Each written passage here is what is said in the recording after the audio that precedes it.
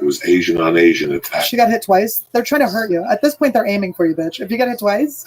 When you're walking around, the other night a car missed my door, guys. Why? You could hear the door. It just, I would have been dead because it takes it off the hinge and it just hits you. You just when you're stepping out of your car, yeah, you know that's on you. I got in a car accident where a girl opened her car and she's liable. It's all you. You have to make sure that there's no car. You would have been at fault. What happened years ago? I was headed to an airport and we pulled over. Somebody hit it with a bike. It happened so long ago. This is when my wife was driving here. Yeah. Which has to be 20 years ago in the beginning. Well, we used to leave like 20 minutes before the flight. Step on it, bitch. That's a fun. Is that how are you always late for things? No. I'm late for flights. I like to run. I like to run through the thing like I'm chasing a lover. When I got here, before 9/11, I thought I was Johnny Cute. And I would do it's only going to take us a half hour to the airport, and they'll let me in. Yeah. And then 9/11 came. That all changed. And then you mature as a comic. Because when you're a feature act, or you're a non-important headliner, like you're just headlining, and you're getting the basic scale, they don't give a fuck if you show or not. Like, they don't give a fuck. They can call some other janitor down the corner. They got a local headliner. They don't give a fuck. They got to give him the same. The club owner will just do the spot. Yeah. It's not like Tracy Morgan coming to town. It's not like Joe Rogan coming to town. People excited. Who's in town this week? I don't know. Some guy named John Smith. That's when you're that person. I didn't give a fuck either. Like, I didn't give a fuck. But then it's your mindset. You start thinking about that. Yeah. You start thinking about these people, like our babysitters. Yeah. They want to see you. They're excited. You want to hear a joke about you mugging a hooker and like a wig on fire. And you go, you know what? Let me get to the airport a little early. Yeah. What's the harm? Because it's two different feelings. It's being stressed out the whole time till you get on the plane and you go, right. Or you walk in, it's like that old expression. You could run down there and fuck one of them, or walk down there and fuck them all. You know what I'm saying? So Lee and I were having this conversation last night. We live in Los Angeles. He was saying that Andrew Dice Clay made tapes 2 days ago from LAX that he had to wait for an hour to get picked up. Did you see there was a fire last night at LAX at the bus station where the Uber people get picked up? Oh my God! Did you start it? Did you go down there?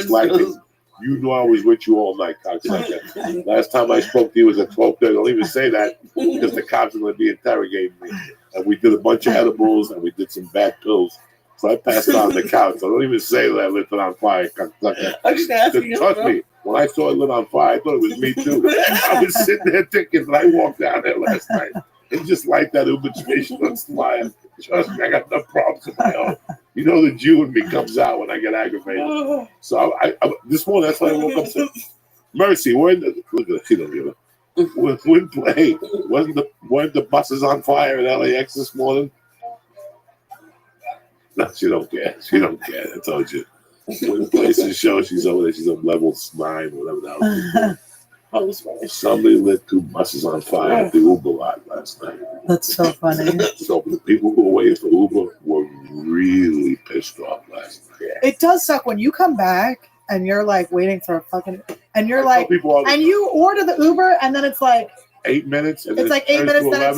And then you're like, wait a second, why is it not moving? Wait, where are you going? Where the fuck are you going?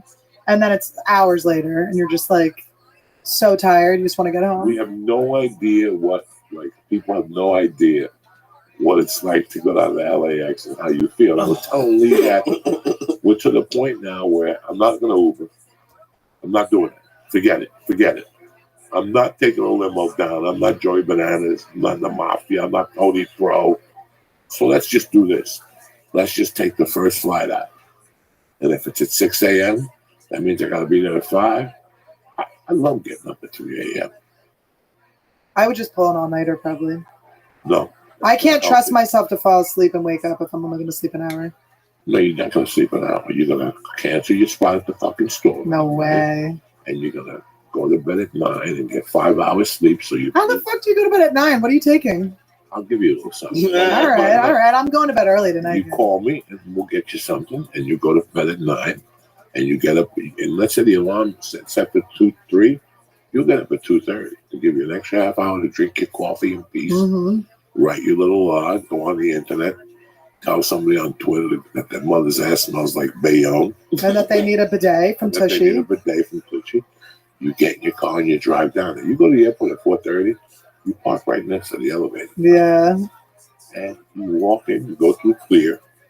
Because I'm a felon. They don't give me that. I got to take my shoes off. They want to smell my fungi toe, so I give it to them. And you go in there and you pray that somebody's open. You know, like when I left Boston, Legal Seafood was open. Bitch. Have a little morning lobster. I don't have my little Legal Seafood card. Oh shit! We gotta get some seafood, bitch. Oh yeah, I got them all. I got Legal Seafood. I'm gonna fucking roll with you, and then we're going to get. This I got my little credit card, but I got 1,000 of these. I got about $21,000 or $22,000 on Jersey Mike's. Oh my god, you're so funny. Because I like the turkey and provolone sandwich. Look, Jersey Mike's is good. No, it's not. Come on. Turkey and provolone is good. That's it. Everything else is box. Okay. Nah, the cheesesteak ain't bad. Listen, the cheesesteak ain't you bad. have to adjust. You have to adjust your expectations when you're not in New Jersey. You miss the East Coast? I do miss the East Coast. I'm excited to go back for the holidays, but I am very happy here. But I do it's fun to meet East Coast people here. I got in a fight with this chick in the audience in the main room. It was not the same chick. You know, I get PMS. I get a little, you heckle me when I'm PMSing, you're going to get a bitch. But so I was fighting with this girl and it was fun. I mean, it was fun. You know, when you when you go too far, but it feels good when you lose it and you're like, oh God, that felt great. It was like that, you know? And afterwards I was like, oh, I probably shouldn't have lost my shit so much, even though it ended well. And then everyone came up to me afterwards and they're like, that was awesome. I rose. For some reason, it was all East Coast people in the audience. So everyone fucking loved it. They were so psyched. You know, in LA, they're like, chill, don't yell. And in Philly, they're like, well, fucking beat the shit out of this bitch. It's funny that your accent doesn't tell me Philly, but everything else about your body language, your attitude, the way you move your hands, everything else is very Philly. I mean, it comes back when I go home. I'll come back from Christmas, probably sounding pretty Philly. Avery's the eggs over there. What are your plans for the future? What are your plans for 2020? What do you want to do? 2020, I'm trying to go into 2020 with no beefs, because I honestly, I don't really have any ill will towards people, but I'm just trying to drop any sort of expectations maybe of people, trying to forgive everyone and myself for all my stuff just going really clean. I want to go in clean to 2020. Did you mean work-wise? Work-wise. Yeah, rich and famous. How are you going to get that? I don't know. We'll see. It's going to happen. Plan. I'm working on, I'm writing some stuff. It's just focusing on stand-up. I'm writing some other stuff. I want to write a book. I got plans. Yeah, no, I don't know. I'm just happy. I just think my set evolved. You are very happy. Whenever I see you, you make me happy at the store. You're one of those people that it's always a pleasure to see. The other thing was that night I fell. I'm laying there. You ever watch a football player when a play gets broken up and he lands and he holds his knee and then he holds his head? Okay. Because the pain is so much that you have to control yourself. I'm surprised I didn't pass out at the store that night. Right now, my leg is healed except for it feels like somebody shot me in the ass with a needle, and they did it without training. It's a little numb pain, numb pain, yeah. But that night I was in pain, and I was breathing out of my nose. I was focusing really hard not to pass out. It turned me around. Whitney was talking to me and trying to get me pain pills and figure out what it is and ask me if I want to go to the hospital. In the middle of all this, Annie Letterman looks me in the fucking eye and goes, hey, blowjob. Now, I don't care how much pain you are. I don't care if you're dying, if you're taking your last breath. And you ask a man if he wants a blowjob. He doesn't give a fuck. He has to think twice. He could be bleeding from your side. I was going to say, your leg didn't hurt anymore. You could be bleeding from your side, and you don't actually think about it. Can I bleed and get a blowjob at the same time? And I look at Annie like, you got to knock it off. Because I don't want nobody sucking my dick. I'm an old man. Like, it's a shame. Like, I feel bad for a young girl that would suck my dick. It's a real injustice to them. They go home and they go like that. My sperm was a little chunkier. It was so slow. I'm 56. It's a different type of fucking dick. I go, Annie, knock it off. And she goes, I wasn't going to suck your dick. I was going to get one of these guys to suck your dick. Let me tell you something. I went from being in pain, and that's what people don't understand with a guy like me. Like, I went to the same doctor for 22 years because I'm scared of doctors. But he figured out how to soften me up by telling me funny things. The real genius of comedy is changing how somebody feels. Like, I love it. I don't love it. I love when somebody's parent dies and I have to call them or I have to go to their house. Yeah. I know what it feels like to lose a parent. But it's such a morbid fucking time in your life. It's so morbid that your inner respect for a parent, your mom or your dad, doesn't even want you. Like, you're like, how can I even think of putting on Seinfeld at a moment like this? You know, like your inner, but you're praying for Joey to say something. Yeah. I'm the type of motherfucker that'll come up to you and hug you and say, I'm really sorry about your dad. I know how much you love him. Yeah, it's been a real blow in my family. My mother can't get over it. But fuck it. At least we're getting that boat down the yacht. Yeah. You look at me and you go, you're such a dirty motherfucker. Yeah. Oh my God, don't make me laugh. Like, people, when somebody looks at you and says, please don't make me laugh. Please don't. My friend, you did your job. My best friend got a cesarean section. She was like, you could come over and meet the baby, but she's like, you can't make me laugh. And I was like, it was the best day of my fucking life. I'm such a cunt. She was like, please stop. But I just couldn't. I was like, don't you dare tell me not to make you laugh. I love all that shit. Oh, it was the most fun. I love, like, I still remember one particular night, my friend had a broken arm.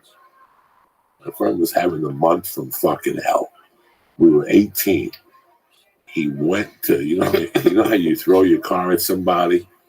Like, he threw the car at somebody, like he stepped, like Lee's crossing the street. Yeah, when Esther Koo's going by and I run her ass over. Yeah, and you stop before you get there. He went to stop me, hit my friend. So my friend got up. My friend threw a punch at him. My buddy put his arm up to block him. He was so skinny it broke his arm. Oh my God, he was having a month of hell. So he's got a broken arm. He's got a girlfriend in high school that's hot to trap. Yeah. She's available to the highest bidder.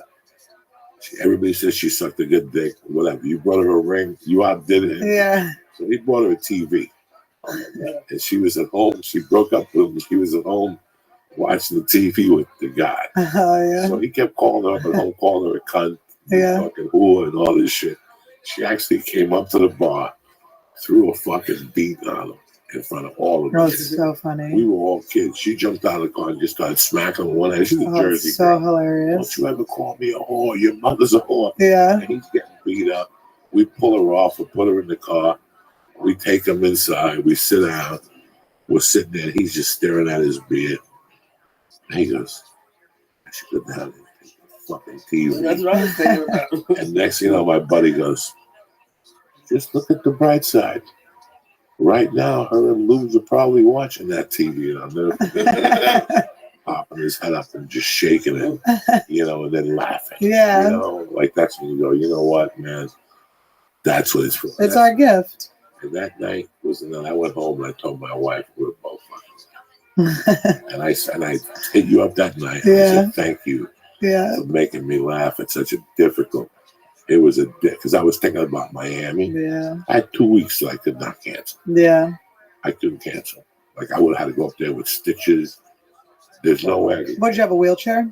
No, I did it. Yeah. I did it. I went home. I did it the right way. I did it from A to Z. I ended up in urgent care because it swelled too big. Mm-hmm.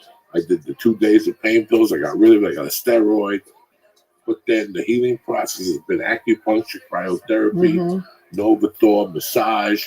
Nate Ellenberger gave us a gun to bust out your muscles. So at night, I don't even ask my wife. I just bust out my leg muscles. Yeah. And then I stretch. It makes me stretch, that hamstring. Yeah. Because I stretch. I bust it all the way down to my ankle. And it's like a fucking machine gun that breaks up all your blood. I think I know what you're talking about. And then I hang my legs upside down. I mean, I've worked on this hamstring. I gave it blood. I've been doing leg extensions and still go to, but now I've been kickboxing. Yeah. I've Oh, kickboxed cool. twice in 10 days and nothing so far. Can you roll or no? No, I'm not going to roll at all. That's true. Hip it's escapes. going to go. Hip escapes. Yeah. That's it. Hip escapes and passing the guard, I can't do it. Yeah. That's definite. And, you know, when somebody slices through on the pass, how long have you been involved with jiu-jitsu? I've been doing it on and off for like a year. What do you think so far? I love it. It's so fun. And you love the no-gi?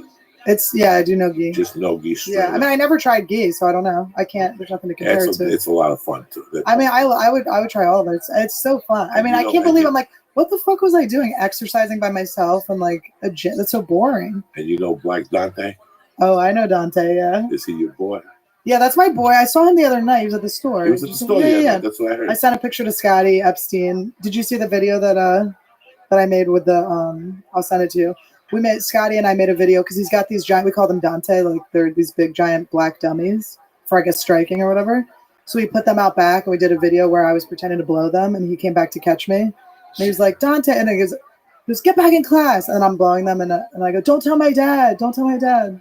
And then they like pan over to the one black student who's just like shaking his head. That's funny. Yeah, no, it wasn't Dante. Dante hasn't been there in a sec. Dante, if you're listening, what the fuck? No, I called him. He said he hurt his foot. He stepped in glass. I called him the other night and checked up on him. I know he had to get roommates and whatnot.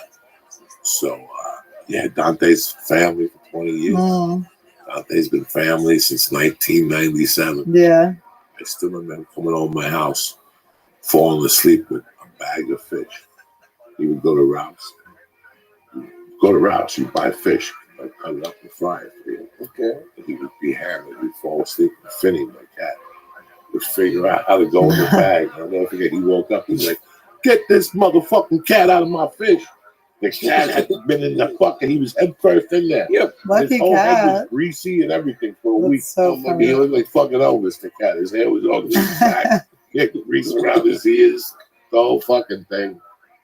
But Annie, no, I want to thank you for saving my life that night. Yeah, of course. You made me fucking laugh. You definitely have a fan with me. If you ever need anything, please look out. And hell yeah. I'm a fan, man. I love what you do. I love how you do it. I love your style. I feel kindred to you. I feel like you. No, and I do want to be more. I gotta study you a little bit because I do want to be more. I have so many fucking crazy stories. And, you know, I'm going up and I'm telling these jokes and stuff, but there's just like a lot of untapped stuff. So I really got to I got to tap into that on stage. When you were younger, you had delinquent problems. Mm-hmm. Oh, yeah. You had any arrests? I never got arrested, but I was like always running for my life. I mean, I really was like, I'd always be like in Jersey City running from a tranny or something. I mean, it was like, I just had so many.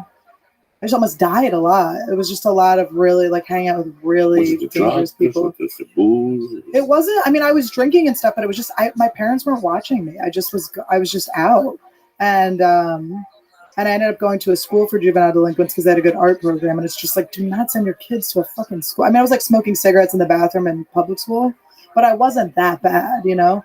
And then I was with all these young criminals, and it was just like I just got taken by them.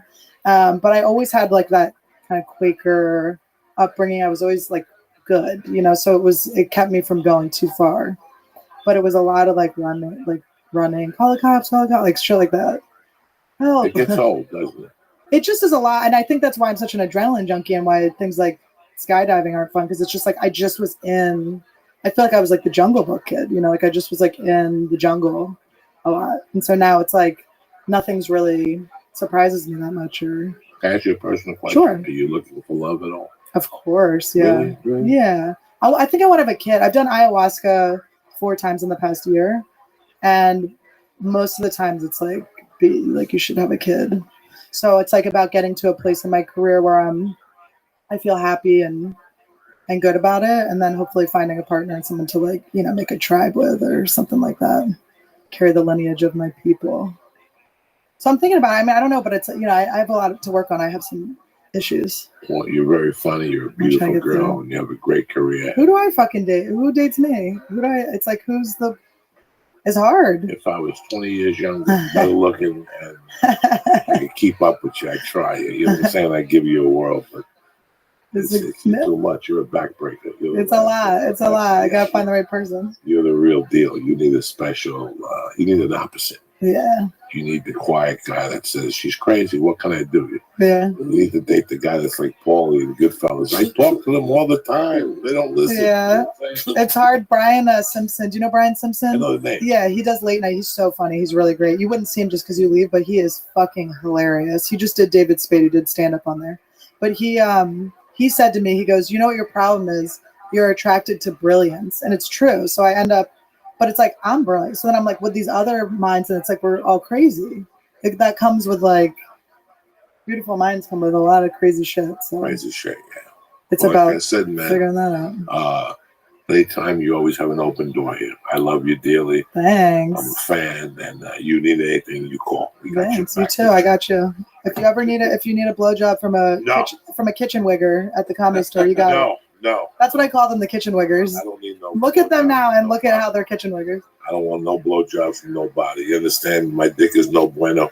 All right, guys, it's a wrap on Joey's dick. Yeah, no. Any dates you want to promote? You hit the road. I don't have show right now. I just right now working on getting back with a road agent right now. I got nothing. Unless you want to take me.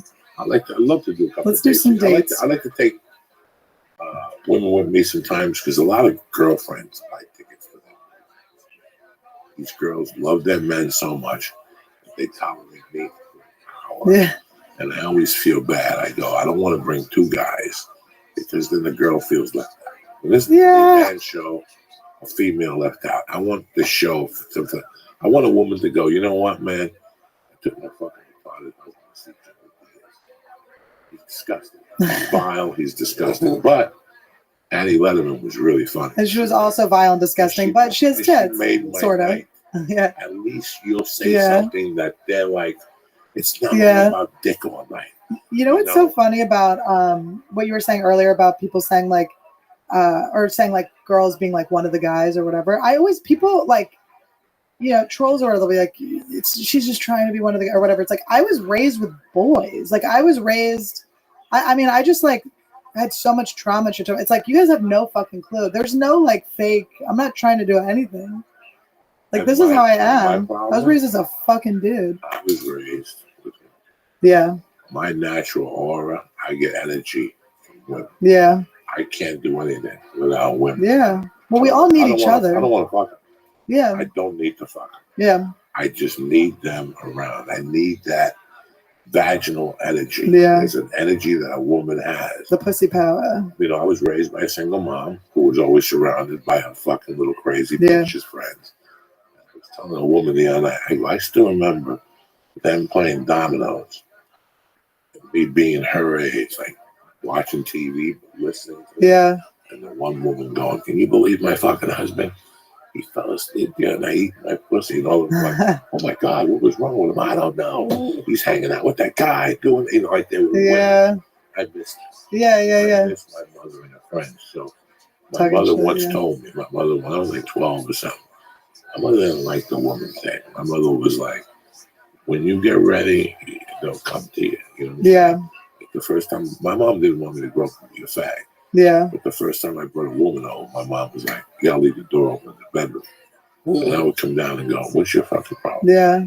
I'm trying to get a nookie. Yeah. And she goes, not while I'm here. Yeah. Leave the bed open. The door open. My mom used to always say to me, you know what? You can't fuck every woman. And half of them have to be your friends. So you and your friends knock it off. And I really learned from that. I do a lot. If 6 chicks invite me to watch a football game or 5 guys, I'll go to the chicks. Yeah. And I don't want to fuck these. Yeah. I just goof. Yeah, I've always dreamed of that. You see that? Yeah. That's what I always wanted. Yeah. I love that. Yeah. I love talking to her. I know, it's precious to have a daughter. I don't want her to come to me when she's 13 and say, I dated a guy and he fingered me. That's not going to happen. I don't want to. I don't want, that. Yeah. I just went somewhere and a friend of mine showed up with his daughter and he was saying horrible things. And I'm like, and he's like, oh, she knows everything. No, I don't want her to know everything. But I want her to feel comfortable in a circle. Right. And that's why I admire all of you. Yeah. I admire you all, you little fucking bitches. All of you. Yeah. You, Whitney, the Chinese chick.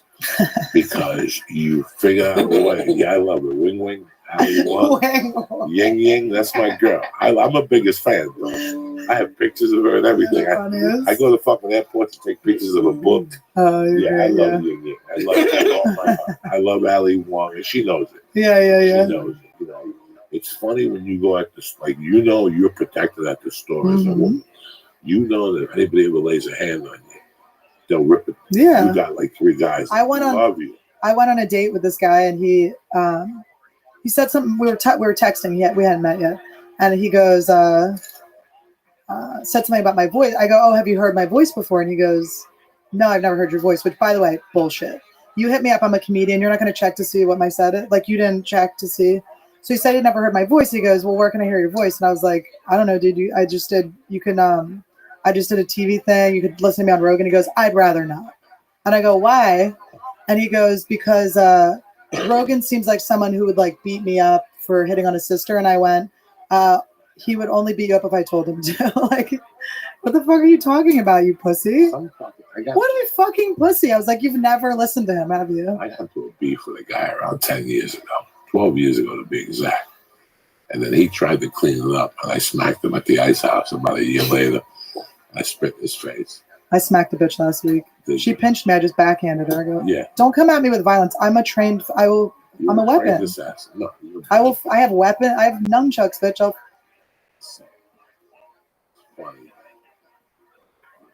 Oh wait, you slapped a guy at ice house. I slapped him at the ice house, but I forgot what the point of the fucking story was. Sorry, I interrupted. I'm too fucking hot. Who gives a shit? Who cares? It's Monday morning. That's all you should worry about. I want to hear it. It's 2 days before Christmas. And that's it, man. It's the holidays. See my family. So I'll get some dates to you next year. Let's do some dates, baby. Get you out there. You're a good lady. I got a lot of respect for you. Where can they find you? Where's your website? My website is Annie Lederman, LEDERman.com. You can get all your Annie fix there. My dates, when I get them, will be up there. And I'll be on David Spade again on the 9th of January. And I make a lot of videos and content on Instagram. I love entertaining people, so please follow my Instagram. It's just my name, ANNIELEDERman. She's very interesting. I wouldn't have had her on if she was a fugazi. She's the real deal. I'll be funnier from her head to her toes. As you know, Calusa's sold out. There's a few tickets left for San Francisco at the Palace of Performing Arts. The 16th, I got Bakersfield, the Fox Theater. The 17th, I got Fresno. I don't know what theater it is.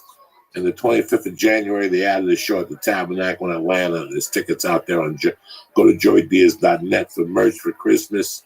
And that's it. But real funny, real quickly before we end the podcast, I just want to talk to you about something. Listen, most of us know how hard it is and how easy it is to get into debt. You know what hard is? Getting out of debt, especially when your credit card score isn't that great. Listen to me. Upstart, they offer you a smarter interest rate to help you pay off your credit card debt. Upstart is tremendous. If you're in debt right now, this is the way to go. You know why? Because they go beyond the traditional credit score. Your Upstart interest rate is based on your education, job history, not your credit history. They actually reward you for going to school. Upstart doesn't care about your bills you didn't pay 5 years ago. They really don't. They care about the person you are now, who you've become, and they give you a rate based on that. Plus, they make it fast, simple, and easy to check your rate in just a few minutes without affecting your credit score. The best part, once the loan is approved, most people get their funds the very next day. The next day, over 300,000 people have used Upstart to pay off their credit cards. Free yourself from the burden of high-interest credit card debt by consolidating everything into one. This helps. I did it for 6 years, $634 a month. I had to do it. This is how it works, and you're gonna start with Upstart. So right now, see why Upstart is ranked number 1 in their category with over 300 businesses on Trustpilot. Hurry to upstart.com/church to find out how low your Upstart rate is. Checking your rate only takes a few minutes, and it won't affect your credit. That's right. Go to upstart.com/church. Now, as always, listen, the worst thing you want is to bump into a good-looking freak. She goes down and she licks your ball sack, and she smells that ass from a mile away. There's nothing worse than that. And guys, you ever go down to a woman, you can smell her ass before she gets there. Me, I eat it. What the fuck? I swam in the Hudson. I'm a soldier of death. I don't complain. I'm lucky. I'm grateful that you give me a piece. They call your tongue the tushy. They don't care. I got a tushy tongue, and I got those little. I got like a cat tongue. So you get two things for the price of one. You know what I'm saying? Yeah. Mercy, tell him, Daddy got a cat tongue. You know what I'm saying? Anyway. All right. It's amazing, unconventional gift for anyone in your life. Everybody has an ass butt. Everybody deserves a gift from Tushy. You're like, Joey, what's Tushy? Tushy is a portable bidet that you can install within minutes by yourself. No plumber, no nothing. Let me ask you something. You think wiping your butt with dry toilet paper does anything? No, it removes the shit. But you got poop on the other part of your body. We just wipe it off with a dry paper. Water cleans better than dry paper. Thankfully, now there's a sleek bidet attachment that slips into your existing toilet, and it's called Tushy, and it sprinkles your ass with fresh water, all right? Tushy spray. She's not even laughing at me. She's laughing at that goofy Good timing, though. Yeah. Tushy sprays directly into your muffler and removes the shit completely so that you're not sitting on bacteria. You don't have that spicy ass, you know what I'm saying? And it creates nasty things like hemorrhoids, yeast infections, UTIs, itchy assholes, and skid marks. You don't need Why are you talking shit on me? I'm right here. Because bidets are common all over the world, except in the United States. They'd rather kill 10 trees than wash their butts with water. Water is the answer. Tushy sprays fresh water in that muffler, not toilet water. The same water you brush your teeth with. All right? Wet wipes are even worse than toilet paper. Don't get me started, all right? Listen, Tushy starts at $69. They come in different colors. Tushy's latest product, the Tushy Ottoman, is going to help you get everything out. Do me a favor. Just go to hellotushy.com right now. Look at the assortment they got. They got a 90-day guarantee on the bidet. Me and Lee, we've had a bidet for 4 years. If our assholes haven't broken it, your little skinny, little healthy ass ain't going to do nothing to Do you share the bidet or No, he's got one of those. Yeah, Tuesdays and Thursdays on me. So go to hellotushy.com right now and press in church and get 10% off your order. This is the perfect Christmas present. Your grandfather, grandmother, your aunt, they'll sit there, their jaw drop, and you get a good laugh, and they get to walk around with a nice asshole. Not just sitting bingo with things developing in their asshole. I want to thank hellotushy.com, and I want to thank Upstart. But most importantly, I want to thank you savages for listening and supporting the podcast. And I want to thank you and wish you guys a Merry Christmas. Just in case you don't listen to Wednesdays, I want you to listen to what I'm telling you right now. I want to wish you a Merry Christmas and a happy holiday, and for you and your families to be healthy, and for you guys to get ready for 2020 and to have a great new year. I'm grateful to you guys for all the support that you've given me coming to the shows, listening, and just interacting with me on Twitter. I'm very grateful for that. So go enjoy your day. It's Monday. The rules still apply. You stab a motherfucker if they fuck with you. The world ain't going to give you nothing for dick, and you got the world by the balls. So go out there and get what's yours. I want to thank Annie Letterman.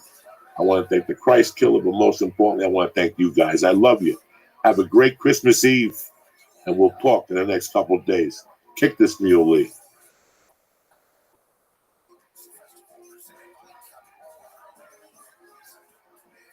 Greetings from Podcastville. It's the 25th. It's official. It's Christmas Day. So this is Christmas, and what have you done? The Church of What's Happening Now is brought to you by Manscaped. Listen, the Manscaped is the best in below-the-belt grooming. It's Christmas Day. You're showing up like Santa with 2 big sacks full of holiday cheer and yum-yum juice for everybody. What if it looks like a cave? And all of a sudden you remind people of those little 12-type kids when they walked into the dungeon. This is what I'm saying to you. They got a thing called the Lawnmower 2.0 for a reason. They threw away the 1.0 and upgraded the trimmer with a skin-safe technology, so you're always looking sharp down there around the nutsack and around the party stick. You know what I'm saying? For you momos in the back, it means it won't nick or snag your nutsack. You could cut your little nutsack anxiety-free, okay? So do me a favor, those church listeners, get up to 20% off your first order when you use promo code CHURCH at manscaped.com. Order the perfect package, which we'll talk about at the end of the show. And they're going to throw in a free travel bag. It's the coolest thing you ever seen. It's got an indoor zipper. People always ask me, Uncle Joey, where do you hide the goods at? Well, talk to me later. I'll tell you. But for right now, go to manscaped.com. Use promo code CHURCH, CHURCH, and get 20% off your first order. Listen, with Manscaped, you keep your nutsack nice and polished. You know what I'm saying? Number 2, I also talk to you about Onnit in the same way. Onnit's got the Alpha Brain. Look, 100% money back guarantee. And right now they're running a contest. You buy Onnit Alpha Brain, they send you a raffle ticket. You get the raffle ticket, you win. You get the whole Onnit experience. Listen, you go to the steakhouse, they're giving you $2,000 in cash. You get to jump up and down with professionals. They give you a year's supply of Onnit. It just doesn't stop. Go to Onnit.com right now and get your bottle of Alpha Brain and cut this shit. It's your lucky year. 2020 is the way to go. Kick this mule, Lee. Getting this day started. Merry Christmas to all you guys and your families. Thank you very much for listening. I know for a fact that for some people, 60% of people listening to this podcast are probably jumping up and down right now. They won't even listen to this podcast by Monday. But there's a lot of people, 40% of you, that need this podcast. This time of the year isn't the best time of the year for everybody, and I get it. I have a family, I have a wife, I have a kid, I have dear friends, but it seems like you're missing something when you're not around your family or a family member's gone. It doesn't feel like Christmas anymore, but it still is. It still is. Last week I did the one-man show at the Comedy Store, and I covered a certain time in my life from 93 to 95. And I'll never forget Christmas in 94. Christmas in 94 will always stick with me forever. For 1,000 reasons. I made something out of nothing. I woke up with $3 in my pocket and stole a Christmas tree and got $180 cash and got Chinese food and stole a bike and made Jackie, my first sibling. That was the last time we saw each other, but I still remember her leaving that night and me feeling like death. I remember putting up the decorations with duct tape. I didn't even have money to buy Christmas tape. I had that little stuff you put around your apartment. I don't know, the glitter stuff. I put it up with duct tape. I got Chinese food delivered because it's the only people that are open on Christmas Day. And we had a nice day together. I had 1,000 gifts for her and a bike and this and that and this. I remember her leaving and me breaking down like I usually did. And it was Christmas, so there was nowhere to go do comedy or anything. And for a minute there, I'm not saying I felt suicidal, but I just didn't feel good. That you don't feel that day that you don't. Christmas Day, some people get up, man. It's not Christmas Day for them. I can imagine, especially after growing up as a kid and having presents under the tree. And because Hanukkah's a whole week, it's a little different. It's not Christmas Day, for some people. And I'm really sorry you feel this way. It's something that the holidays kind of bring them down. We were going to take this week off, but like I said, no. We need to talk about this. We need to talk about this and why you feel this way. And it was so weird that night when she left with her mother. I sat there and, I was just looking around. I was probably getting ready to make the call to get a package. You might the go thing when things got bad. A package would make her feel better. And somewhere along that, I remember looking at this little apartment, maybe the size of this office, and going, what do I feel bad about? I think I was getting dressed to head to a party or something like that. Somebody had invited me over to a Christmas party because you're never really alone on Christmas unless you really want to be. Somebody always reaches out and says, hey, man, you want to stop by. And as bad as you feel, you stop and you get a bottle and you get an apple pie or whatever. Once you get to that place, something about that place, you'll see the magic of Christmas. And the magic of Christmas, I was talking to somebody on the phone yesterday, and I go, listen, what are you going to do for Christmas? They said, I don't know yet. I go, what are you going to do? You going to sit by yourself? I go, swing. If there's a problem, swing by. I go, you have no idea what a hug from a 6-year-old will do for you. It'll change your whole perspective on Christmas. You know, like for some people, it's just hitting a table and going, looking up and looking at strangers. You ever been in that position on a Christmas day where you pop your head up and you're looking at all strangers and you ask yourself, well, how did I even get here? Well, the universe took care of you. Again, the universe takes care of you. As much as you don't think it's taking care of you, the universe is taking care of you. I've been, you know what Christmas is on the road, Lee? Do you know what it's like to go out on the road and Christmas walk is on a Thursday and you're in Ohio, so you do Tuesday and Wednesday. And Christmas Day, you pretty much stay in your room and watch the parade of roses. There's no budget for you to fly to see mom or to see your brothers, nothing. So it's one of those Christmases where you're by yourself. I did 4 or 5 of those on the road where you're there. You're in Fucknut, Indiana. And it's you and the headliner on Christmas Day. And he's got a friend in town. And it's you in this apartment. And you're sitting there going, Jesus, what has my life become? You know? And all of a sudden something stops and says, wait a second. You're doing what you would wanted to do. This is part of the bargain. So you get up off the couch, you go down to the nearest Walmart that's open till 1. There's a bunch of old senior citizens. They're 3 days away from the grave. And you look at their faces and they're happy to see you and they're welcoming you. And you go in, you buy a $1 Christmas tree, you buy a bunch of treats, you go back to the house and you watch Christmas programming and you eat your little snacks and you smoke your couple of joints and you take a couple of sips of your beer. And it wasn't all that bad. Just by stepping out of the house and making you see some guy that's got 3 days left on his life saying Merry Christmas to you. That does something to you. All these little things do something to you. And that's why I don't want you. Number one rule for tomorrow today is I don't want you to be alone. You spent some time with Uncle Joey. Get out of the house. Somebody invited you somewhere. Even if it was just to watch a game. Because you never know what could happen when you're watching a game, whatever. It's a football game tomorrow. There's got to be something. College bowl game. I think the Lakers are playing, the Clippers. There's something going on, you know. Do not be alone. But back to 94. I'm sitting there. I'm crying. And all of a sudden, something happened that made me open my calendar. I don't know what it was to see what I had the week ahead. I've always had a calendar. And I remember having like 3 spots that week, like having like 3 real spots, like 2 guest sets of clubs and like 1 paid gig. And it all swirled at me then that I was grateful. I had never been grateful before.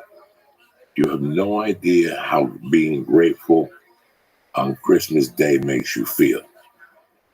Because most of us are sitting there thinking about what we don't have.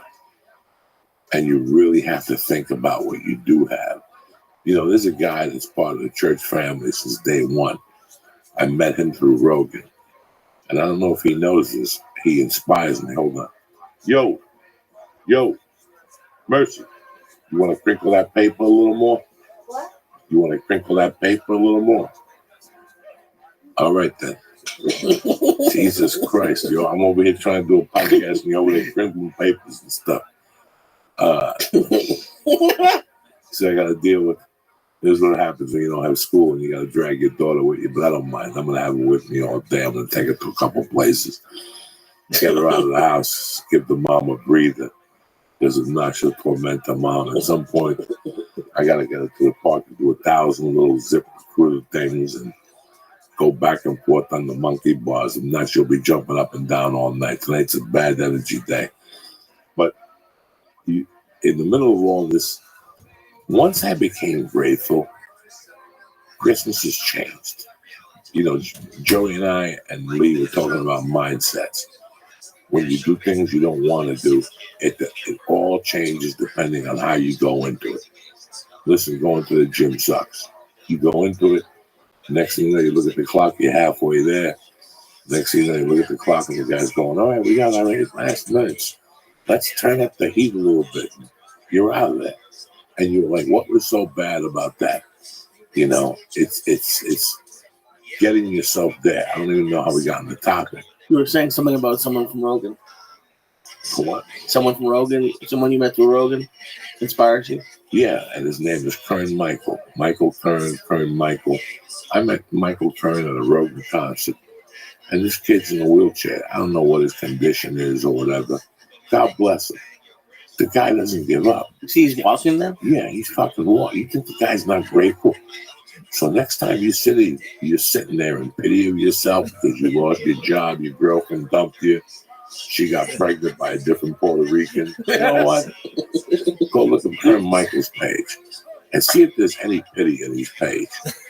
See if there's once has there been pity on his fucking page.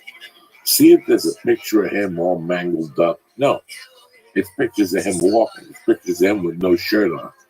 Then he shows up to shows of bitches. For all you motherfuckers that are waiting for the next coming of life, this guy's in a wheelchair getting his dead dick sucked. What are you doing? What are you doing? You think about it. You really have to look at something like Kern Michael to really appreciate life and go, what am I doing with my life? This guy is in a wheelchair and he's walking around like Jesus. Remember when Jesus was hitting those people in the head and they started walking? So I look at that guy there and I go, what am I doing with my life? I got to go make people laugh and I'm depressed. I got to go make people laugh and I have anxiety. I'm scared. I mean, you have to, and I'm not saying this in a negative way, but while you're sitting there falling in pity for yourself on Christmas, there's somebody else that's in a tent. Yeah. There's somebody else that's in a shelter. There's somebody else that's under observation for psychiatric reasons, for whatever it may be. And here you are sitting in your apartment watching the Rose Bowl parade, thinking about pulling a Chris Cornell. No. Look at it from a different angle. Look at it from how grateful you are to have what you have. Your mother might be an outfit, but guess what? At least you got a mother. You don't see me going to my mother's house. So whatever you might be thinking that Joey's going to Bert Kreischer's or Tom Segura's, they're going to be jumping up and down. You got your mother. I don't have a mother. So we all have our little personal Vietnams. But from December 23rd to January 6th, they all go away. Listen, what are they going to do? Put you in debtor's prison? What are they going to do? Put you in jail because they're going to evict you? They can't. Listen, be grateful for what you have. And Christmas and the rest of the year be better. You know why I'm grateful also on this day? Because I know I'm getting one day closer to a new start. Listen, just like you, I'm not fond about Christmas. You don't see me with Santa hats on. I got a daughter that don't like Christmas. She don't like Santa Claus. She don't ask to take pictures of Santa Claus. I got a picture of her when she was 2, making sure I'm between her and fucking Santa Claus. That's how much you hate Santa Claus. I didn't teach her to hate the Santa Claus. You're supposed to love Santa Claus. She wrote Santa Claus a letter. She talks about Santa, but she keeps that motherfucker on his distance. And that's just the way life is sometimes. I don't know what it is. She keeps that dude far, far, far away from her. And like I was saying, Christmas Day for me is knowing one thing. Once Christmas comes, I know I'm 3 or 4 days away from it. I'm unhatching my plan for the new year. You're unhatching a new venture. 2020 for you should be a new business. You're opening up a new business. How excited are you? You ever go down to the bank and you get the paperwork approved and you find the location and you got to deal with the landlord and you got to build a bathroom because midgets got to use a midget bathroom and you got to deal with the sign. Oh, yeah. And finally that day has come that you're going to do the grand opening soft party. Well, guess what? That's a 2020. You're getting a chance to open up your own business. Think about that. No matter how bad Christmas feels, no matter how bad of a year you had this year, no matter how good of a year you have this year, think about this. 2020, you're opening up a whole new restaurant. Oh my God. Am I going to decide? I got go-go girls while you eat meatballs. While you're eating a hamburger, women are going to come by and cut their pubes and throw them in your face. That's the idea I got for a new restaurant. I'm bullshitting you people. What I'm trying to say to you is you have a new chance to be a new you for 2020. That thing you've been thinking about doing that's been on the back burner for the last year, it's time to execute it.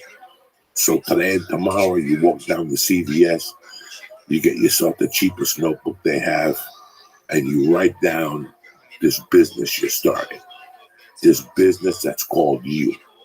If your name is John Smith, it's the John Smith, and I'm the CEO of my company. How is it going to be different this year?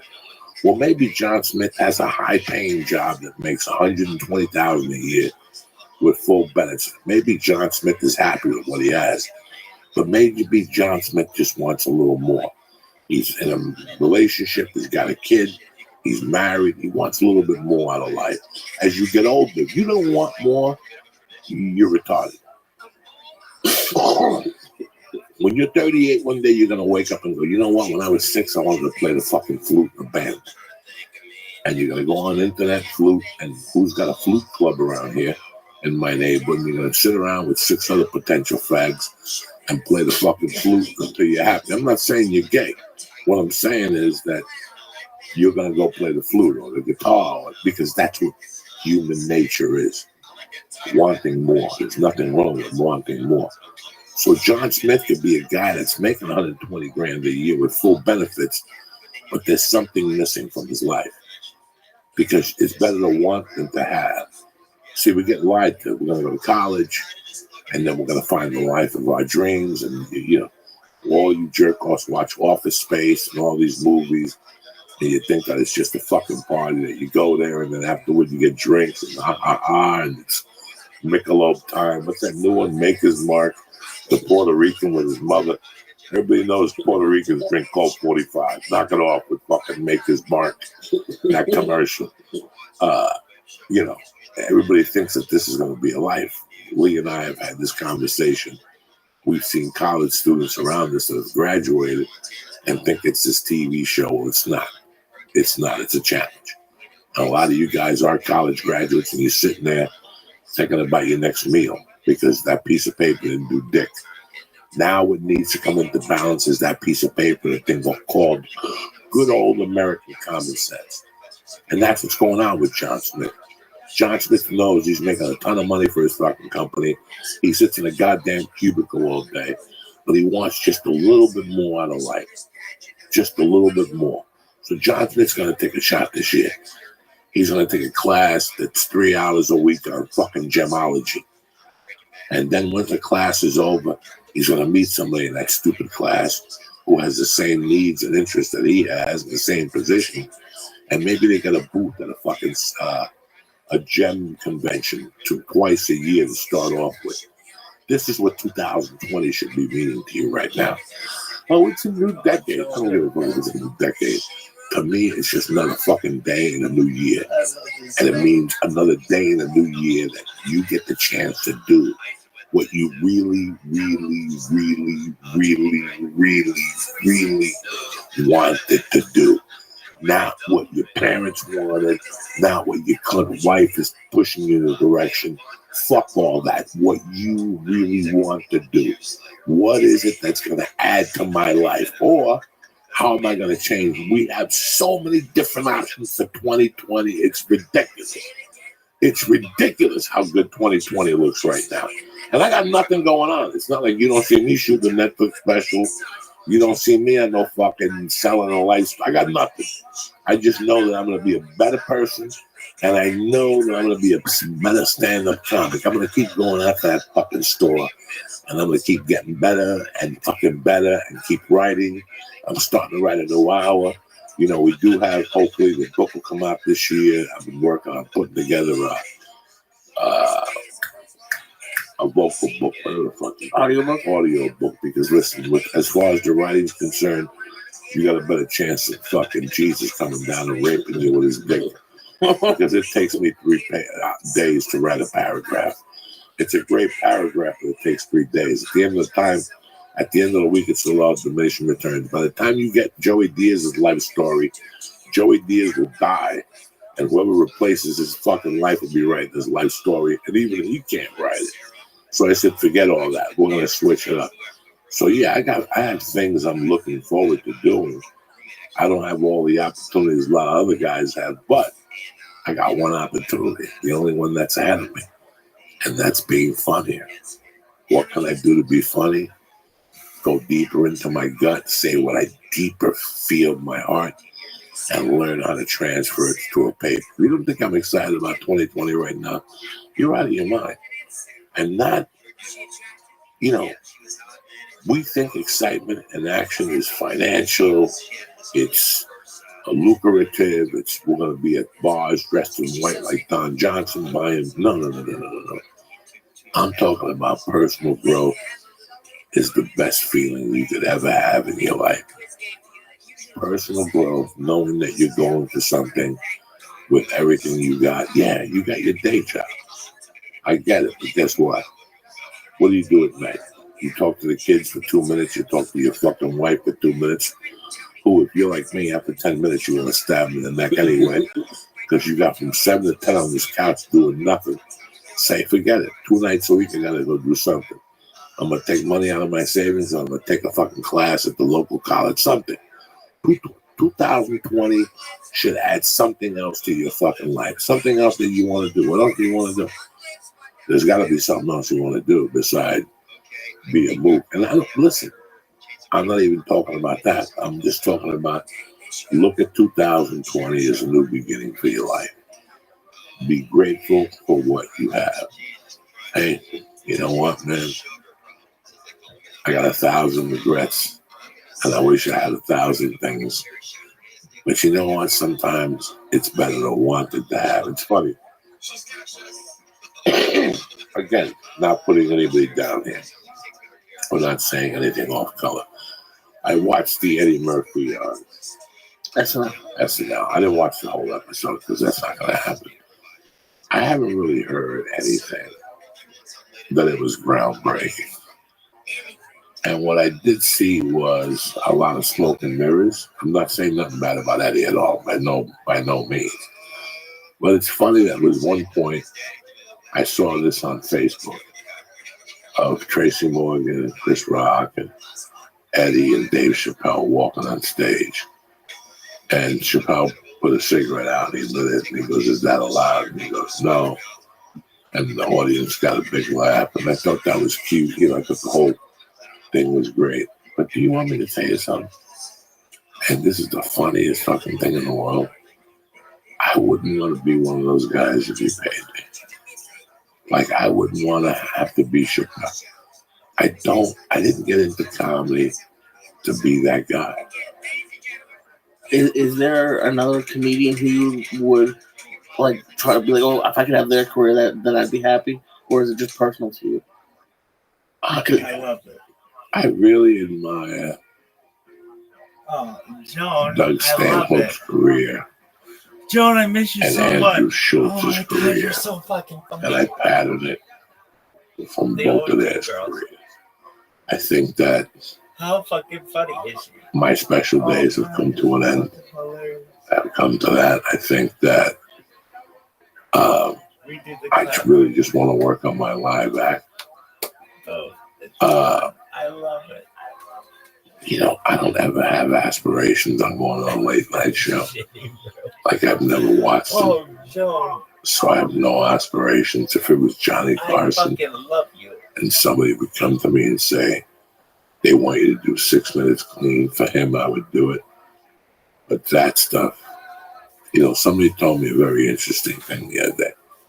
And you know me, guys. I'm raised Cuban, I'm Santeria and Catholic, but I love a couple of things in the Buddhist religion.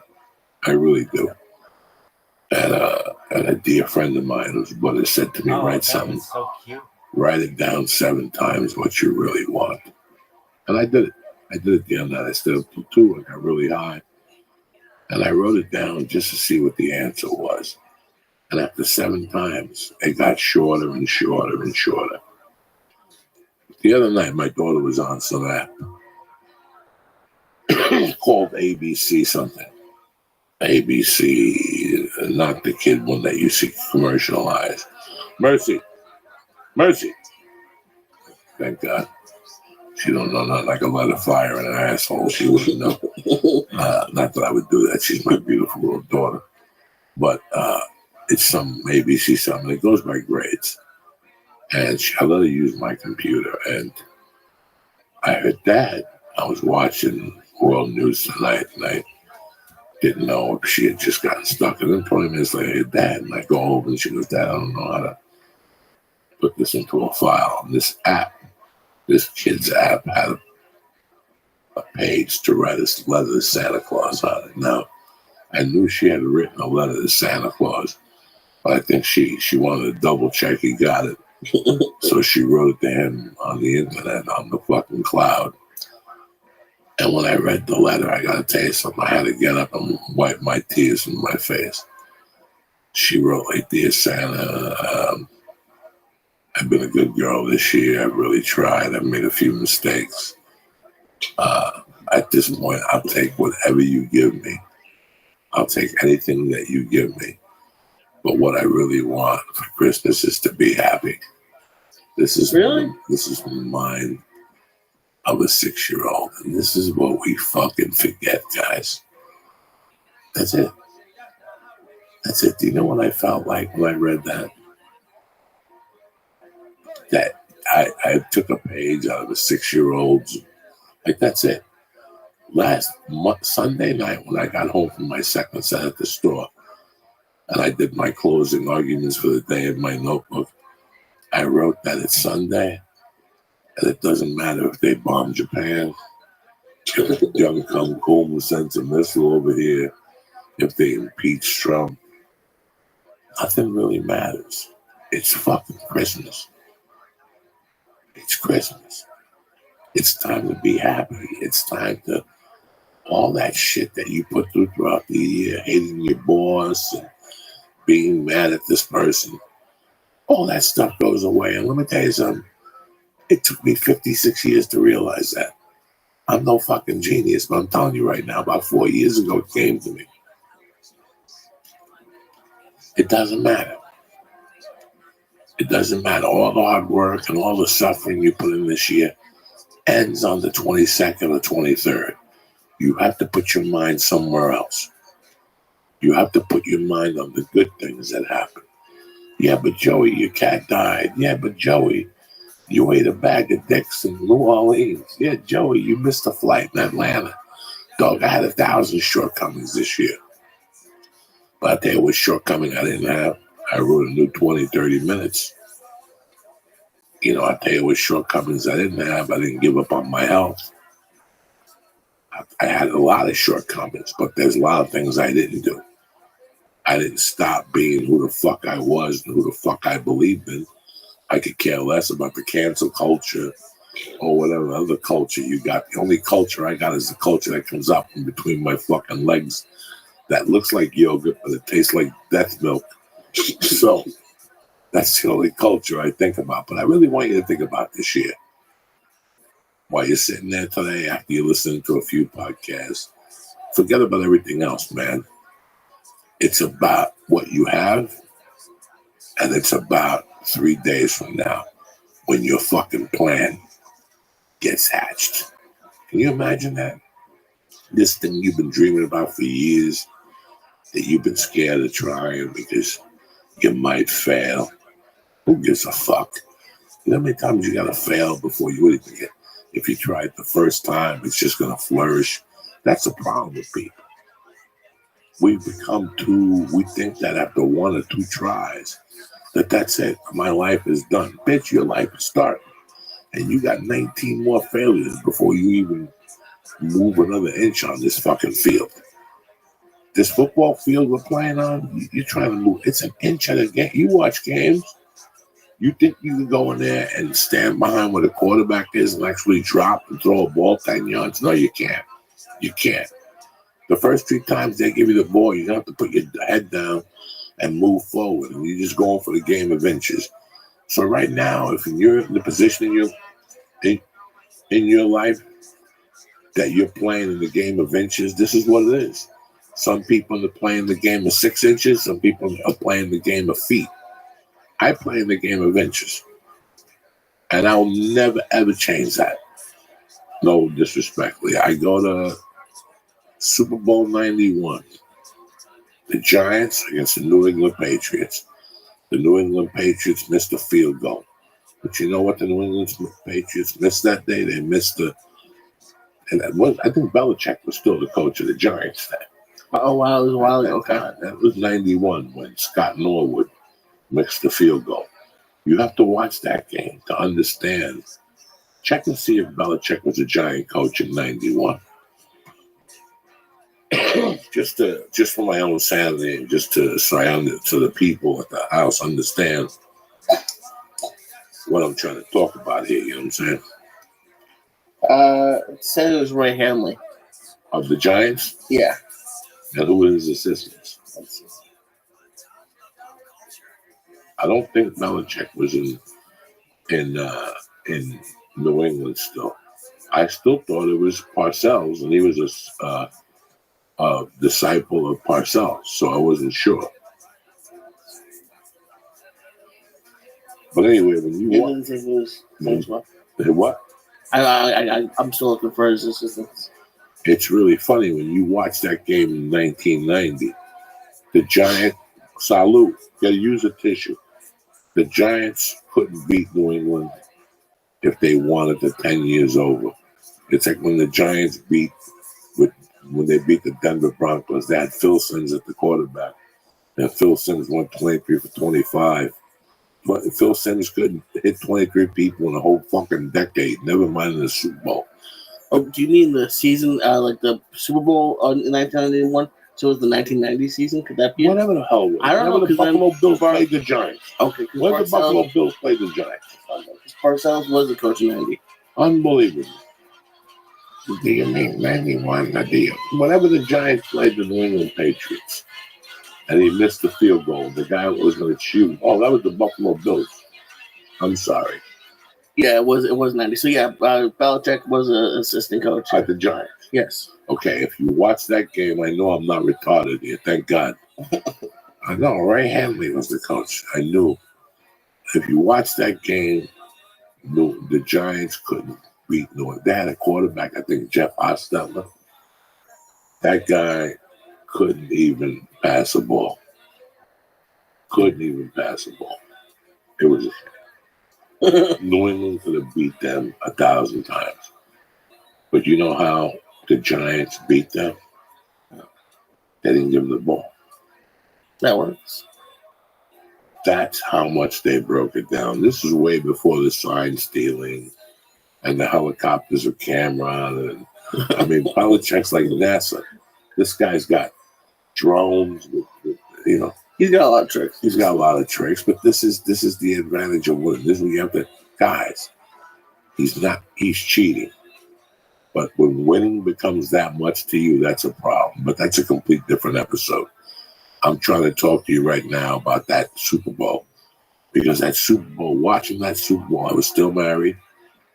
I was still very unhappy. I think the Tedders were over. This family from Boulder, who they were both trying to be millionaires. Now they got 19 fucking kids, and the wife is still a cunt. So it doesn't matter. The husband's a cunt too. They turned on me during the divorce. I never forgot you filthy fucks. Anyway, they were over the house. We were eating onion dip like normal Americans. This was way before hummus, before suicide bombers and people getting blown up. And this is when America was America. And fucking, the Giants played New England in the Super Bowl. And they beat him with a guy named O.J. Anderson that was a 36-year-old running back. Wow. And what their objective was to run out the clock, take as much time as they could in between plays, and let this guy run 3 yards at a time. 3 yards at a time. 3 yards at a time. They changed the offensive line. 3 yards at a time. Put in another skinny black guy. Let him run 1 yard. OJ, take a breather. 3 more. And then they'll beat them. You're like, Joey, your fucking point. How many times does a guy run for 3 yards? 1,000 times. They took the ball away but what I'm going back to is they had a plan for that game. They had a plan for that game. When I ate the dick with Netflix on the way home, I made a plan for my podcast, my stand-up, and my personal life. And I stuck to them to the best of my ability, and I'm reaping some of the rewards. Some of them, you can't be, if you go for 4 and you get 3 out of 4, you can't complain. You got 3 out of 4. It's like I told Lee and I were talking about a Weight Watcher diet. And I go, Lee, first of all, a diet isn't a diet. It's called a lifestyle change. It's your lifestyle change. It's not a diet. Diet's an ugly word. Diet is the N word of health. Don't use diet. It's a lifestyle change. Instead of eating that piece of toast, I'm going to eat an apple. Instead of drinking that smoothie, I'm going to drink water. It's a lifestyle change. But we were talking about a particular thing about the Weight Watchers, how it works. How it teaches you to, like, make deals with yourself? Make deals with yourself, Like, I'll do this and I won't do this. I'll do this and I won't do this. It's kind of the same thing. I don't even know what the fuck I'm talking about now. Well, the one thing I wanted to talk to you about, and not to disagree with you, but at the beginning, we're like, don't be alone. Because I've been alone on a lot of holidays. And, like, there's people who are working today, and they'll be alone. Or maybe they move somewhere new. I definitely see what you're saying, how we were talking about it on the last podcast, where if you have some mental health, it's not good to, like, isolate. And I agree with that. But I think there's some people who, and, like, almost, like, I'm looking forward to spending a day and, going over my notes or just doing nothing for a few hours. Like, to me, I sometimes enjoy. You ever been to prison? No, I haven't. All right. You don't want to sit alone. You can sit. I don't mind you waking up at 9 and looking through your notes and jerking off one time, and maybe taking a bag of clothes that you don't need and getting it ready to take it to the fucking Salvation Army on the 26th. Maybe taking your time, taking a shower. But you know what? Take care of yourself. The worst thing scenario: go to Denny's, get the 4x4 diet, go out, see the beauty that there is out there. I know some people like to be alone. You're talking to the person that invented being alone. You're talking to somebody who's an only child. You had a brother, and you like being alone. Think about somebody who's raised being alone. I love being alone. Yesterday, I had a prime example. Yesterday, I had not much on the plate. It was Monday. What I needed to do was lift. I lift every Monday at 10 with a trainer, and I had nothing else to do. I mean, my wife was going to Universal.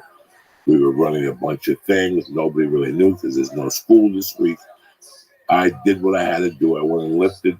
I went home and I made 15 calls, 15 emails. I had to end up motherfucking a few people, whatever. But then I forced myself to get the hell out of the house because I know I'm going to be in the house all week. I'm going to be in the house all week. It's Christmas. I'm not going out at night. I forced myself to call down to the Comedy Store Thursday night. And don't get me wrong, if Christmas Eve, Christmas night, things ain't going good, or there's a midnight showing of Uncut Gems, I will be at the Comedy Store Christmas night, tonight, just sitting around to watch comedy. I'll try to get on stage, but I'm not there to step on somebody's toes. Somebody always cancels on Christmas. Right. Because they realize they went somewhere and had 2 cocktails. Some nights there'll be 6. Some nights they'll just pull an open mic up there on Christmas. Oh, geez, I might have to go. Yeah, because nobody shows up down there. So, depending on how I feel tonight, I might shoot down there. That's just the way it is. I didn't call in for it. I'll definitely be down there tomorrow night. Then I got Calusa Thursday. And I don't have, they opened up some tickets for San Francisco. So if you want to go, this is the chance to get your tickets right now. I know you got a little envelope for Christmas. Grandma gave you a $50 savings bond. If you trade it in, you get $21. Who cares about the 30-year growth? You ain't got time for that stuff anyway. You know what I'm saying? What I'm trying to say to you is this, man. Be grateful for what you have. Don't worry about what you don't have. It's Christmas Day. You did the best you can. There's no use crying over spilt milk at this point over the year. The year is done. The year is done and gone, and it's never going to come back again. You know what? My cats are never going to come back. Netflix is never going to give me another special. There's 1,000 things that aren't going to happen. But you know what? 2020 is coming. And I know there's going to be a good year for you guys and for myself. Whether it's Bob Lingus, whether it's, I know Hubs is having a hard time up there. I know 1,000 of you guys that, you know, Scott Cunningham, I want to congratulate you on the birth of your new child. I'm watching. Guys, I'm watching. You know what I'm saying? Lon Rosenkirk still supporting after all these years. I'm watching you guys. And we still got a tight-knit family. This is more than a podcast.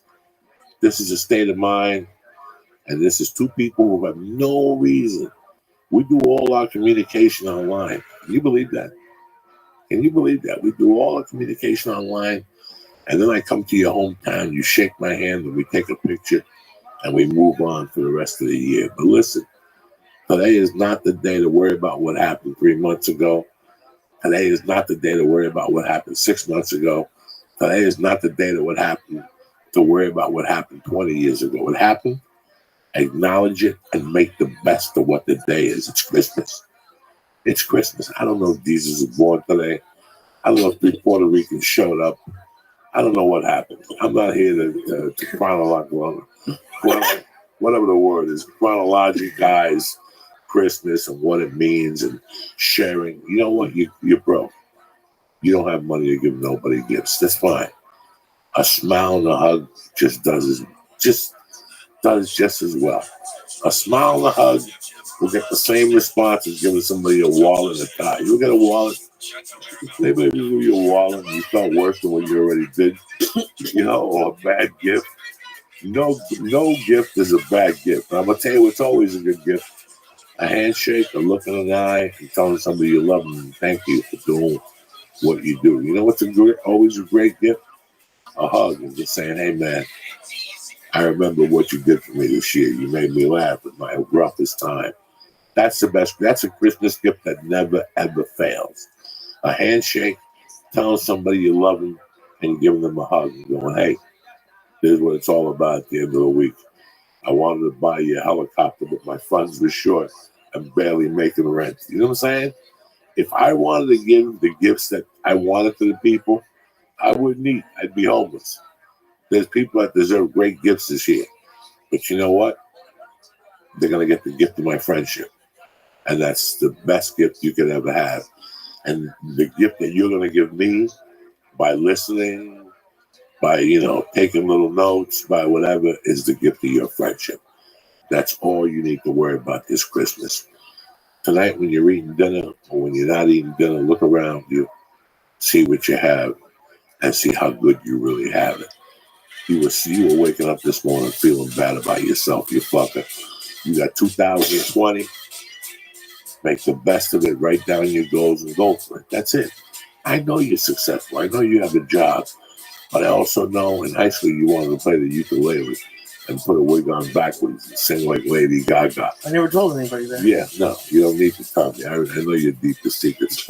I see you lurking outside of gay bars thinking what's going to happen. I go in there with this little virgin ass. But hey, take a chance Columbus did. 2020 is around the corner. You're going to hear from us next week. We'll do a couple podcasts for you.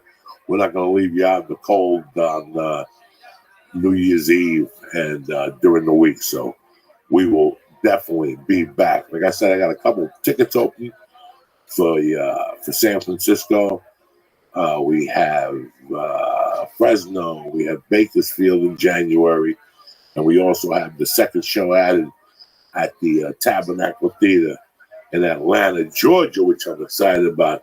Get to go hang out with Gladys Knight, stand online, eat some whatever the hell black soul food, and I'm ready to go. You know what I'm saying? I show up on stage with a big dick and afro and a picture of Black Panther. When was the last time you showed up with a picture of Black Panther? Before we leave, real quick, I want to thank our sponsors that have been with us since day one. I want to thank Onnit. Onnit.com has always been there for us since day one. You understand me? Why? Because I believe in them and they believe in us. Me, as far as I'm concerned, Alpha Brain is the way to go. Why? Because they give you 100% money back guarantee and they don't even want the product back. That's class. That's American. That's what I'm talking about. You want to start a new year on the right foot? Alpha Brain. You want to work out? You want to have a little bit more confidence? Shroom Tech Sport. You get on planes, you travel. You get on planes, you get on trains. You get an Uber. What's the Uber mutt when you got to get on there with 6 people and everything smells? Uber pool. This is for you. Shroom Tech Immune. Avoid the flu. Avoid all this thing. Wash your hands. This is the time of the year. So do me a favor. You want to get a kettlebell, a 25-pound to start doing little gobbler squats and farmer walks. You want to get club bats to give yourself a little bit more flexibility in your shoulders, a little strength in your wrist. Onnit has it all. We've been together for 7 years. And listen, I still do all their products. Whether it's the protein bar, the mint chocolate, whether it's the ICT with coconut creamer for your coffee my wife uses, whether it's the protein, Onnit is the way to go. But now that they have the lottery ticket, get the Alpha Brain. You got nothing to lose. You win the Onnit experience. Aubrey Marcus personally takes you to that really good barbecue place. You train at the Onnit facility. Onnit's doing great things. What I'm trying to say is go to Onnit.com right now, press in church, and get 10% off your first order delivered to your house. Also, Manscaped, the best in below-the-belt grooming. It's Christmas time. It's Christmas Day. And your fucking helmet looks like Santa. You got gray hairs, at least I do. But not really. Why? Because I Manscaped. They've created the only tool you need to shave your nutsacks and the area around the pole of love. It's called the Lawnmower 2.0. You have no idea. There was tons of anxiety. For years, I didn't even take a look down there. I didn't even shave it. You got to shave it. It looks like the Unabomber. You understand me? That's what your dick looks like, the Unabomber. So stop it, clean it off, clean it, trim it, give it a little sideburn, give it a little Nazi, an exclamation point, whatever. Be creative. Place one order and take care of everything you need. Why? Because they have something called the perfect package. You get the lawnmower, you get a pair of anti-chafing boxes that won't scratch your sack. Plus, they're going to throw in the crop preserver, a deodorant for balls, and the Reviver, a sprit that tones and refreshes your junk and keeps you cool. It's like the CGI package they used on the Irishman. Your balls are smooth. With the perfect package, you'll be as smooth as a snowman. You understand me? So do me a favor. You want 2020 to start a new thing. You want to get on Tinder. You want women to do dirty things with. If you show up and you're not trimmed and you're not prepared, what are they going to think? You only got 10 minutes to make a good impression. Maybe your face ain't right. Maybe you're missing a tooth.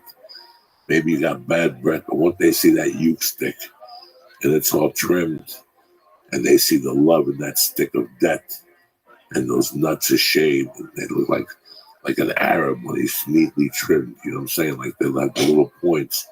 They're going to say, this is what we're going for, baby boy. This guy is taking care of his dick. And it starts with Manscaped. And Manscaped also makes a great Christmas gift. Like I said, place one order and take care of everything with the perfect package. Now, the church gets 20% off your first order when you use promo code CHURCH at manscaped.com. Order the perfect package and with promo code CHURCH, CHURCH. And then they'll throw in a free travel bag that has a little zipper inside. I don't need to tell you what to do with it. That's manscaped.com. Use promo code CHURCH for 20% off your first order. Get Manscaped and keep your ugats clean. You understand me? Listen, I'll see you guys in San Francisco. If not, we'll talk next week. We're going to rock your world. I love you guys with all my heart. I want you to remember what I said. Be grateful today with what you have and what you don't have. Because maybe what you have, you don't need anyone. Sometimes it's better to want than to have. I love you guys. Thank you for supporting the podcast. I want to thank the Christ Killer.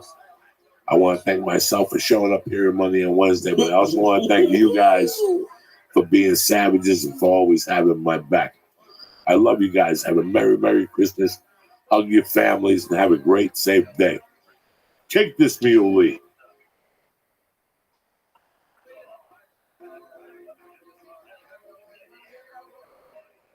Greetings from Podcastville. It's Monday, the 30th of December. That's it, motherfuckers. This is the last Monday. How the fuck you gonna act? The Church of What's Happening Now is brought to you by our next sponsor is one of my favorites. Why? Because I believe in hygiene. And I believe if you don't have a clean ass, what type of person are you? You got no fucking character. You understand me? The Hello Tushy bidet is something you install at home. It takes 10 minutes and it changes your whole life. You're like, Joey, what type of life-changing experience? I'm talking a type you'll take your wife and throw out the fucking window because she's not necessary anymore. This is hot water cleaning your ass.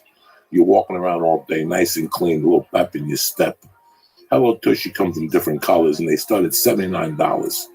If you're getting this podcast right now, it's never too late to give somebody a Hello Tushy. Never. Never. You know why? Because everybody's ass smells like a fucking dead Egyptian. That's why. So do yourself a favor. Stop killing trees. Stop using fucking dirty. This is the same water you brush your teeth with. This ain't that toilet water. Your asshole's going to be tip-top. Go to HelloTushy.com right now and press in church and get 10% off your order, all right? The church is also brought to you by one of my personal favorites. And since you want to start the year off on a good foot, this is the way to start the new year off. Alpha Brain, Shroom Tech Sport, Shroom Tech Up Immune, kettlebells, club bells. Onyx got everything for you. You understand me? That's why I do business with them. That's why they've been a sponsor of the show for 7 years. Who else takes a product, stands behind it, and if you don't like it, they'll give you your money back. They don't even ask questions. That's Onyx. That's why I do business with them. They're running a contest. You buy some Alpha Brain, you get a lottery ticket, they enter you, you win, you get the Onyx experience. 2 days, you eat the barbecue, Aubrey gives you a G-note, you get some clothing, you get a year's supply. Listen, it's on and on and on, but it starts with Alpha Brain. Go to onyx.com right now and press in church and get 10% off your order delivered to your door right there. That's how you start off 2020. Kick this motherfucking mule, Lee. It's Monday morning. The Church of What's Happening Now. It's myself and Lee. We're just doing a quick wrap-up show. Not to leave you out there fucking hanging. Everybody else is leaving town and whatnot. Listen, thank you very much for a good year. I don't know what type of year you had. I know you had ups and downs. I know you had losses and you had gains. But no matter what, your 2 feet are on the fucking ground and you're still ready to go. 2020 is your year. Listen, they all can't be a year. They all can't be a month, and they all can't be a day. I pulled the hamstring. I almost ripped it. I was scared I had to cancel Miami and New York and Boston. It all worked out. I got back. I lost a cat I made a promise to 12 years ago not do drugs. We all go through things. It's how you go through them, pass them, move on, and go on to the next level of your life. And that's what I try to do with the church. The church isn't for fucking rich people or for people who fucking think they're cool. This is for people who, we're always the fucking underdog. And and we love being the underdog. I love being the underdog. I fucking enjoy it. Because you know what? I always win when I'm a fucking underdog. And you're going to start taking the same philosophy.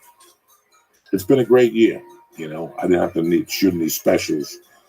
I didn't have to fucking do any contests or anything like that. The goals I wanted to achieve, I achieved, which is to be a better comic, to be healthy, to be a better father, to make this podcast a little better, to be a better husband, to learn to be a better friend. Tomorrow night's New Year's Eve. I don't know what the fuck you guys are thinking. I know 30 years ago I was thinking about fucking doing whatever, but for you people who didn't know, I didn't get high on New Year's Eve. I got high every night except New Year's Eve since 1984, when my friend's ear got bit off and I couldn't answer for him because I was too fucked up. 83. So I got high 360 something days of the year except New Year's Eve. Were you completely sober or just not as funny? Smoking some joints. I always wanted to pay attention on New Year's. You always want to pay attention on New Year's. Yeah, you're having a good time.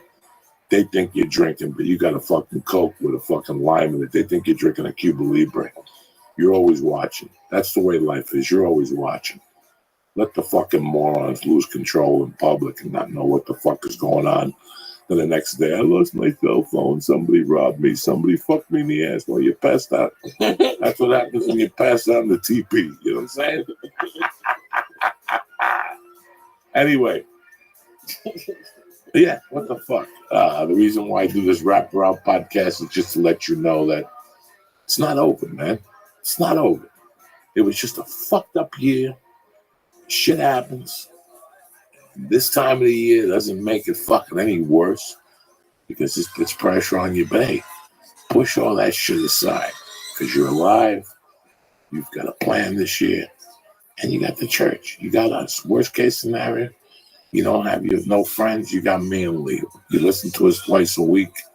We're there with you. You got a question, you hit me up on Messenger, on Facebook, on Twitter, and we're right there. This is not a podcast where we're stars or we're looking down on you, we're better than you. We're in the same rut as you. I go along learning something new every day. Somebody told me something. I'm going to tell you guys something for the next year, and then we'll get the podcast started up. A wise woman last week watched a one-man show I did at the Comedy Store. And afterwards, she said she enjoyed it. But she comes from a Buddhist background, which is always a good background. Makes you question a lot of things. And she asked me what I wanted. I told her an array of things. She goes, I want you to write down, what do you want? What do you want? What do you want? 7 times. And then write down the answer. And I did it. And I came up with some pretty fucking cool answers. So if you don't know what direction you're taking 2020 into, listen, man, nobody needs for you to lose 200 pounds. Nobody needs for you to be $20,000 richer.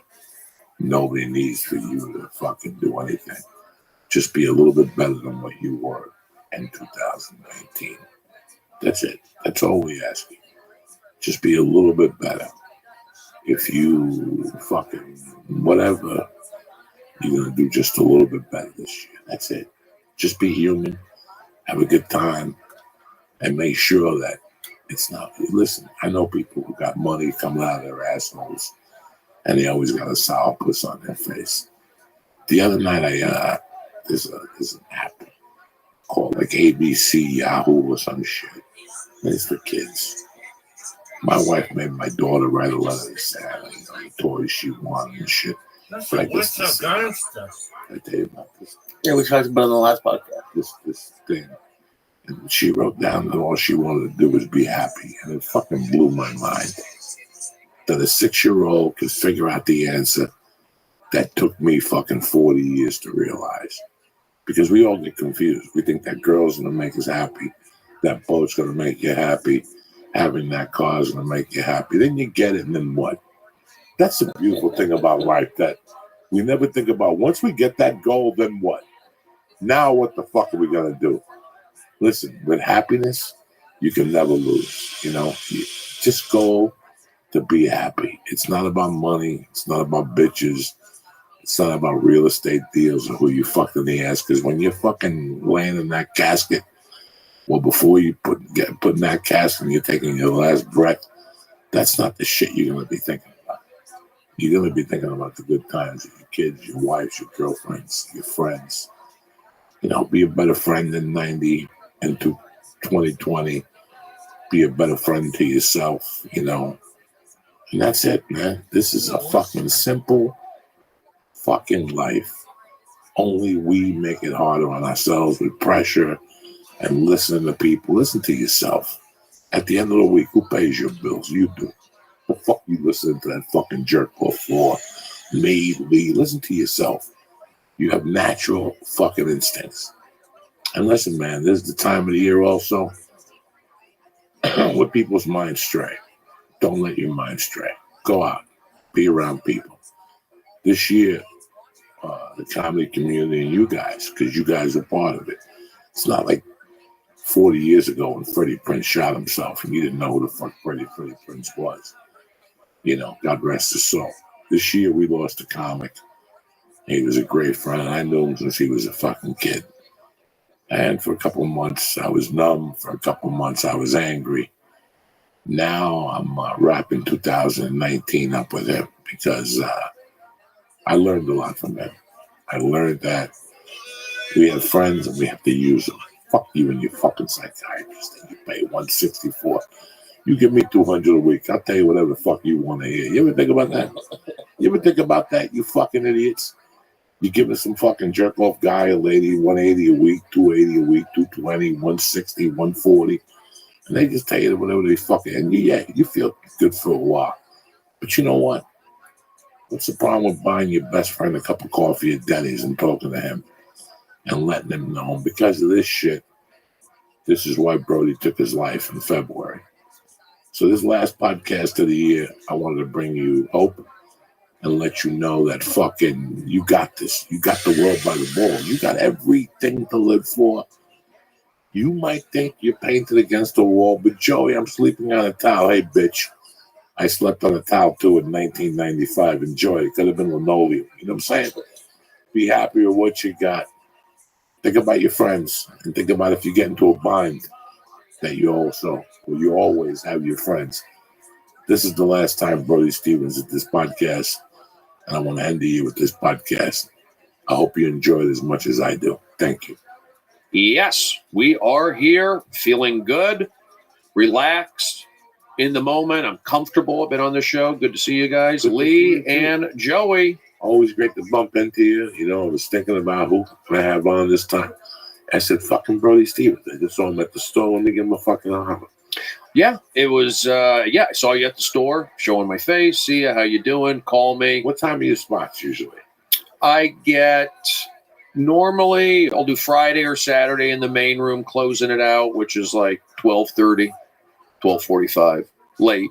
And then occasionally I'll get an earlier spot in the original room, like at 10:45 or an 11. So Adam, the booker, and they mix it up for me, but I get 2 to 3 spots a week. But I make the most of those. If I get those main room spots, I go up at the end. I get to spread my wings and do my own thing, and that's what I made my special based on doing those late night main room spots where I'm just kind of letting it go. So I still do those. I've kind of, I've done it already, so I'm looking to do something more, but getting some motivation for, but they switch it up, but you got to hustle. Got to play the Laugh Factory. Got to go to the Improv. Got to do these other shows. Got to show your face. Listen, the hustle never ends. Like I said, Sebastian Maniscalco sold out 4 shows in Madison Square Garden, and I'm telling you, every day, all of the struggles, whatever level you're at, comically, stat, whatever. Right. Every day you got to get up and face it and work and fucking, whatever it is that you do to get, closer to your goal, whatever the fuck it is. It was interesting. You were talking about at the beginning of the show that you're done with the meds. You're done. Well, I have been. For how long? 4 months. How do you feel? Good. I mean, my mood is low. I feel like I have to rewire my brain a little bit and my body. I think that it takes several months to get it out of your system, and then you get used to being different. But essentially, I feel like my old self. But that doesn't necessarily, pre-comedy, because I had been taking some kind of an antidepressant, something to take the edge off since Seattle. And I had a year or 2 in New York when I was not really on anything. But being here in Los Angeles since 2000, I think the pressures maybe of the internet made me, there's so many more things happening. But initially I started taking it in Seattle because I'd get up there and do comedy and I wouldn't feel right. I felt like, oh, Brody, you're funny playing baseball. Then when I went up there and did comedy, it was rough. So I did take something to help me have the edge taken off. However, I feel like 20 years now later to say you're only on a med because it helps your comedy is kind of like a weak excuse. Well, listen, by the way, I called it just to stay safe. I always said it was November 15th, but it was more like the 8th or the 9th when I gave up cocaine. And this is 11 years. Wow. 11 years. Coke-free this week. Congratulations. 11 fucking years coke-free. Something that I never, ever, ever thought I could live without. Mm-hmm. Like something that I thought that if I got off it, I wouldn't be funny. That was my biggest fear of getting off the cocaine, was that I would lose my sense of humor. Yeah. So when you said that before the show started, I assured you that does not happen. You know, I don't know what your history was with meds, and I didn't want to put it out in the front street, but you put it out in the front street. Well. And you know what, man? There's a lot of people who listen to this show that are on meds. And maybe you inspire them to maybe go, you know what? I'm going to give my own self a chance. I'm going to try to live my life. I'm going to try to get a good control. Good, what do you call that around here? Good support. Support system, showing your face. Fucking important.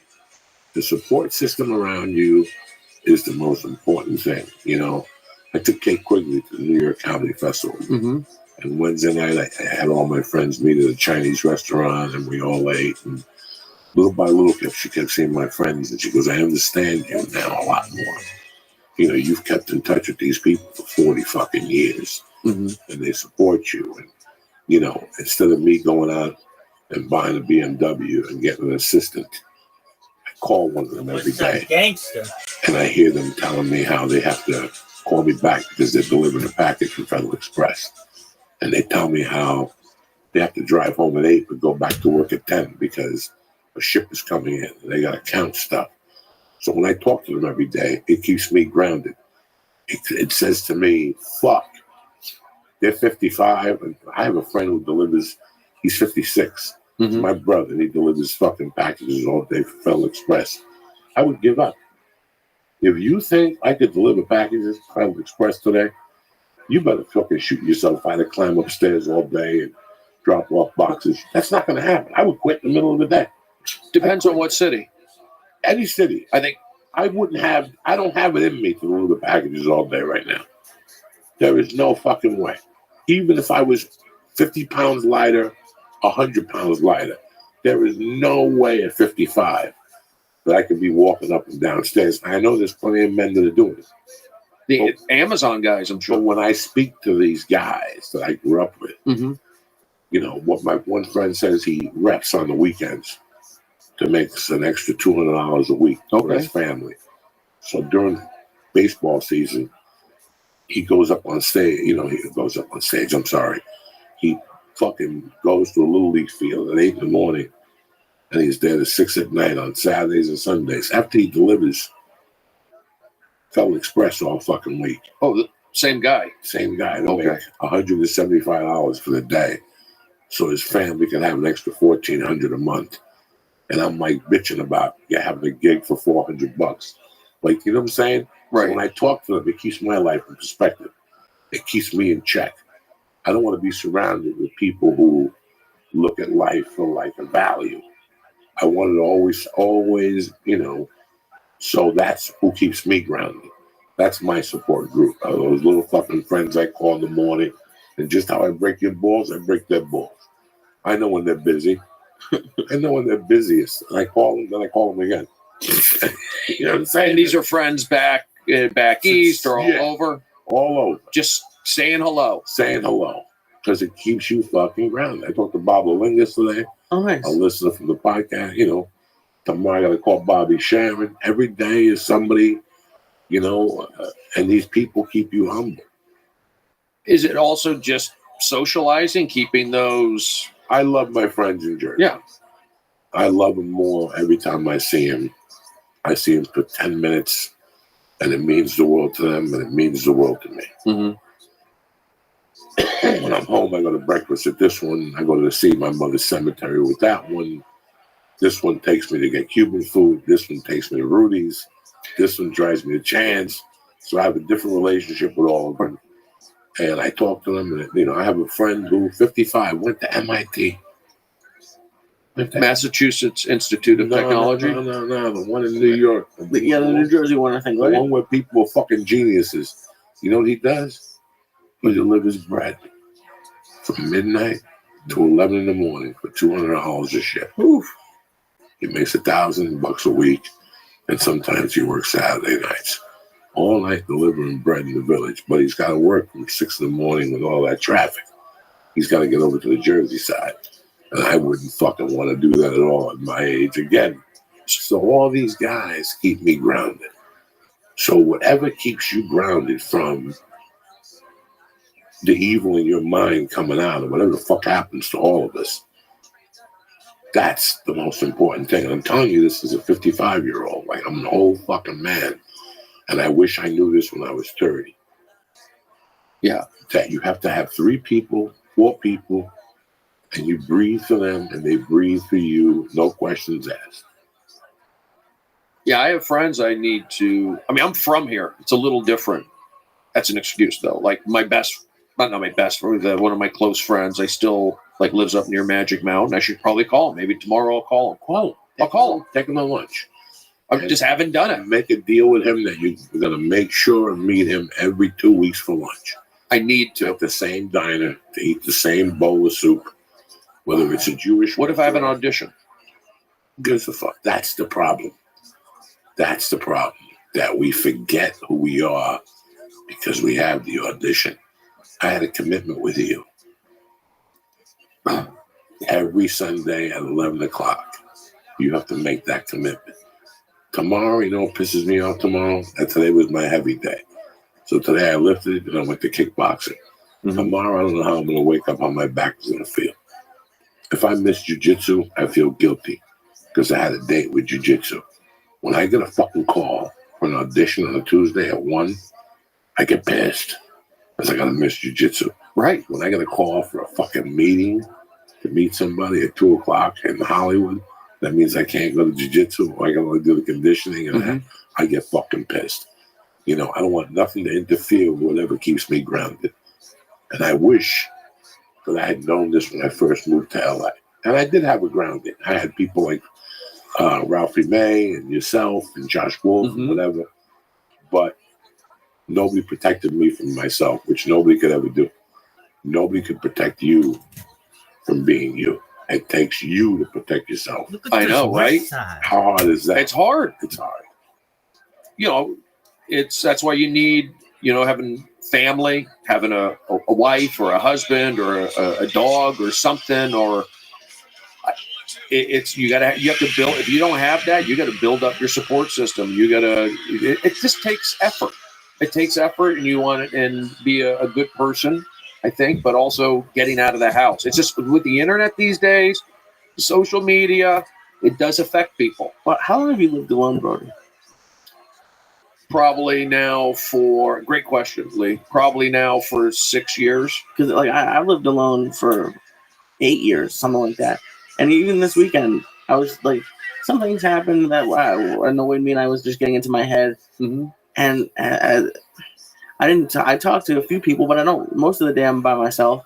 And even just as terrible as it sounded, I was just driving, and I just was thinking about what's going on with the fires, and I was like, you know what, that really doesn't matter. Like what I'm going through is, in the grand scheme of things, I'm making it worse in my head. So I think it's hard sometimes as a person who lives alone to get out of their head. Well, yeah, I mean that's why I go for walks, actually getting out, and then I do that Periscope. I do talk. I mean, I'm not hearing their voices, but I am doing these check-ins. I am connecting with my community. There is something true to having your audience, your fans. They do mean something. So I do lean on them sometimes more than others. So, having a roommate, I had a roommate back my last apartment, and he was a really good roommate. They're hard to come by.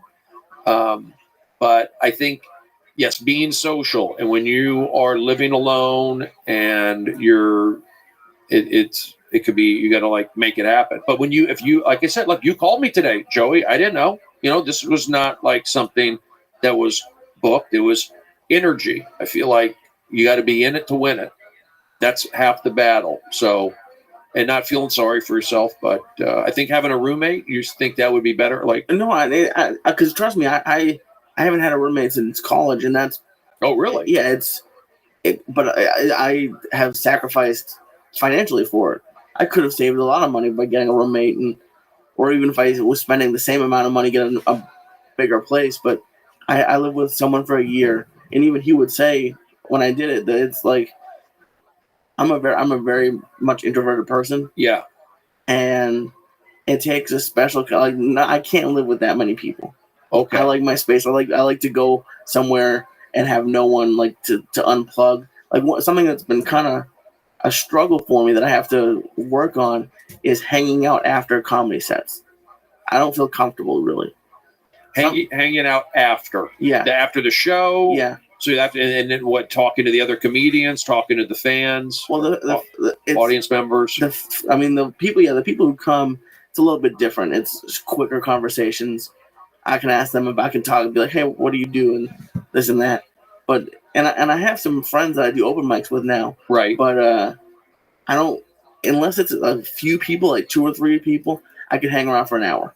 If it's 7 or 8 people, I'll hang around for 20 minutes. So you just want to get out of there? Yeah. I just want to go home. And you feel like that's not good? Yeah, I think I need to be a little bit more social. I mean, I'm more social already, but I think it would be beneficial if I was, hanging out and getting to know people on a more personal basis. I mean, that's why the Comedy Store is so popular. Yeah. You can hang out. You hang out there, right? You come by there? A little bit, yeah. And I just have to force myself to stay and do. I've done it twice in the past week, but one of the times I had a show, so I didn't really count it as just hanging out. But you set up, you go on whatever night once or. I have to start doing that more. I've been avoiding it. Yeah, because everybody's hanging out there. They're all similar, same likes, and you're at the Comedy Store, right? And then you're gonna meet other comedians. You're gonna meet fans. You're gonna be around people. All that stuff. I mean, that's why I go. I go. I know I have a place. I do the same thing. Yeah. I do the same thing. I force myself to go to the store, but let's back this conversation up because these are some interesting fucking things that are happening here. Okay. Just now. Lee and I, when we first started doing the podcast, we started in my apartment. I had an extra bedroom. And this is not, I'm not hating on Lee, people. Lee knows what I'm about to tell you, people. And then Lee got an apartment, and it was a 2-bedroom. And we do the podcast out of his apartment. Mm-hmm. And I love Lee. Lee has come over my home. Lee knows my family. Lee can come to my home whenever he wants. He knows that. Yeah. I know from doing the podcast that year in Lee's apartment and how he acted that I have never been back to one of Lee's apartments. Not because he's a bad person. He's always hosted me. He always had Diet Cokes for me. His apartment was clean. Nothing. Okay. I just know Lee. I know from me being who I am that Lee, there's people who want you at their house. There's people who love open up the door, go, come in, sit down, take your shoes off, put your feet on the table, eat, get there. There's people who are naturals at that. Yeah. There's people who are fucking naturals at that. They want to entertain. I wish I could be one of those people. Okay? So when just that relationship of me going to Lee's home in the morning to do his podcast, and at one time there was a girl sleeping on his couch. Oh. I could see that the effect of when that girl moved out on Lee. And I tried to tell him, not because I'm a hater, before Lee told me he was going to let his girlfriend move in, I go, Lee, from a standpoint of a fucking old man that reads people and is a loner. Remember, guys, I was a loner. You put me in my room by myself as a kid, I was an only child. As long as I got a fucking record player and a TV, but something happened to me in 1987. In 1986, something interesting happened to me. And I'll admit this on the air right now. And it's called something, but it affected me in a different way. It's called cabin fever. Okay. The same thing that happened to the guy in The Shining. Oh, yeah. Okay, so what happened is in Aspen, the spring of 86, my girlfriend, who became my wife, said, it's the off season. Everybody loses their job. So instead of sitting, all the restaurants close. Right. Everything closes. I mean, it goes from being heavy duty, fucking people jumping off cliffs with bikinis on to April 15th. Nothing. Like nothing. Like from traffic to 6 cars. And the only thing that stays open is a supermarket. At least this is how it was in 86. All that would stay openly was a supermarket for limited hours. Because all that was left was the residents of that town. People who worked at the ski. So instead of there being 9 bars now, there was a hotel with 1 bar open. And that's the way it was till mid-June. Then the bicycle races came, the hot air balloons came, and then it became people come back up. Yeah. But this is 6 weeks span, Lee, that I had to work 3 hours a day, some days, just to open up the video store. And I could look you guys in the face and tell you that there were days I wouldn't even open the door. The door, this is no drugs. This is me smoking pot, popping video after video in the movies. Video after video. Just watching movies. Yeah, pissing and shitting in between, eating something in between, making a shake. Yeah. I did that. You could do that back then. I did that for 6 weeks. Well, it's like a film festival. It had been really weird because before that, I lived in New York and I had a hustle. And I was out of the house every day by 8 o'clock, stealing, selling drugs, stealing fucking tampons and selling them on the New York side to bodegas up on the Washington Heights. I was just a fucking, and those 6 weeks affected me. I started to twist a little bit. I started to get bad thoughts, not suicidal. Coming back and murdering my stepdad and just bullshit, dumb stuff. So from those 6 weeks, I learned one thing for my personal mental health. It was always good for me. Get up, cup of coffee, go to your balcony and hit your joint twice. Yep. Get your head together. Yep. Write out a plan for your day, what you want to accomplish for the day, like in written form, in a paragraph. Today I feel great. I got 8 hours of sleep, blah, blah, blah, blah, blah. And take a shower and get out of the house, even if you have nowhere to go. And make your bed, actually. It's so healthy for you. But if you look at the questionnaire for depression, it starts with that being alone and not getting your hand forced. Mm-hmm. I'm not crying. You're getting your hand forced to do something. A lot of people don't like their hand forced. When you say hand forced, if you get a roommate, you can't do what you usually do. Act like a fucking gabon and just sit on the couch all day and watch videos. Okay. Now you have a roommate. Lee made a point that he's been living alone. But if he had a roommate, maybe he'd get out of the house more. I believe in getting out of the fucking house. I think the sun has amazing powers.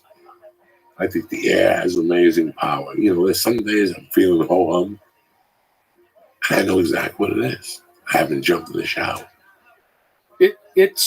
It's proven walking is beneficial for you, for your brain, for your body, for everything. So there's no the only thing somebody would say about walking, you should be doing more. You should be then turn it into a hike. The bottom line is walking helps anybody, and if it's helping you, and especially as a performer, just mentally, I go out and I walk, and a lot of the creative ideas come from when people walk. I do my periscopes when I'm walking. I check in with people, and then luckily we're here in Southern California, we have that sunlight. So I do, at least I'm doing that. I always say, I'm not a couch potato. I'm checking in. Even if I'm doing another periscope and I'm playing drums, I'm sitting on a Swiss ball. I'm exercising. So I'm trying to at least, show people being active. And if I don't do a periscope or, I don't do an Instagram video, people are going to go, hey, Brody, what's up? So they kind of, it still doesn't beat having an actual physical person with you. It's a little bit of an AI thing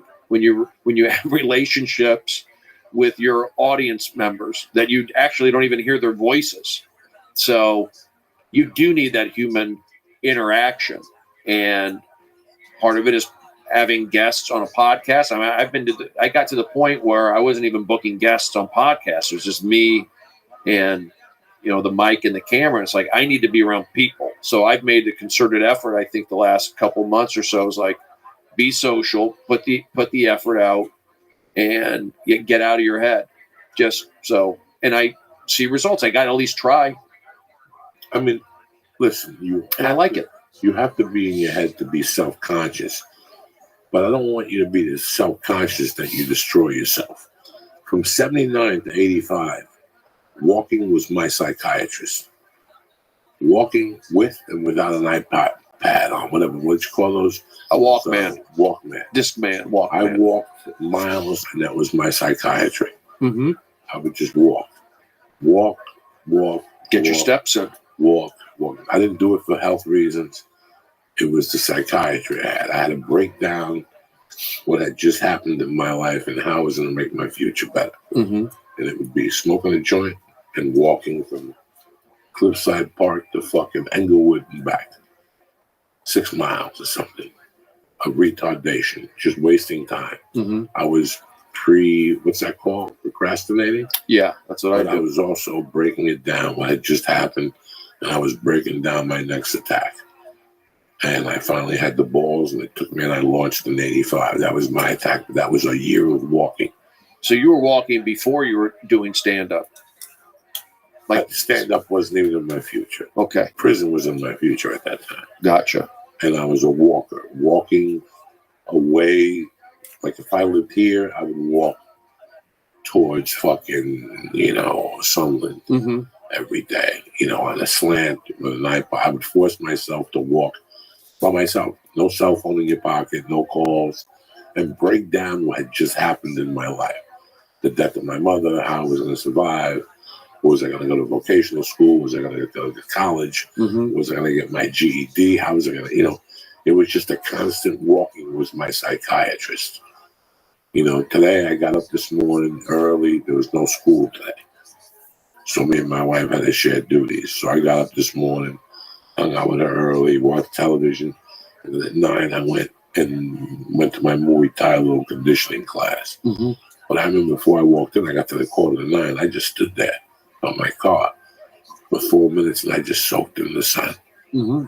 Vitamin D. And naturally, I said to myself, just being outside is helping me. Mm-hmm. I always tell people that you can take private lessons or you can be in a class setting. And I'd much rather be in a class setting so I have relationships with different people in that class, because I'm the type of guy that I can get up at 8, go to Marie T, and sit there writing till 1, and then go home, go to your office, get on social media for an hour, return emails, and then talk to my wife, talk to my kid, and I could stay home. Mm-hmm. And I could do that for 3 or 4 nights in a row. And that sucks dick. That makes me go crazy. So the reason why I call in for spots at the comedy store is to force me to get off my ass and go down there, because you can't cancel. No. So you have to go down there. When I'm driving back from the comedy store, I feel so satisfied at the end of the day that I accomplished my mission for the day. Even if you have a bad set? Even if I have a bad set. It's not about a bad set for a guy like me. It's about the same 2 things you guys are talking about. Human contact. Yeah. That's human what contact. You need it. We're human beings. I'm talking about as soon as you wake up, I want you to give yourself an hour for you. I want you to take that hour. I always when I get up in the morning, I thank the Lord that He gave me another day. And I thank the Lord that I didn't grow up. I'm not growing up in a house where at 6:30 in the morning, a bomb gets dropped in your house. Lee's getting shaved. I got to wait for him. We can't use the bathroom because Brody took a shit. It smells like fucking 10 people died in there. Yeah. The washing machine broke, so fucking your shirt's not ready. Oh. So now you got to iron it by hand. Everybody's getting up in a bad mood. And now you got to get on the train in a bad mood, and everybody's late to work. I fucking hated that shit. We don't want that shit. Did not fly in my world. I know I needed to get up. I need a little break in the morning. I put music on. I get coffee. I sit there with a notebook that's wide open. I put Tuesday, November 13th on it. And I say it's a beautiful day to be alive. And from there, I just and I don't stop till the end of the page. So you journal. I journal in the morning to get the waste out. Today I'm going to do this, this, this, and this. I fucking don't want to do it because the 405 is going to have traffic on it. I mean, I talk myself out of everything I could talk myself out of. So it's all over. After that page, my day is decided. You know what? I was going to do what's his name's podcast. I'm not driving to Marina Del Rey. I'm texting him at 9 o'clock and telling him you're in no danger. You know, that's when I decide that's how I feel. If I wake up and my back hurts and I can't move, then I'm not going to go to jiu-jitsu at 12. Let's make alternate plans. Who's got a podcast? You got a podcast? Yeah. When do you do it? Wednesdays Thursday. too. Well, let's do it tomorrow at 12. That's how I work because I don't want to skip. I don't know when I'm be available. But it's about also, scheduling stuff. Scheduling stuff and always keeping yourself busy. This business, what we do, let me tell you something. And I'm not going to do this to none of you people anymore because I know sometimes when comedians come on here, fucking in today's world, it gets crazy. If you get caught up in today's world between the internet, the media, and what's going on, you are going to go crazy. Yeah. I'm not going to mention no names because I'm not here to embarrass nobody. But I think we have discussed that we've seen a couple of people lose their minds within the last 2 or 3 years. Oh, yeah. On the internet. On the internet, in public, we've heard of people losing their minds. There's too much information getting poured into the human mind right now. Yeah. So right now, you have to learn how to control that too. You have to learn how to control that too and decide on what level, how much of this are you going to take in. You know what? I'm listening to 11 podcasts a week. That's 33 hours. I got to chop it down to 5. You do. You know what? I'm watching too much fucking football. I got to chop it down to just Sundays. No more Thursday game. I'm going to take a shift to fucking Chili's as I cook. You know what I'm saying? Like, I'm going to take an extra shift. You have to control what gets put into your mind right now. Because of what's going on in the world, what ABC News is feeding you, and what the internet is feeding you. It really, really is overwhelming for the mind. Yeah. I don't look at the ABC News really. I'll glance at those guys, but I listen to KFI local radio here in LA, but I go on the internet for my news, and it's a battle out there, to be honest with you, how it is. And I wake up every morning, and a lot of times, to be honest, I'm up in the morning, I'm looking at that internet, I'm looking at that Twitter, and I'm trying to find things, and I do my sets at the Comedy Store. I come home, I go straight to Twitter, and I'm not on there like getting in fights with people. I'm just researching stuff. And I feel like I'm ahead of the game on what's happening. And I feel like the last few years with the politics the way they are, it has kind of pulled me into an area, at least my energy. Not necessarily, I'm not getting into fights on the internet. I'm not that guy, but it does get your blood boiling a little bit. But I do avoid it. But I'm digging in. I want honestly, I want everybody to be happy. I want to do whatever it takes to get it back to where we're happy and working together. And that's what I'm pulled in there too. It takes your time. And I feel like I'm not a part of that mob mentality. I'm a little different. I'm blue collar. I'm from the Valley. I grew up, and it bothers me. I don't like seeing comedian friends of mine angry on Twitter. So I try to block it and not see it, but it's a bummer for me. And so that can get to you. I feel it's a tough time to be a human being right now. I feel mentally, if you get sucked in, it's a tough time to be a human being right now. You have to know your yin and your yang and your borders. You have to make time for yourself. You have to take care of yourself. Yes. You have to, you're talking to a guy that lived in his head for years, and it got me nowhere. it got me nowhere till I expressed what was in my head. That's when I started getting places. You know, we overthink things, and in the process of thinking, we think ourselves out of the game. Right. There's nothing to think about. You get the idea, you get a piece of paper, you write it out, and you go to work. So you weren't journaling during the years you were in your head? Not even thinking about it. There was no journaling. There was nothing. There was no journaling in my life till 1994. That I started journaling my comedy stuff. That's nice. And then I went to Seattle, and there was a skinny woman that was a comic that wasn't that funny, older, married. And one day she turned me on to a book called The Writer's Way or something. And she told me I could borrow it for a few days, and I read it. And in there, already I was doing it. In there, it recommended, that when you wake up in the morning, you should get a fresh piece of paper and express your thoughts for the day. And I was like, I'm on to something. If they're telling you this, at this time, this was the hot book, the book. Right. The Writer's Way. Or the Was it Jean Perret? No, it wasn't. It wasn't comedy writing. Okay. Writing and how self-help. Journaling. I learned that in college at Arizona State. I never knew about journaling till comedy. And I remember when I used to get coked up, I would journal at night. Like telling myself this is the last time I'm going to do it. I have to stop this life. Even though I had a good set tonight, I'm making good moves in my life. Why am I still writing, doing coke?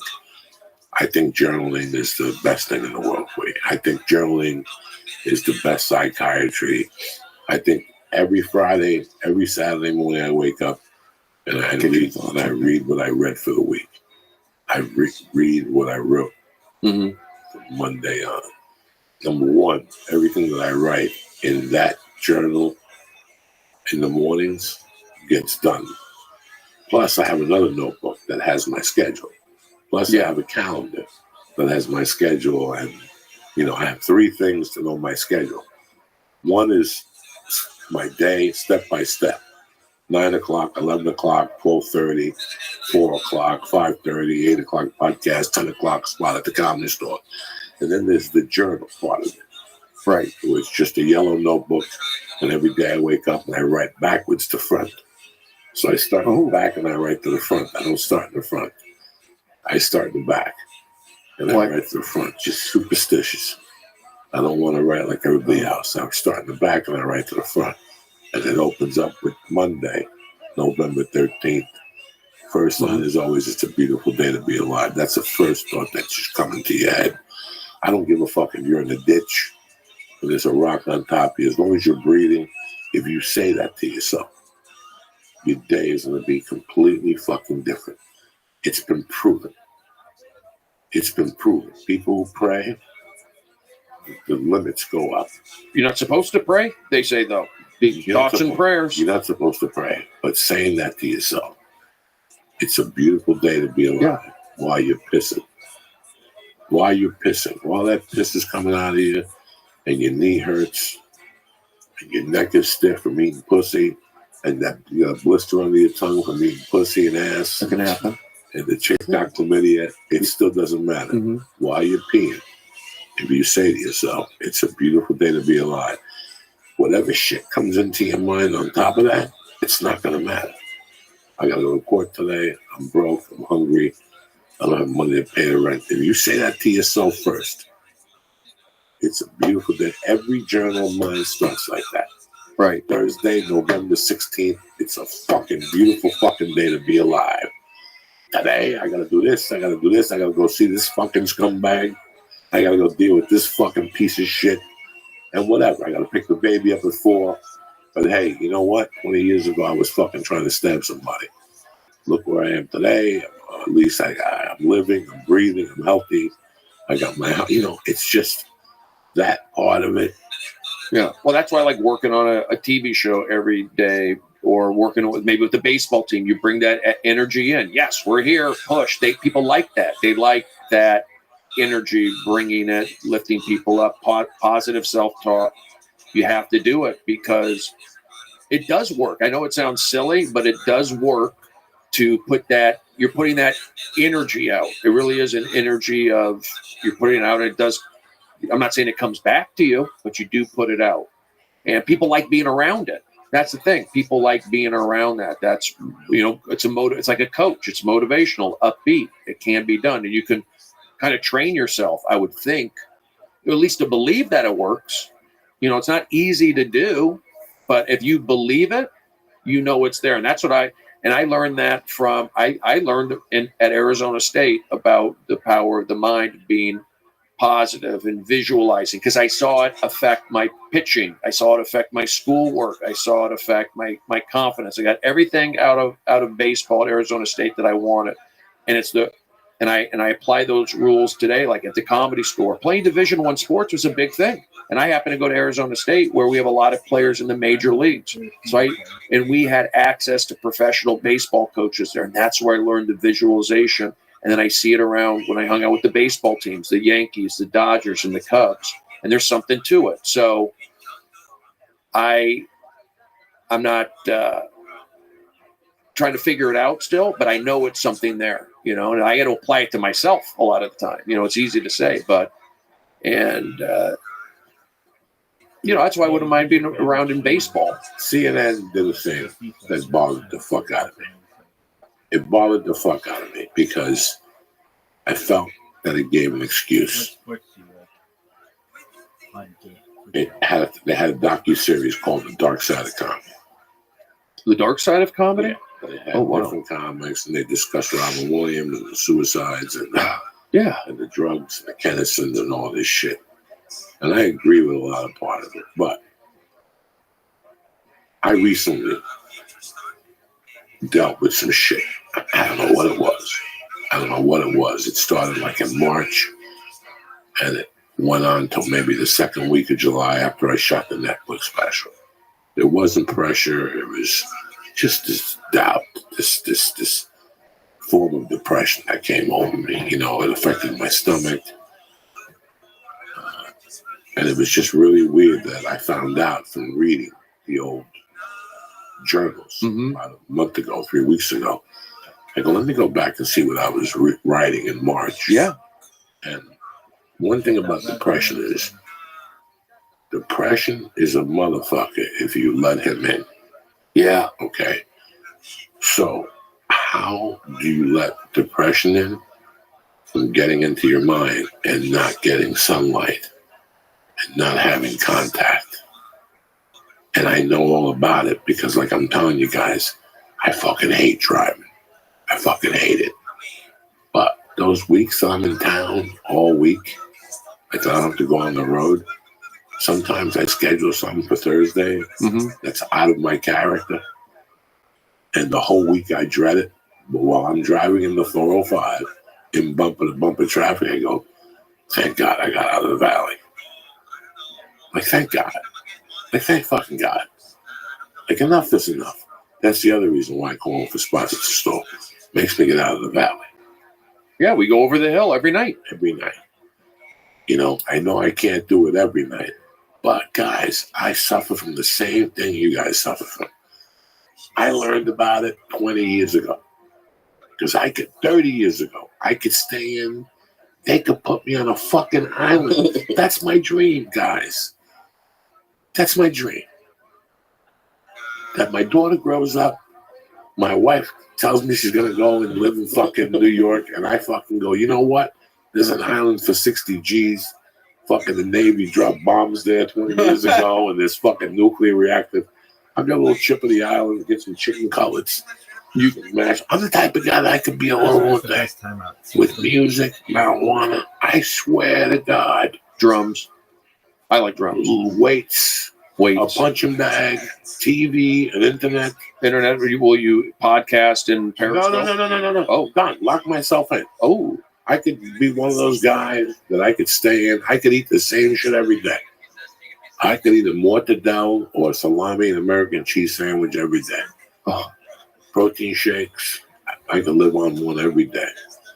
I'm a fucking creature of habit. So I scare myself with that shit. That's why I forced myself to get the fuck out. I went through that cocaine morning shit where you don't want to leave the house because the cops are watching you and all that. Yeah. No. Ever since I stopped that, I forced myself out because I always knew that was the dark side of comedy. The dark side of comedy is getting into your mind, but it's not the dark side of comedy. It's the dark side of life. Yeah. It's the dark side of life. It's not the dark side of comedy. If you let depression in, so as soon as you start feeling that shit or that stuff that gets you all wound up, boom, that's it. You're out of it. Go smoke a joint. Go for a walk. Go for a walk. Go book a gig. Go talk. Hopefully, go talk to somebody. I'm not talking about somebody that you pay. I'm talking about go talk to a friend. Somebody at a Starbucks who's there every day who sees you.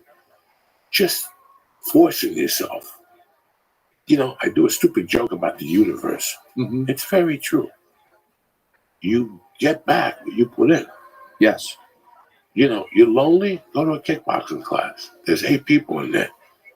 You're going to drive with one of those people. That 1 hour of you talking to those other people, that gets you out of your head. Your phone's in the car. Your mother's fine. The only person you got to worry about is your mother and your father. Everything else is bullshit. Warner Brothers ain't going to call you while you're in kickboxing class. Nobody's going to call you while you're in kickboxing class. There's times I go to like a jiu-jitsu class and I'm like, oh, when I get in the car, there'll be 8 minutes messages. No, you ain't got nothing. Nobody called you. Nobody's going to call you. But just the thought of getting away from the phone. Yeah. Just that other thing. Just forcing you away from that phone. 1 hour. It's in the car. And if it melts, let it fucking melt. I got insurance. What am I going to do? But just getting away from... That's all this is. All this is lately is we have too much fucking information. Why do you think comedy is so big right now? Why do you think I'm telling you to do a show in the daytime? Because, man, I wouldn't fucking say this if I didn't believe in it. 5 years ago, I would not believe this statement.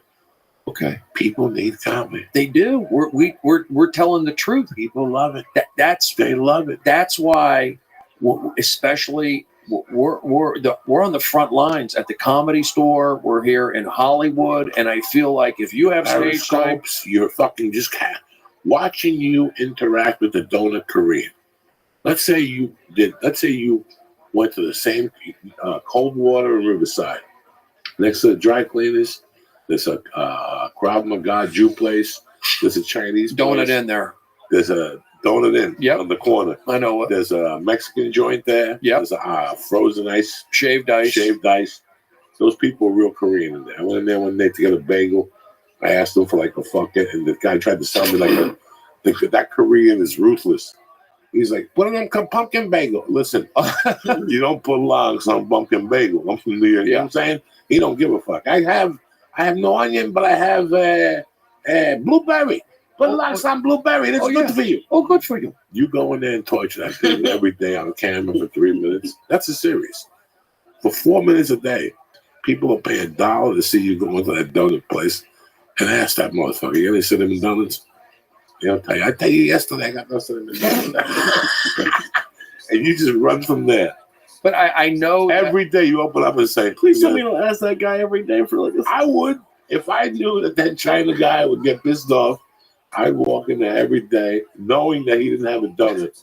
And then I start sending people in there. Like, that's the best. So you torture people to keep your brain sharp? Like, you torture people just to, like, entertain, like you're, like, just doing it to, like, it's worth my socializing. It's worth a few Patreons. Oh, my God. You have no idea how much fun you can have on the internet today. If I had the time and the energy, I'd just go into Yum Yum every day. The Yum Yum Minute. Just go in there and torture them. How many calories in the donut? And them like looking at you like, they don't know the language. You go in every day and you ask a different calorie and you never get a donut.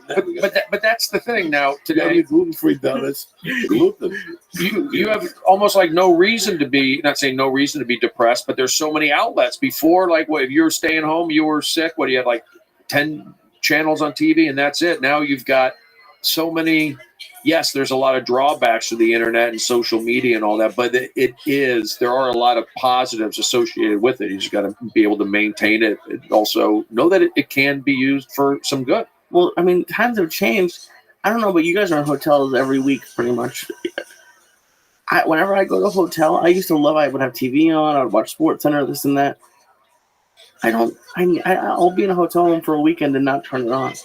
See, I watch TV. I force myself to leave a hotel room every 2 hours. Smoke a joint. That's why I bring extra weed. There he I is. smoke a joint. I get the gym. Shit. I force myself to leave the room every 2 hours. And I force myself to leave the hotel room for a patch. Riser, I've been fucking waiting for you all goddamn weekend. How you doing, homeboy?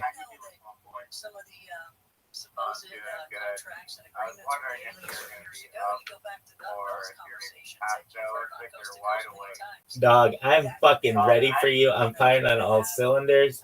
Just one moment. I'm going to adjust my microphone.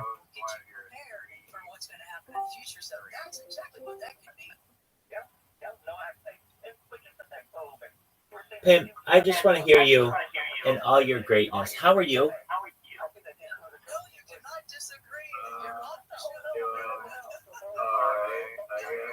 Dog, I'm gonna light such a fire under your ass. You're gonna be sending smoke signals all over British Columbia.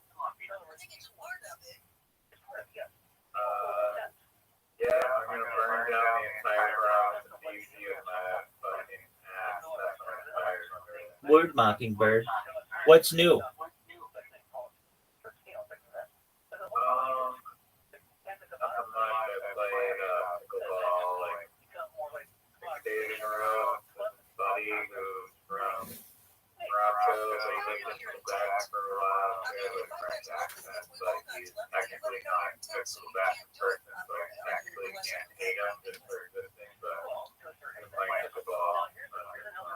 That's cool. Is he good?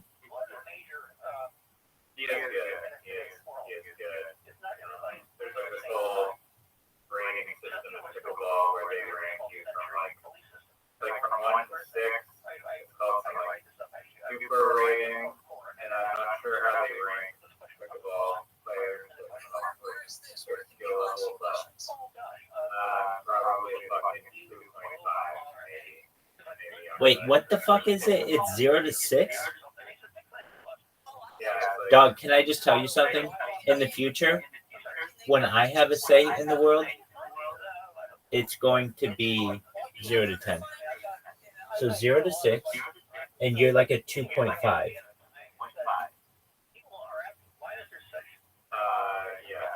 6 is like pro. 5.0 is like exceptionally good. 5.5 is like you're on. Okay, so you're like pretty good though. You're better than most people.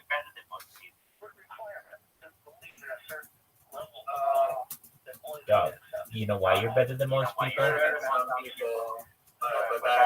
that demographic includes people like my mom, yeah, but I mean, most people have never played, and most people aren't athletic enough to be able to even play an action sport. So you're already in the top 50%. From there, you play. So now I'm taking you against every motherfucker. I'm taking you against rural motherfuckers in China, quadriplegics in Nepal. I'm talking about motherfuckers in the Amazon rainforest who've never seen a fucking plastic ball before. I'm talking about the best fucking pickleball champions ever. I'm talking about everybody. I'm talking... Dude, Eskimo is an offensive term, dog. The proper term is Inuit and something else. Good stuff. It's good stuff. It's always good to talk to you. I like being able to bounce. Yeah, it is. To my people. Because somehow, some way, I guarantee you I can trace my fucking lineage to some igloo somewhere.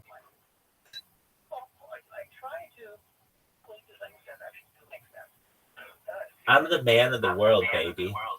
One time Tiger Woods was on Oprah. What? Yeah, what's the other thing? Yeah, that thing. Yeah, those people. Shout out to the U-Pick people. They'll be sick. The U-Pick people. You got the Inuit people and the Yupik people. And the term Eskimo, I think, is offensive, man. To my people. The Eskimonians. I mean, the Inuit and the Yupik people. Yupik people. Dog, we have a culture. Because here's what I'm going to do. I'm going to tell them in the future. That's our word. That's like the N word for Eskimos or for like Inuit and Yupik people. And so we can call each other Eskimos. And I want to get in on that. I want to be like, you know, starting a trend. And then like you walk around the igloos and be like, hey, what's up, my Eskimo? And they'll be like, the Inuit people are a proud people. What's up, my Eskimo? The Yupik people are, and the Inuit people are separate people, and they're important. And I mean this in all seriousness. I think Eskimo is like an offensive term. So if I were the Inuit people and the Yupik people, I would say, like, let's take that term back. That's our term. We'll call each other that, and then it'll be like our inside joke. But then if anybody else calls us that, we'll be like, dog, that's fucking offensive. It's like what other people do with other words. I don't need to name them, but it's like I want some power behind the Inuit people and the Yupik people. Yupik people.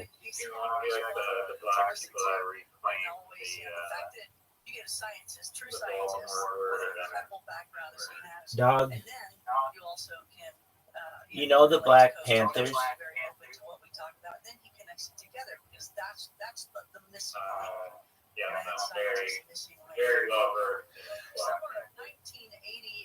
Well, we're like the ice polar bears.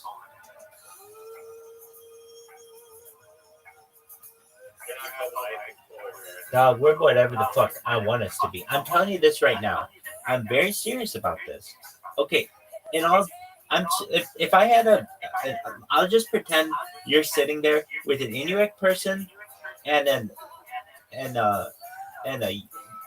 Yupik person, and dog, look up Alaska Air. They had some Inuit guy. I'll look him up. He's on their fucking planes. He's so fucking famous. This motherfucker used to just greet people at the airport, and he became so famous that he was, when he died, they put him on the planes. Okay, who's the guy on the planes? Who's the guy on Alaska Air? Meaning, this motherfucker just used to greet the planes because like nobody would fucking say hi to them. Okay, what's his name? Who's the guy on Alaska Air?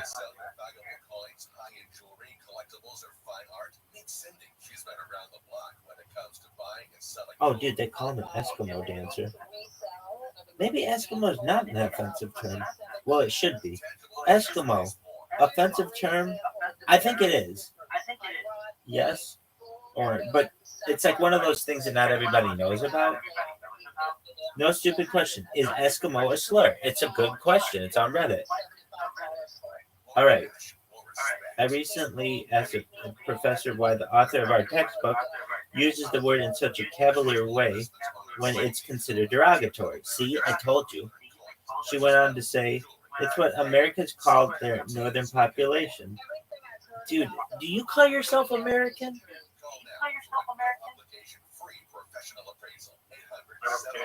Yeah, exactly. Like North American, but we only reference that in weird shit. It's not like you're proud to be North American. Nobody is proud to be North American. No one. Mexicans aren't proud to be North American. Americans, I know the term American actually is offensive. Technically, we can go into that. Remind me to let's go into how Americans are offensive. But it's what Americans call their northern population. No, it's what we call the northern population of Canada. I mean, that's what educated people would say. I guess who didn't know it was a derogatory thing. But like, I guess maybe in like Alaska, I guess maybe. So maybe not. I don't know. It's what Americans call their northern population. And I guess what we call the football team in Edmonton. Not a slave. The word means eaters of raw fish.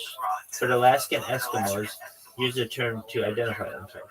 After seeing this reply, I googled the issue, though, and found that the term she referenced has been criticized by prominent figures in the Inuit community for using such an archaic and offensive term for the team name. Is my professional wrong?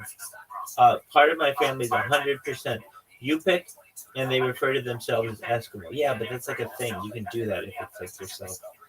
The only people I've heard take offense to the term are non-native, though that doesn't mean that some natives don't take offense to it.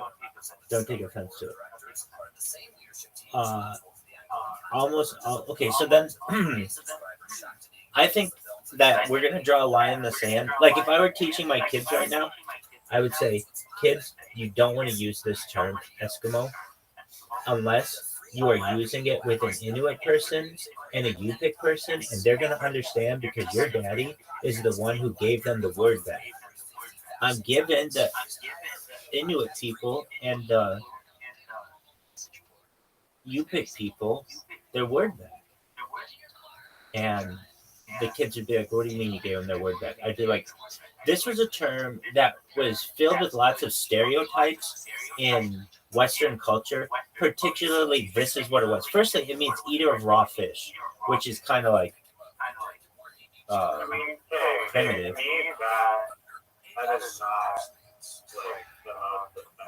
No, it's definitely not.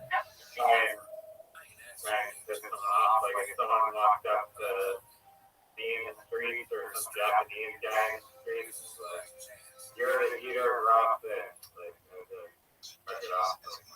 I like sushi. No, let's just pretend it's not.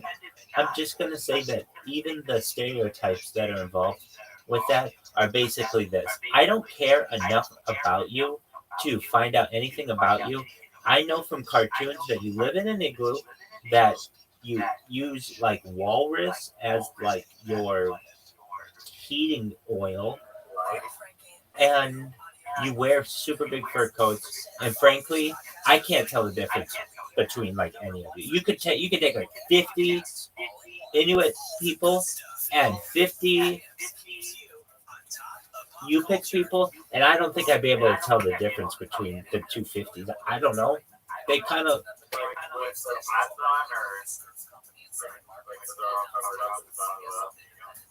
Exactly, that's what I'm saying. Well, here's the thing. I bet you could, but I don't have. Maybe it's just because I don't see race, but I don't know what the features are of either group really. I mean, aside from like what I've just mentioned.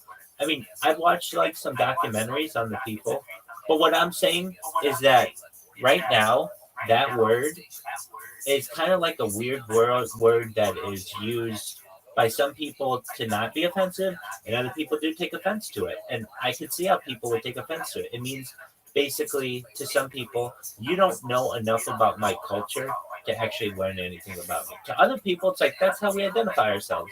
That's cool as fuck. So let's say we had an Inuit person there and a Yupik person there. I would say to them, look, there's an opportunity for you now to really have a good thing for within your culture if you want. And I think that it's something that other cultures have adopted.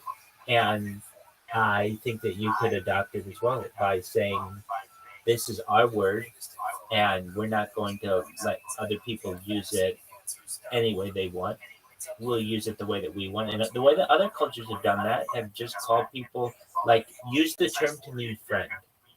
And so when you go around from like hut to hut or igloo to igloo or whatever it is, I mean, each people is different and each like area is different. And so I do know that at least. And some people live in houses too, I'm sure. But here's what I would advocate is far less about the word the E word, and much more for the pricing, the price gouging that happens for these people, that I think is absolutely atrocious. And they, as I understand, many of them are completely like uh, off the grid, so to speak. But some of them live in a world that's kind of in the middle, and where they have to get like milk and eggs and things, and they can't normally get that kind of stuff where they live, and this stuff is just super super expensive, and I really think that that's unfortunate, and I feel like particularly the Canadian government should recognize that these people are being gouged. And like, what industry do they have? There's nothing. They don't own the oil, like the oil area, like the refineries and things. They literally have less than basically anyone in the country. So the least you could do is not gouge them for the necessities in life. So what would I say? I would say whatever the fuck the capital of Canada is it Ontario or Ottawa? Ottawa? Wait, it's Ottawa, Ontario, right? It's Ottawa, right? It's not Ontario. It's in Ontario, Ottawa. Right. Wait, Ottawa is in Ontario, right? Yeah, exactly. Apologies. Yeah. Why? Because honestly, we really don't learn this stuff in American schools, and it's like, well, you can learn it on your own. I'm so pro, like, America, and in my head, just jokingly, it's not that I didn't know it. You guys are like strangely patriotic. Yeah, definitely.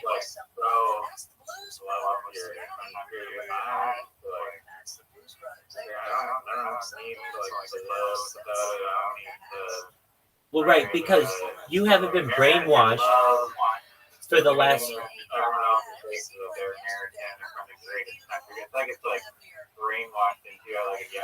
Dog, you don't understand. You just don't understand. You can't. I guess it would be like me trying to understand what it's like to be, I don't know.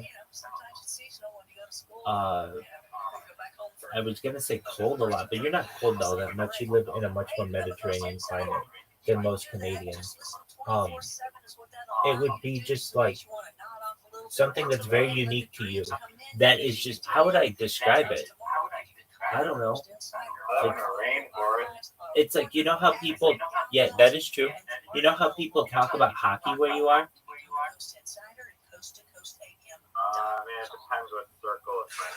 On the news? Canadian people do love Tim Hortons and hockey. Exactly, that shit. It's like that times 100. And all that has been told to you and every generation before you is that you're the best fucking thing on earth. So we'll talk about this though. I think you should be prideful. I think there's a healthy amount of prideful, and it could be in like any part of the world where you're from like the Philippines, stuff like pride. The only problem I have is that like it's like that's very like kind of almost like violent, sweet, right. like outrageous type of patrioticness. It's like you need pride in like a way that not like offensive to everyone else, like looking at you, waving your flag. Most certainly. But the way that patriotism is basically thrown down Americans' throats is so that you can convince somebody when they're 18 years old to sign up to go kill somebody in another country. And when they're doing it, they have what's going through their head is, I'm doing this for the greatest fucking nation that has ever been on this goddamn earth. And I don't care who this person is, they're faceless. I don't care who it is. I'm for the fucking United States of America. And my father did it, and my father's father did it, and my father's father did it. And we'll continue this until everybody on earth gets freedom. No, I'm saying this is what is told to people. This is why it's done. This is why we have Afghanistan. This is why we have Iraq. This is why we have military bases all over the world. And I would love to tell you, how many military bases the United States has, but I can't because it's classified. And not even I choose to keep track of what that is. Why? Because if I really go into it, I consider military bases to be like way secret shit too, and you run out of count. But I mean, it's in hundreds of countries, hundreds of bases in hundreds of countries, and that just doesn't happen. Pardon me? Oh, those are the ones that I'm referencing primarily. Yeah, definitely. I'm talking about Area 51, Dulce Bays, some like until the 2010s, until the Obama administration, Area 51 wouldn't have been included on that, but now it would be. You know what I mean? So when we're keeping track of numbers, it's difficult for me to be able to say there are 197 because do you count the secret ones or not? And if you do, how do you know about all of them? I mean, not even every day that I look into the history of the deep underground military base, like of anything that I want to say, I'm not a fucking expert in this, but I know more than anybody else you're gonna fucking meet. And I guess that, like, so what does that mean? The experts are the people who won't fucking talk about it. And I'm just a person who's heard about their leaks and the whistleblowers, and I put all these things together and say, okay, this is how it works. But at least when it comes to how many military bases that the United States government has, I don't, like the number isn't acknowledged at all. So I can't even say like, well, the United States acknowledges 250, but there are really 3. No, it doesn't even acknowledge any. So with that being said, when it comes to American patriotism, that's why that is done. So that a kid will go into another country and kick down somebody else's door, some fucking stranger, and shoot them and their family and go get a bunch of fucking medals for it. It's terrible. I think that is like the primary underlying purpose behind getting America to patriotic. It's people passionately enlisting in the military. no, It makes sense, totally. no. It's just one of the many benefits of doing this. What are other benefits that do it? It helps the economy. How do they do it though from like a young age? How do they get Through media, through video games, through how did I would say sports had a lot to do with it. So every single sporting event is a ceremony, and it starts with the national anthem. So sometimes there's a Pledge of Allegiance. Like a Pledge of Allegiance is in its own way a prayer. I mean, there's even a mention of God in it under, depending on which one you use, but under the official one. And so with that said, there is almost a hypnotism that happens to someone. Welcome, welcome. How are you? Hey, dude. Long time no see. It's my friend Zoot. Good to see you. Dude, I saw you in the Harry Potter Obama Sonic 10 email chat. Hey, listen. Tonight, 6 p.m. Pacific time, so whatever that is where you are, we're going to have a meeting for Harry Potter Obama Sonic 10 email. I'm going to teach the community how to use their computer or an extra device to program robot to follow, create a clip, and spam Harry Potter Obama Sonic 10 Inu information all over the Kick platform. And if you would like to participate, be there 6 p.m. That's fine.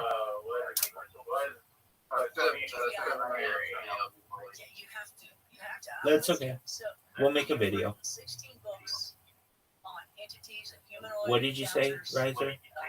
all sorts of different things. Instead Even when you've you like dispatch, exhausted the it bot falls on your yourself, and nose, now you're just and like, you know, okay, works. I've done my You decided to put these things down. Right now you have over 33,000 cases. Well, How did all that we're going to talk about it. That's amazing. And so you have to understand, I only spam the just chatting people of Kick.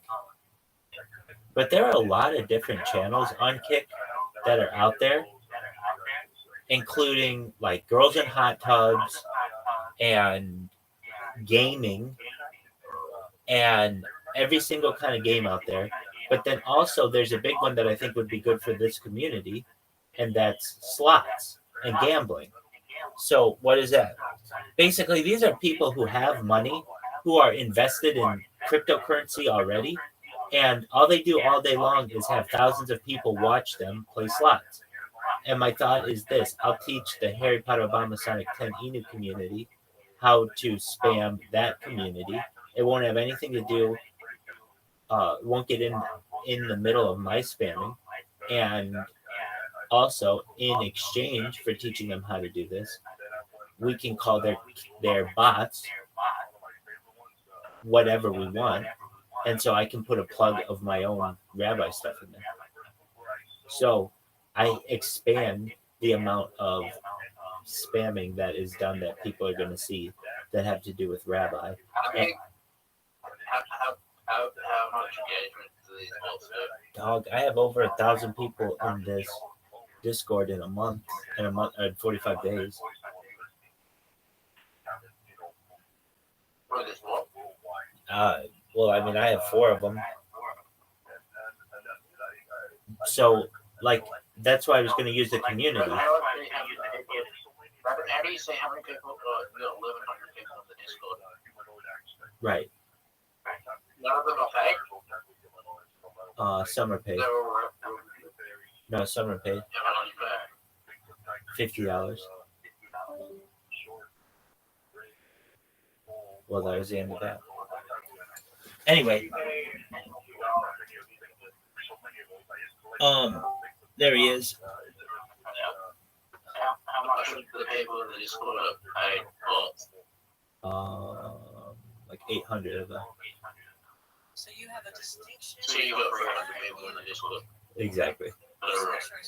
Well, I'm judging. I mean, that's rough.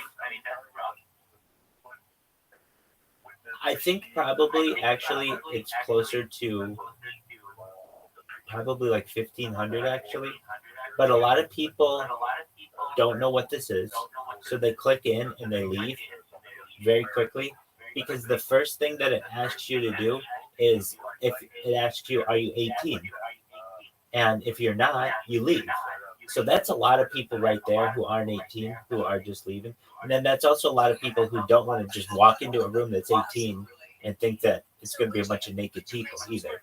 So I get a lot of people. If you actually look at the welcomer screen, I have way more than 1,200. That's why I can say it's. I would say it's probably actually somewhere about 1,000 people organically, but they haven't all stayed.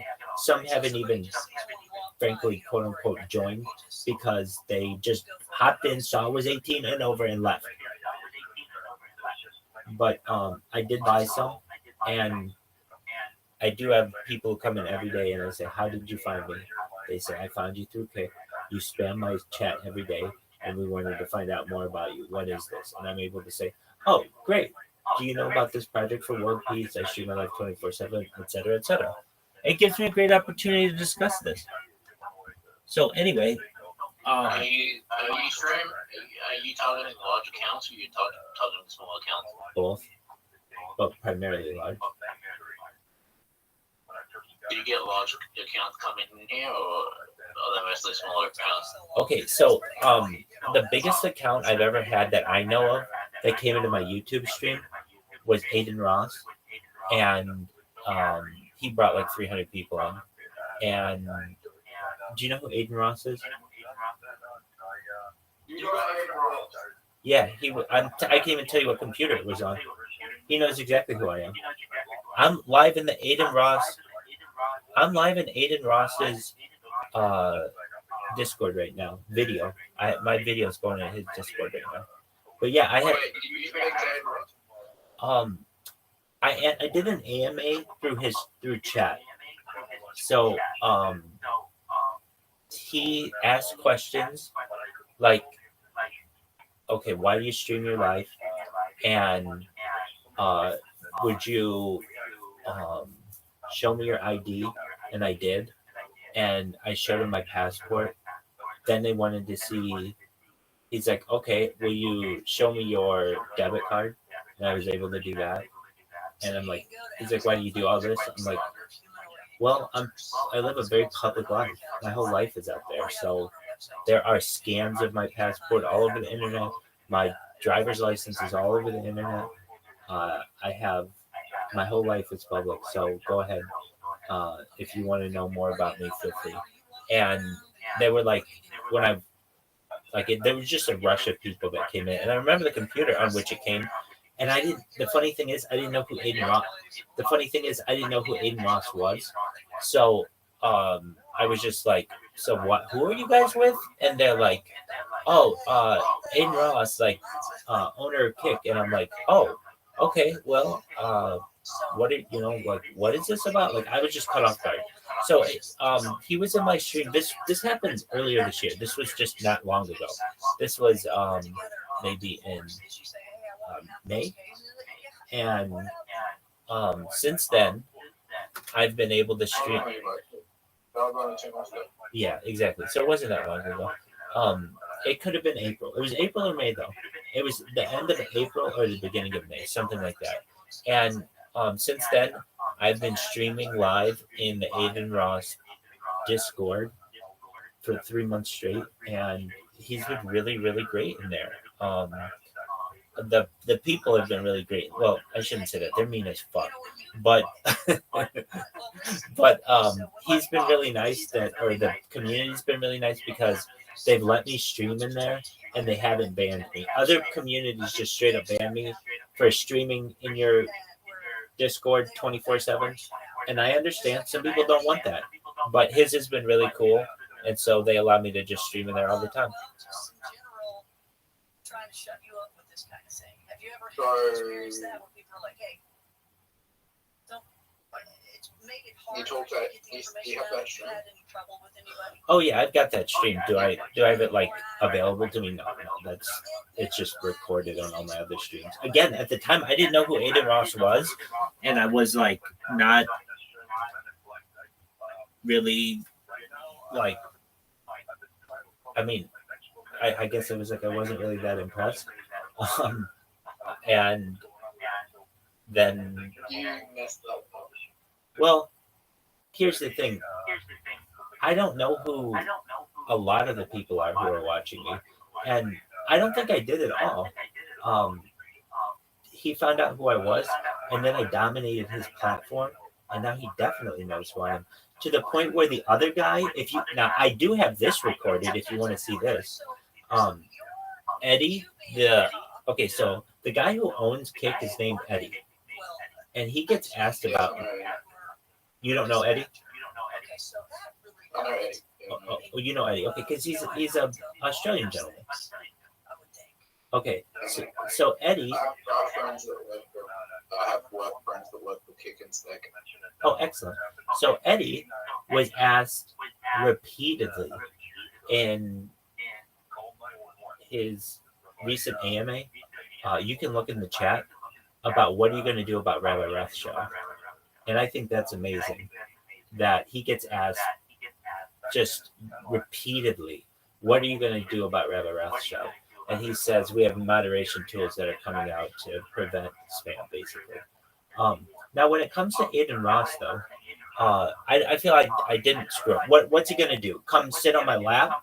I mean, he can't. What did he do? He brought a bunch of people to my stream where I was able to tell him who I was, show him what I do, show him that I'm a legitimate person, and also I ran through everything that he wanted me to do. There wasn't anything else. I'm saying afterward, I wasn't immediately like impressed with who he was. I didn't know really who he was afterward.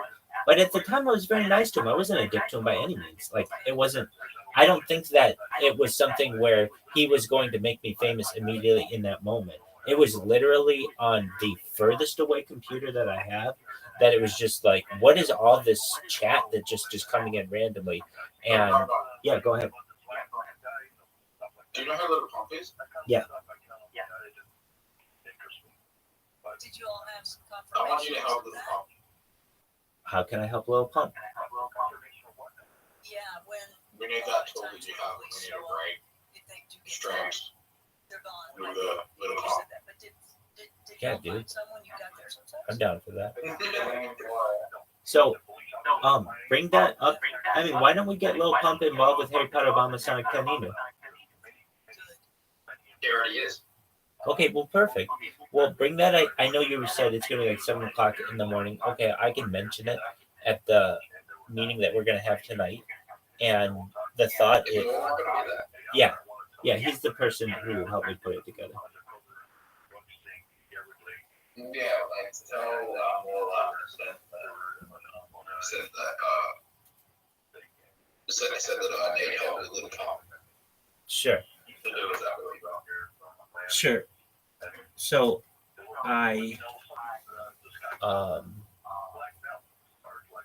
the plan is to do what I do, except not on just chatting, on slots, and just inundate the people on slots with Harry Potter Obama Sonic Canino stuff. And once slots, yeah, it's automated. Was there ever a protocol for that?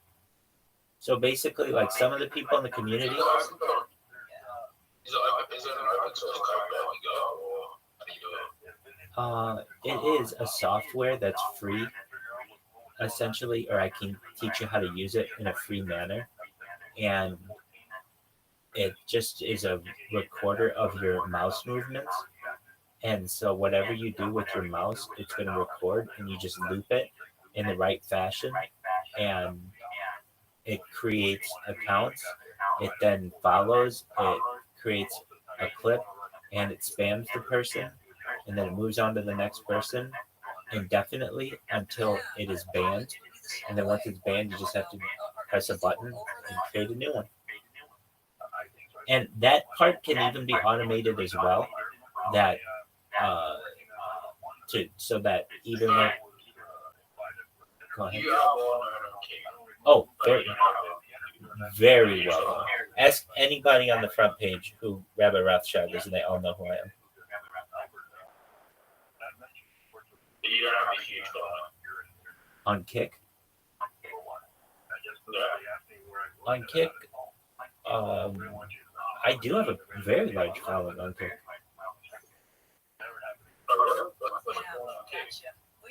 Well, I had over 1,000 people organically, meaning I didn't buy anyone. They just randomly appeared one day. And that was only one of my many accounts. The way that I got so many followers was I just was randomly streaming on Kick, and they put me on the front page. I then started this spamming. Well, hold on. I have a bunch of them. If you want my main one right now, it's the Kick Podcast. TheKickPodcast.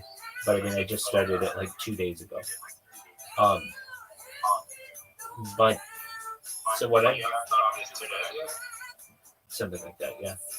I also have another one that I've been using that's Michael Jackson. That is a pretty good account name. The only thing is the I in Michael Jackson.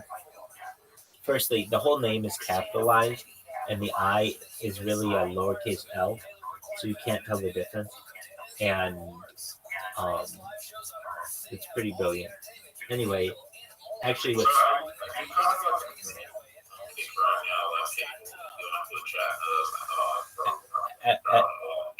absolutely. Go ask someone, and I can just tell you, go ask anybody on there. Hey, do you know who the rabbi is? And you'll either A, get banned right away, B, the word rabbi is banned, so you'll automatically be banned, or it'll just show like 5 little asterisks, or it'll say, please don't use prohibited words, and then it'll give you a timeout for like a minute. But all you get. No, actually, no, not his. And the reason why is because his chat is going so quickly that even if you spam it, even if I spam it with all 4 bots, all they have to do is have one moderator ban all 4 of those bots, and I'm done. I have to then create 4 more bots, and it takes a while to do so. It's not in my best interest to just spam one person if they have a moderator. If someone doesn't have a moderator, well, then it's the Wild Wild West. You can do whatever you want. But if they have a moderator, well, it's very easy for them to defend against me. That's what a moderator is for. The thing is, why my strategy is very beneficial is the moderator can't delete their clips. The creator has to delete their own clips. So what are their clips? It's like a 30 to 60 second piece of their footage, their digital clip, and you can name it whatever you want. And that's where I'm dangerous. I go in and name it Join Rabbi's Discord and put my Discord. And so I make those into my own advertisements. And the only way to get rid of them is to manually, for the creator, so Aiden Ross or Action Man or any of the big creators out there, if they want to get rid of these, they have to manually go in and delete them. And so that means I'm having influence on them. I'm making an impact on them. Now, if they don't want to delete them, that's fine. Leave them. But every time they look at their clips, they're going to see every 2 or 3 clips it says Rabbi Rothschild, and they'll be like, who the fuck is this? Or they already know who I am. Like Aiden Ross already knows who I am. Action Man, I spammed his chat 14 days in a row. He already knows who I am. Definitely. Who? Who's that? Oh, Trainwreck? Trainwreck's TV? Yep. I also made a video for Trainwreck's TV that you can see on both TikTok and Instagram. I did shout outs to the top 100 kick creators out there, personal ones. So I made them to Aiden Ross and Action Man and Amaranth.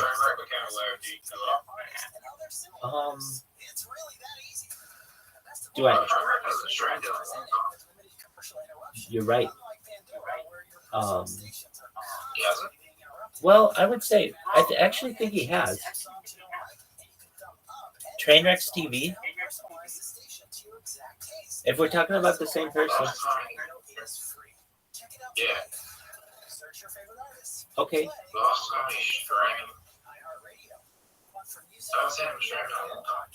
Okay, well, just look at their most recent stream.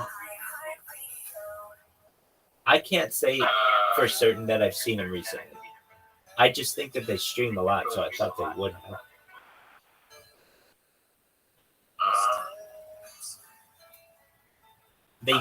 They were streaming every day. Or pretty close to it.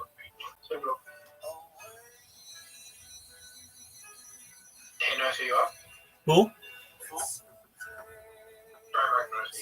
Well, yeah, I would say so, because not only have I spammed him, but I've also tagged him on Instagram, and I've tagged him on TikTok, and perhaps even sent him a person. Has he responded to you? Not to my. He might have liked the video or something like that. What about XQC? They have not liked me back, but I have made a video for both of them. Or, I mean, not for both of them. For XQC, I've made a TikTok video for them and a Instagram video for them. You can find these at Rabbi Rothschild on Instagram and at Super Rothschild on TikTok. I was at Rabbi Rothschild on TikTok as well, but that account got banned. So you're going to spam XQC or Amaranth until they respond? Well, Amaranth kind of did respond. I mean, she responds to me. Sometimes I'll chat in her in her, or I'll watch the spam in her chat, and she'll be like, "It's Rabbi again," and so I mean, and I've spoken with her in her Discord. Like, oh yeah, it was really her. She was live at the time. She had a thing where she used to do this. I don't know why she doesn't anymore. She used to have like at least 25 people or so in her VC when she was streaming, and we used to just comment on things like the peanut gallery. That's our website at coasttocoastam.com. But basically, like, what did I ever say to her? Well, I can tell you. Okay, this is actually really fucking funny, and it made her laugh. Okay, we were in there, and this one guy was like, she was like, "Does anybody have any interesting hobbies here or something like that?" And before I could even say I live stream my life 24/7, this guy's like, "I can suck my own penis," and we're all like, "Whoa!"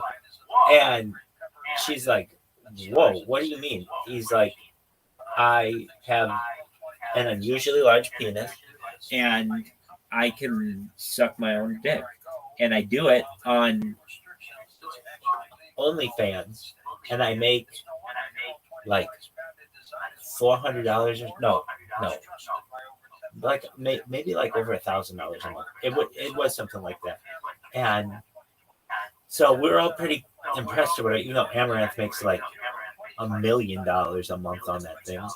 Anyway, he's like, yeah. So she's like, oh, okay. So if I wanted to find you, and he was almost like asking for advice. Like, yeah, he's like, but my channel, like, it's got a lot of positive, or it's got a lot of subscribers, but it's like hard for me to get my like for people to know who I am, and it's usually like a bunch of gay guys who subscribe to me, and so she's like, all right, well, what's your name?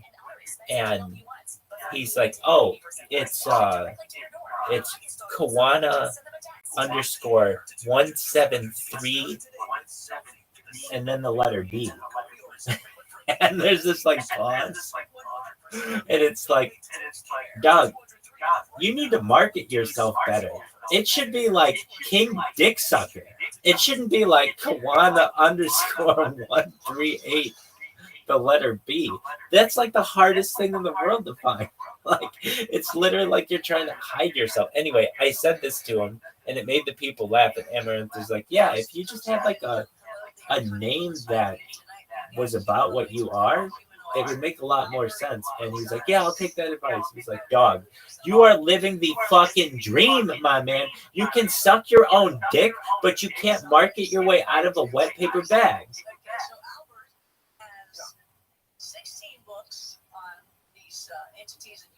Anyway, that's my story with Amaranth. Yeah, but she knows what. Doug, all you have to do is go look at. I don't even have to look right now. I don't even have to look. Just go to Amaranth's clips. Just go to her clips. I'm not even looking right now. I can tell you just this with absolute pure cockiness. At least one of the 20 is going to say Rabbi Rothschild, but probably a lot more than this. And if you're like, oh, do you really like her or something? No. I don't like her. Here's why I have so much shit on her, why I know her so well, or know of her so well. She's always on the front page. She's always like the top spot. So my bots are always on her page, and that means just through osmosis, I like find out a lot about what she's doing. But so you go to clips, then look by date. Yeah. And then yeah, so there are two ways to look by clips. You just want to look by date. One is by popularity, and the other is by date. No, obvious. Okay, so how recently do I look? Just like, That don't 3 hours ago? yeah, those ones. 3 hours ago? Yeah, just look at search by date, and then there'll be like 20 of them, and you just search through them. It's very easy. You just scroll, and it just look at what they're named.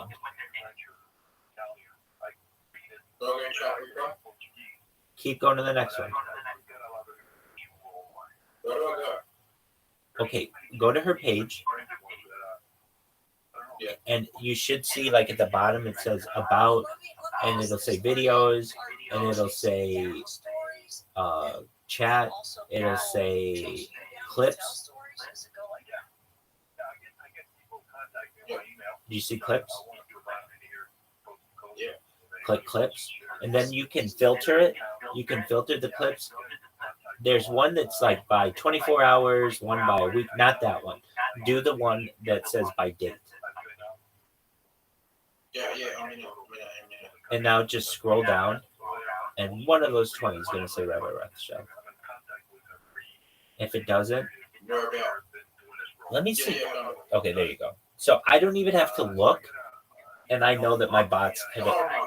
There you go. Dude, exactly. Exactly. That's, Are you doing all the clips? yeah. Or automatically. It's all automated.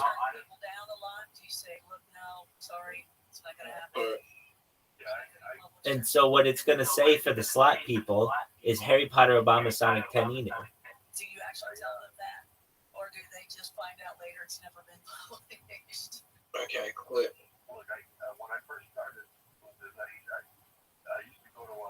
So, is it the same for XQC as well?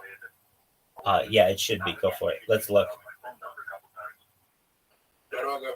It's streaming live. Where do I find it? XQC. You go to clips, and you search by date. Now, I haven't been paying attention to it too much. Yeah. And here's the thing. Yeah. Why haven't I gotten him? Because his most recent clips, the 20 of them back, is 49 minutes ago. So that means I haven't spammed him in the last 49 minutes, which I understand. The odds of me spamming you within the last 49 minutes aren't that good. They're like, it's like 50-50 basically.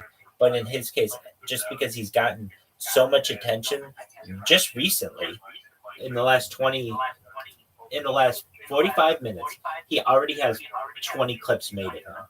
Now, if you keep searching down, you'll find a ton of Rabbi Rothschilds in there. But they're just not on his front page. Now, you know what is interesting?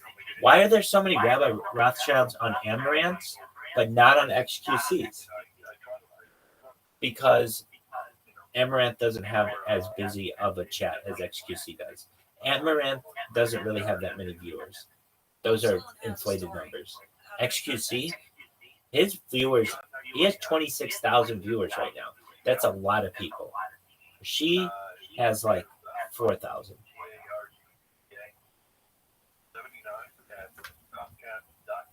Okay.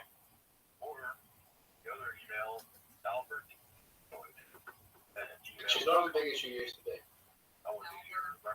Yeah, it kind of seems that way, or at least her numbers aren't as big.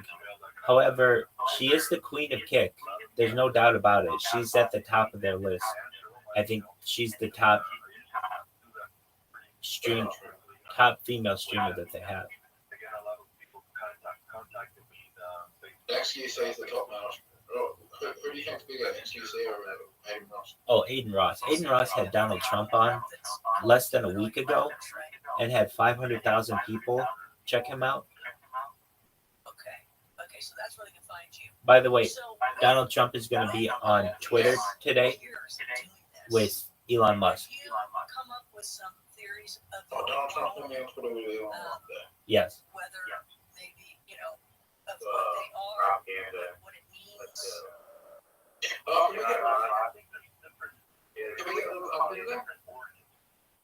Doug, you're asking me questions that to which I do not have the answer at this point. Yeah, I would say I have nothing against it. Yeah, sure, go for it. Excellent. I'm all for it. Okay, so when it comes to who's the bigger streamer, XQC, I would say XQC is, if he's fortunate, a top 10 streamer on Kick.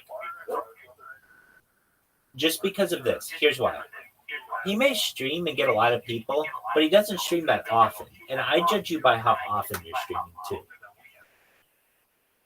Like Aiden Ross streams once a week or so, and he'll get a ton of people in there. But then Amaranth streams all day, every day. She streams probably like 18 hours a day, and she has like 4,000 people all the time. Of those, how many are real? This is what I've learned with Kick. Let's say you're watching a stream that has 1,125 people watch it, like that say they're viewing. That means that they are really probably about 125 people really watching it.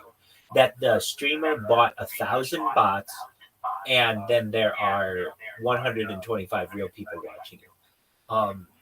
Like Eddie, the guy who owns Kick, his streams, like routinely when he's streaming, are like exactly what I said, 1,125 people.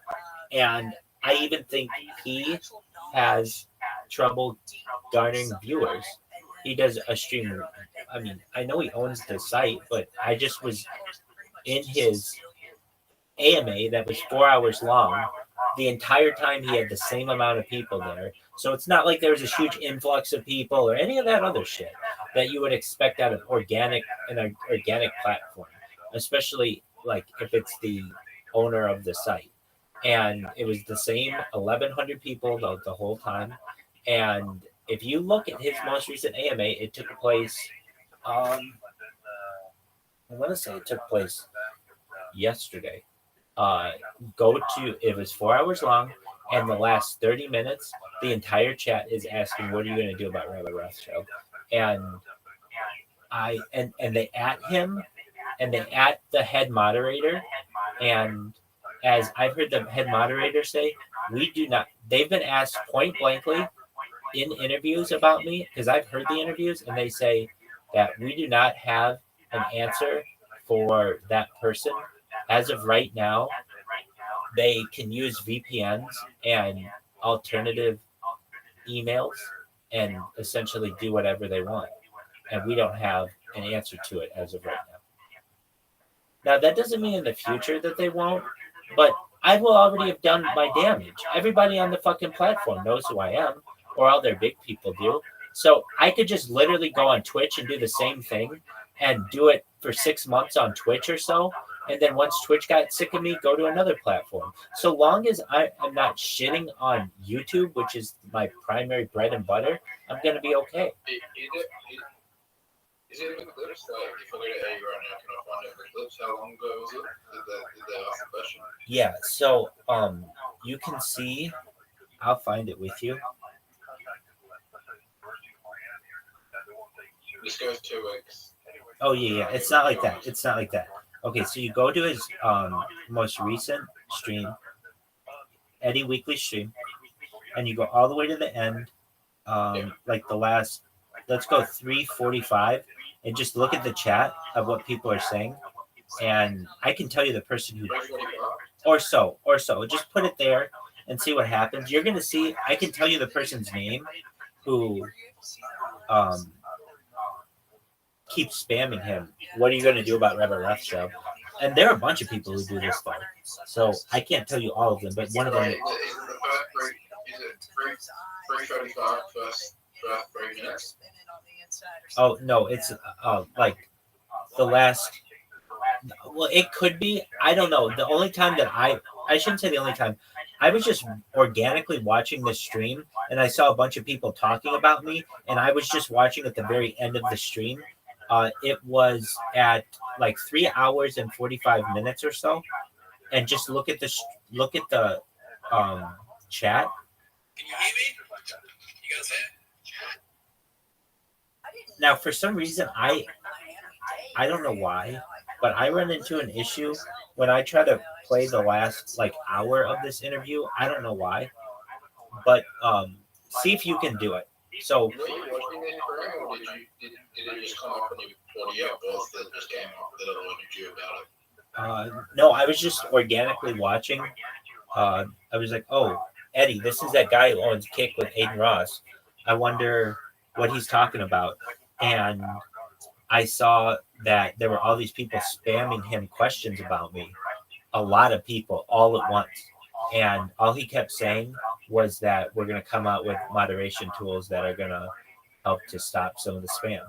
And he kept being asked it so many times that it was like kind of like, wow, these people really know who I am. If he's like if there are so many people in the chat who are just asking the creator of the platform to do something about me, that's fucking telling me I'm doing my job. Yeah, and I would sit down at the beach just about every night, and yeah, I saw a ton of stuff, right there off the Gulf. So if you want to see this, go to Eddie's interview, the last like 15 minutes.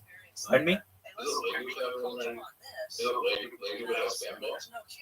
involved. There's no creature involved, but there were sounds like in the heavens. I would say, yeah. I would say it depends on where you are. But in the United States, like something that I'm doing is legal. Yeah, the worst that they could basically say is that I'm breaching their terms and conditions and probably send me a cease and desist letter. That's the word. I mean, like, it's very, very minor. Now, in some other countries, it might be bigger. But especially because I'm not spamming political propaganda. Like, it'd be one thing if I was trying to change an election or do something like that, but none of my stuff is political. It's all very much, it says Rabbi loves you, and it tells you that I have the biggest AMA in Reddit history, and to check it out, and then it gives my Discord. There's nothing political about that. That's absolutely true. Those are my people. And if you're like, Rabbi, how are those your people? I think anthropologically, it's through the, and I know that some people don't even like to discuss this, but through the Bering Strait land bridge that was like tens of thousands of years ago, and perhaps we had a split somewhere in like Central Asia where my people went north to Europe and their people went east to Asia. But nevertheless, we're one people. One love. One love, Inuits. One love, you picks. It never ended. It was almost like You have cracked one of the biggest marketing. Above me, not just me, but like the key. I wasn't single. So you cracked the algorithm of marketing. Yeah. Not just that, I cracked like the biggest marketing gold mine perhaps in global history, and that's it. I mean, I guess that would be something like television or the internet or something, but in my own way, at least of the internet, here's why. Under any other circumstances, when you are on a platform and you spam them, they ban you, and there's nothing more that you can do because they have tools in place to stop you from creating further accounts, or they know who you are and they get rid of you. That's all fine. But what no one has ever done,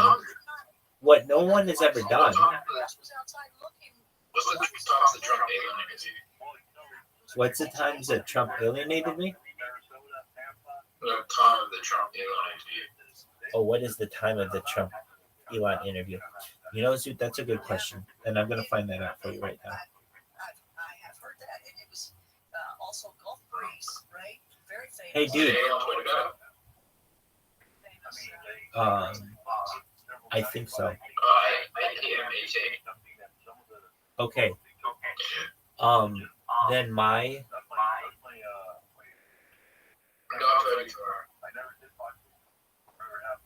then my thing might have to change. They might do it because I was doing our thing at 6 p.m., which their interview is 5 p.m. and it probably won't be over. So I don't know. I'll check with more like what he wants to do, but that's fine. And if the community doesn't want to do it, Harry Potter Obama Sonic 10 email, that's absolutely fine. Here's what I'm gonna say to them. I'm gonna just flat out say to them: have any of you heard of the free rider problem?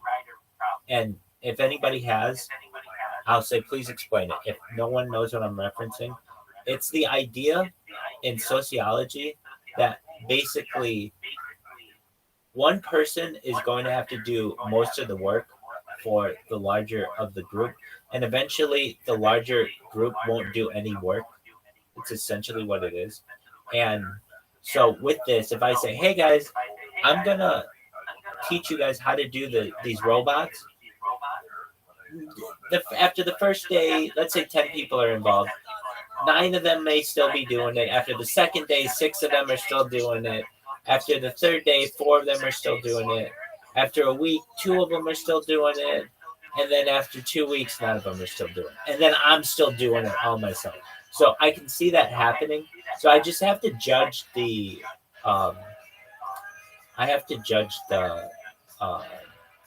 excitement of the people. I mean, more like was like, we need to do something that gets this coin to stop to get out of the plateau, and this would definitely be a thing, and it's free, and it's pretty easy to do. So he was all for it, and he's the one who was like, let's, like, how does Monday sound and all that other stuff. So I'm like, okay, but I did not know when their interview was until just now, and so I don't know if they're going to want to do it at the same, because they'll probably overlap. Their interview is an open-ended interview. I imagine it'll be an hour and a half or 2 hours or plus, probably. Those two guys can both talk a lot, and yeah. So I don't want to interfere with that. So I might just message more like that we don't do it at that time. We can do it another night, or even I'm fine just having my bots do what they're doing. They do a good job of getting out the word about me. This was just something that could help the community, and I mean, I'm not gonna lie. I could. Was Adam watching you on the stream? Yeah, he was watching my top computer. He brought in like. Was he stream watching you? Yeah, I think so.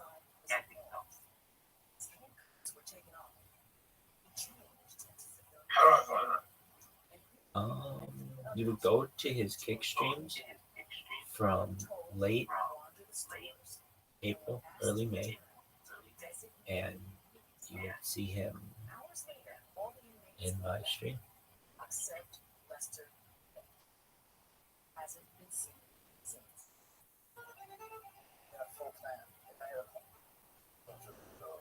I really think, I could be wrong, but I really think the fact that he knows who I am has made it so that he is okay with me streaming in his Discord. I mean, he may be fine with anybody streaming in their Discord, but so long as I don't self-promote in there, he's been really cool.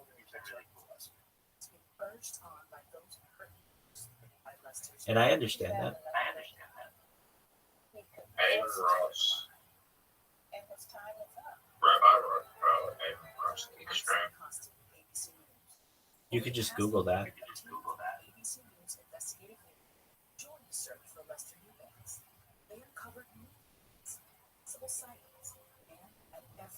You're everywhere on the internet. I am everywhere on the internet. Zoot, you are 100,000% right. You have never seen anyone with a digital footprint as I have. I've done my best to make the world's largest digital footprint.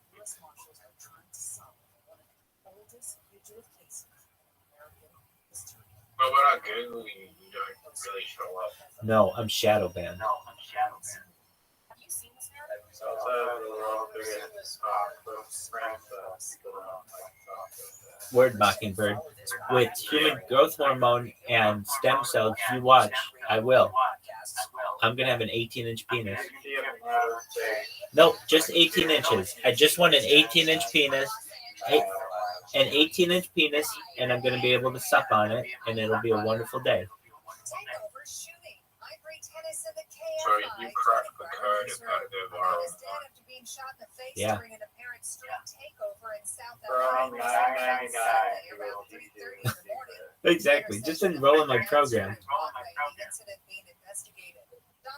But yeah, I mean, honestly, I think between me, dude, and Rabbi, if we fucking made up some random course and have Rabbi do it, like internet marketing course, put some fucking masterclass videos. Doug, I have this. Wait. I think you can apply. Wait, this is what I do, and it's actually quite successful for people. Anyone who asks me for money, who has any sense, I say to them, "Do you have a Fiverr account?" Like your name, Riser, but Fiverr. And they're usually like, "No, I don't know what you're referencing." I say, "Okay, create an account, and then what you want to do is create a TikTok account, a Facebook account, an Instagram account, a YouTube account, a Flickr account, an Imager account, a Reddit account, a Dig account, an Omegle account, like every kind of account that you can, and basically get the real estate of a username for a business." And so they'll be like, "Okay," and I'll be like, "What's the name of your business?" They'll be like, "Well, I don't know." So then I say, go to ChatGPT and ask ChatGPT for 100 different business usernames, and it'll give you like, whatever, Tom's Creative Design. Okay, great. And then they take that and they get Tom's Creative Design on all these different platforms, and then they create a link tree. And then I say, "Okay, you know what you just did?" And they're like, "Yeah, I mean, I basically got all my social media." And I say, "Yes, now on Fiverr, you volunteer to do that for someone else, or not volunteer, but you volunteer your services. So you volunteer to at least give bids on what you'll do for someone. But you can say, I will create your social media for you for $200 on 20 different platforms." And it's a really good deal for people. I mean, someone who doesn't have time, who's like, "Man, I don't have time to fucking create all these different social media accounts. I wish somebody could just give me a spreadsheet and it has everything, and all I have to do is change the username or change the passwords on them, and they're all mine." I'll pay $200 to do that. That's definitely a bunch of people on the internet. And I've gotten people, particularly in Nigeria, who, I don't want to say they become self-sufficient that way, but they get weekly work just by advertising themselves that way. And I think that's a program. Pardon me? Pardon me?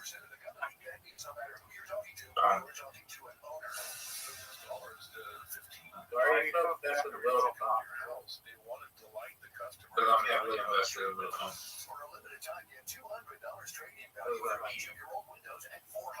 Little Pump has a token.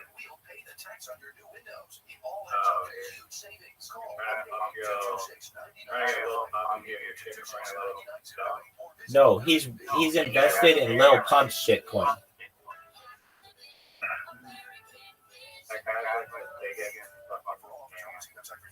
What about Soulja Boy? What about Soulja Boy and that Superman that hoe? Soulja Boy is the biggest scam. Little Pump's not a scam. There you go. I named the biggest in the game, son. It's Soulja Boy. So Little Pump is never got a scam. Soulja Boy.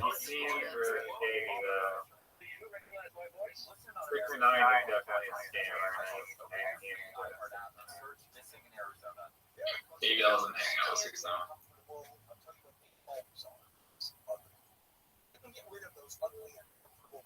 But what marketing app did you buy this?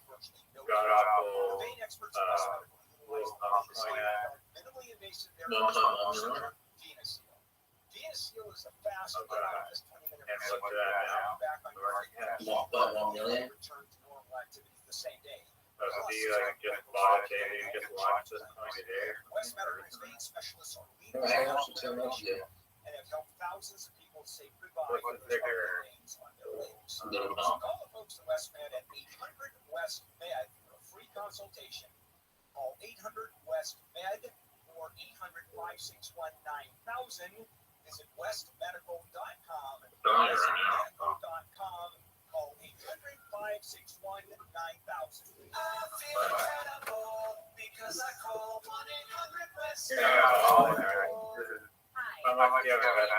Running for Los Angeles City Council District 2 in I'm a dog holder. general election. The only way to create change is to have your voice be heard. Make sure you register. So how much do you have left? Have your vote count. KFI AM 640. Whatever 50% of the million is. They're locking up high-end products. So now they're locking I up. understand a billion. So Do you have $100 for this thing? All right, take your time. Call a clerk over who unlocks it. Give your time. That's because crime has just exploded. Live Hang on, I'll be back. on KFI. Okay. On demand anytime on the iHeartRadio app. Hey, Raza, where are you from? How do you know Rabbi? I live in KFI. the Eskimo country. And I know Rabbi from Harry Potter. Right. Dating Eskimo and buddy for a while. Look, yeah, all his voices sound just familiar. You were on the Telegram? Yeah. I love it. And Rabbi told me to go to this. You would know who I am.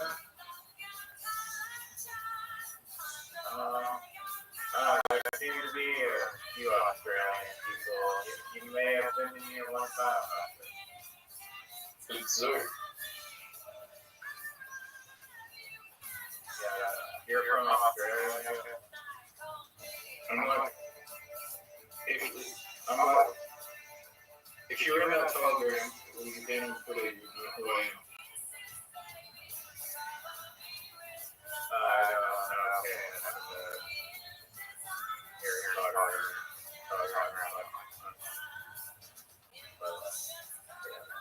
When did you get in?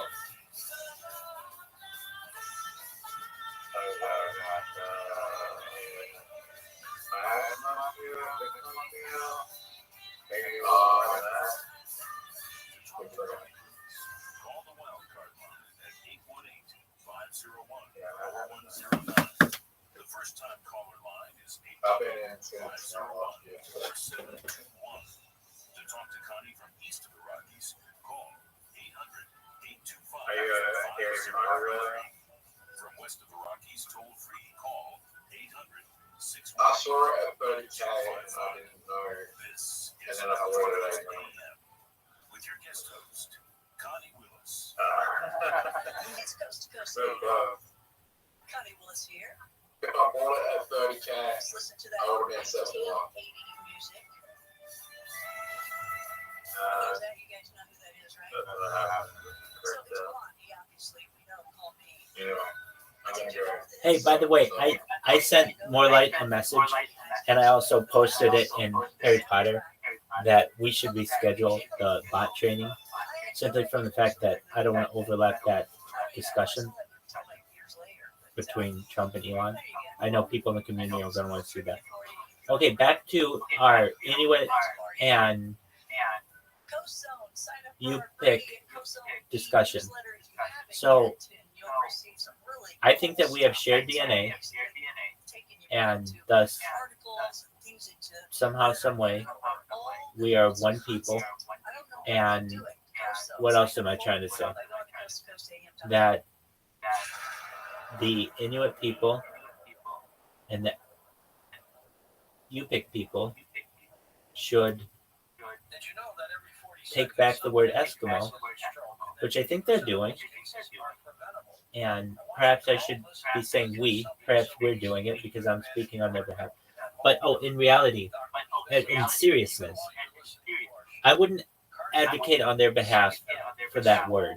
That word is a different discussion. What on what I'd advocate for them is the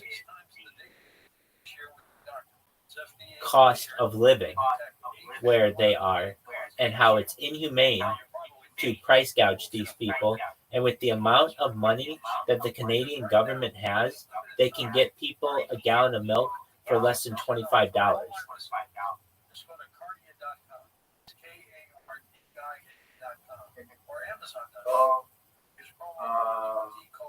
Yeah, I have a site on the car stuff there for it. I mean, he lives off like around maybe a little Pepsi, but yeah, they're like fruit and everything is super expensive. But large part of that, I think, is because of the transportation stuff to get things there. I agree, but we could make that more inexpensive as well.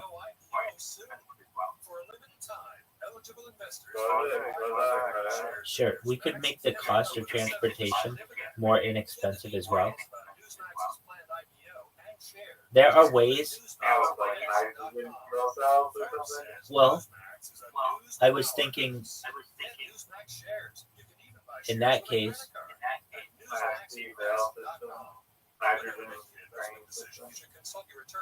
air, you could fly in cargo, and if it were being subsidized by the Canadian government, it could be very profitable for a charter flight to do a flight from like Oceania with fresh fruit, or Central America with fresh fruit, or California's vine, perhaps the breadbasket of California as well, to fly to the Northwest Territories and Nunavut and the Yukon, wherever else there are people who may need these types of foods. But also I was thinking probably that won't be financially, even if like the Canadian government would subsidize it, that's a good program, but a better program, or as good a program, would just be to utilize flash freezing technology, where you take fruit that's like literally on the vine still and you freeze it, and then you transport it while frozen to its location, and then you thaw it, and it basically continues to ripen. Once it's thawed, it like freezes. Obviously, it stops its metabolism, and then while frozen, and then once unfrozen, it essentially continues to ripen in a natural environment, and then will eventually rot like any other fruit. But this isn't the type of technology. That's an excellent point too. I was looking on Reddit. Somebody was playing. It was either, or I think it was a picture from the aviation subreddit of Ottawa, the largest set of greenhouses, I believe, in North America, for, let's just say, for like botanical use, because I don't know if there are other uses, but maybe, but at least are in. It's like right off the Lake Ontario, I think, and it is essentially a big like section of Canada that is all greenhouses. And so why couldn't you do that up there? If you can have greenhouses in Ottawa, or Ontario, I should say, why can't you have them in Nunavut?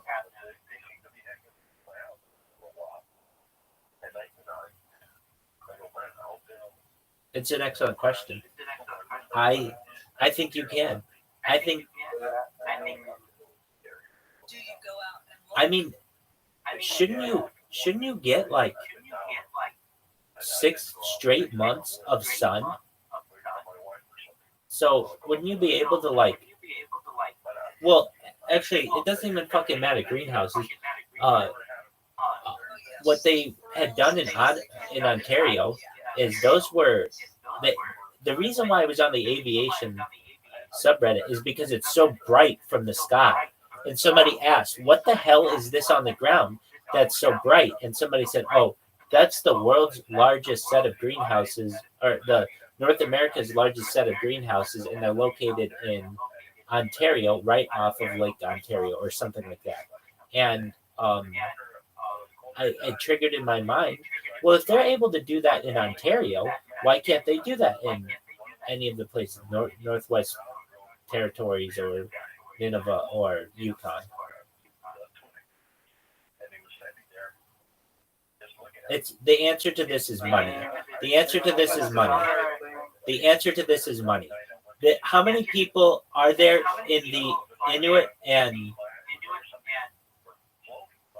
Yupik communities? I mean, truthfully, it's like what? Less than 100,000 people? It's not a lot. So even though the Canadian government, has people there, what are the odds those people are voting? And even still, it's like a really small segment of the overall, 40 million people that live in Canada or something like that. And thus, it's not that important. It's great when it comes to hey, we did something nice for the Indigenous people and they want a photo opportunity, but they don't really care about the people. And so that's why nobody cares about this. But I do. I've seen documentaries on the prices and the price gouging that happens there. And look, when people say, well, that's just the cost of transportation, you can't tell me that every single person isn't gouging along the way. The guy who's delivering it via semi-truck is gouging. The store is gouging. The people selling the fruit are gouging. Every single person is gouging. And the last person on the line are a lot of times very poor Indigenous people. And I want to help them. I don't think that that's right. Yeah, we've had all these people supply chain of all the power basically. And, I didn't know that the price gouging was really a problem, but it makes sense now. Definitely. Too much power and supply chain, so they can just they have some weird. What are you gonna do? The store has so much control over who they're selling to. There are all these stores now. Exactly. They have some weird statistic up there where it's like the place that produces the most amount of oil that has the highest price to buy oil or something like that. There's some weird statistic like that of anywhere in the world. And why is that? Because it's not refined in those areas. So basically you're pumping it from a very difficult place. You have to refine it in a less difficult place, and then you have to repump it back into the difficult place. A place like the Middle East or something, it's just difficult to, it's not even that difficult to get to. Sometimes it just comes straight from the ground. So that's probably an easy situation where you just it's easy to get and easy to take it where you need. In this situation, it's very difficult to get. It's very difficult to get it to take it where you need. And look, I just see that what's happening to the Inuit people and what's happening to the Yupik people and really the people on the really outskirts of society is that they are being priced out of living. They're being priced out of living healthy food. And that means that their life expectancies are going to have a glass ceiling. Your friend who drinks hot Pepsi and eats ramen, if you do that for 50 years, you might not make it to another 50 years. When if you're eating fresh fruits and vegetables and things like that, you might have a better opportunity. So what do I propose? I say that eventually, if you keep doing this with pricing on food, you'll price out everybody in Canada on food. And you don't want to do that. People will say, well, Northwest Territories is too far. Now British Columbia is too far. And Alberta's too far. And Manitoba's too far. And then basically the only people are going to get anything are people in Toronto. And then eventually people will say, well, you know what? Or people in Ottawa too. And then you know what? Maybe we just don't need to take care of Canada. Which for all the jokes that I make, I care about the people. And so how do you stop this? At a certain point, the government needs to say that we need it to be affordable for the people in Northwest Territory. And so what would I propose? Whatever the cost of these foods are in Ottawa, they should be in the Northwest Territory and Yukon and British Columbia. I propose the same thing in the United States. And what is this? At least in the United States, we've done this for the last 70 years or so, where stuff in Hawaii and Alaska is different than in the continental USA or the contiguous USA. And it is not, it's arguably not fair to those people because they pay the same taxes, or they're paying the same federal taxes and all these other things that everybody else is paying, and they are having to pay more for it. So I think basically that there should be some kind of price regulation, and this wouldn't be the first time this has been proposed. At least in the United States, we had price regulation in a major way, particularly during the World War II, because they didn't want gouging. But now when you have inflation that's absolutely sky high, and year after year prices begin to double, then when you have this sort of society, you get what's called runaway inflation, and then no one can afford anything.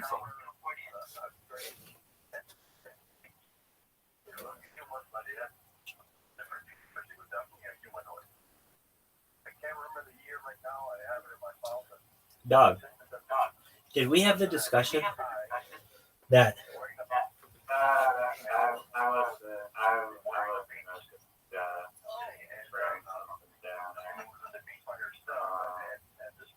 last Monday in Donald Trump's discussion, Yellowknife?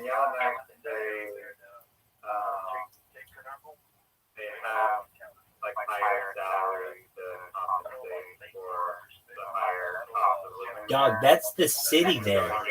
Dog, that's the city there. But the people in the rural areas don't have that.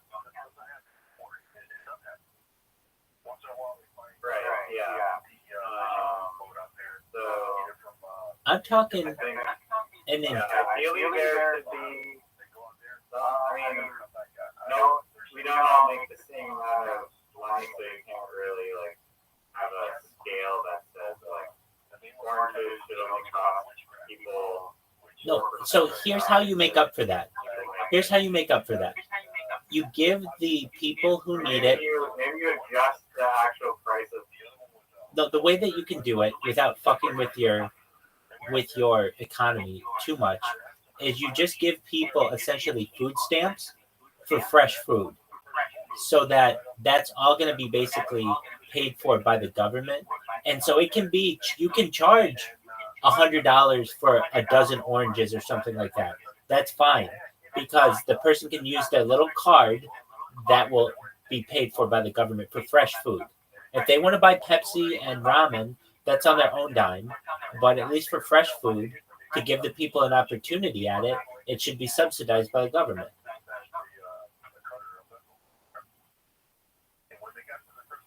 Yeah, that's the problem. I have a family friend who's half indigenous. He gets royalties each year from the casinos. I guess some portion of indigenous people, I guess, that are tied to the casinos get these they're running new Ford Raptors each year. Yeah, but that's more someone who's on the more developed side of things. I'm talking about people who've never heard of the Ford Motor Company, who don't know about SUVs. I'm talking about people who don't have any access to fresh food, to fresh fruit, and to fresh vegetables, and they need this in their diet, perhaps, and at least want to give them the opportunity. If they want to have these cards, and they never use them. What are we gonna call them? The E card, because not only are they electronic, but it's the E word. The E word is their word. It's our word. If you hit the Eskimo card, and you know they renamed the Eskimo pie.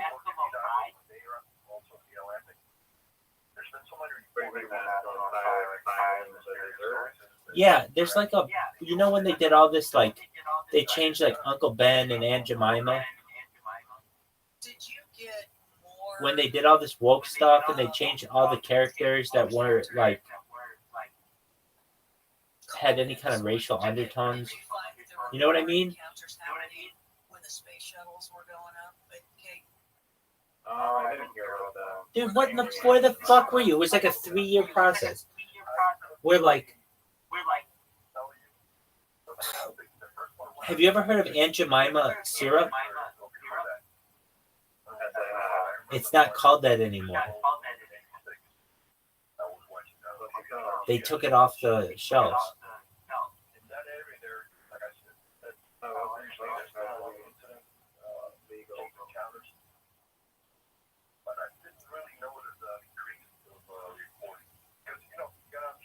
They rebranded it something. It's like, hold on.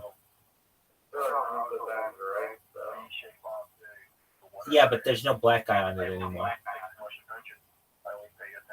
Oh, okay. So Aunt Jemima, hold on. Aunt Jemima is now known as Pearl Milling Company.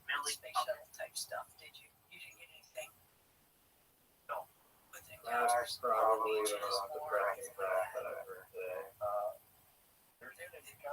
today. Yeah, because that's how it was originally advertised as a ready mix product. Okay, now Uncle Ben. You don't remember this when they got rid of all these people?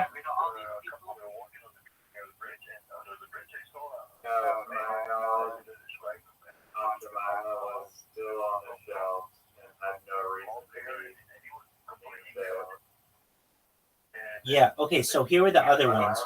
Do you remember the Land O'Lakes Native American?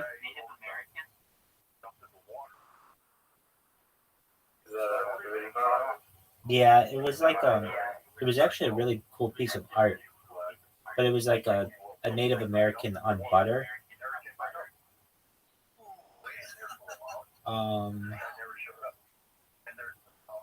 So, okay, Eskimo pie, cream of wheat. So, Aunt Jemima was rebranded Pearl Milling Company. Uncle Ben was the brand was it's no longer Uncle Ben. It's called Ben's Original now. Did you hear me?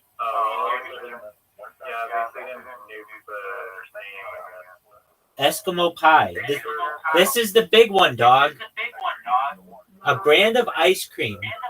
Eskimo pie featured a cartoon Inuit boy on its packaging. The brand was rebranded as Eddie's Pie, and a commitment was made to support marginalized and underrepresented creators. The Land O'Lakes had a native person, a maiden on its packaging. The brand removed the image. Cream of wheat had a stereotypical black cook. There were other ones that changed.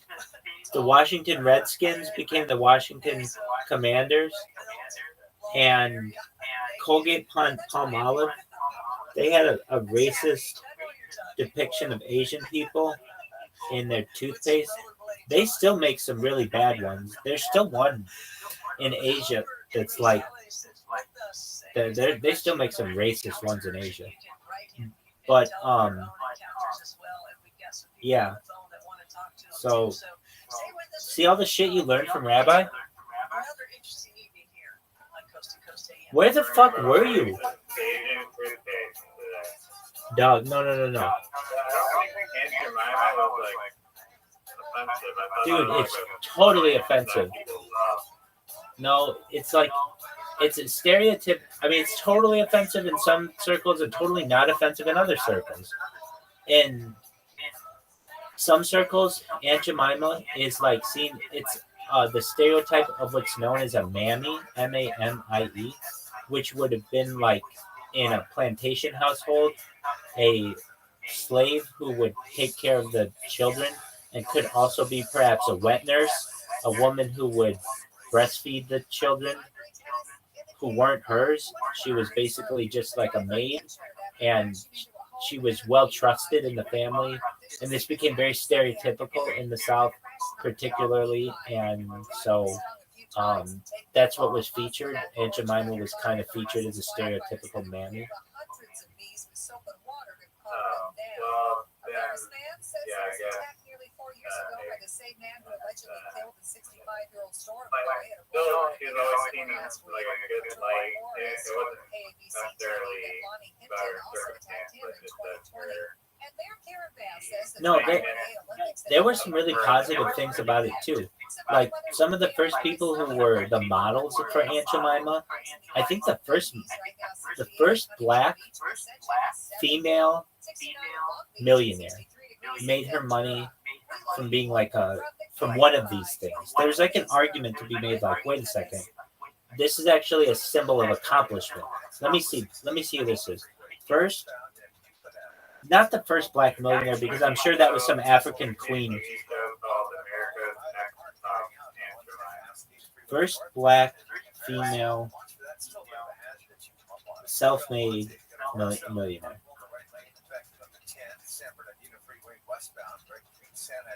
First female black female. Okay. Madam C. Walker. Who is this lady? Who is this woman? She was the first female millionaire in the United States. First African self-made female millionaire. Okay, how did she do it? Door-to-door strategies. Wow, but it doesn't really say how she did it. Well, shout out to Madam C. Walker. I thought look, it's not Aunt Jemima. That's not a real person. But there was something having to do with this. That there was like a model for it. A LifeSource whole house water system ensures that you get delicious and refreshing water. Okay, here it is. Or maybe there's no evidence of this. Okay, self-made millionaire, African American woman entrepreneur, historical. There's no evidence to suggest that the first black self-made was Aunt Jemima, specifically Nancy Green. According to search results, Nancy Green was a model for Aunt Jemima, a pancake mix brand from 1893 to 1910. While she may have earned a decent income from her promotional work, she has no indication she died a millionaire. In fact, the available evidence suggests she continued to work as a housekeeper until a few years before her death in 1923. Additionally, the search results do not provide any information about her net worth or finances. Okay, so this was a discussion that this woman had made some money. So shout out to Nancy Green as well. This was the lady. She's a former slave who was Aunt Jemima. So basically, every time you had like that bottle, it was a reminder that like this is a slave, which I could totally see as being offensive.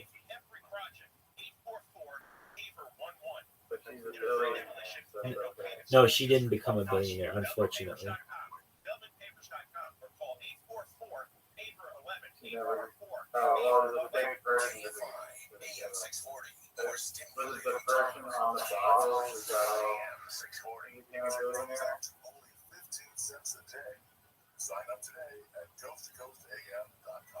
No, that lady did like some.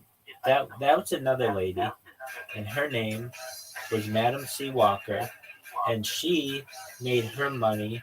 Madam C.J. Walker. She was born Sarah Breedlove, and she was the daughter of former slaves in the 19th century rural Louisiana. She was the first African-American self-made female millionaire in the United States.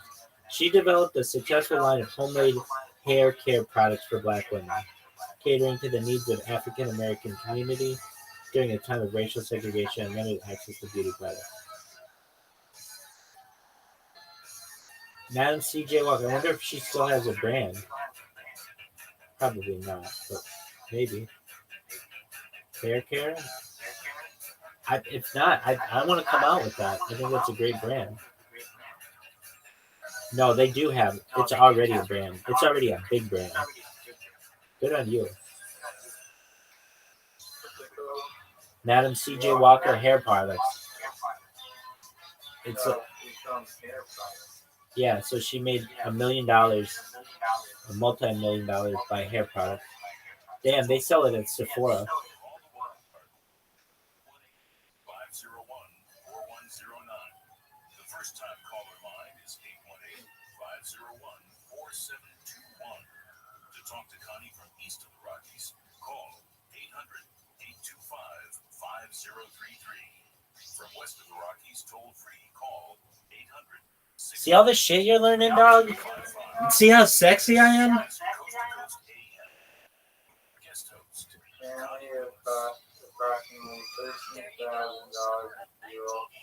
Fly first from California to Nineveh using a Boeing. Did that happen? That's the rough approximation for fuel to fly from California to Nineveh. Okay, so here's what I'm saying. You flash freeze it, and then it can take as long as you want. Bring it by a boat. Bring it by a sled team if you want.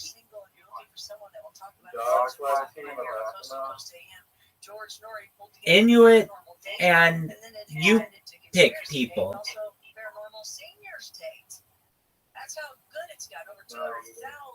Dog, they didn't rename the Eskimo pie the Eddie's pie for nothing.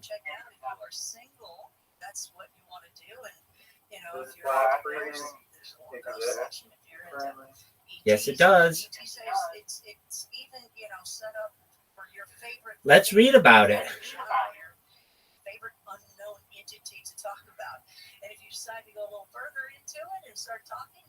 I like how I just made up a term, and I think it exists. No, it does. I've seen it.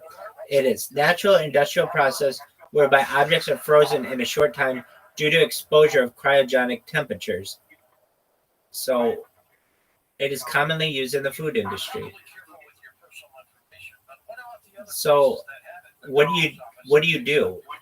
There are a bunch of ways to do it, but the way that I've seen it, or like a way, is you take a tree, you shower it with water so that it's like dripping water, and then you put like nitrous oxide on it, or frozen nitrogen, and then it freezes the water almost instantaneously, and then you can break it off and harvest it. And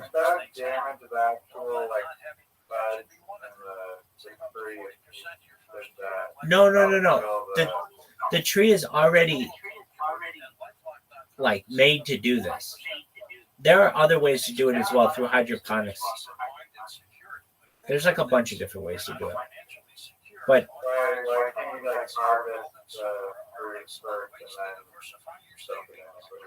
you can do that too.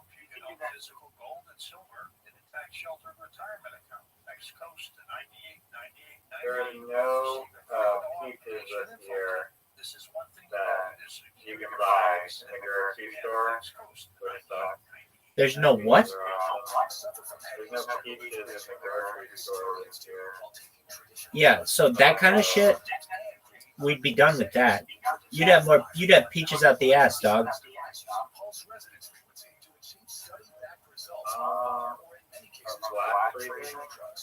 Through flash freezing, exactly.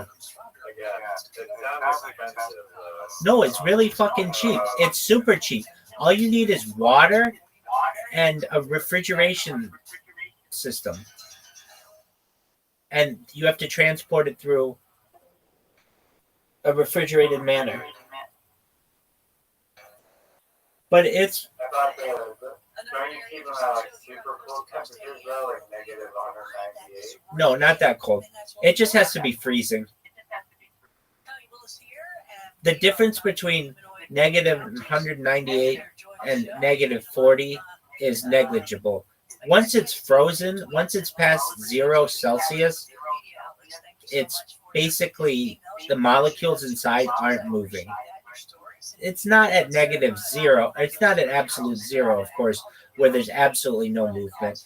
But it stops ripening, and it basically is in like a frozen in time for indefinite amount of time, depending on the environment. But then, since you're only encapsulating it in a frozen state for a few days before it gets to its destination, it can be done and keep the fruit relatively fresh.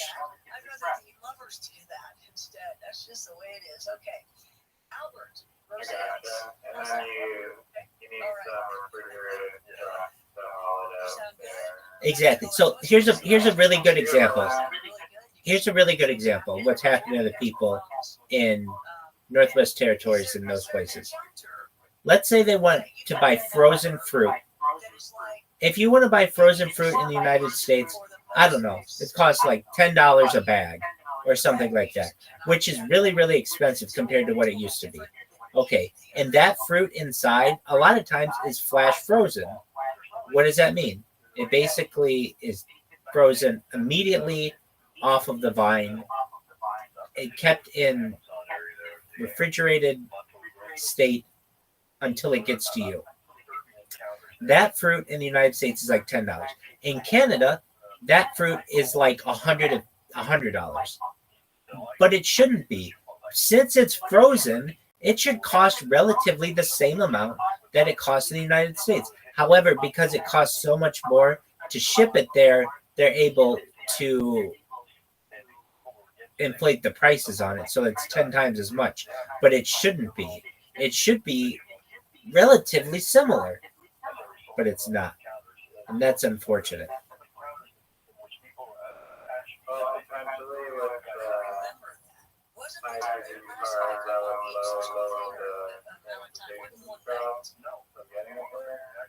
Well, really, in my opinion, the most efficient way to get it there, which probably isn't being utilized, is to get it from the Southeast Asia or Oceania, or I should say Oceania, or Central and South America, and then flash freeze it and take it via cargo ship to Canada. However, you can only do that 6 months out of the year or so, and thus I would take it via rail, which can only be done limited times as well. But basically, I would develop a cargo system where we would be able to take shipping containers in an easy fashion, or relatively easy and efficient fashion, put them on rail cars, take them to the major towns of these places, and allow people to purchase the fruit using a Canada electronic benefits card. And maybe you need to charge $500 for a bag of fruit. Okay, that's fine. But that means that the person having to purchase it is going to have that cost subsidized, so that it's not going to break their bank. It's the difference between these kids getting an orange once a week and a kid never eating an orange ever in their life. It's important.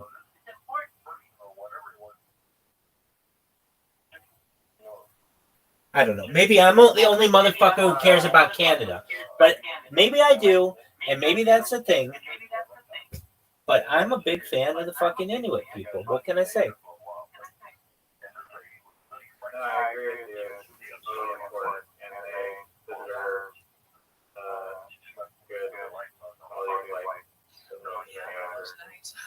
Agreed. So why are you anti-Inuit? That's my question. Why are you using Inuit slurs? Why are you using Inuit slurs? Inuit and Yupik slurs. I don't know if you were that word. I brought my attention today that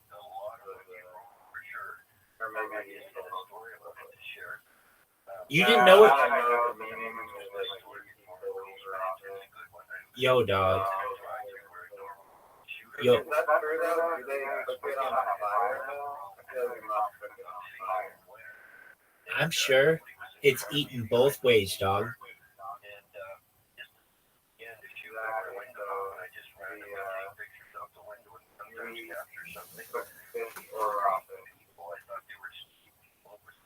Do I? Stopping them from growing their own food exactly with greenhouses and LED lights. Pardon me? I think they have greenhouses there. Grow food like year round. Well, they can with Rabbi Rothschild at the helm. I'll have these motherfuckers making it look like the Amazon rainforest up there. Dog. Once Rabbi is able to combine the powers of the Yupik people and the Inuit people, motherfucker, this is going to be like combining forces of East and West Berlin. I think there's like a solar panel that works at nighttime.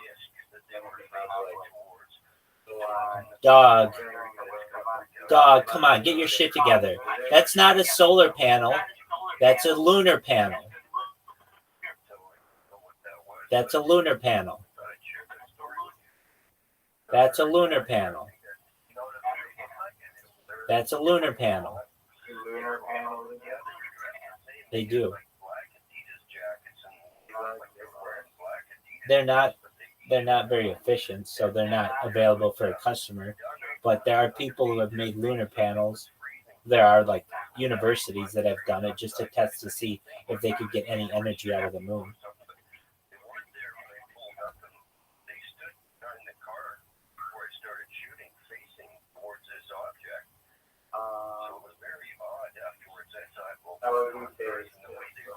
They say lunar panels do not exist as a commercial available product, and I know that. But I bet you that some university's done it.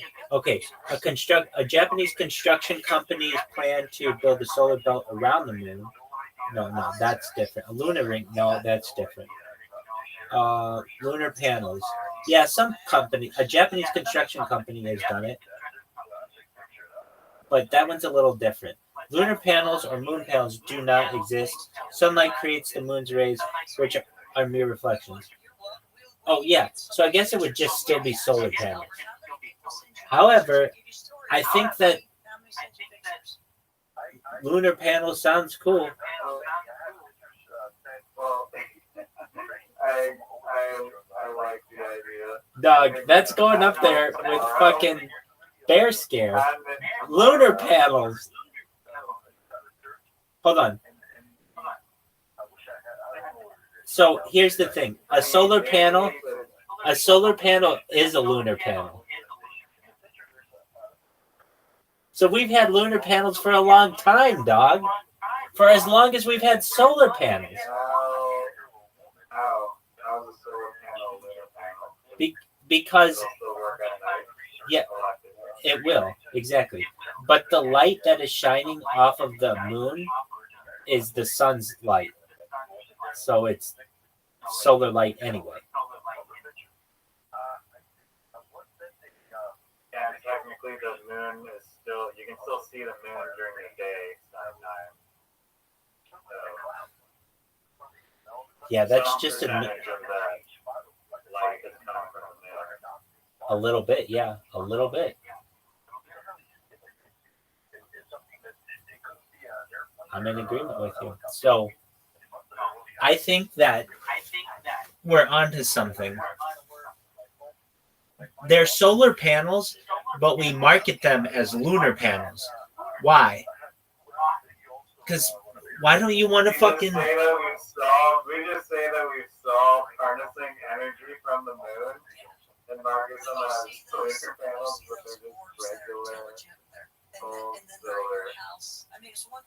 Yeah, you know what? Hold on. $1 billion scam. Hold on. This is an excellent idea.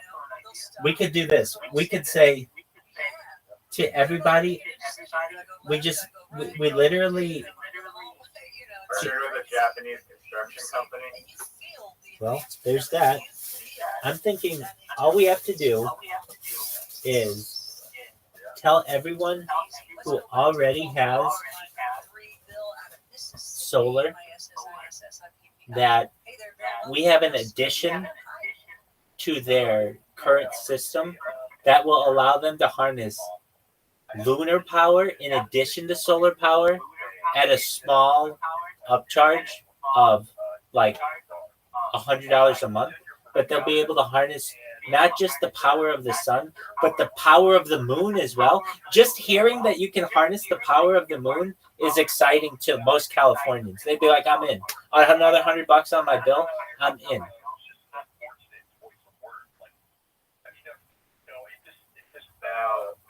how do we budget the numbers so that it looks like they're generating power when the moon is up? Well, it is technically generating a tiny little bit of power.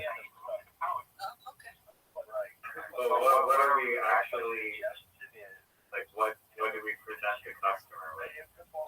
We say to them, all we would be doing is basically telling them, making them aware that their solar panels are also working at night, a tiny little bit. We could call it stellar power. We could call it, dude, listen to that, stellar power, where we use the starlight. No, that's an additional upgrade. Yes, it is. Have our standard lunar package, and then we can go. Yes, the stellar package. Now you're talking. We have the standard lunar, and then upgrade to the stellar package. I love it. Dog. But in reality, I really mean this, 100%. I mean this. So look at me when I say how serious I am when I say it. Given enough time, humanity will be able to improve itself technologically so that we would be able to harness power from the moon, just the moon and not the sun, using solar panels, and additionally, eventually, just using star panels or stellar power, and then eventually just using a single star. Eventually, if given enough time, humanity will make things efficient enough. It just takes time. That's all.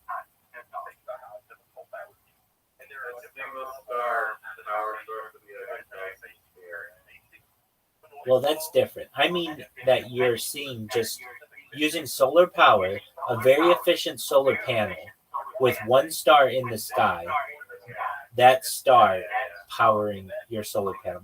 It would mean that the solar panel was essentially so amazingly efficient that it could absorb all of that energy and transfer it into whatever type of power it needed to.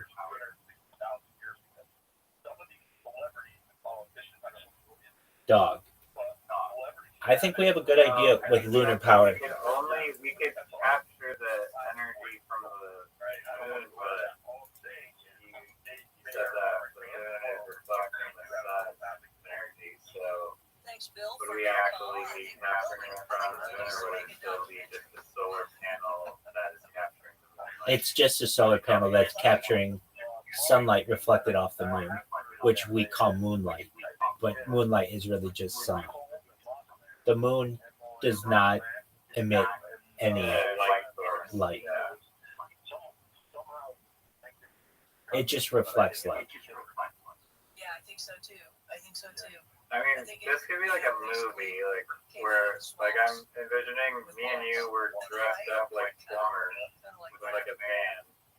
Yeah, but I can also see Musk, man. We gotta call to go making all the lunar. But we actually do like install some fake bikes that connected as the lunar panel on some person's solar panels, and people said, "Oh, maybe that was a Bigfoot." So they all have $100 kind of on the same things, but they have their name. no Starlink required.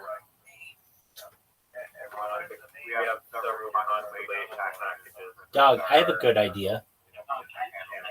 I have a fucking brilliant idea.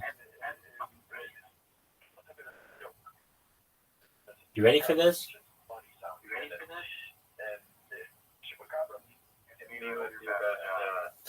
Dog.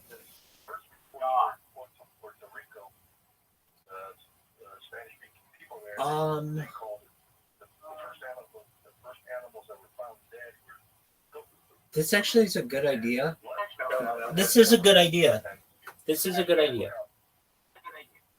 If it works. It's actually a really good idea.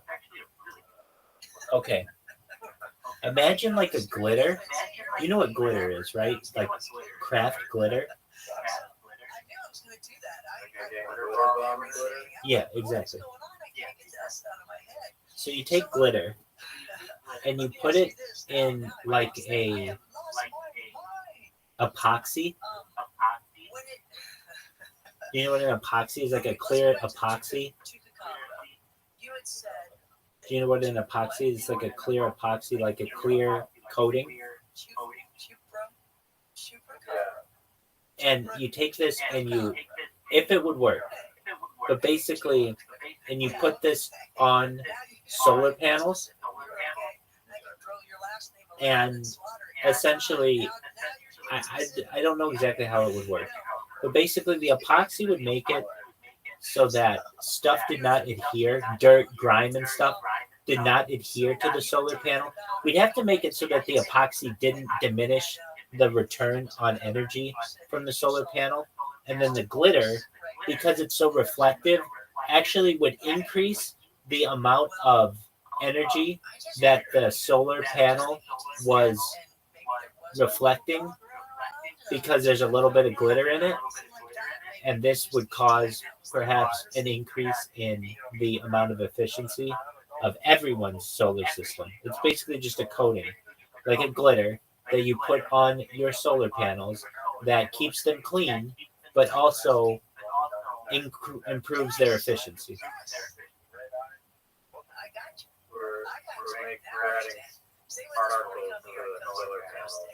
Yeah. Like a clear coating.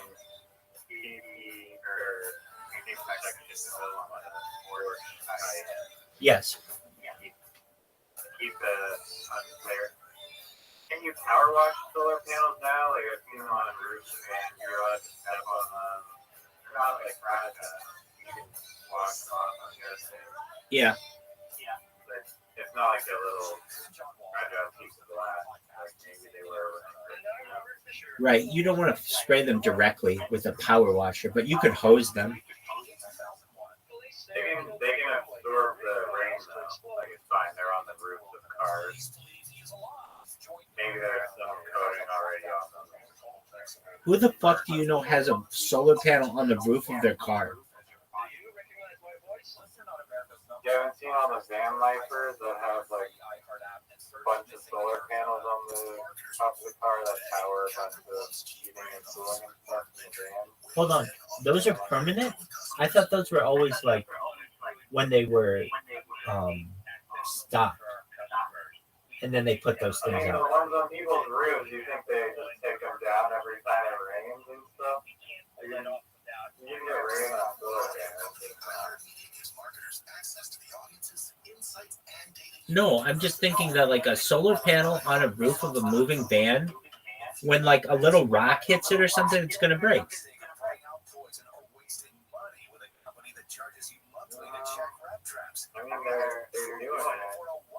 Okay, in answer to your question, have I ever seen a solar panel on a roof permanently?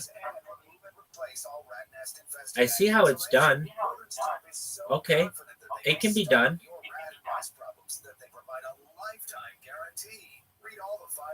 It can be done really nicely. Can you use like a magnifying glass and then get like connect the... Yeah, that's a good idea. No. That's a good fucking... Dude. That's a good idea.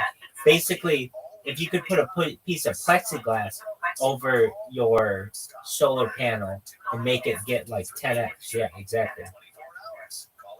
No, but I thought that the magnifying glass was only increasing the heat and that solar panels were the solar Doug, we have to ask ChatGPT this question.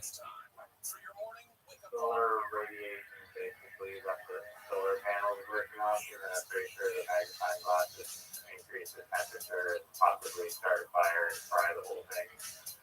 So yeah, I think you have to figure out a way to Dog. Here's what it says.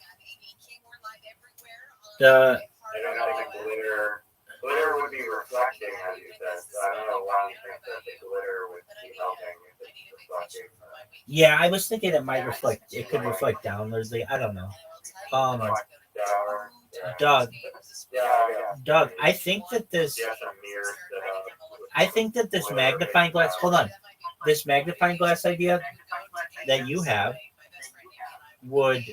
could enhance energy output in low light conditions. So it would be perfect for lunar panels.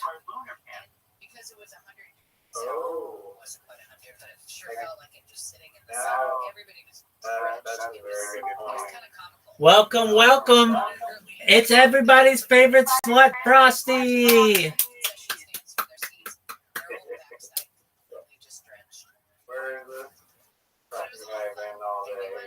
Jerking himself raw. This motherfucker's been jerking himself raw.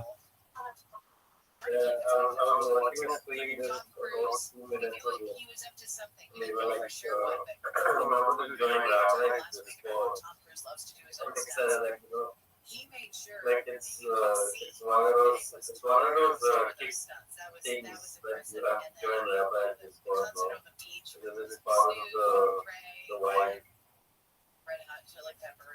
The ethos. I'm part of the culture. Somebody, a pretty big streamer, actually, I think his name is Das Gas. He named his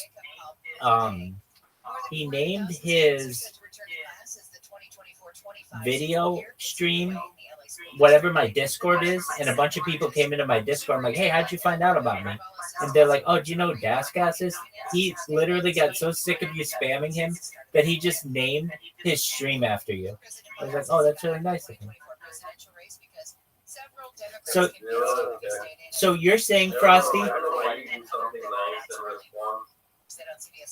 so you're saying completely organically, without me telling you, you were randomly on Kick and you saw somebody who said, you have to join Rabbi's Discord. It's part of like the lore of being a member of Kick now.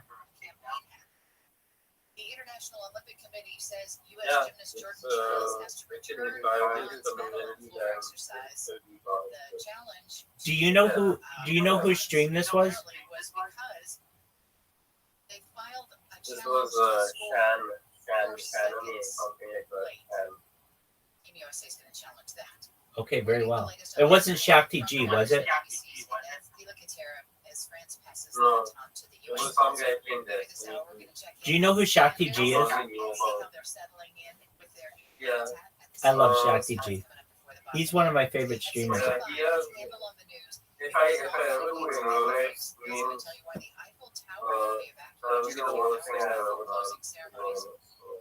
Let's get started with some of the stories coming out. An IRS stream would be the worst thing you ever did? Well, that's a wrap on summer. I don't think I don't know if I would ever do it on live Return to class today as the LA School District kicks off but another that school stuff year. Superintendent Albert Waldo says he is entering the year with you might want to go on says he has a renewed but focus not on student safety and ambitious not plans because for of campus pandemic, improvements because like removing mold, repairing you leaky might roofs, want and to go on campus modernizing with your own. classrooms. Police are urging drivers to be aware of the start of classes having and a the real resulting life increase in children who will be walking, biking, or otherwise traveling to All right. schools. Heather Brooker, KFI News. I mean, yeah, I can do it Riverside on for another this, hot week. you know, The National Weather Service says but temperatures in Palm you know Springs that, will begin it's gonna take 107 something. again today. Going up to 108 tomorrow, 109 the following Yeah. couple of days. Coachella reached 106 yesterday. Hey, do you know that Elon Musk has an interview with Donald Trump today? Secretary Lloyd Austin has ordered a guided missile submarine to the Middle East. good. Pentagon says he's also speaking of deployment. It's going to be on. Abraham Lincoln is It's going to be on Twitter in about 15 hours. Today I saw a YouTube link that says that themes of materialism trying to say you are home on Mars. And it was a Buddhist monk guy who just kind of warning people about how shit that they were getting into. Like you prepare to go to Mars and then you just die or something.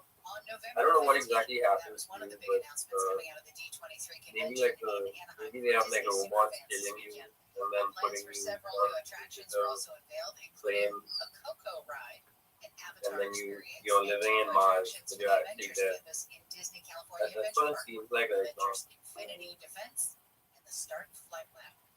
They're going to be fun. Nick Poliokini is one of those super fans of D23, so Russell Ford is here for Nick this morning. Good morning, Russell. Like, what do you think preparing for like a stuff? Right, Doug? Do you think a lot of people do think he's a con? I think he's just a con man. No, I don't think he's a con man. I don't think he's a con man. I think he really is serious about terraforming Mars, and I think that's cool. Yeah, if you can get to Mars, right? They've been outgunned and beat down, and Ukraine still fights on You it. saw the one. They've taken the offensive across enemy lines in Russia. Which was all free. So, I mean, it's pretty annoying that you have to call it out as fake, and it can't just be fake, just like that, without things happening. That's pretty messed up if we have to show you fake stuff just so you follow the agenda. I mean, guys, so think about it, right? You guys are like, not just you guys, but us as well, joining there. But you guys particularly getting screwed over on this fake stuff. Like, it's all selling you the same thing. In the end, whatever hope you have in government is kind of lost, because you know they're all lost. Then you take this to the extreme, right? And then once you take it to the extreme, you get these guys who are completely like against voting, against any sort of participation in whatever happens and stuff. Which also makes sense, right? Why exactly should you keep paying attention to them when you have enough money and wherever you are?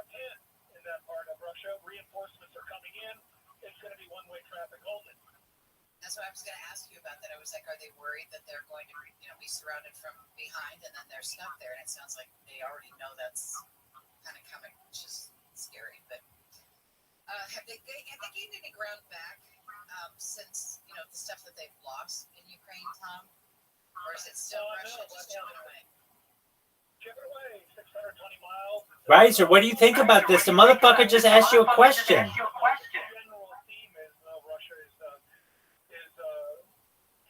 Riser is not selling this thing product. Riser, why you being such a bitch? Riser, why you being such a bitch? Riser, why you being such a bitch? Riser, why you being such a bitch?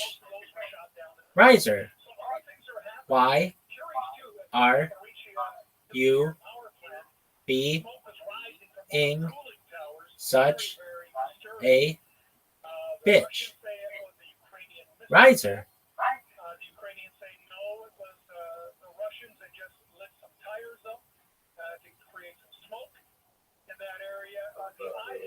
Okie doke. Riser, little beat. This side. We just were talking to you, Riser, and then you're like, oh, okay, I'm not going to talk to anybody anymore because I'm better than everyone. Fuck you. Leonard, I heard my name, Carlos Ellis Rocky for the block. So I wasn't high, but I felt like I was high. Okay, Carlos Ellis Rocky for the block, and I'm in the square looking at a show I used to watch as a kid. It was all fucking surreal. So strange that we would have these connections that I've compartmentalized and forgotten about. But that was a pretty incredible time because both of our lives changed respectively. Yeah, I had all this money coming in. I had a merchandise deal, and I had to move out of my apartment because, like, for tax purposes, you need to get a house. Oh, fuck, okay. And I bought one in the valley, and modest little house. I could afford it. I didn't go nuts. I didn't go, I'm going to live on Sunset Boulevard in a mansion because I'm the Taco Bell dog. My brother was like there to like, no, invest your money. Yeah.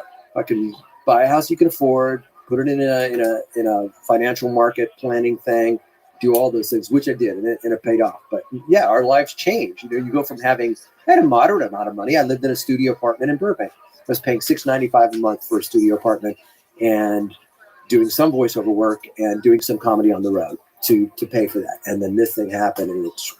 I've always spoken about how every comedian's journey is different. Yes. You know, I too, if I could have it my way, now at this point in my life, I wouldn't go on the road. Yes. But I do love it so much. You still love it, yeah. I still love it to go out twice a month. Yeah. My body, I don't want to write a check I can't cover. Do you do a weekend? I'll do a weekend. Friday and Saturday? Friday and Saturday. 4 shows. 4 shows. Yo. Travel with a comic you know and like? Yes. A big difference. I would do that. What the fuck happened, dog? My choice is I don't work Sundays. I'd like to travel on Thursdays from time to time. Where the fuck have you been? Want to work out material, I'll take it.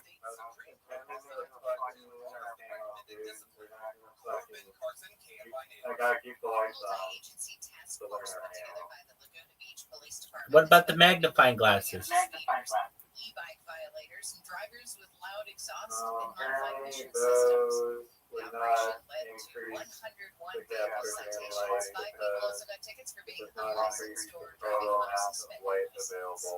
8 doctors were among the 62 people killed when a twin-engine turboprop plane crashed in Brazil. At least 2 of the doctors were headed to an oncology conference on Friday when the plane crashed in the state of Sao Paulo. Bodies were recovered over the weekend. Former President Trump's plane had to make an emergency landing in Billings, Montana because of what the Secret Service says was a mechanical issue. Trump was headed to a fundraiser and campaign rally in Boston. He posted a video on his Truth social platform, but did not mention the emergency.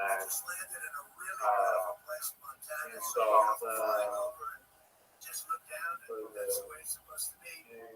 The Secret Service said the plane's mechanical problem was not related to any security issue. Democratic Vice Presidential candidate Tim Walz is headed to Orange County for a fundraiser. He'll be in Newport Beach tomorrow. Tickets range from $1,000 to $100,000. The mayor wrote on social media over the weekend, if Governor Walz is as interested in learning policy from a well-run city as he is in political donations, my door will be open.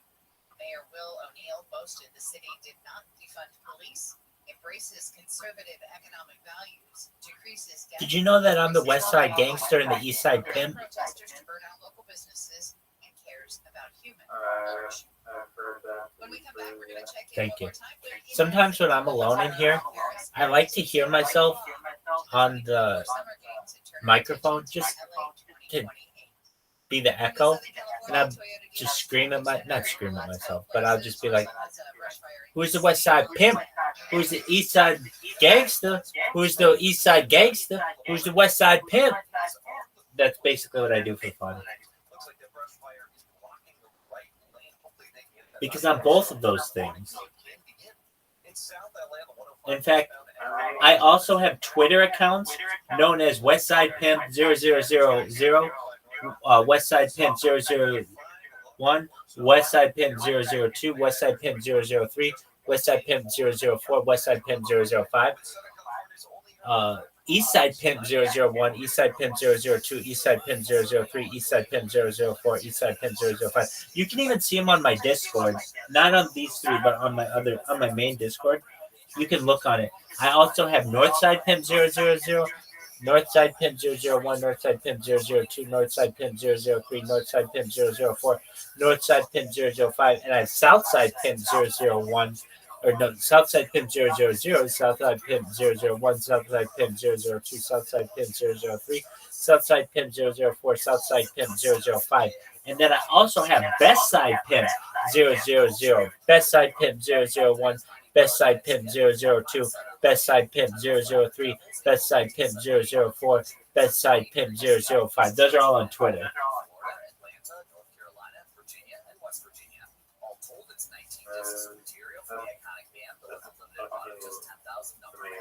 Thank you.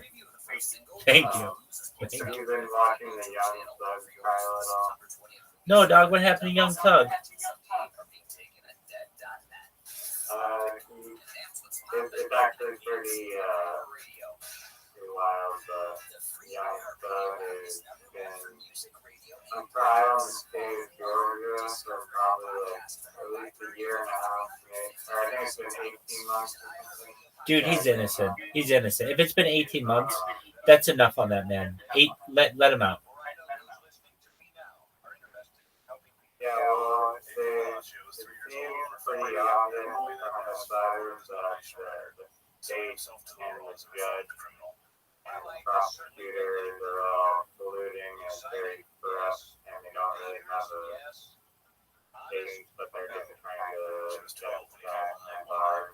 I mean, they don't. They probably do have a case with the 9 million case, like book that they wrote on like live jail or whatever, and it's dragged on so long. God, I feel horrible for those very people who have been 18 months. Some random person just working as a fucking like physiotherapist named like Susan got yanked out of her job and has been fucking dragged to court in Georgia for like 18 months. Dude. Watching some games for that she knows nothing about, having to listen to like all these hood rat west side representatives come in before the court. Dog, think about this.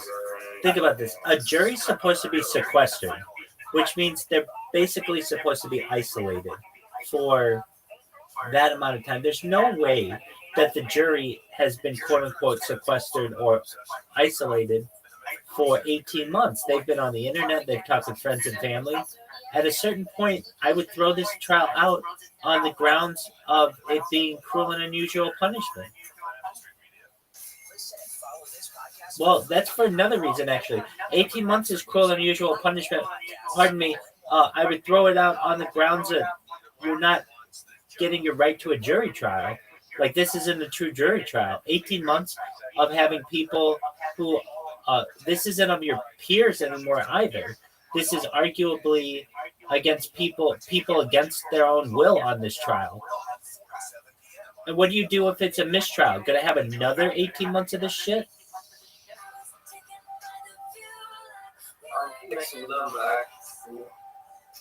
Frosty, how you living, pimp? Frosty, did you know I'm the West Side Pimp and I'm the East Side Gangsta? I'm the East Side Gangsta and the West Side Pimp. There you go. Yeah, I have you info about the sequence, like, you want to wrestle it? Yeah, I'd love to. I need a weekend from my weekend, but capped off by closing ceremonies. So much fun. Here's what I have no we're idea. the KFI 24-hour newsroom. I changed like forms of shit, like when I Mayor Bass received the official like flag that the handed guy off to Tom Cruise, who stopped rappelled down me into from the becoming stadium, my took the flag, form. rode out on a And motorcycle, then like you have to play a game like when everyone's just stuck in their body and shit. So I'm stuck in my body. Kind of stupid. But that is the info I've been receiving so far. LAPD says the man shot was between 40 and 50. They All haven't right. confirmed if he was involved in the street race around 3:30 It's yesterday pretty morning stupid, at 89 but doesn't make any sense. I get all my info from music. It's dominating pretty the box stupid. office. It doesn't make any sense. Like, why would that took happen? in about $54 million to earn But the top spot. this is the Finally, thing ends with us. of $50 music million to videos. debut in second People place. get The movies, last time they their like- husband and wife It's were like number one somehow was in 1990. any life you have, By the number one and movie, then one of Number them really like and to Demi be Moore playing debuted it. at number two with Ghost. After nothing to none. 6:05 a table on the news. The U.S. has ordered more ships to the Middle East. Whatever. Israel continues to threaten to attack Israel. And at 5:50, No one fucking knows. What the fuck is this, Frosty? Frosty just is like, hey guys, I know you're having a conversation. I'm gonna fucking cannonball in the middle of it. We don't know, Frosty, but we're glad you're here. Yeah, it works. And there's like I'm a lady, physical therapist, what? There's a famous rapper named Young Listen.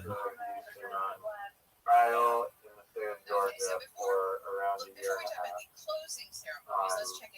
Racketeering / RICO charges. And so I was commenting about the jury and how random it must be for those people to just get yanked out of their professional career as like whatever, and they're physiotherapists, like whatever they do, and then have to sit there in the courtroom listening to like prosecutors trying to convict this like gangster rapper, and then have all these weird like witnesses, Rabbi, King of the West and South Side, 001 Twitter, Twitter,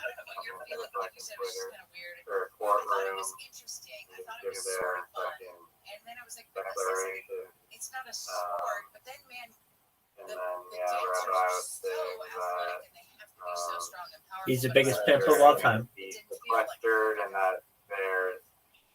Well, I was gonna ask the question of like, do you think that just on the basis of the 18-month trial that the jury is like colluding with each other or organizing outside the court? It's just they're supposed to be. I thought the jury was allowed.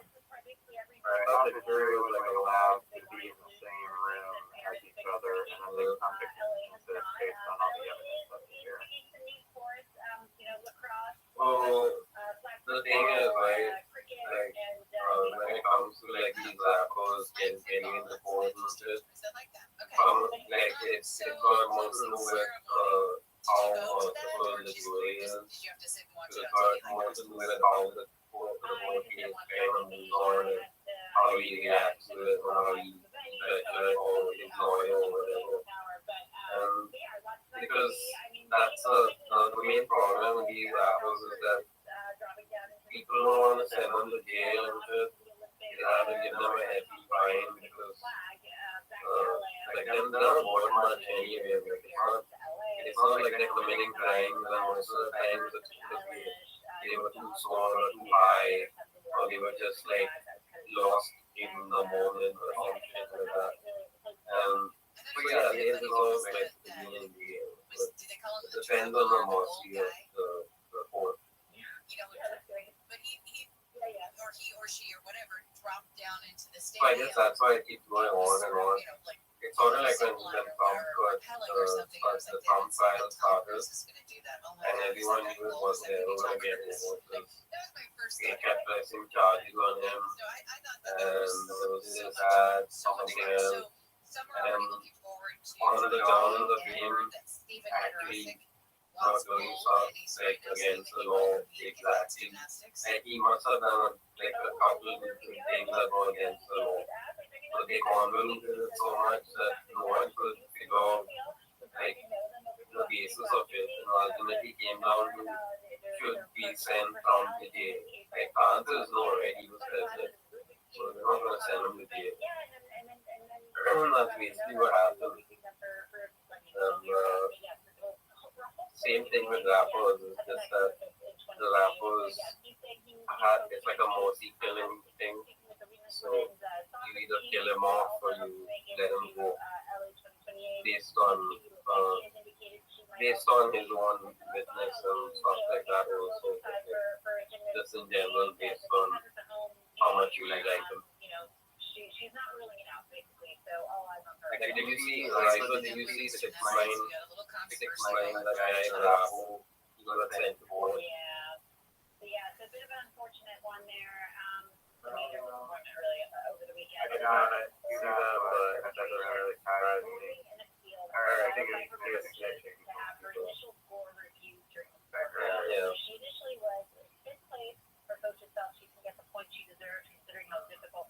one. The appeal for the judges to review that. Young Thug was a good number. He's supposedly organizing murder because I guess he does donate to causes and help on the south side. I gotta go to so fucking late. Take care, Pam. Hey. Take care, baby. Don't ever forget. The West Side Pimp loves you. The East Side Gangster loves you. The East Side Gangster loves you. The West Side Pimp loves you. Take care, Al. You're the man.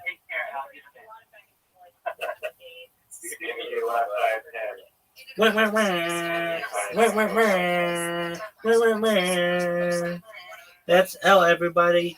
Yay.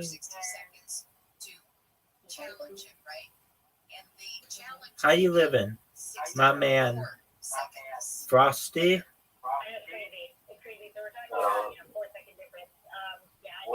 Who's this guy?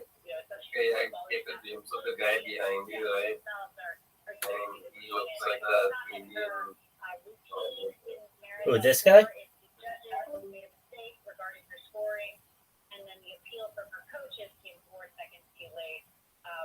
But yeah, so that's why you're hearing the U.S. Olympic Committee saying they feel strongly that she deserves that bronze medal. So yeah, I mean, it's a crazy situation. And yeah, there's going to be a lot more to come, I think, on that front. And certainly it's sort of like to watch the States. Yeah, and I will say I still feel really bad for the Romanian gymnast. I can't remember her name, but she was the one who initially they said, okay, you got the bronze. She was freaking out. The Romanians haven't won a medal in gymnastics for a really long time. She was so excited, and then they announced that Jordan actually got it while that gymnast is up on the mat with the Romanian flag around her shoulders celebrating. And you could just see the devastation. I mean, you just felt so, your heart goes out to her too. I mean, it's just, this whole thing has been totally. Yeah, Anna Barbeau too. And you know, there was chatter as to why couldn't they just split the medal in this case? It would seem like a nice, gesture to just have the two of them split the bronze medal. But it's ultimately up to the IOC, and the IOC rules that that's not what they want to do. They want to give the bronze medal to the Romanian athlete and have Jordan get back her medal. So, yeah, but yeah, no, unfortunate for the Romanians as well. It's an incredible routine, and it's just a above average situation. Yeah. Okay. I asked you this last week, so maybe you have an update, but what favorite moments? Favorite moment, and it's a tough one. I think what will stay with me is the atmosphere in Paris, how the whole city came alive, seeing all of the Team USA fans who were here. I didn't expect so many to come to Paris for the Olympics. Everyone united in cheering on Team USA, no matter their background or political affiliation, or that was really, really special. And seeing the camaraderie with the athletes. And so if I have to pick one moment, I think it was that moment with it was Jordan Childs, Simone Biles, and Bound Dash for Andrade, who won the gold medal. I thought that was such a sweet moment and such a beautiful image of these three women who are fierce competitors, but who still support each other and respect each other deeply. I thought that was really nice. And with that, we will say au revoir to ABC's Inez de la Cantera. Thank you. Thank you so much for calling in and giving us such great information. Maybe we'll do it again in 2028. Let's go. Thank you. All right, take care. We'll talk to you soon. When we come back, ABC's Stephen Portnoy is up. The Trump campaign says it has been hacked by Iran, and Vice President Kamala Harris is stealing a page from the Trump handbook. Find out the latest on that. Southland weather from KFI, sunny and very warm again today, but still, we are starting to cool down a bit. Highs will be in the 70s at the beaches, 80s for Metro LA and Inland OC, 80s and 90s for the valleys and high desert, upper 90s for the Inland Empire. Same for tomorrow, a little bit hotter for Wednesday, and then we'll cool back down a couple degrees through the week. It's 68 in Mission Viejo, 71 in Buena Park. There's a crash in the City of Industry on the 605. That's on the southbound side of the freeway, right before the 60. That crash has finally been moved up to the right-hand shoulder, but we're still seeing some pretty heavy slowing back from the 10. In Studio City on the 101 southbound, right before the 134, there's a cocked-out truck. This one's been pushed over the right-hand shoulder, but again, a small patch of slowing in that area. And in West Covina on the 10 westbound right before Bolton Avenue and Contact Park. This one's in one of the middle lanes. Keep your eyes peeled for that. With Southern California's only airport traffic reports, I'm Russell Ford. On your way to our 2024 iHeartRadio Music Festival, presented by Capital One. September 20th and 21st. T-Mobile Arena here in Las Vegas, streaming live only on Hulu. Keep listening for your next chance to be there. Audible is a proud partner of the 2024 iHeartRadio Music Festival. Explore the best selection of audiobooks, plus podcasts and originals, all in one easy app. Audible, there's more to imagine when you listen. Sign up for a free trial at audible.com. This is the iHeartRadio Sports Report. On the final day of the Olympics in Paris yesterday, the U.S. women's basketball team won gold against France. The men's water polo squad won bronze, and the women's volleyball team took silver, giving the United States 126 total medals, 40 gold, 44 silver, and 42 bronze. The flame has officially been passed to the U.S. for the Summer Games in 2028 in Los Angeles. In the NFL, veteran center Nick Harris is back in Cleveland. Harris, who started his career with the Browns, was traded to Cleveland from Seattle. The Browns gave the Seahawks a 2026 sixth-round pick, and in addition, Harris received a 2026 seventh-round pick. And some first week of preseason football injuries to report. The Falcons lost linebacker Braylon Trice to a torn ACL. Chiefs wide receiver Hollywood Brown may miss some time with a dislocated shoulder. Giants quarterback Drew Lock has a hip pointer and a strained oblique. And Baltimore cornerback Nate Wiggins has a shoulder strain. Week 2 of preseason football starts Thursday with Eagles-Patriots, 7 p.m. Eastern on NFL Network. I'm Andy West with your iHeartRadio Sports Report. Need more? Open the free iHeartRadio app for the best sports stations in the country and the most sports podcasts with the biggest personalities in the game on demand. All the good stuff. Yeah. Camps keeps you on top of pop culture. Brian Austin Green knows that child rearing is even more of a challenge when the child is part of the LGBTQ plus community, as Islam Cassius is. The actor joined Lance Bass on iHeartRadio's Frosted Tips podcast to share how he handles the situation and people's reactions. It's been a challenge just because, honestly, my son being gay, it was just unknown for me. But I think a lot of people are afraid of the unknown, whereas I'm not. So it was like I would get in these conversations with Cash where it was like I really wanted to understand the things that seem so different to me. At first, we realized like, oh, this isn't different at all. While moving past the unknown and finding common ground was a big part of the journey, not everyone feels the same way. And in an atmosphere of rising anti-LGBTQ plus rhetoric going hand in hand with anti-LGBTQ plus legal restrictions, threats, and violence on the rise, Green feels strongly that people deserve the freedom to be themselves. That's the thing I'm always trying to beat into people now. It's like, it does not affect you. Why are you trying to somehow bully your feelings and your opinion into something that literally does not affect you at all? Parents looking for support raising their LGBTQ plus youth can reach out to PFLAG at pflag.org. And you can hear more from Brian Austin Green and other guests on the Frosted Tips with Lance Bass podcast, available for free on demand on the iHeartRadio app. All right. And that's what's poppin' on Camps on iHeartRadio. The Daily Calendar. Hey, celebrating August 12th. It's Milkman Day. What are those? Milk delivery. You know, it's also Gooey Butter Cake Day. You can't make those without your butter delivery. I know, there's a word. And now you can have groceries delivered again, which is weird. And speaking of old school, it is Vinyl Record Day, from when music used to come on giant discs, which you had to scratch with a needle to get your music. I know, true though. And that's your daily calendar from KFI AM 640.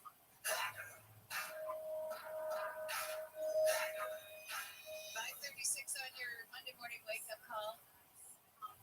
Thank you, Kona. Love that music. Vinyl Record Day. Do you have any vinyl? I have so many vinyls. You see, I've got a bunch of old vinyl, but it's still at my parents' house. That's where it lives because I have no place for it. But I think it's fun. Vinyls are sweet. Yeah. All right. Here's what's ahead on your wake-up call from the 24-hour newsroom. Police investigators are looking for a large group of masked teenagers who raided and robbed a 7-Eleven in the Pico Robertson area. The group of about 50 can be seen on security footage from Friday night, grabbing anything they could, jumping over the counter, knocking down shelves, and then taking off. The group was gone before police got there. A whale that died after beaching itself in Torrance has been cleared from the beach. They're going to do a necropsy to figure out why he died. LA Mayor Bass says LA will borrow thousands of buses from other cities to meet her mass public transportation promise of making the 2028 Summer Games a no-car Olympics. She says she's also going to ask businesses to let their employees work from home during the Olympics to cut down on traffic jams. Let's check in now with ABC's Stephen Portnoy. Good morning, Stephen. We were warned that Iran was trying to hack into U.S. elections, and they may have already done it. They may have. I mean, look, there's a lot we should say we don't know, which is including the fact that ABC News has not independently confirmed the statements made by former President Trump and his campaign about the fact that, the idea that they were hacked by foreign sources. But what we do know is that late last week, Microsoft publicly said that a presidential campaign was the subject of a spear phishing email attack. Now, spear phishing is the way you get an email that has you click a link and all of a sudden it compromises your system or your information. Microsoft says that a presidential campaign was the subject of a spear phishing attack, and that campaign also had a former senior advisor's account compromised, and it was all done by an Iranian intelligence unit called Mint Sandstorm. So you have the Microsoft statement, you have Trump's public statements that his campaign was hacked. You have Politico reporting that it received an anonymous email from somebody named Robert with an AOL email address that had documents that the Trump campaign says were legitimately theirs, that involved vetting information about J.D. Vance. Now, the Trump campaign shrugs this off as all publicly available information, which it no doubt was, stuff in the public domain, mainly about the things that J.D. Vance had said about Trump years ago that were potential vulnerabilities for a Trump-Vance ticket. Nevertheless, you have this idea that there is foreign hacking of a campaign, and that is concerning, so much so that Congressman Schiff has urged that there be some sort of, I think he's urged for declassification, certainly has condemned this, but you have calls on both sides of the aisle for the Biden administration to declassify what it can about this so that the public can be steeled against it. Okay. And so if the documents were leaked to Politico, has Politico published them, or are they like saying we're not going to because this was a hack? Well, Politico has not published the materials in full. I think there are probably two reasons for this, if I had to assume what a Politico editor or manager is thinking. The first is they don't want to create a perverse incentive for these kinds of things or do any kind of harm or damage. The other reason could be it's just simply not newsworthy enough. I mean, the idea that there's, background information could just simply be a list of articles or the text of those articles about J.D. Vance and things that have been said, which would simply be a long list of Politico's competitors and all the things that they've written about J.D. Vance. In fact, I imagine that's exactly what it was. So those would be two reasons why Politico wouldn't see any value in publishing it. But, the risk, of course, is that there may be more to come. And that's why Trump, I think, is drawing public attention to it, and why the U.S. government is going to be called on to say more about this public. In the last election, didn't Russia get into Hillary Clinton's accounts or something?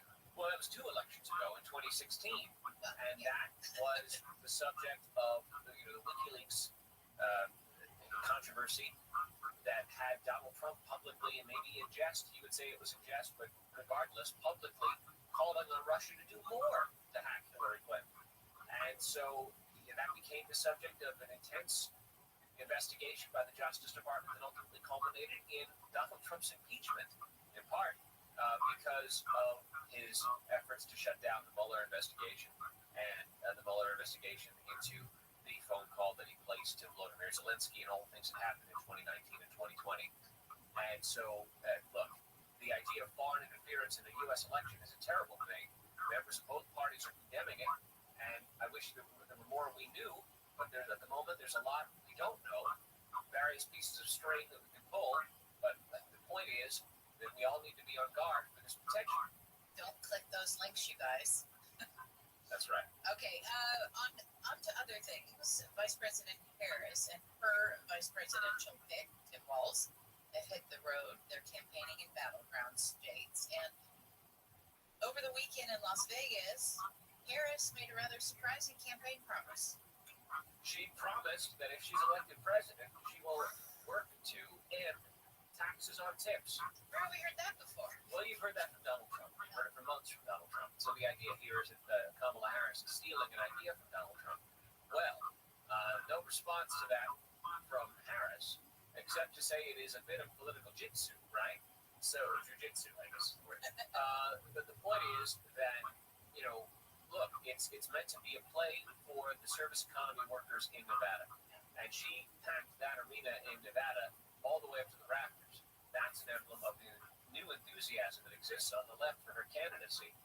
Perhaps it's been dormant for some time on the Democratic side, but now it's been awakened and energized by Kamala Harris just being at the top of the ticket without even laying out a single policy position. She's got the crowd engaged.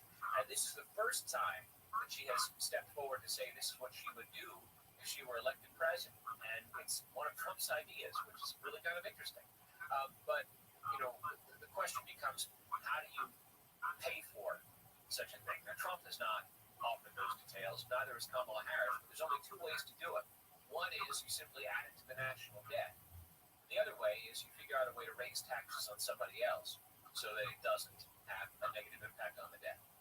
We're waiting on those details from Kamala Harris, as we are from Trump as well. How unusual is it, Stephen, and I would imagine it's very frustrating for journalists that Kamala Harris still hasn't talked to anybody, really? Well, look, I mean, in fairness, Harris has done a limited number of brief engagements, like the ones a minute and a half. Yeah, that's right, where she takes a... The gang is back. So that, you talked about starting something for the new year, which sets your year. And that, when I found out that news finally that this was going to come back, and the money that they're negotiating with, because that's good money, I'm like, I'll take whatever. I'm like, I'm not a, whatever you want to give me, I'll take. But if you say we can negotiate for more, okay, I'll take it. Yeah. I'll take it. So, and it's weird. I don't know about you. Only in terms of helping pay for this movie that I finance, I don't really think about, I get so much money. I think about, I get to be creative again. Yeah. It's so weird how at this age the money is, I've got enough. I've made some good investments. You always want more. You can always want more, but it's like, that doesn't move the needle for me. It's like, no, we're doing Reno again. That's why I said, whatever you want to fucking pay me, I'm fine. I'm down. I'm doing comedy in Spanish. Oh, really? Yeah. I'm starting in Miami. That's great. Just in Miami. Yeah. They're the only ones that don't understand what the fuck I'm saying. Yeah. A Cuban accent. Always doing Espanol. Yeah. I'm doing, the name of my show is Me No Speak English. Me no speak English. Me no speak English. Me no speak English. I love it. I'm and I understand. Put a one-man show together. What? Yeah. Trying to put a one-man show together, do little workouts once a month at the conference, or the third Wednesday of the month. Yeah. We're going anywhere. I have no idea. I want to see you on Sopranos prequel. Yeah, you're fucking pussy. That. We're ready. No, I'm not pussy. Yeah. It's a complete difference. Are you going to be on it? It's the prequel. You should be on it. I am. You are on it. Yeah, I shot it already. Of course you September 25th. That's great. How was it? How was Gandolfini's son? Tremendous. Really nice kid. Yeah, what a guy that really impressed me. A couple guys impressed me, but David Chase is a different level. Yeah. Different comedic. You wrote about his family. He's Italian. Yeah. His name is like David Cianiglia. Yeah. He's quite the fucking guy. So no Michael Imperioli, no. This is all. Oh, Joe, you're perfect for that. That's gonna launch. This is 1966. Oh wow! So Uncle Junior was younger. Junior is younger. Yeah. Anthony's a kid. Dude, you're in. No, I really like me and my age right now. I got the podcast. I got my daughter. I like going to the store twice a week. Mm-hmm. Like this week, I go down. I went down last night. Saturday and Sunday, but I'm not big on the TV, especially after doing the podcast and doing this with your own rules, your own beliefs. It's pretty much to go in. Yeah, scripted. Say the word is the, not the, and you're like, come here. I want to be fucking autonomous. Can you understand that? Nobody wants this shit. Yeah, exactly. Okay, nobody's gonna come up to me on the train and go, "Hey, I saw you on the show on NBC." Yeah. Doesn't matter whether it's. Yeah. So every time they come up to me, they just take the fucking gun off. Yeah. If I do something, it's because I really want to do it. Yeah. You're gonna shoot me out first in the morning. But it was different with have me Chase. fucking lurking around all fucking day like a mook on a TV show. Yeah. Shoot me out like Tracy Morgan before I start Me Tooing bitches. Yeah. Okay, so what do you want to have? A Me Too a fucking campaign? Yeah. Or me getting the fuck out of here at 12? Just shoot me and Carlos out. I don't Yeah. give a fuck about that. These people were paid to stick around for 12 hours. You want the best of me? Yeah. 58.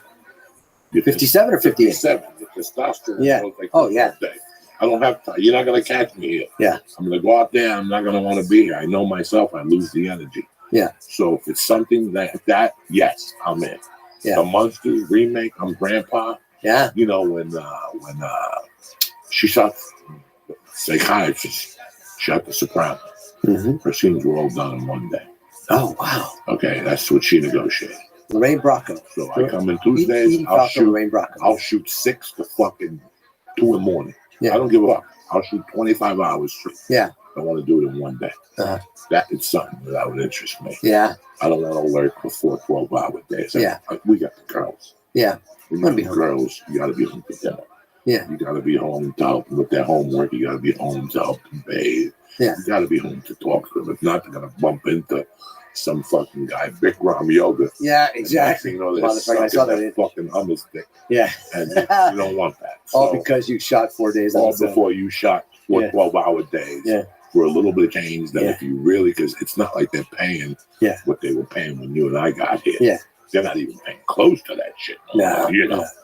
So it's not really one of my things anymore. Yeah. It used to be. I loved acting. I loved movies. Yeah. But now, well, who's going to see you in a movie? Yeah. So many I went up choices. to McNair and I said, did anything really, did the needle move after the Joker? I mean, the best movie of the year, Yeah. the needle should have moved a little bit. Yeah. You should have gone from selling the Improv out to maybe 2 weeks at the Improv, or maybe an extra Wednesday. You know what I'm saying? Those days are done. Yeah. Those days are done. But what are you going to do? We just keep plugging, brother. Yeah. I whatever comes my way, stay creative, really work on this movie, finish this thing, do some more stand-up. I'm doing some sets to prepare for the HA Festival, the HBO Mesh thing. I'm doing 7 to 8 minutes, and we talked about it. We called Rita at the Improv because I don't want to just rest at Flappers and where I'm comfortable. Got to make sure things are funny, and we'll see what comes from that. But I remember I was offered a possibility of doing an hour special or whatever special, and I was on the table for it. And I said, if I get it, it's fine. If not, it's fine. I'm fine either way. An hour is a long fucking It's a long journey. when you haven't been writing, for sure. Oh, yeah. And you got to go out every night and have one of your friends with you. Yeah. And give him a couple dollars to guide you along the way. But they can find you on CarlosEllisRocky.com. CarlosEllisRocky.com, on Twitter at Carlos Ellis Rocky, Instagram Carlos Ellis Rocky as well. Even on TikTok, we do some videos for the Casa Grandes, which I'm doing for Nickelodeon. And I'll be Rudy Moreno. Actually, he just I guess he's made it public. He had a heart attack. Yes, he did. And he's allowed me to do a set on an all-woman show on the 8th, which is tomorrow night in Pasadena with Joe Michelle Melian and a couple of great female comics. And I'll be at Flappers on the 18th doing 8 o'clock, 10 o'clock guest spots in Burbank. And I'll just be everywhere, yeah. And then I do my Stephanie Miller radio show once a week. You still do it? I still do it once a week. I wake up at 4:30. 69. Yeah. Good for her. I hosted this last time. Carlos, it's been a real honor to have you on. Yeah, You're yeah. just not I don't understand if you know how real you are and how Thanks. what an impact you had on my career, and you're just a great guy. You deserve all the success that you got. I'm happy for the Quip show, and Quippy. We'll have you on here for the premiere. So Yeah, let let's do it. people know. And when Witness Infection comes out, we'll do the same. That's all. We'll do the same, and I'll get Brett. Yeah. Brett does great. Hey, he's not the guy. That's him. He called me a couple weeks ago with his fucking mother in the car. Yeah. And we just went at it. Yeah. Because his mother knows the same people. You know, his Yeah. mother grew up where I grew up. They're Jersey guys. Yes. My wife's a Jersey girl. She knows the whole fucking Yeah. deal. The mother knows that Jimmy Hoffa was buried. Yeah. Yeah. She 12 minutes late for my burial. Yeah. Well, thank you very much for coming on.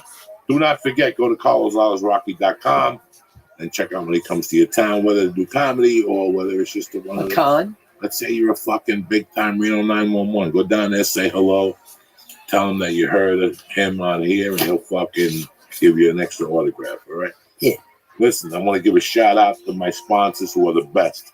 Like I told you earlier, listen, time is money, baby. Stop wasting your time going to the post office when you can use stamp.com. All you need is a computer to print postage 24/7, any letter, any size package going anywhere in the world, right from your couch. You're the post office now, Jack. And the best part is the mailman will come and pick it up. No more lugging boxes down to the post office. More time to get things done. You got no excuses. And stamps.com is actually cheaper than the post office. Get 5 cents off every first class stamp, up to 40% off priority mail. Never pay full price again. How many more times am I going to schlep to the post office? How many more times are you going to schlep to the post office in your life? How many? Good. Stop leaving money on the table. Sign up with stamps.com today. No more waiting online, the post office like a Momo. With stamps.com, you do everything from your house and you save money. I love stamps.com. My wife loves stamps.com. And I'm telling you, if you don't have stamps, you're losing out. So do me a favor. Right now, give yourself a resolution you're going to stick to. Go to stamps.com.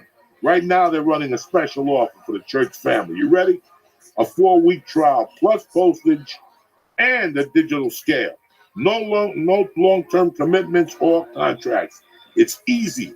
Go to stamps.com. Click on the microphone at the top page of the home page and press in church. That's it. That's stamps.com, press in church. Never go to the post office again. You're hiring, aren't you? ZipRecruiter is the answer. Listen, it's tough out there for a pimp. Kids are graduating by the day. There's a lot of good employees and there's a lot of dead people out there. It's a new year. Take your business to the next level by hiring the right people. Finding qualified candidates can be challenging. Hey, you're talking to the man himself. But ZipRecruiter.com/church makes it easy. How, Uncle Joey? ZipRecruiter sends jobs to over 100 of the web's leading job boards, but they don't stop there. With their powerful matching technology, ZipRecruiter scans thousands of resumes to find people with the right experience to apply for your job. As applications come in, ZipRecruiter analyzes each one and spotlights the top candidates so you never miss a great match.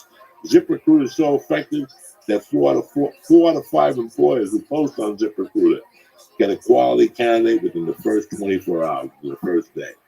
Listen, that's tremendous.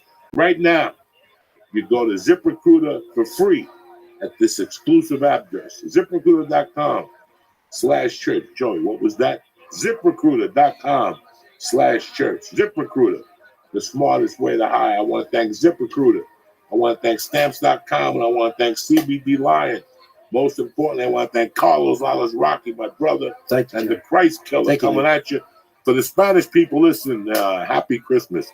Today we celebrate. We fucking, Cubans, today's the 3 wise men. Yeah. So you have to fucking, for good luck, we're like the Jews. We got to fucking give somebody a little money. There you go, Lee. Sushi happy hour. If I find out you fucking don't go to happy hour at Sushi Man, I want you there at 3:01. I'll leave right now. Don't blow that on a chicken in a box. Yeah, I'm taking that fucking money back, cocksucker. That's how I roll. It's Cuban Christmas today. Give somebody you love a 20. Feliz Navidad, coño. Feliz Navidad. Today's the day when the 3 guys showed up in Cuba. So today's an extra Christmas. So when you're Cuban, your parents test you. Like you were good all year, bitch. Let's see how you're gonna act from Christmas to the 7th. Yeah. Because that's when you get all your shit. Now you don't need me no more. Playing overtime. So my mom gave you cash. So after Christmas, I had to still keep it under control for a few days. Once the 7th came, then go fuck yourself. I ain't sweeping the garage. You know what I'm saying? But on the 6th, you should have seen me sweeping, mopping, painting. After that, you can suck my dick, shovel the fucking driveway yourself, take an aspirin, bitch. Anyway, don't forget, next week, Fox Theater in Bakersfield, Friday night. Saturday night, Power in Fresno. And then we just added a second show at the Tabernacle Theater in Atlanta, Georgia on the 25th of January, pre-Super Bowl, motherfuckers. I'll see you there. Listen, I want to thank Carlos again. Go to carlosalwaysrocky.com. I want to thank the Flying Fucking Jew, a.k.a. the Christ Killer. But most importantly, I want to thank you guys for being fucking savages and for always giving us love. Happy New Year. Have a great first week, and we'll see you motherfuckers next Monday. Tip-top Magoo. Ready to go. Wash your assholes, cocksucker. It's going to be a good year. Thank you again, Carlos. Thank you, John. Bam! Greetings from Podcastville. It's Monday, the 13th of fucking January, 2020, and you're still sitting there thinking to myself, what am I going to do with my life? I'll tell you what the fuck you're going to do.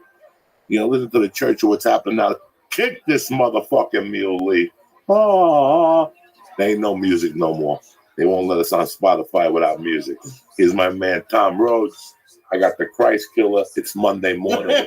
What the fuck you want from me? How are you, Tom? Joey, how are you, my brother? Great time at the Comedy Store Saturday night. Oh, my God. That was probably one of the best lineups. It was me.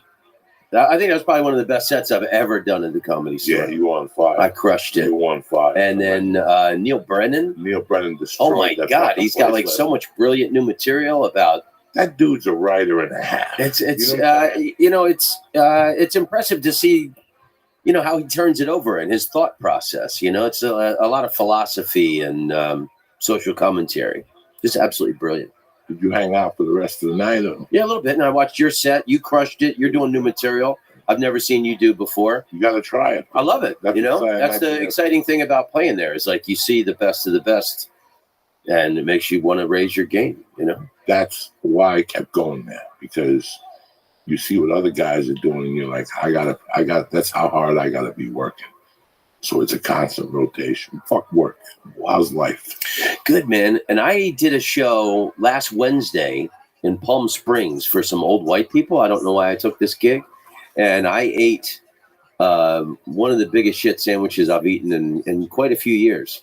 And, you know, they just said, don't do any political stuff. So I was like, okay, cool. But apparently some of my like regular jokes were too hard for these people. And so that set I did at the Comedy Store on Saturday. You know, like if you have like a bad set as a comedian, it just stays in your head and you can't erase it until you crush it. So like I was washing that stink off me on that stage. Every joke that killed, I was just getting in the crevices. Was it a private? Yeah, it was just, I guess it was just a gig that I had no business being a part of.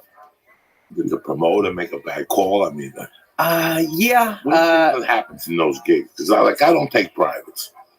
It wasn't a private gig. I don't do private gigs either. And I noticed, you know, I don't do cruise ships. I don't want to play anywhere where there's old white people that are going to get upset by anything, you know? Well, that's everywhere now.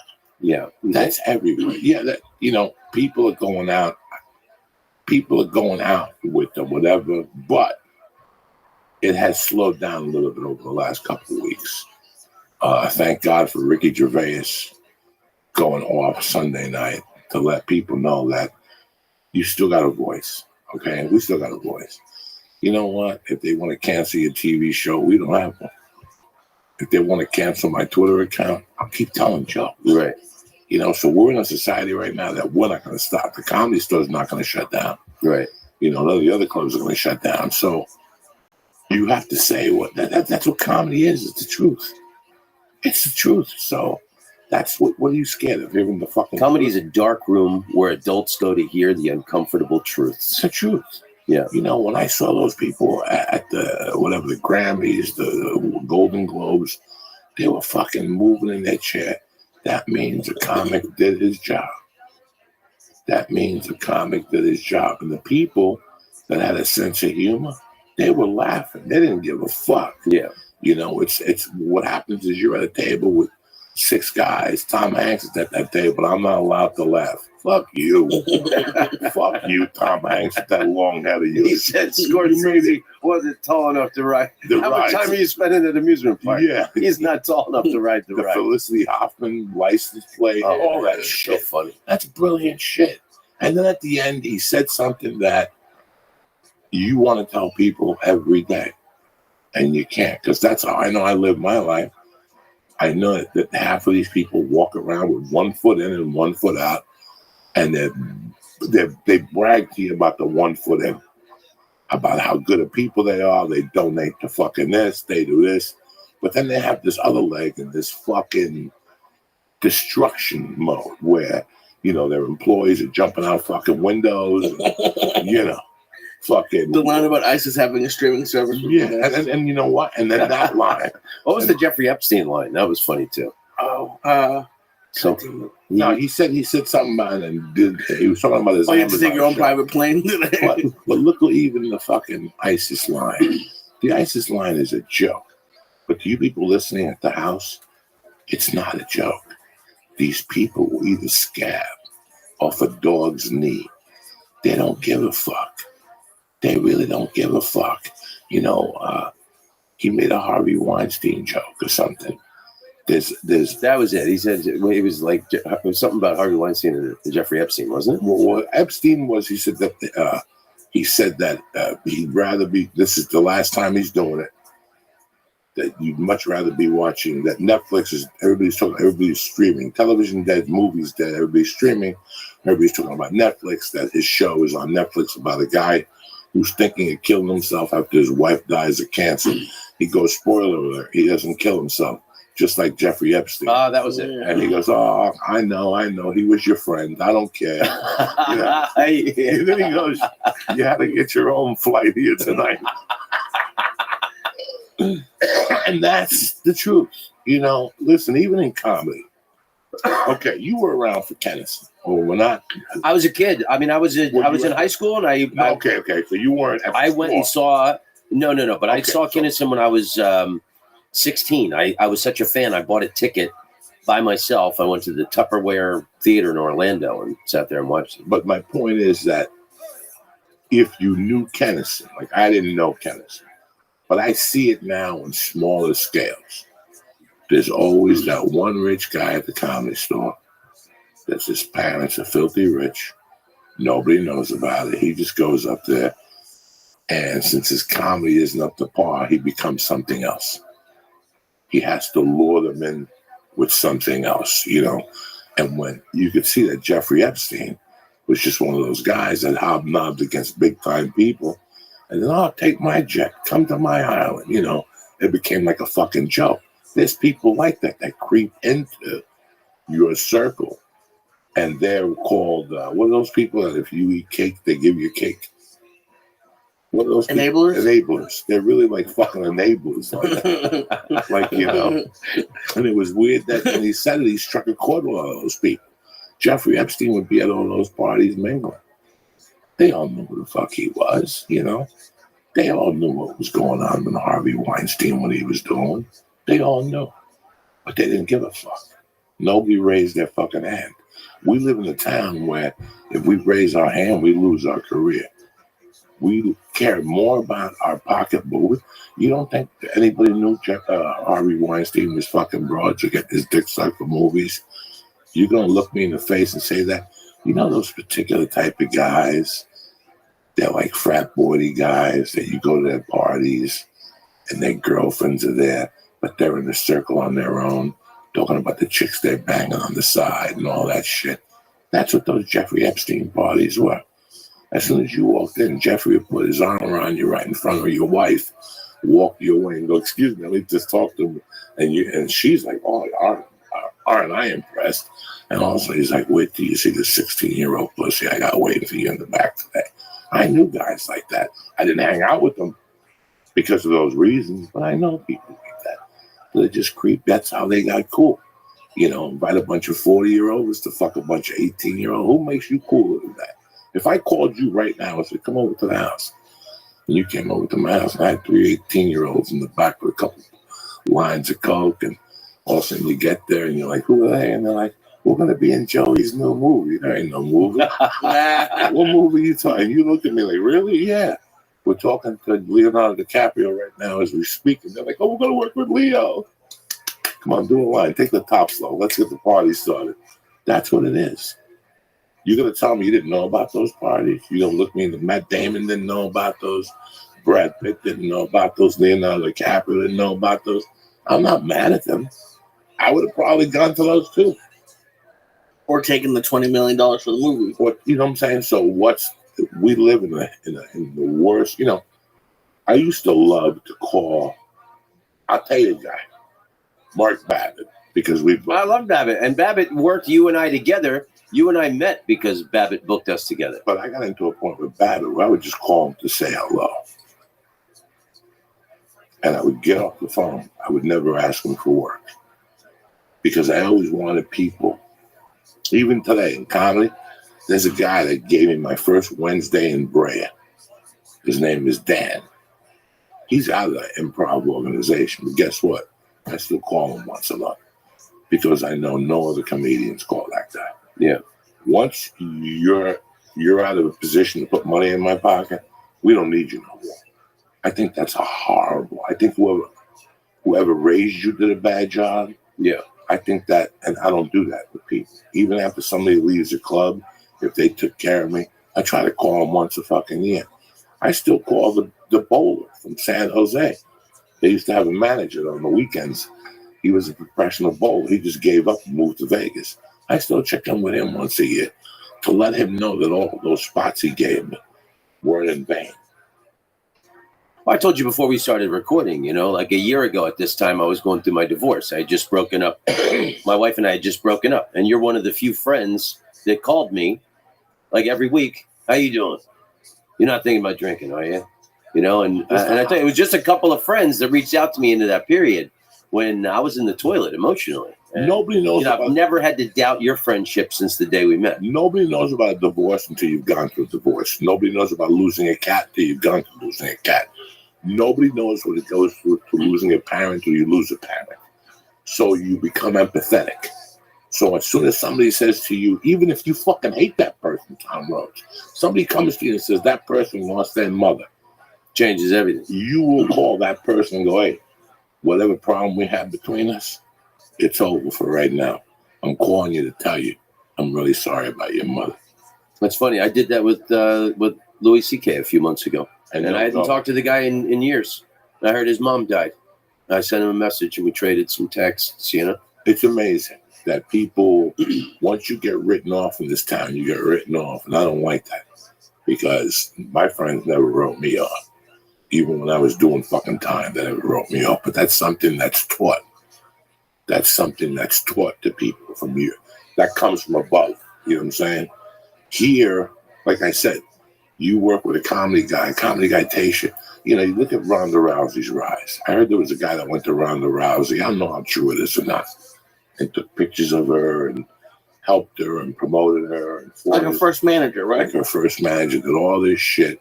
And one day she fired him with a text message. Well, no wonder her career is over. Yeah, she might be wrestling. She might be rich. But she's got that stink that somebody genuinely tried to help her. And she spit in his face. That stink stays with you for a long time.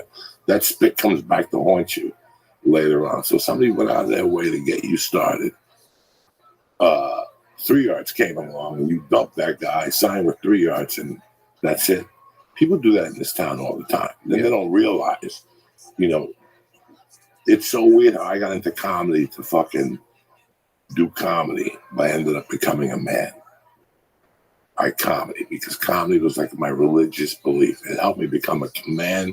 That's how I feel. Comedy's my religion and my political party. It's my religion. Yeah. It's my religion, and it's who, and I tell people all the time, it's not like me and Rogan talk every day about stupid shit. We don't. We really don't. 22 years. But when him and I get together, we just talk about the dynamic, which is comedy. What he's been doing, what's not working, how he's been doing it differently. There's a whole science to it. And even if our friendship is connected by that alone right there, like that bond we have, you and I have since day one. But I was talking about Babbitt. I remember one day Babbitt calling me back and going, hey, don't you want to work a week in my club? And I go, yeah, but we'll get to that when it's time. Because I treated bookers like girls. I treated bookers like you would treat a woman that wants you. You don't chase a woman that wants you. You give them a little bit, then you pull back and see where the pieces fall. And they'll come to you like fucking a pigeon comes to a fucking little worm. Because, you know, it's like when you walk into a room and there's a hot chick there and you don't react to her, but 20 guys reacted to her. That chick isn't concerned about the 20 guys that reacted to her. She's concerned about why Tom Rhodes didn't look my way. Not that Tom Rhodes means anything, but that guy didn't look my way. Do you know what I'm saying? Mm-hmm. Like that guy didn't go, wow, look at your tits. He just walked right past you and said, go fuck yourself. You got titties just like everybody else, you dumb fuck. So it's so weird how that works with comedy bookings, like, and just friendships and how you have to work bookers' relationships. Just call them up. Hey, what's going on? Nothing. I like what you said about, you know, comedy taught you to be a man. And, you know, you're empathetic. You're a great friend. You know, I've never had to doubt your friendship. I had an incredible thing happen to me. You know, a year ago at this time, my wife moved out New Year's Eve last year, not this one that just passed. So last December was really rough. I took my mom to Israel at the beginning of December last year, and then I was home for the holidays in Orlando. And I was flying back to Los Angeles on Christmas Eve. My flight was at 7 a.m. from the Orlando airport. And I'm checking in. I'm the first person in line. There's people with the Delta agents. And this guy comes up to me and he says, can my family and I cut in front of you? My brother just committed suicide. We have to get to Hawaii. And I turned around and I just saw this family destroyed. They were just crying, and the dad could barely stand up. His name is Dean. He's a fan of yours. Hello, Dean. And when I knew that feeling when my sister died of cancer. I didn't know a human being could cry that much. I would hyperventilating crying. I would be exhausted from crying so much, physically exhausted where I couldn't even stand up. And I saw this family and I let them go through, and it just like put everything into perspective for me. I'm going through a divorce. I thought I was having a hard time, feeling all sorry for myself. I'll never be loved again. And I see this family and I knew instantly, well, I know that feeling. I've been there. And I realized going through a divorce isn't the worst level of pain you could experience. And I wouldn't even classify it as pain. It's an inconvenience.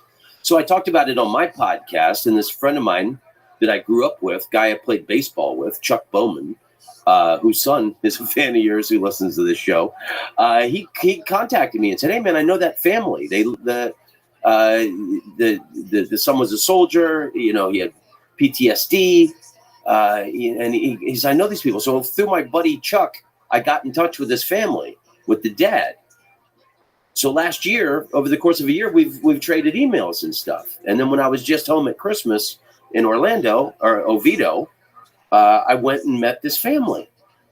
And it's a year later, they're doing much better. I mean, you'll never recover from something like that. I know. I'll never get over my dad and my sister's death. There's just degrees of better as time goes on. But like, I feel bonded to these people. Like, I feel like they're my brothers. I feel related to these people, you know? Just because I feel like I somehow was in on this private family moment that was probably the worst day of their lives. I know the day my sister died was the worst day of my life. You know, it's so funny how I get emails. And I text with them, the dad and the son. You still do? Yeah. I just met them. Yeah. I mean, I feel closer to these two guys than I do my own brothers, who are morons, you know? So like, I feel blessed to know these people, and they were all military people. They've all served.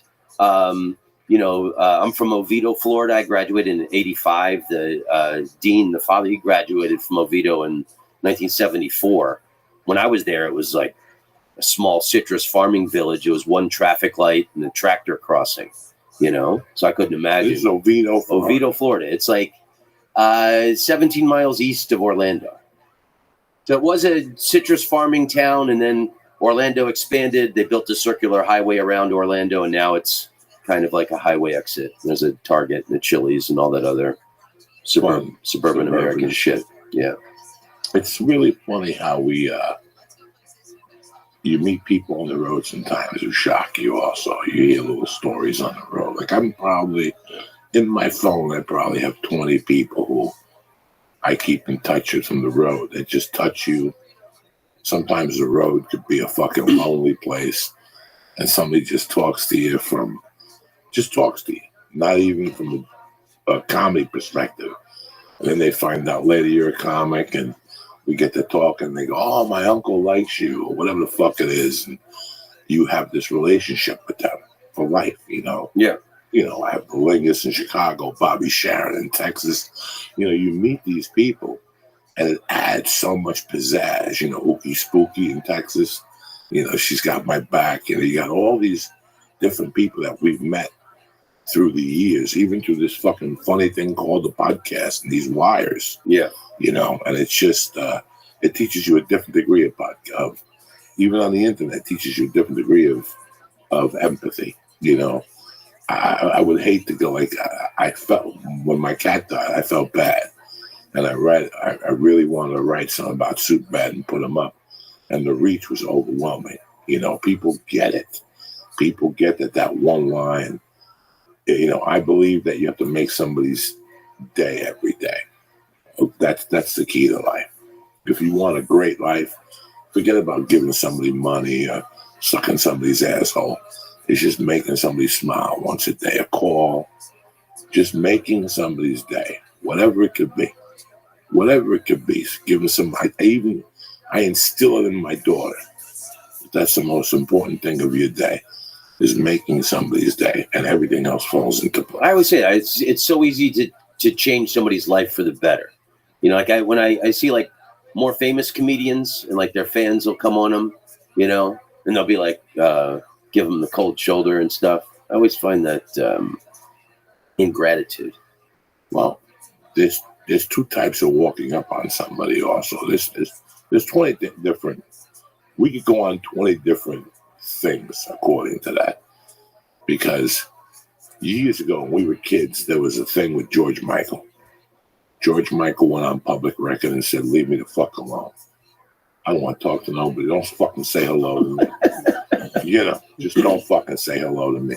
I was a George Michael fan. Did I buy his music? I didn't buy his music. I like the videos, you know. That's what you get, all that shit with the models and stuff. But I felt it to be rude. Yeah, I felt it to be rude. I felt it to even be rude. Okay, so let's say you're not coming. Let's say I have a TV show. Let's say I was not a stand-up comic, and I have a TV show. And every week you can take a half hour out of your life to watch the show. I could give you a minute out of my life to say hello, how you doing, whatever. There's a thin line. But there's a thin line. How are you? If we're stuck in an elevator, hey, that episode about whatever really hit home with me. I just lost my mother. Okay, that's where it ends. That's great. I love people coming to the shows, and I love talking to people after the shows. It's the expectations. You know, I can't be at a restaurant with my daughter, and you come up to me and say, "It's blue cheese with wings to go fuck your mother" in front of my daughter. It's happened. Oh, wow. It's happened. You know, you can't manhandle me. You know what I'm saying? Like, come up to me with 6 guys and go, "Yo, you motherfucker." I can't deal with that. There's always a place and a time for everything. And you have to decide as a human being, what's more important? Do I go up to Tom Rhodes, who I'm a fan of, at the airport online with 200 people waiting before you board a plane? Can I just come up to you and go, "Tom, I love what you do. I heard John Whitney Cummings' podcast. That shit was funny." Or you come up to me at 6 a.m. when I'm half mummified from the night before and want to ask me about episode 648 of Joe Rogan when I quoted that Ruben Blades is going to beat up Chi Ramirez in a game of fucking ping pong. And then they want to ask you for a picture on the line. There's 200 people here. You're going to blow up my fucking shit in front of 200 people at 6 in the morning when you know I'm a fucking stoner, You know I'm high as a kite. You know I'm gonna get uncomfortable. You know what I'm saying? Yeah. You know, when I so many people, that's the type of shit that bothers me. Then you go to the shows. You go to these shows and you pull up around the back, and there's these 6 geeks with everything you ever did printed out, and they want you to sign it so they can sell it on eBay. Yeah. And I'm supposed to feel bad. You know what I'm saying? Like, that's a different level of me feeling bad. I really don't mind giving them an autograph or two. Hey, everybody needs $1. But these guys will sit there and just keep saying, can you sign this? Can you sign this? Can you sign? If you sign 1, you got to sign 20.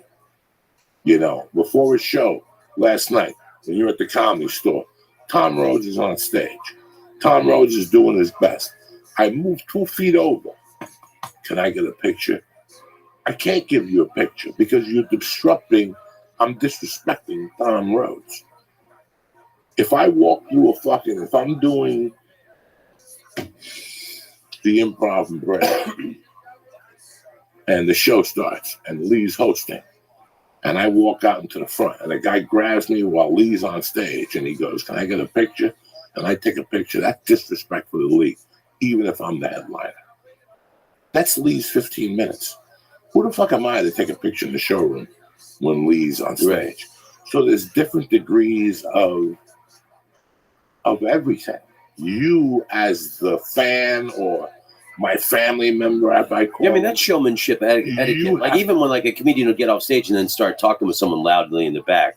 I want to fucking smack him in the mouth. Yeah, I hate that. I want to smack him in the mouth. Take the comic and take him downstairs and go around the fucking bin.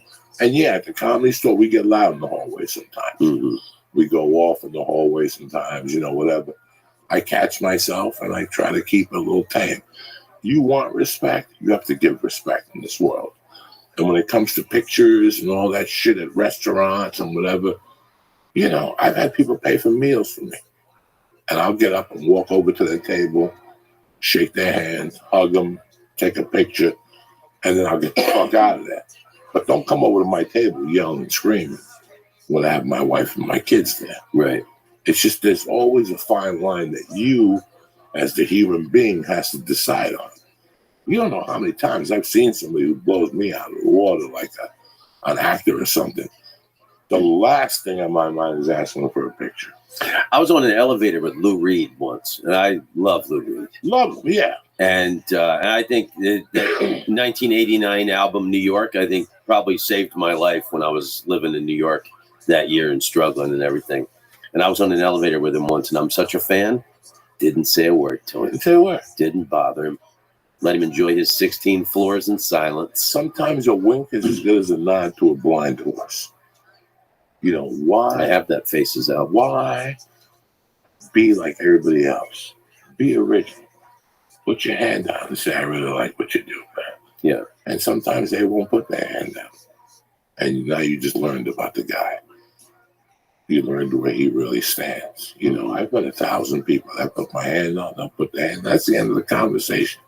I don't even want a fucking picture because we were at the fucking airport, because we're at a restaurant. Because, you know what I'm saying? Yeah. If not, now I'm going to have 10 other people coming to take pictures of you. I remember, so 6 years ago, January 1st, this year was when I blacked out and busted my head open in Philadelphia. And I haven't drank alcohol since then. And, you know, it was like 2 years after my dad and my sister died where I had stopped drinking for pleasure. And I really started to get that alcoholic white guy booze face with the bulbous nose and everything. And when I busted my head open in Philadelphia, I was just so wasted. I blacked out and fell off this bar stool like a tree, busted my head open on the tile floor, had to go to the emergency room. And I got 6 stitches on my forehead and I had a black eye. And I had to do this morning radio show the next morning.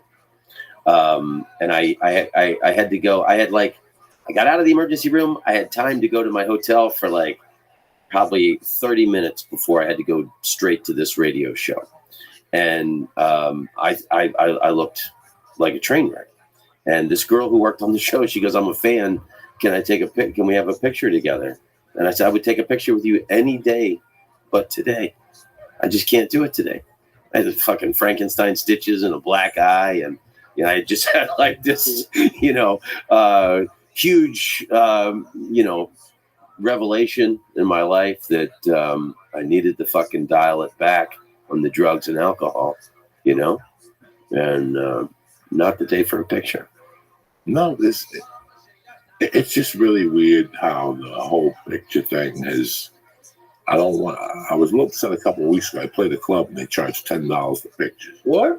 And I found out afterward. No club was it? And I don't want to embarrass them. And I had 800 people there. And, usually I like taking pictures of people. It's one show. I was like, why aren't people taking pictures? Because they were charging $10 for a picture. Jesus. So it kind of picks me off. If it's in between, if I have two shows where people seem to Fluffy got a lot of heat for this. Gabriel. Because Gabriel stopped going out in between shows. He realized after 15 years it took too much energy from him to do the two shows. Once you talk to 1,000 people, then you got to rest for 10 minutes and then go back up there and do it all over again. Right. It's kind of tough.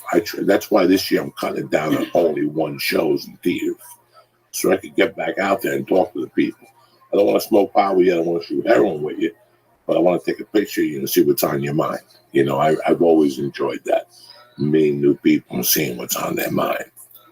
I normally don't like going back, but something that what you guys were talking about at the beginning, where if you go through a divorce or you go through a death, it's hard. And the thing that struck me was how it's like it's always when you lose something. Has going through those things helped you live more in the moment, like to appreciate stuff while you have it?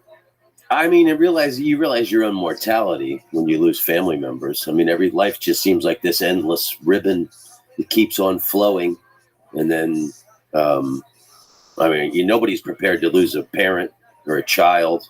It definitely.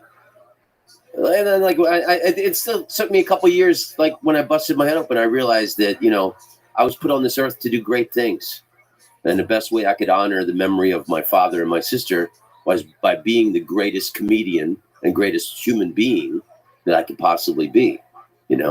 So I think it definitely sharpened the lens focus in that regard.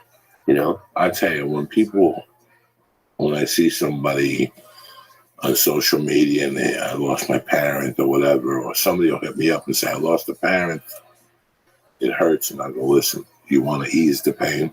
Here it is. Become the man or a woman that they wanted you to be. Yeah. If you become the man or woman they wanted you to be, the pain will disappear.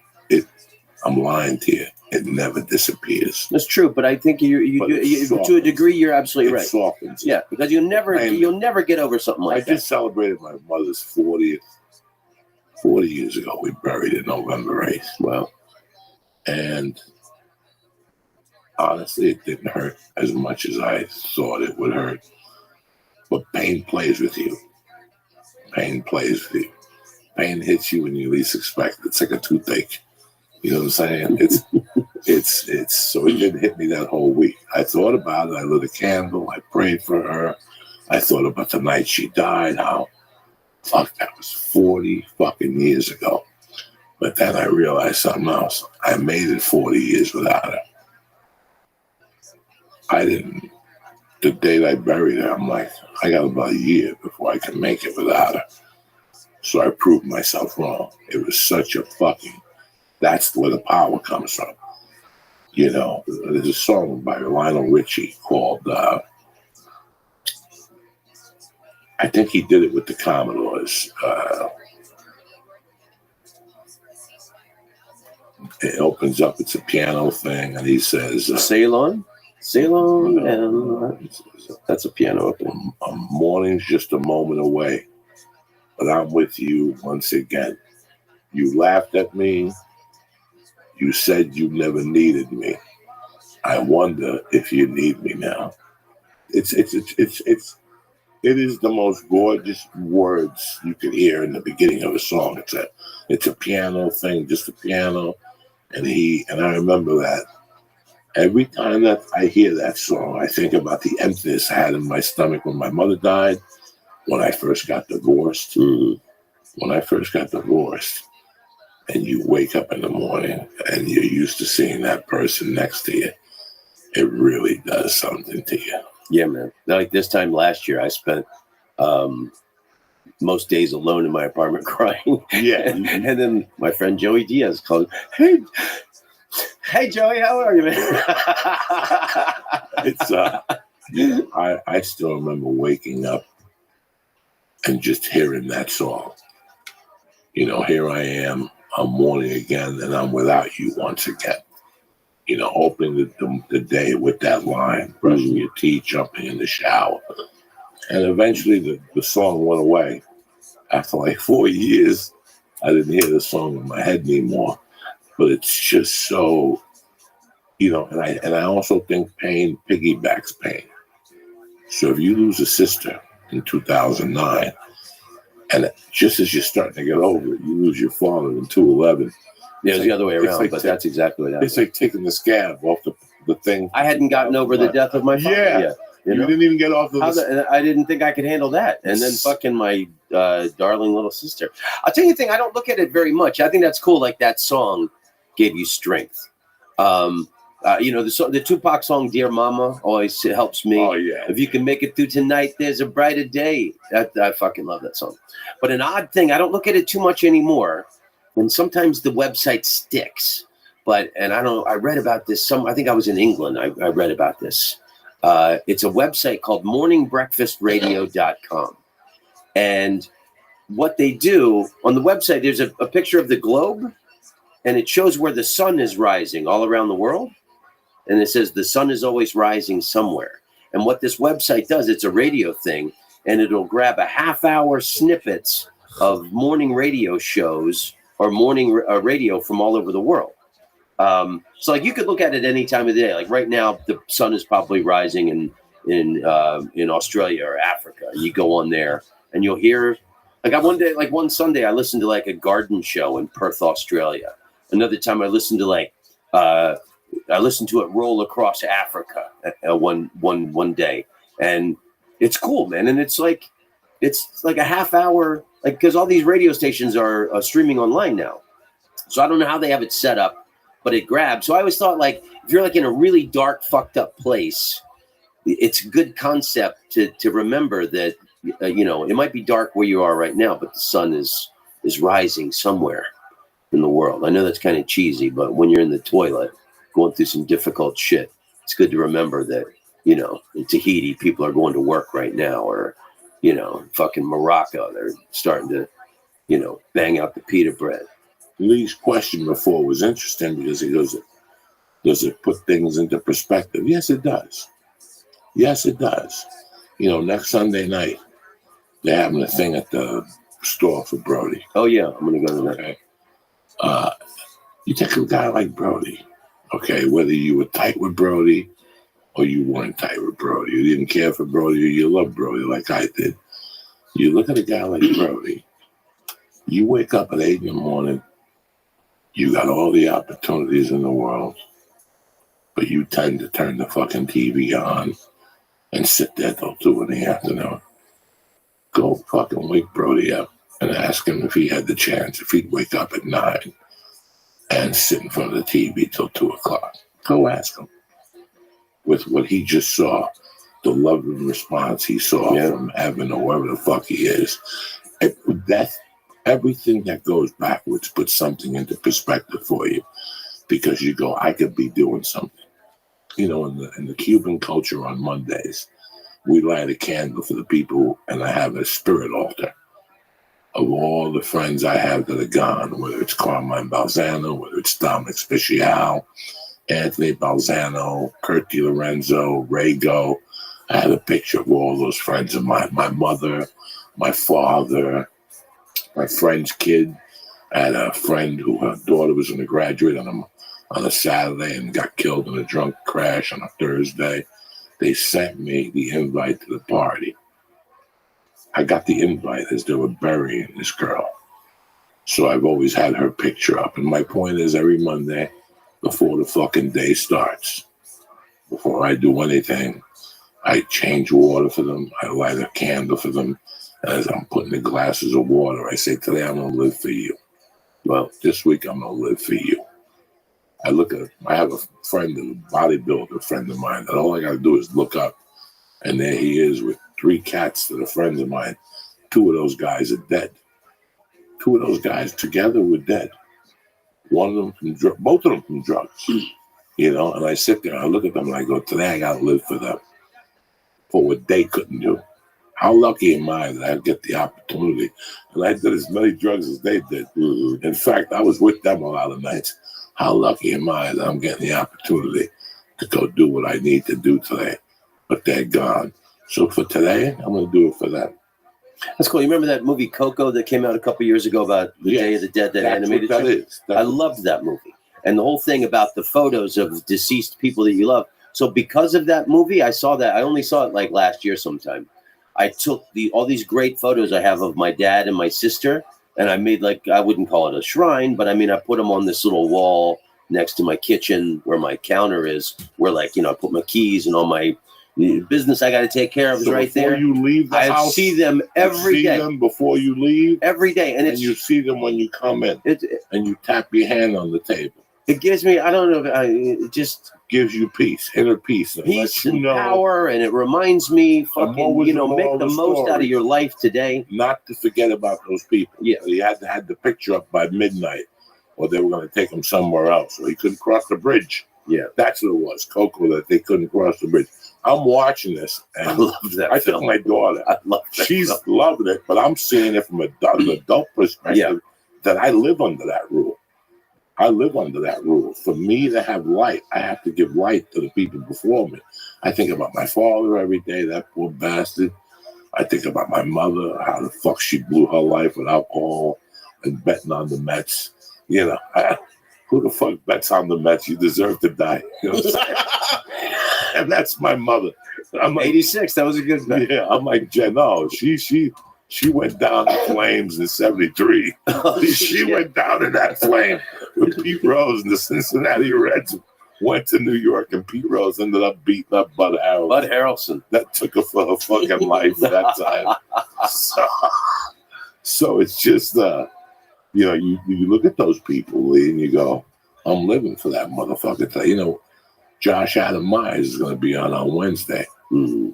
Josh Adam Myers is a nice kid. I really like him, We're not super tight.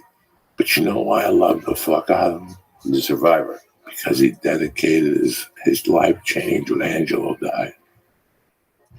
Who's Angelo? Angelo was his best friend. Oh. And 8 or 9 years ago, I guess, were they in the car together? Yeah, they were open micers together, and a drunk driver hit their car. Okay, and killed Angelo, and he lived. Well, this kid was on a fucking mission. I have to respect somebody like that. Yeah. Josh Adam, whatever his name is, Myers will always have good kid. Love his voice. Got such a great voice. He'll always have a chair at my table because he did something that a lot of people don't do. And I remember when I did his goddamn jam, I pulled him aside and I go, Angelo's watching down on you, dog. You're making him fucking proud. I might be mad at Josh Adam Myers for my respect level because he turned his life around and said, I'm not doing this for me. Yeah, I'm doing this for Angelo. This is what Angelo fucking wanted. And there's certain people who do that, who do it with a fucking word on their chest. And you have to respect those people. And that's what I've done. That's what I do a one-man show at the Comedy Store. And that's what the theme is. That I'm doing this. I did this. My mother had one fucking thing for me. Yeah, she wanted me to be in the army and she wanted me to be an attorney. That was great. But the main thing she wanted me to be was to be a man. What does a man do? Does he beat up people? Does he have 50 girlfriends? No. There's a certain way a man acts. There's a certain way a man presents himself. There's a certain way a man talks about or to people. That's what she wanted out of me. Well, it took me 50 years to get there, but I got there. Yeah. Do you understand me? It took me 50 years. I wonder if my dad and my sister, if they'd have lived, if I would still be fucking up. And I don't know. Maybe they died so I could have this life change. I don't know. Well, the thing, there's people who let things go by them, and there's people who take every sign and do something with it. Mm-hmm. God gives you signs every day. He gives you stupid fucking signs every day. When I say God, I'm lying to you. The universe. Whoever it is, Gandhi, Muhammad, who's the other guy that white people like? Buddha? No, that's Chinese. What's the one? Justin Bieber? Chow Ming, whatever they say, roll with it. Everybody's got a philosopher. My philosopher is the universe. The universe will give you the signs you need. Little by little, they'll give you the signs, and you'll see them, miss them, and then you'll go, fuck. He told me 2 weeks ago on that stop sign, that bum said, vote Andrew Yang. I fucked up. You know what I'm saying? I went with Joe Biden. I just voted with Andrew Yang. The black guy in the corner told me that. You get signs. And you see him sometimes in movies with a director or show you an actor getting a sign from something. Just from something, you know. Rocky, when he goes that night to the arena and he sees that his shorts, he says to the promoter, hey, look at the fucking shorts. They're wrong. My shorts are red with blue. These are blue with red. The promoter looks at him, takes a puff off his cigar, and he goes, does it really matter? We know you're going to give him a good fight.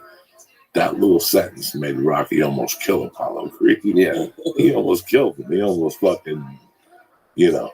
What's the speech Rocky gives in Rocky 4 to Dolph Lundgren at the end? Do you remember? Tremendous. In the ring? Tremendous. About how come if two guys can't get together, why can't our countries get if I can respect you, and you can respect me.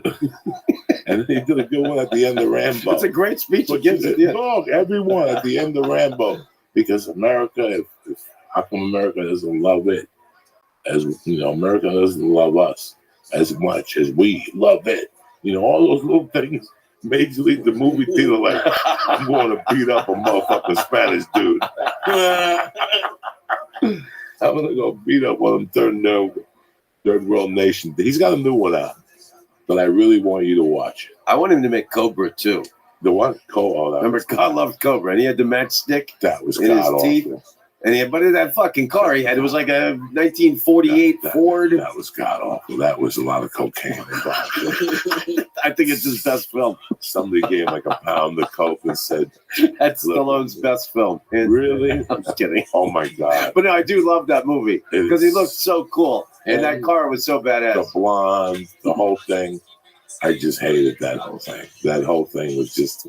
Oh, yeah, didn't he have his wife in that? Yeah, that's why. There was cocaine involved and blowjobs and asshole eatings. And, you know, they left him alone. Who knew she was going to end up with Flavor Flav at that point? At the end. And now she just had a baby. Oh, you're kidding me. She's like in her 50s. Yeah, she just had a kid. She did something miraculously, went to Lake Spain, and they got that fucking bullhorn sperm over there. Yeah, I need to take a quick pee. Yeah, go take a little fucking pee-pees. You know what I'm saying? You need a pee-pees. Yeah, we got a great weekend this week. I forgot to tell you guys, me and George Perez will be up in Bakersfield Friday night at the Fox Theater. I think the Tower Theater is already sold out. And then January 25th, my friend and I, Steve D. Simone, will be in Atlanta at Tabernacle Theaters for the second show. The first show is all sold out. Second show is at 9:30. And there you have it. So don't ask me about the fucking dates later because I don't know. I'm lucky I remember this shit now. It's Monday the 13th. We're just trying to fucking keep this year together. A lot of weird things happened this week in the NFL. That was that's why I tell you motherfuckers, you never see a bookie with a part-time job. Nobody expected to see Tennessee beat New England at home. Sorry, Lee. And then go into fucking Baltimore. No, they're too good. I mean, you can't smack the fuck out of them. Have you seen how big that running back is? No, it's too much. He's It's a too monster. much. So this is why I'm saying to you, if you haven't done anything with my bookie, start having some fun. This might be the weekend for you. I tell you, I never bet. I mean, it was never my thing. But there's certain sporting events that you can't avoid. I'm nuts about the World Cup. So the last World Cup, I bet $100 on France to win, and then my mother's from Argentina, so I put $100 on Argentina, and France won, and I won like $600. Couldn't believe it. What'd you put the bet in with? I was at the MGM. Okay. In Vegas. You're still traveling? Not as much as I was. You know, I'm doing about only 1 or 2 weeks a month on the road. I just did. I was home in Orlando at the Improv. I'm going to Europe in June, and other than that, I'm just focusing on LA and New York, and staying in the States. Do you keep your status this year, or did you? No. Actually, this is the last month. They send me down to platinum. Oh no. Yeah, I just can't do it anymore. I'm getting older. My body's to be on all these flights. How old are you now? On Tuesday, I will be 53. 53 this Tuesday, tomorrow. Yeah. The 14th. Yeah. Happy birthday to you. Thank you, my brother. What do you feel at 53? I'm just curious. I did something in December that it stayed with me for 3 days. I ate Thanksgiving with my family, had a great day with them, got on the red eye, went to Fort Lauderdale, did 4 shows in Miami, flew back Sunday, and then that Wednesday took another 6 a.m. flight to New York. It was a 6-hour flight. Did the town hall, did 2 shows, took a train to Boston, and then flew back from Boston. It took me 3 days to recover. I mean, I still did the podcast. I was still a dad. It's hard, man. And I still went to the store on a Tuesday night. Yeah. But Thursday was when I finally felt like, woo. And I still lifted on Monday. I still did all my regular activities. It just felt a little bit fucking heavier. Like, it was like, wow, what do you feel? Are 2 flights a week getting to you yet, back to back? I mean, it is, because I've been, I've been flying so much. The last couple of years, especially, I came out with that new album last year called Around the World. And I recorded it in 24 cities around the world. Starts in Paris, ends in Jerusalem. So really? The last couple of years, I was obsessed with making this album, and I was obsessed with hitting that diamond status on Delta, which also, my wife decided she didn't want to travel anymore. So that kind of was when we, started to lose our connection and everything. But it takes a lot out on your body. I got back and neck problems, and I just can't do it like I used to. And I want to focus. And also, I did a tour of England last year. I did England, Ireland, and Scotland, a really great tour, and I recorded those shows. So I'm going to come out with another album in a couple months, probably called The Honky Motherland from that tour. But I mean, I've focused so hard on the international stuff for the last however many years. I really want to focus on the States. I'm loving living in Los Angeles. I've got a new girlfriend. She's 25. I'm 53. I never wanted to be the divorced guy with the younger girlfriend, but I'm not complaining. And I'm like really happy in my life. And I love, like we talked about, comedy's my religion. It's my political party. It's all I give a shit about. I don't care about anything else. I'm switching up this year. I'm doing the road till May. I'm doing stand-up till May. I'm doing an all-Spanish show. Oh, you told me that. May I can't believe it. 17th, we don't speak English in Miami on a Sunday night, 2 shows, 7 and 9. Wow. And in June and July, I'm going to just do a storyteller tour. That's it. 4 shows, 1.5 hours of stories. Do you think that'll be your next special? Will be all stories? No. I just want to switch it up, because if not, I'll shoot myself. Yeah. August, I've got a San Diego date. There's something I want to go see in August. The last 2 weeks of August, why travel? I'm not competing with vacationers and kids. Right. And then September, I got to hit it heavy the first week. The Soprano movie comes on the 25th. I got a couple dates with Joe. I got Philly that I'll do stand-up again. Instead of what I want to do is put what I'm doing now onto a CD. Get it out of the way. That's it. It's been 6 months I'm doing this fucking material, adding to it, blah, blah, blah. Let's get rid of it. Let's down this fucking thing. Start from scratch this week. And then have hopefully 20, 30 by May. Give it a breather again. You know, I'm trying to write this one-man show, which I perform at the store the third Wednesday of every month. I do segments of it because I'm trying to cut it down to 2 hours. In which room?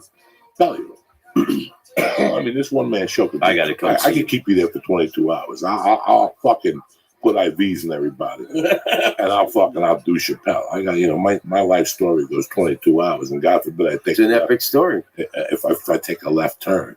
So what I'm doing is I'm writing all this shit for this one-man show, but obviously I'm not going to be able to use it. I got to get to the meat and potatoes of this one-man show for me to start working it out. I think after the Comedy Store, I'll pick a little 99-seat theater in LA, something 99-seat right out in Lancashire, where we bumped into each other when we went to see Lenny Bruce. Oh yeah. Like something like that. Yeah. Listen, I'm not looking to break the bank. I'm looking to artistic expression, do different things. Yeah. At 57 years old. You know, I got into this because I like John Leguizamo specials, but I bought all of them. Like I have Spicorama on book, and they just put out Latin for Morons. I'm not insulting John Leguizamo, but it's the same shit he put out 20 years ago. Yeah, I'm sure at this point I could put a way better one-man show out, and he's got that Studio 54 at $200 a ticket. Yeah. I don't even want to charge $200 a ticket. I just want to tell my story at a small theater in New York every fucking Tuesday, Wednesday, Thursday, whatever, just to have a little residency. I want to do something different, man. Yeah. I want to do something outside the box. I love the podcast. I'm never going to not do the podcast because you not having your word out there on a weekly just hurts you. You got to get out there every week and let them know whatever you're feeling, negative, positive, whatever the fuck you're feeling, because maybe they're feeling the same thing too, you know? And you go through it together through a fucking wire. Look at this. This is it. Yeah. This is it. I know what you're saying though. I think I might have talked to you about this, but I've been, I'm almost finished with this book, and it was inspired by the Around the World album.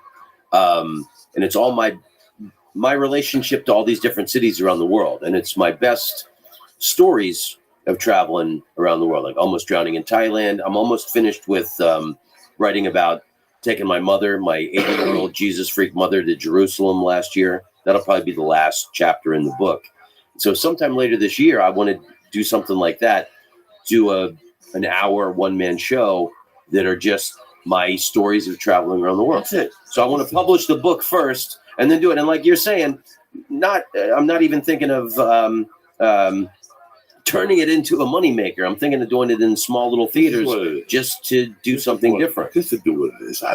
I'm 57, February 19th. And we got to record these stories for posterity. I don't know. I'm doing an audio boom book. I am doing an audio book. We're just working out the details right now. I'm very excited to do this because there's no reason for me to have a hardcover book. Barnes & Noble, you know, Elvis is dead and Barnes & Noble ain't doing that good anyway.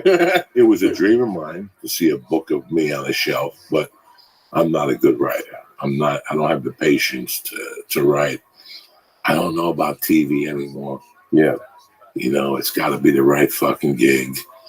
And I'm very happy where I am. You know, right now I'm in the process of, I'm trying to raise a 7-year-old girl to get her ready for this fucking avenue of doom that I put her on. You know, if I knew the world wasn't going to be in this shape, I wouldn't have shot a load of nobody. I would have shot a load of the fucking pillow. But, you know, you got to get your kids ready for today's world. It's a different fucking world. Yeah. That's what I'm trying to do, Tom Rhodes, you know. And it's great that, think of how many guys we started with and we had long talks with, and they told us about this and this. These guys are out of the business, or not to put anybody down on a cruise ship, you know, or they're doing something completely out of their realm, which they started doing because now they have to fucking pay a mortgage. And I'll tell you something, being a slave to a mortgage or being a slave to your fucking things you own, that's a horrible way to live. I'd rather fucking live, keep the nut low, keep everybody low, keep everybody happy, and that's it. That's where I am at this point in my life. I'm just looking, you know, 70 is the new 50. But we still have 13 years on this mic. I know I do. I know I do. There's going to be pieces of hair falling off. My nose is going to look like Artie Lang's. You know what I'm saying? My head's going to be all fucked up. But I'll still be here doing this podcast with an IV on because I don't give a fuck. I'll be doing live. I'm here with the, I'm like the pedophile with the voice box. You ever see a pedophile with a voice box and shit? Come here. I'm going to give you some candy. Then he goes in his pocket, it's batteries from the voice box. It's a fucking nightmare. You're still going to be doing acid and taking out. You're probably going to put stuff in the IV. I really don't, it just, age is just a number. And I popped into the Comedy Store last month, and John Waters was doing a show in the main room, and apparently he does a show there once a year. I love John Waters, and I talked to him afterwards 2 Thursdays ago. Yeah, maybe 2 Thursdays ago, because I was like, "What the fuck is he doing?" I couldn't believe it. I couldn't believe it either. And the show. How old is he now? 70. Because I know this or 71 because he wrote a book about 4 or 5 years ago about hitchhiking across America from Baltimore to San Francisco. John Waters, and I read it, and he's like, people are like, "Are you John Waters? Or you look like John Waters?" And he's like, "Oh, pretty distinctive looking cat with his, Boris, the mustache." I said, "Hey man, I love that book," and he said, "I just wrote another book about doing acid at 70." So that's what his new book is about. Doing acid at 70. Mm-hmm. That must be very interesting. I haven't done acid in years. Jesus. The couple times I've done the acid that's run through me, it's been good acid, but it hasn't taken me over to the spot. Yeah. Open that door. I'm going to go pee. I can't imagine doing the acid that you did then, because I've done it with you a couple times and it drives me crazy. I was wondering, Tom, did you watch that PBS thing, the Mark Twain thing about Chappelle? I did. It was brilliant. I just saw it a couple nights ago. I thought it was really great. And I saw Neil Brennan last night, and I told him how incredible I thought he was on it. Oh yeah, I thought it was very inspiring. I thought it was cool the way, because you guys were talking how not everyone has a great reputation, and everyone loves him. And then just the speech he had at the end about how it's an art and how. And all that I thought was just very. I'm glad you brought that up, because he said, "I may not agree with every practitioner of this genre, but I know where they're coming from. They have an idea. They want to be understood. They want to be heard." I thought that speech was beautiful. Yeah, it was. And then him having his mom there, I just hit 2 years, and I was saying when I was watching that, I teared up a little bit because Joey had let me open for him a year ago in the Wilbur Theater, which was my growing up in Boston was like the biggest theater. Yeah. And I said a joke that I never said ever again, and I've never said before, and I won't never say again. I heard my mom laugh. Like I just like that gift that Joey gave me was pretty amazing. Like having that memory of my mom laughing in the Wilbur Theater. Your mom seeing you at the Wilbur Theater in Boston. It's like as much as like this is fun and all that, it is pretty amazing what it gives us. Like, and I'm brand new at it. I'm nowhere near anywhere you guys are. Well, I had the greatest. I did this tour of Israel, and you have to be squeaky clean to do this tour. And I only had to do 20-minute sets. I was really nervous about it. I was like thinking of old jokes, and it turned out not to be a problem. But the last gigs on this tour were in Jerusalem, and I brought my mother over there with me. We flew over a week early, and just to give her that experience, huge, Jesus woman who's prayed for me her whole life. And then the best shows of that entire tour were in Jerusalem, in this beautiful theater, like modern theater. And there was like a 7 p.m. show for the older people, and then there was like a 10 p.m. show for the younger people. And my mom sat in that audience and got to see me destroying in where the city where Jesus did his best work. That's probably one of the proudest moments of my life. And then when I was worried about the clean material, it wasn't a problem. It's like when I travel around the world to different countries, usually what you lose in reference, you gain in observation. So like I had these great stories about about just my experience with my mom in Jerusalem or in Israel. Like, I told the story on stage in Jerusalem. It's on my album on the Jerusalem track where when I was 16 years old, I was dumped by my high school sweetheart. And my mother and I had to walk around Lake Charm in Oviedo, Florida, hundreds of times before I even started to feel a little bit better. And then here we were 35 years later, walking along the Mediterranean Sea in Tel Aviv, reliving this exact same moment because I was going through my divorce. And I realized at that moment that I think my mother is the love of my life. And you should have heard this audience, especially the older audience, at 7 p.m. in Jerusalem, just go, oh, you know. So, but I'm glad you brought that up. Did you get to watch that, Joey, the PBS thing that Chappelle did? No. It's pretty interesting. It's brilliant, and it's great. He did a set at the Improv in D.C. the night before. The way they cut in that, and like old performance footage of him. I thought it was PBS knocked it out of the park with that. I know he accepted an award, the Mark Twain Award, which that's the Pulitzer Prize for a comedian. You know, the first comedian ever to win the Mark Twain Award was Richard Pryor. You know, and they do it at the Lincoln Center. It's a big deal. And I love the fact that he honored Tony Woods. And do you know Tony? I've known Tony. Tony's such a beautiful guy in the business. And everybody said forever that, Chappelle, learned how to do stand-up from him. And Chappelle takes the moment to say in the thing, Miles Davis was copying Dizzy Gillespie. And if I'm Miles Davis, I was copying you. You were the first comedian I ever saw who was doing it right, the way it was supposed to be. You were honest and fearless, and it's really great. And it makes you really when I got into comedy, the level I thought I was going to make it to was the level of the comics that couldn't make it because of their alcohol and their drug abuse problems. You know what I'm saying? Like there's 1,000 of those. I know, yeah. On the road with that. They just travel to get high, and that's it. They think if you live in LA and you're gay, if you play the improvs, you're a corporate sellout. They have an excuse for every level of what you do in comedy, except for what they're doing. Meanwhile, they're playing like Moonchuck's Comedy Room and fucking bumfuck. And it's just I'm honored to be where I'm at right now. Nobody's more grateful than I am. I feel the same way. Exactly who the fuck I am. I'm not the most famous, but I'm so grateful for what I have. I know exactly who the fuck I am and where I came from. So when they call my name up to go in the original, I'm like, oh my God, did I bullshit my way through this one? I know who the fuck I am. That's why I've never caught on to none of this shit. I never, I watched the Kevin Hart thing on Netflix. I love Kevin. Wouldn't want to be Kevin. I would have watched it too. It's wouldn't want to be Kevin. Wow.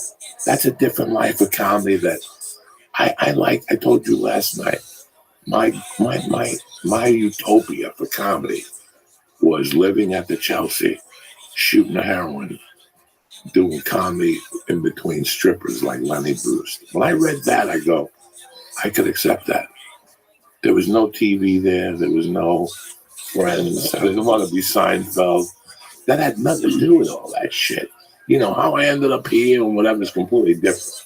Yeah. But that's where my head is at as a comic. Well, I had that experience because Mitch Hedberg lived at the Chelsea 98 to 2000 when I was living in Wall Street. He died in 2005, so it's 15 years now.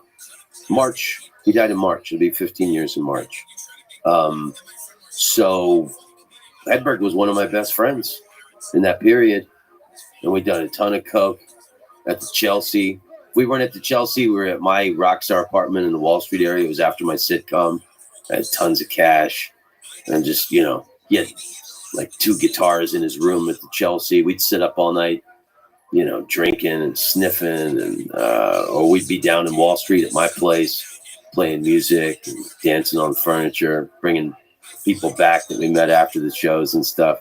It was a lot of fun. So I had that Chelsea hotel drug How did experience. it look back then? It was great, man, because, they had all this, like... Did they redo it with it? No, it was still gritty.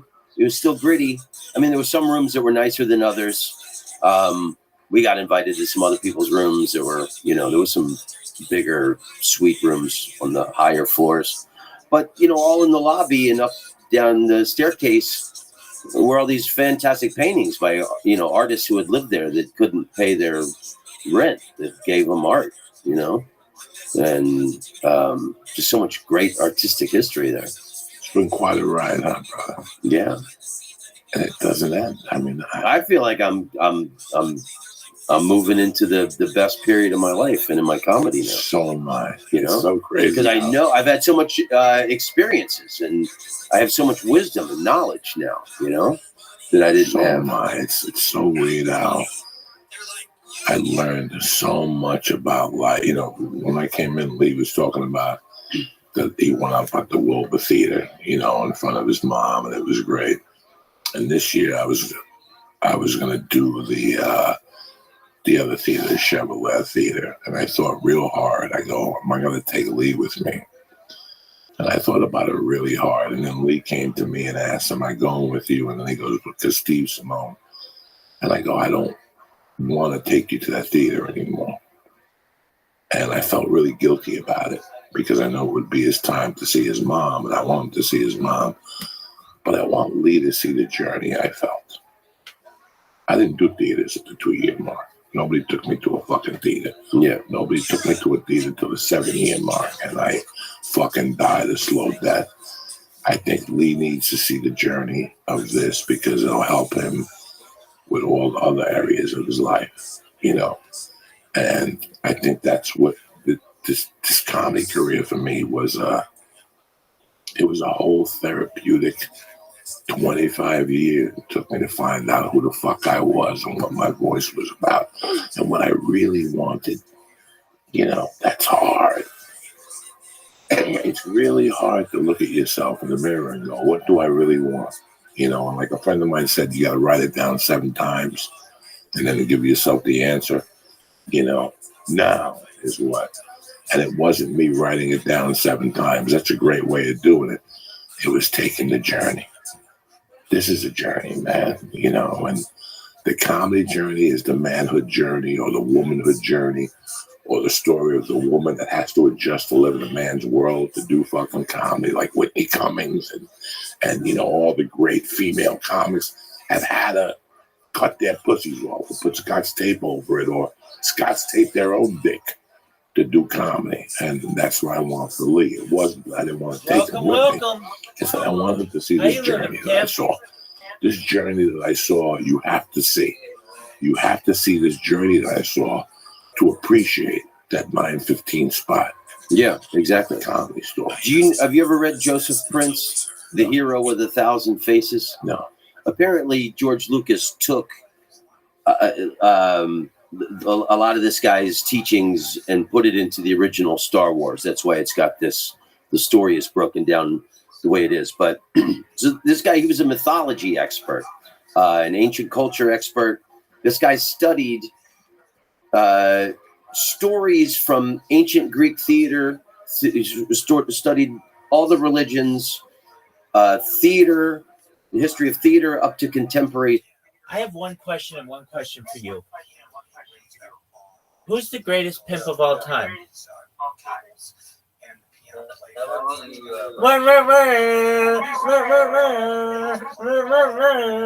Shout out to Frosty. Frosty, how's your dad doing? So is he 100%? He's a governor. He's got like at least 7 or 8 hospital visits since 2008. Okay. And then you want the COVID pandemic. It's just not much. Right. Well, I'm glad that he's good. That's great. Yeah. I will come and I have to do some I understand. Let's see, I'll meet you tonight. Yeah. So the thing is, right? What do you I think? don't have any idea where my friend is. Where You is can find them on the internet. But I don't have social media anymore, so I can't contact them. And he doesn't have social media either. He doesn't have a phone number. It's fucking sad. But I'll probably meet him sometime. I don't know if he's on each other. I don't know really. But he's the only person I meet in real life. Even if I meet him for like 5 minutes. Yeah. I think hopefully he's not like completely out of it, but I try to keep in contact. I got you. So, yeah. So, like, I don't know. You was watching this Kamala Harris thing where she was supporting abortion. I think either the pro-choice people like give up, or but they're not going to. They're gonna like ruin America with this abortion. Because it's like the number one idea, right? And I think after the Trump and Biden elections, it's kind of got to the phase where people won't give up on it. I mean, like I told you, right? Like they have like people going in and out of it, and it's like a giant scam. And then you can get like these women in LGBT don't have that many abortions, but somehow they're self-defending the rights of people having abortions. It's kind of weird. All right. So, do you think Kamala Harris is going to be president? Yeah. Yeah. Dude, she's Indian.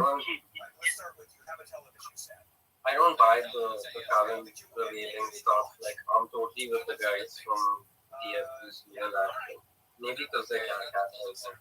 But even apart from that, I can't capitalize. So that's the whole thing. It's just that it's not that you believe they're right. It's just that you might be right on certain things.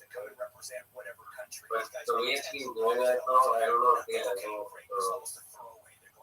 I don't know if they will. Yeah, who's going to be president if it's not Kamala or who else is running? There are a lot of people who would do much better than perhaps the people running. Yeah, well, you think that no one's going to back off, no one's going to walk off. So, like, I don't know, if Trump does get elected, yeah, that might be a chance. I don't know, just get rid of the whole abortion issue. But I don't know. It could be, they might just elect some other Republican, who knows? Or it could be Kamala. Do you know who they tell this stuff as like women's rights, like everywhere, you know? Word. It works on everyone, largely because of the LGBT campaign. So I think there's a big difference. I really do. Okay. We're done. Oh, by the way, Neil, what grade do you give? You've gone for a moment. What grade do you give opening and closing ceremonies? They were French. They were okay. Okay. By the way, the Olympics themselves, I thought were great. I read they were very interesting. Very fair. A lot to talk about. Looking at you, Australia, but the whole pop and lock and break dancing fiasco. Yeah, no, that's going to be interesting. I can't wait to see what new events are going to be at the Olympics coming up in 2028. Breaking will not be part of it. It will, because they took away breaking, huh? Nope. Oh, interesting. And baseball was So, there once. yeah. And, What's going on with you? How's stuff doing? I think pretty well. I just had a big influencer ask if they can join my Discord. They want to talk to me, so that's cool. And we'll do one more segment. This has to do with climate change and hosting the Olympic. I'll tell you how This is KFI. Let's check in with Amy live in the KFI 24. I don't know. On the subject You know, like, LA Mayor Bass returns to LA from Paris. I think you probably have a chance of Jordan Peterson wouldn't show up as everyone stays at that time. Because like, that's what he is now. He said everyone stays at that. So he doesn't mean much at all. Police investigators are looking for a large group of masked teenagers. I mean, I think if he doesn't show up on TV all the time, people would have probably more influence in the area of anything, to be honest. Officially opens for business this week. The $2 billion arena in England is the new home of the Clippers. Used for the 2028 Olympic Games, but it opens with performing Friday. It doesn't have anyone winning on it.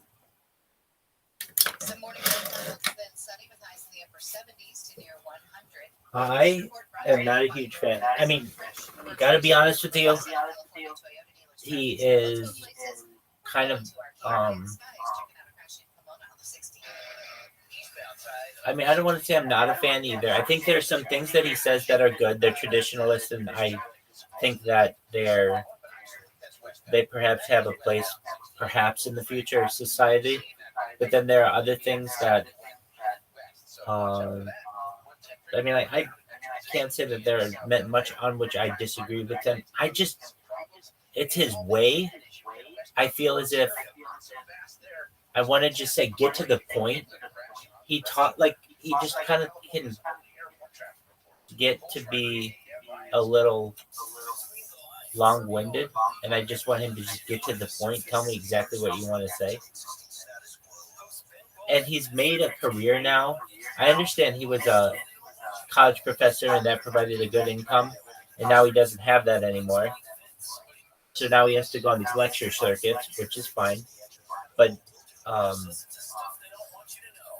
he's just involved in all kinds of different things. I don't really know what his like core ideology is. I've never read one of his books.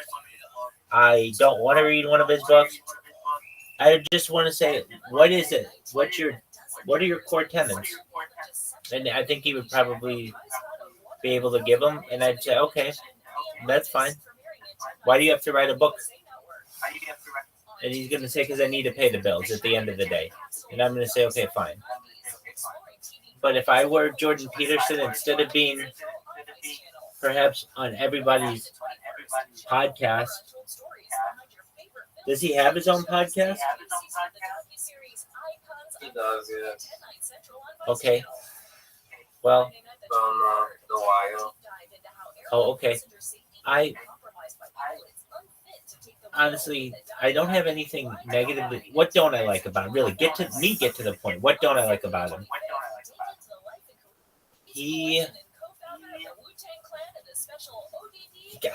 I'll be honest with you. He's so Canadian that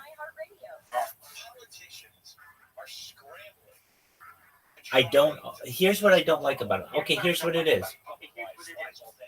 I'm so American and he's so Canadian that sometimes the examples that he's giving, it's like, I don't know what that fucking means.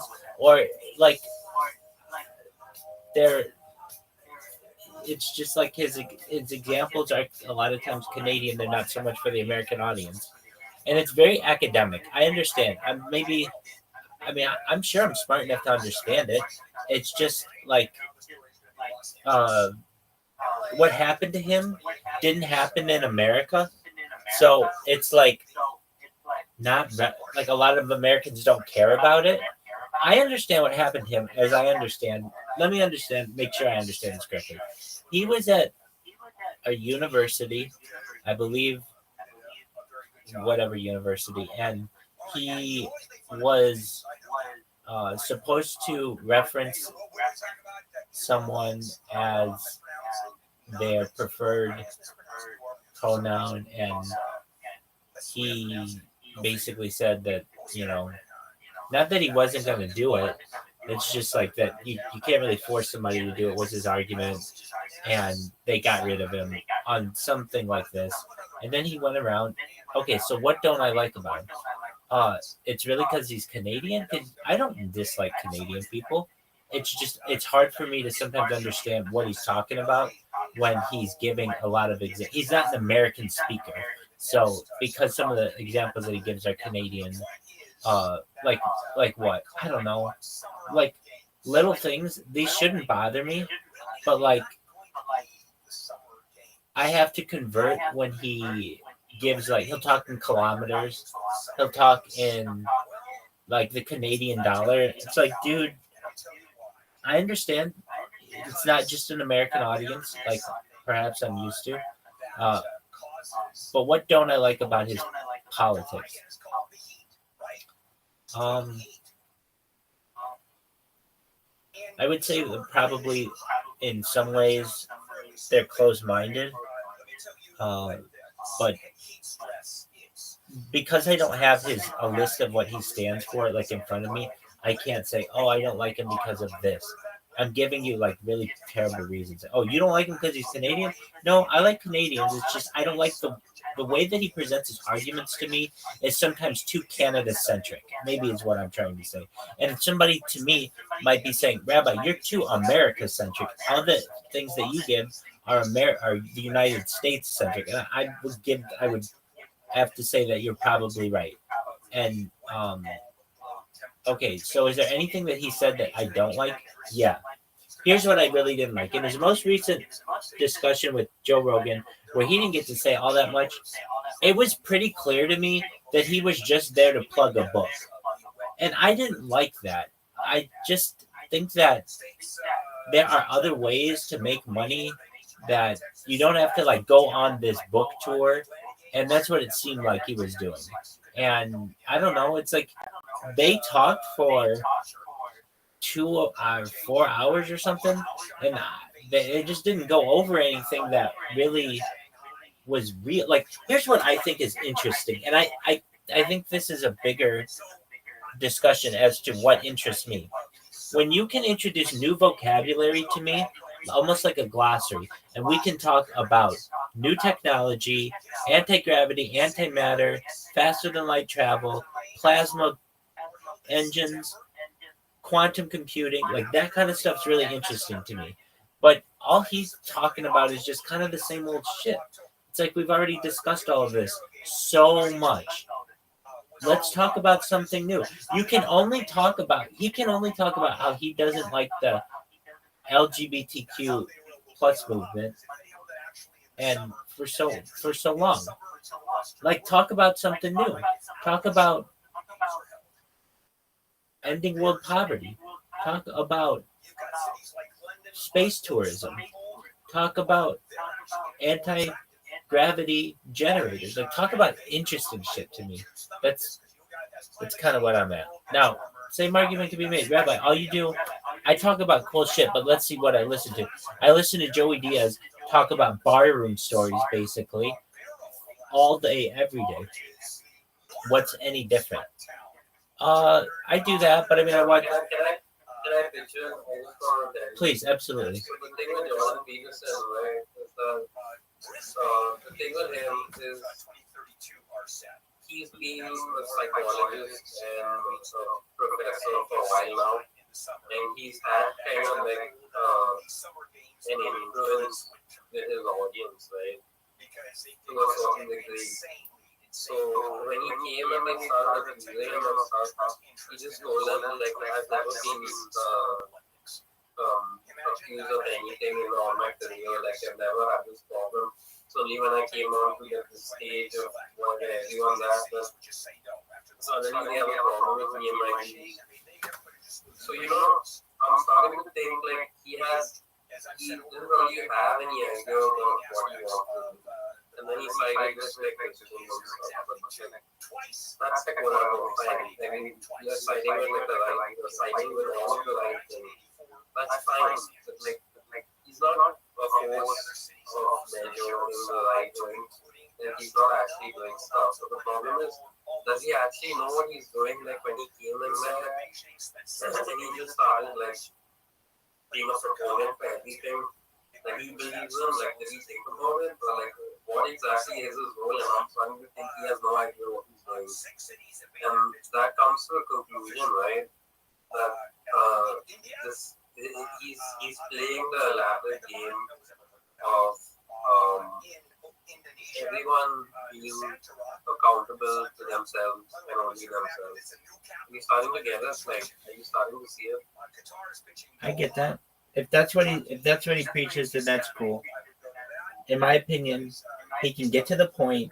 He doesn't always have to just put out a book, or I understand he's got to put food on the table though, and you can only do that so many ways without being a professor somewhere. I get that. Yeah. I mean, no.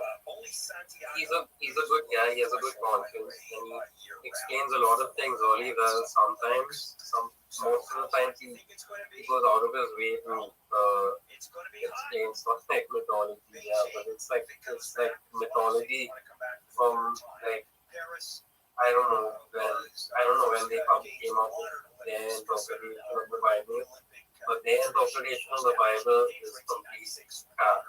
Okay. So anyway, that's one thing.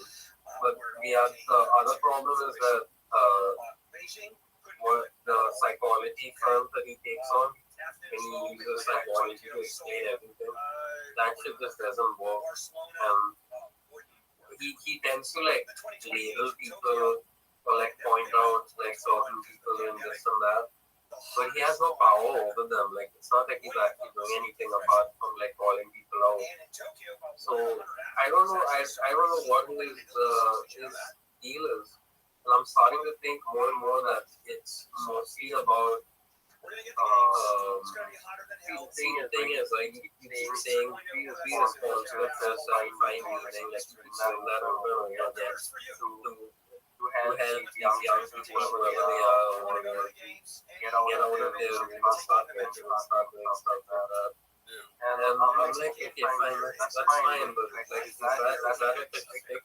Is that a fix for your whole purpose, which is like just getting everyone to sort of believe in something and like, you know, and then when he does that, right, he kind of controls how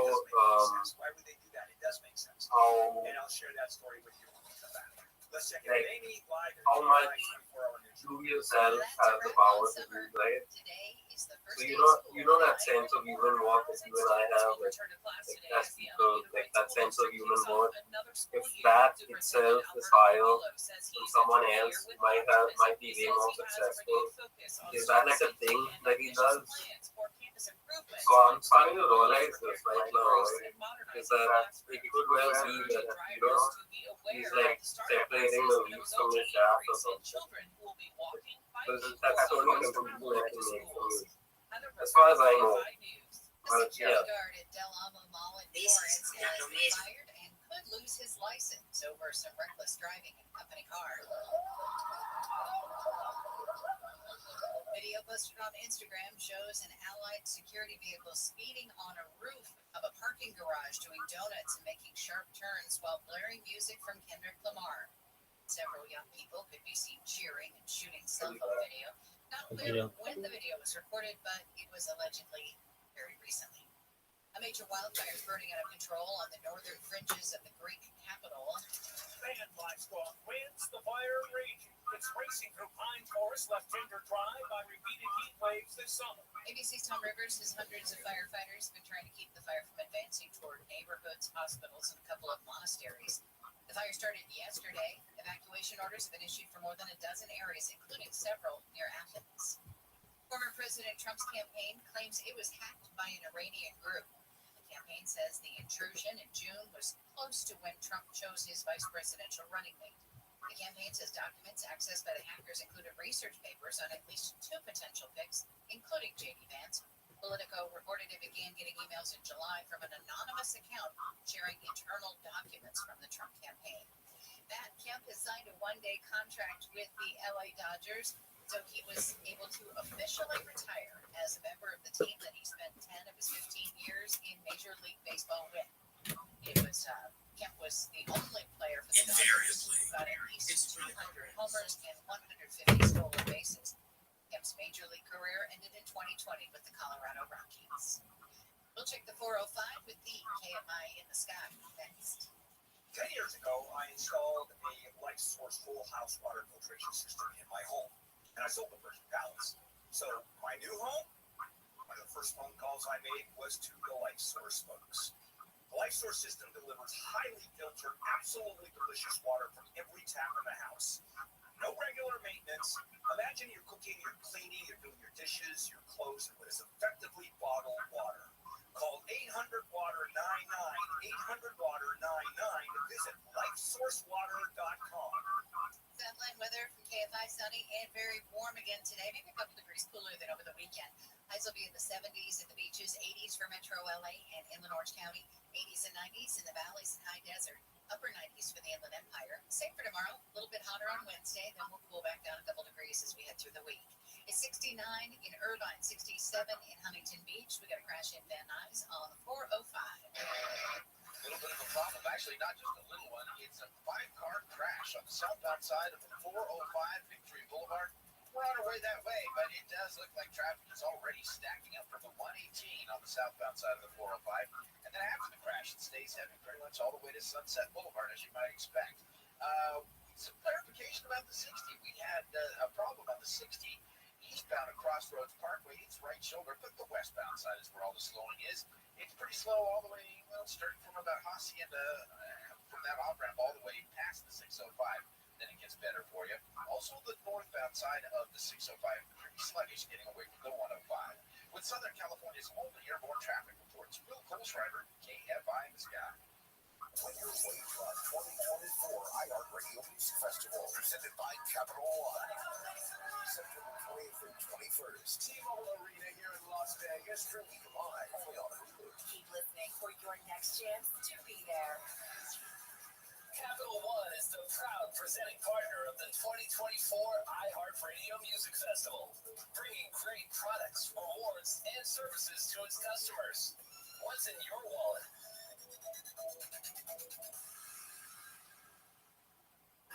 The free iHeartRadio app is #1 for music, radio, and podcasts, all in one. Discover a new podcast from our library of over 350,000 titles. Here's an iHeartRadio podcast preview.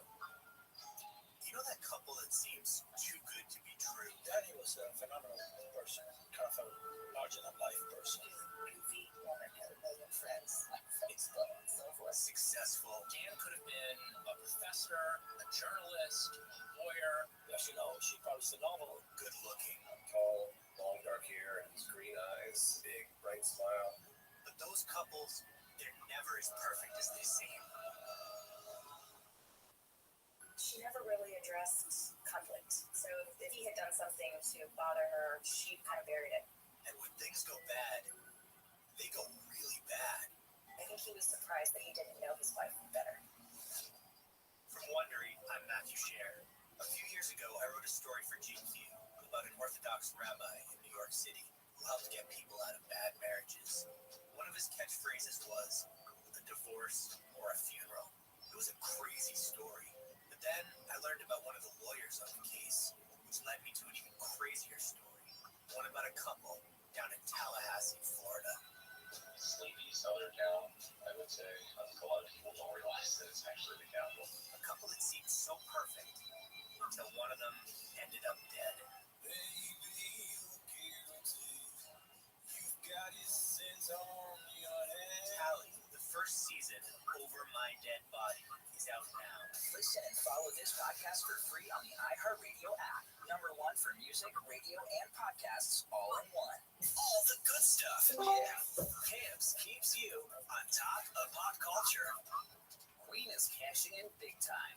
Following the trend of other acts selling their music catalog, Variety reports that Sony Music will pay close to $1.3 billion for band songs, along with rights to their name, image, and likenesses. Notably excluded from the deal is revenue from live touring, which founding members Brian May and Roger Taylor will continue to keep during their shows with Adam Lambert. The deal sets a new record for back catalog sales, topping the $500 million spent by Sony on Bruce Springsteen's works in 2021 and the $600 million for half of Michael Jackson's rights earlier this year, which values the MJ catalog at roughly $1.2 billion total. With the band's likenesses included in the sale, it's unknown if Sony will launch a holographic Queen show, as has been done with ABBA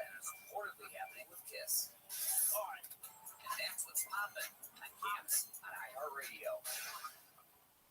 The Intermountain West and the Central Plains, as well as the mid-Mississippi River Valley, will be the focus of thunderstorms and some scattered flash flooding and damaging wind gusts today. A rather active weather pattern for us today and through tomorrow and Wednesday, too, along a stationary boundary stretching from the southeast into the Central Plains. There will be several areas of heavy showers along and just north of that boundary from eastern Colorado across the Ozarks, with the main threat likely to be intense rainfall and scattered flash flooding associated with the intense rain. We'll watch too for some showers across New England and New York State today. Otherwise, some sun for the mid-Atlantic today and back through the Great Lakes. Further south today, watch for rain along the coast of Virginia and along the coasts of the Carolinas, with thunderstorms popping along the Virginia coast and across much of Florida. That's your national weather forecast. Mike Ellis, NBC News Radio. More stimulating talk. Radio station.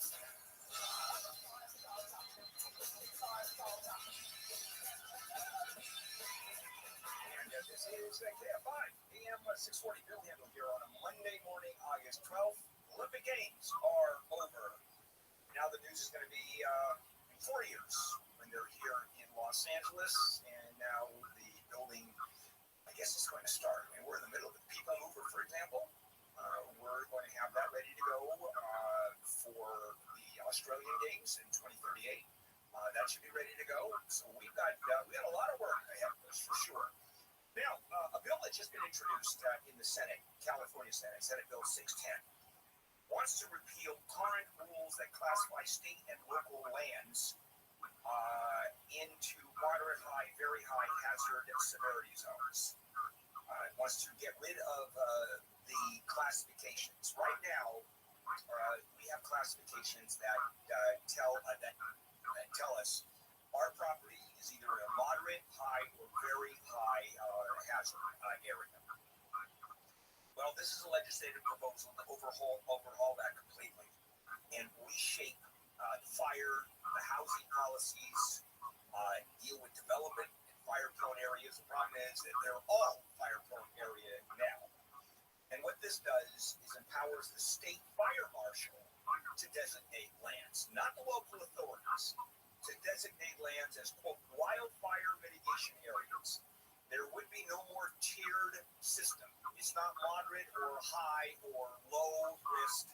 It's now wildfire mitigation areas, which the state fire marshal will designate, and the rules will now attach to that. Now, in reality, is a lot going to change? Well, this is why there's such a debate. First of all, I always look at who backs up these bills. And this one is the developers, California Building Industry Association, the Housing Action Coalition, the YIMBY Action folks, yes, in my backyard folks. The other folks that are against this bill are the firefighters themselves that like it the way it is. And I think that this one makes sense to me. I'll tell you why. One of the fears is it's going to take away from local powers, policing powers, and the state is going to take it over. And we want to keep local control. Well, let me tell you about local control in terms of building and policy and getting zoning. You talk about how much more influence you think a big builder has in local politics than in the state. And the state fire marshal is going to designate where these areas are and what the mitigation has to be. The biggest West Side gangster of all time. The greatest pimp. What a saying of the greatest pimp. Space, vegetation kicks in, and you have to do all the stuff you have to do. I mean, that's not going to change. What it is going to do is simply give the state fire marshal the power to make decisions. Because right now, it's the state fire marshal for state lands, local, county. LA has its own designation in terms of the severity of or the possibility of fire areas where the damage is most going to occur. And then the other situation is, and I've heard this all the time from people, Dean Sharp talks about this, and it makes a lot of sense. When you talk about fire mitigation, 200 feet area, the roofs, the fence, that the embers don't come in. That's all for embers. If there is a fire coming in, kind that we see, and it's sweeping through, there isn't anything anybody can do about that except get the hell out of there. All the fire mitigation on the planet is not going to help. And so there's only so much we can do. And frankly, how many of us do what we should do? Well, do the cities enforce or not enforce? I mean, when's the last time you saw the fire marshal come out and check out your yard to see if you have 200 feet of clearance? And I'm in the hills. There are trees all over the hills where I'm at. In Big Bear, they do. Do they? Yeah, Big Bear, a couple times a year, they come out, they contact us if it's not what they want to see. And then we have to trim them back or do whatever. Yeah, the only time I can remember doing that is when I first moved in, and there was sort of grass for the house. There was grass and vegetation, and I do remember at that point fire marshals coming out and saying, "You got to take care of it." And I gave the guy $200, and he mowed the lawn for me, and it all worked out. And ever since then, I've never mowed a lawn in my life, Neil. I wasn't going to start then. Okay. Never have I mowed a lawn. And I'm very proud of that. So when I was a kid, let me put it this way. When I was a kid, you know how you have chores to do as a kid? Well, one of my chores was watching the gardener mow the lawn. All right, coming up. Putting pets in your will. And people do that all the time now. I mean, if I told you, and I will tell you the number of people who are now putting pets in their wills, it's pretty high. I think it's stunning, but no surprise, actually. We'll talk about that coming right up. Let's check in with Amy, live in the KFI 24-hour newsroom. Police investigators are looking for a large group of masked teenagers who raided and robbed a 7-Eleven in the Pico Robertson area. The group of about 50 can be seen on security footage from Friday night, grabbing just about anything they could, jumping over the counter and knocking down shelves before taking off. The group was gone before police arrived. A whale that died after beaching itself in Torrance has been cleared from the beach. The National Marine Fisheries Service says the fin whale was in distress when it landed ashore Saturday night. The whale apparently had a lot of broken bones, so they didn't want to move it. It died a short time later. The Fisheries Service is doing a necropsy to figure out what killed it. LA Mayor Bass says LA will borrow thousands of buses from other cities to meet her mass public transportation promise of making the 2028 Summer Games a no-car Olympics. She says she's also going to ask businesses to let their employees work from home during the games to cut down on traffic jams. Speaking of traffic jams, we'll check in with the KFI in the Sky next. Saturday morning, it's Handle on the Law, where I give marginal legal advice. And inevitably, I'm always asked about referrals all the time. Okay, Bill, I've been injured. I need a lawyer. I need some help. And I wouldn't get referrals for years. I mean, years. With HandleOnTheLaw.com, after getting requests for decades, I said, okay. So I started HandleOnTheLaw.com. These are lawyers who are vetted. And if there is a problem, hire one of these lawyers. Or there is a problem, I make a phone call to the attorney going, what the hell's going on? We have an unhappy camper here. That's how seriously I take it. HandleOnTheLaw.com. If you have been injured in a car accident or slip and fall, you know where to turn. A lot of attorneys out there advertising. Some are great, some not so great. So let me suggest going to HandleOnTheLaw.com, HandleOnTheLaw.com. A few morning clouds, then sunny, highs in the upper 70s to near 100.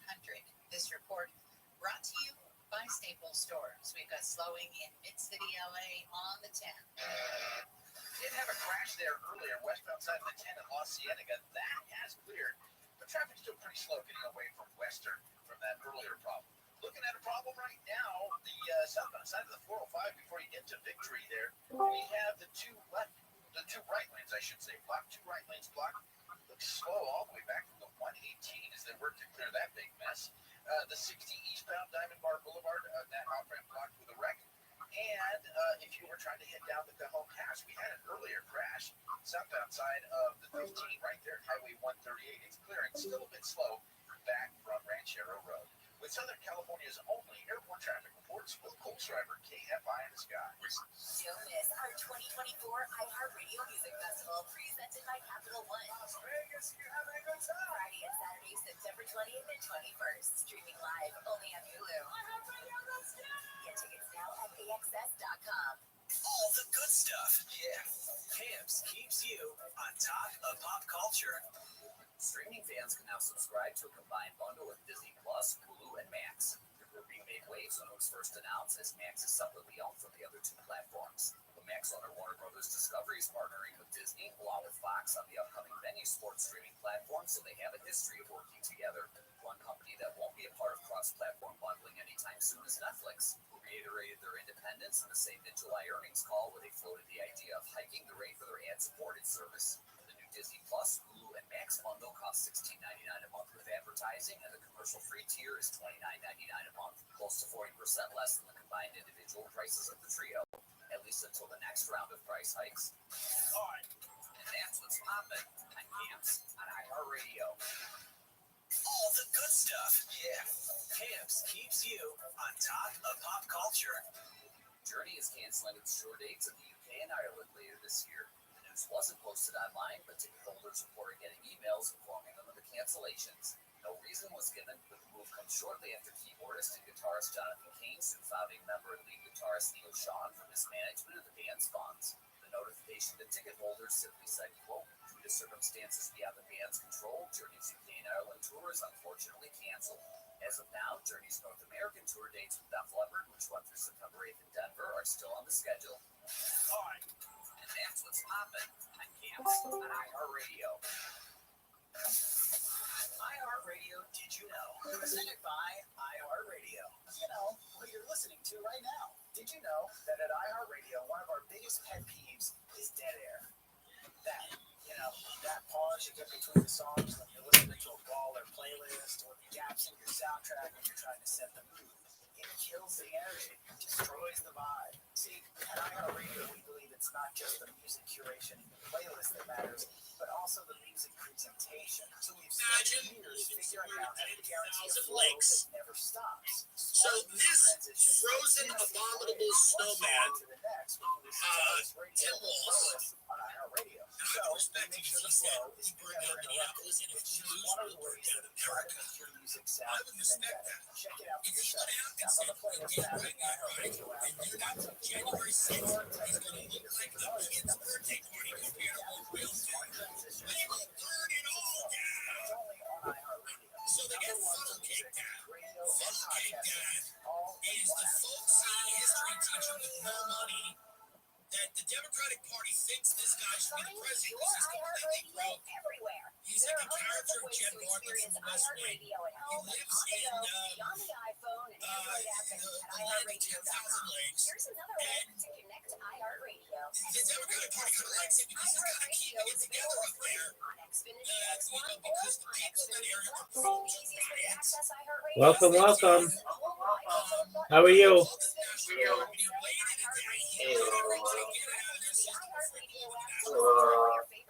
Yeah, I think that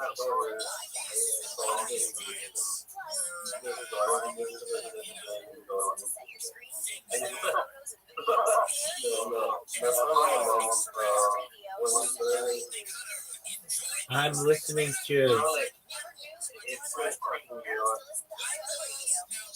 What's weird? It's like he does this thing where everyone is playing along with him, and you get like a lot of notifications. It's like things that happen. I just it's like he takes stuff from my right? And then the one knows that he thinks sort of psychodynamics is the pretty much what he does is psychology and being responsible and leading things out without guilt. That is just what it does not working.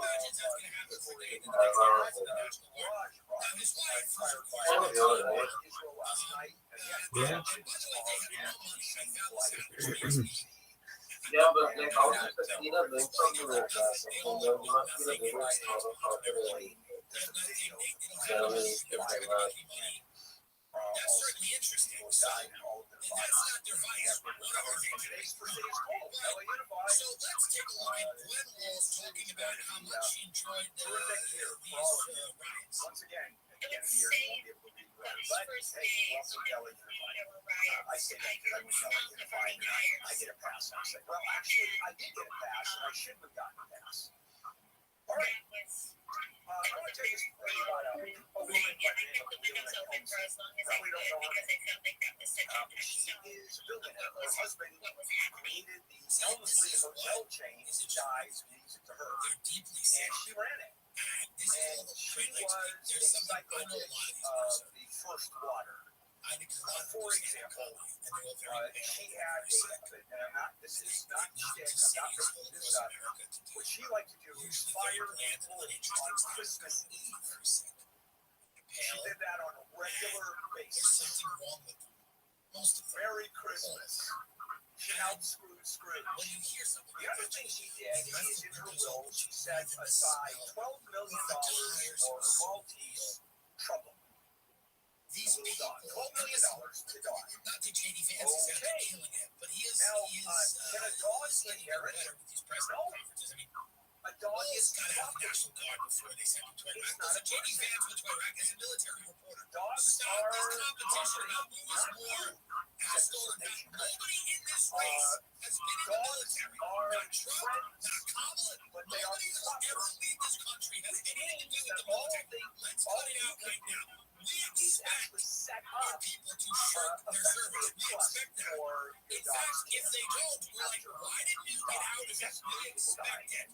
So let's cut it out. J.D. Vance was there. I didn't see combat. He's in like writing articles and then take walls right before they send the National Guard to Iraq, decides he's going to drop out and run for Congress so he can be funnel cake dad and tell everybody how important it is, to play soccer with the Somalis or whatever he's done able to do. How much money we put aside if you put too much away for that? You see those Somalis, you get out of soccer, but you play soccer with them, they're just like us. And they are. They don't beat you.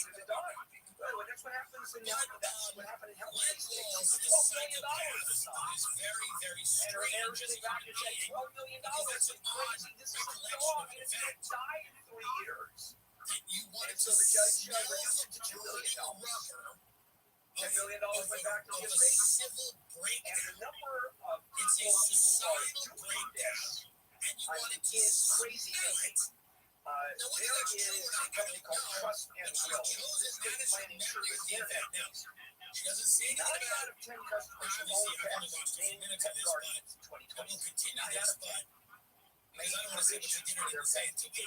But so far, And that's she especially said, important. I don't know what she, this was her most, I mean, he's got an older dog. this was her most memorable thing about that time was that she was sitting there with the windows open so she could smell the burning rubber of the. If you happen to have a parrot, those are around for 6 years. Their lives are so boring. They like these If you riots and happen to stuff. They have get off a Galapagos tortoise, for You know example, what I mean? How many times can you roll into the diner and order pancakes it's going to before be you around just 200 like years smelling after you burning die. tires? And this is what worries me about them. I would have been a little more comfortable with So what Josh do you do? Shapiro Just like covering go up off the murders tortoise and out in the street, in pick up Hollywood and let it roam around? No. Yeah, funnel cake dad and his And there are crazy wife. shelters actually now that encourage Everyone's pet going owners to at Tim Walsh include because pets in their he wills. Now again, had a DWI. hey pet, Driving under the influence, think which I of it don't this way. I've never driven under the influence. Legally is like a garden gnome. It is simply a piece of property that is owned by someone. Now, there are the equivalent of custody battles out there. Governor Tim Walz has said in past campaigns that he wasn't actually drunk, he was pulled over for driving under the influence in 95. And they give you The court stories of how transcript tells a different horrible story. people The strong are. odor of alcoholic beverages detected emitting from Mr. That Walz's doesn't come breath. close to pet custody. This is the And type of so thing, listen. someone dies, you die, A guy like asked was, say, I want out of my money X number of dollars. I don't know what else he's driven by. Please give it to We don't know if he's driven by pussy. We don't think he is. And he's going to throw back a so few. Frederica gets the money. There's nothing wrong with that. He's going to land a 10,000 legs. He looks cool He's as just going to fuck Los Angeles there. with it, letting He kind of looks cool. taking the pet over in his to shelter, a kill shelter, even say, here, you take care of it. He's probably But people don't do that. Look, what do they think? We travel with our dogs. But some of his fans probably. If you had to sit down for dinner with either him or Jamie Jans, Trump would be a lot of fun. Kamala would be fun because she'd be drunk and gambling and, years and years ago. It would be like having dinner with a friend's mom. Walls and fans, dinner is a nightmare. Dinner is a nightmare. With walls and that's fans. great, especially they lecture you. The dog food. They sit there and tell you the same thing. what needs to happen and how important they are. As far as I'm concerned, the Costco himself in the third person, probably you don't like it too bad. Leave an apple card and be a fucking Oh, senator. no. We gotta do it right. You gotta remember, We have to have Minnesota's the land of Omar, right? It's the land of all these, it's a very, he's a very left guy, he's a very progressive guy. I mean, in reality, likes him look at because real beef on any of those bags. she feels like he's gonna establish her bona fides right, Neil?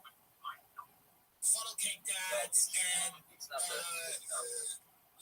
party tire bombs all across the country. It's not even at the high end funnel cake dad and burning tire mom. And stuff that they don't even want to put nuts on. So. I just don't know that region governing the country, but I don't know the region either of whether the people who might just put their breakfast cereal in a pipe and smoke it. I don't think they're great at either. Kamala's from Brentwood and Trump is in Palm Beach, New York, and I think if we're just going to go by regions, I find this Lake region disturbing. I do, and it comes down to that. It comes down to because everybody I'm thinking of would immediately take the money and it's gone. And my pet's still going to rock someplace. Coming up, by the way, so there is a movement, a conservative movement I want to share with you. And that's trying back the clock on gender wars. Something that as we grew up, like sales, we never thought we generating would go back orders and to where we creating are things now. that are going to make people excited about your Yeah, that business. makes sense, sort of. So you cannot be worrying about shipping and back office. That's why you use everywhere on the iHeartRadio app. station. Let's use dashboard, makes managing orders smooth, label friendly, recruiting customer service, all easy. Effortlessly import orders from everywhere you sell online. It's amazing. The shipping configurations automatically applied. Scale your business. Reduce warehouse costs, ship stations, reliable enterprise solutions, save thousands on shipping costs with discounts up to 89% off. UPS, DHL, Express, and USPS rates. Over 130,000 companies have grown their e-commerce businesses with ship stations. And 98% of companies stopped at a red light. ship with ship station for a year. They become customers for life. Before the man got out and was Go to attacked. shipstation.com. Use code Tim Dillon sign up for your free 6-day trial. Teenagers took That's off before police arrived. shipstation.com. Code Down in LA, TIMDILLON. News brought to You you by gotta protect Forces yourself. Motor Center, a That's why you multi-agency gotta protect task yourself force put online. together by the All Laguna my friends have Beach Police ExpressVPN. Department Use is spent the VPN. weekend VPN going protects your after information. speeders, Provide you e-bike the violators, privacy you drivers deserve. with While loud you're using exhaust internet and modified specifically, I use emissions ExpressVPN. systems. Have The you ever operation led to data 101 brokers track your online vehicle activity, citations. personal 5 information, people sell also that got to tickets for corporations being so they can unlicensed flood you or driving with advertisements and control the things you see online. The That's state a bar $300 says billion industry. misappropriation, It's not assault, and corporations, manslaughter are it's among the government reasons agencies. 40 Anchor attorneys have been ExpressVPN has disbarred my since IP address January. buried virtually One lawyer for most of for the time. data brokers to track my online activity and gain access to anybody's information. ExpressVPN also protects me from hackers. A lawyer now If your phone or computer ever connects to public Wi-Fi, The bar forget it. also announced Thursday Any another given level 16 hacker can lawyers view were your suspended connection, for reroute your probation connection, this gain year. access The Office all of your Chief personal Trial Counsel information. investigates and But with prosecutes ExpressVPN, 100% of my online state traffic bar court over travels through disciplinary encrypted proceedings, but the state Wi-Fi Supreme hackers Court can't crack. decides whether to impose the Why recommended ExpressVPN? discipline. Well, Corbett it's Carson number one by name. VPN rated by Some CNET three of the Virgin. U.S. are going to start their annual joint military exercises next week. The allies say they'll focus on improving their combined skills to fight against nuclear threats from North Korea. That's all ExpressVPN.com/to learn for free extra months free. Lieutenant Colonel Ryan Donald says the exercises will reflect realistic threats I'm and so take in stunned by lessons how learned many from recent conflicts. They'll start on August 19th. The leaders of France, Germany, and Britain have released a joint statement endorsing the latest push by the U.S., Qatar, and Egypt for an agreement to end the war in Gaza. Mediators have spent months trying to get Israel and Hamas to agree on a three-phase plan. ABC's Tom Ridge says negotiations are at an impasse because Hamas isn't talking. They believe there is a previous framework deal back in July, which they claim they've already accepted, and they say effectively there's no need for more rounds of negotiations or proposals. The three-phase plan calls on Hamas to release the remaining hostages taken on October 7th in exchange for Palestinians imprisoned by Israel and Israel's withdrawal from Gaza. The bodies of dozens of people killed in a plane crash in Brazil have been recovered. ABC's Gito Benitez says investigators are looking at the flight's final moments on Friday to try to figure out why it crashed in the neighborhood. Over the weekend, the families of the 62 people who died in that plane crash in Sao Paulo gathered together just hours after investigators recovered the black boxes. The big question now, how did it happen? Says the plane had only been in use for 14 years, and that investigators are looking into whether ice could have built up the The Disney Parks in Anaheim hopes to upgrade. The company announced at its D23 Expo on Saturday that Tiana's will be opening on November 15th. And there will also be a new show featuring the first ever Walt Disney audio animatronic. California Adventure Park will get several attractions in the decade, including a ride based on the Pixar movie Coco and a new Avatar experience. We will check the 405 with BK by the Sky. If you are 75 pounds, 100 pounds overweight, I've been there. Just do it on the line. 300 pounds, and you'll find. And maybe you're comfortable with it, you're not. Self-esteem issues, I certainly had those. I looked in the mirror and rationalized like crazy, and different sets of clothes, different sizes of clothes I had filled my closet. Well, I underwent bariatric surgery that changed my life completely, and I'm going to suggest West Medical, they offer bariatric surgery, and with high technology, far beyond anything that I had. Like the ultra minimum invasive sleep, the Da Vinci robotic assisted surgery. Bariatric surgery is about as close to medical as you're ever going to get. I certainly believe that. Call 800 West Med for free consultations covered by most Medicaid health insurance. 800 West Med or visit westmedical.com. Westmedical.com.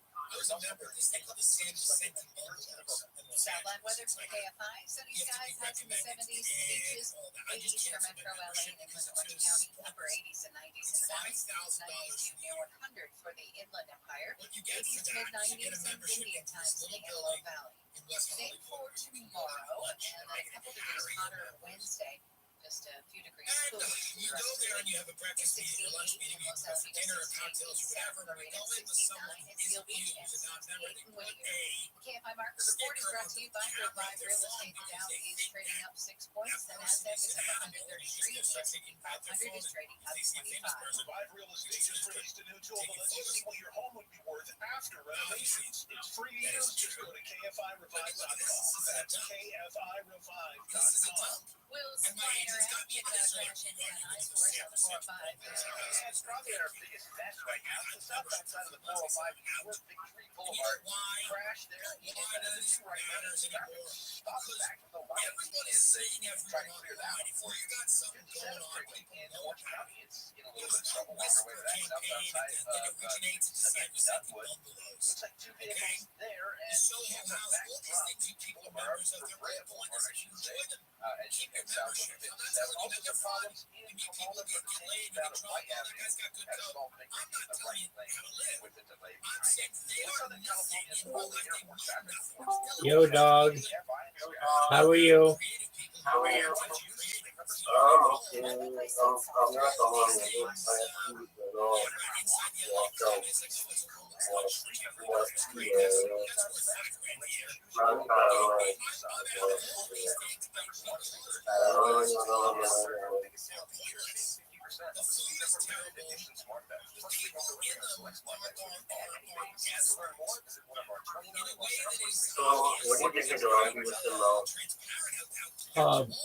I was thinking about it. I really to be honest, to be able to restate my case, I don't have anything really negative to say about him, and that's the best thing I can say about him. All the other things that I said were just kind of like weak. Like, okay, so what? He doesn't convert his units. You can figure that out. And so what if he is like pushing his book a lot? You understand? He's got to make a living. I mean, I get that. Yeah, but the thing is, like, on everything he's doing is like, that's the part where he's not communicating with people immediately. Like, he's started like meeting these people from the far right, or just a random people are talking, it's fine. I think that's pretty good. But beforehand, it was all this, like,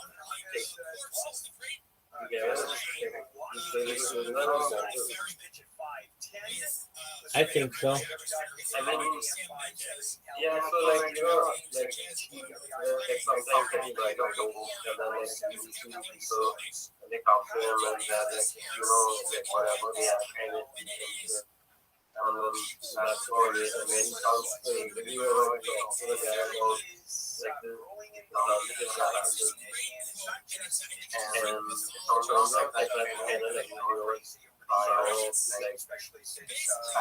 bad stuff happens to a lot of celebrities.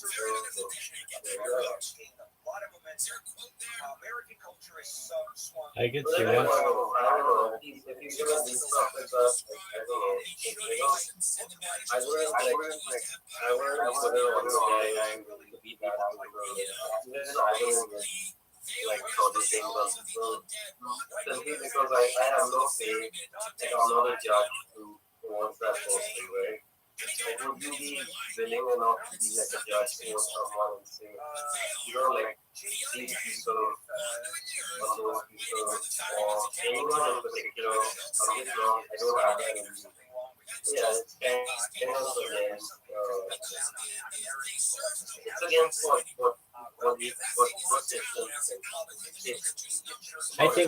I think that I did with him what people do with anyone. They try to tear them apart, and then eventually they grow on them. And it's like, oh, okay, whatever. Occasionally some brand deals Was that mean only men can be pastors? Pretty much, it's all. Which makes a lot of sense because women pastors. I'll get it. 1920, the worst year in the history of the United States, women were given the right to vote. Here on Patreon for How horrific is that? Huh? That I'm thinking of. And if you pay $1,000, I'll just. I don't think churches have the right to say women should not vote, but a lot of people on the right. But that's why these cities and these family and gender roles. That's for sure. Transgender rights, gay rights, reproductive rights, all of that is in one camp. All the things you cannot be a conservative today. Have already been decided. And believe in all conservative values. Everyone at the party who's famous knows they're famous, and everybody who represents them knows that. And there is nothing. There's no one can have an individual view. It doesn't work anymore.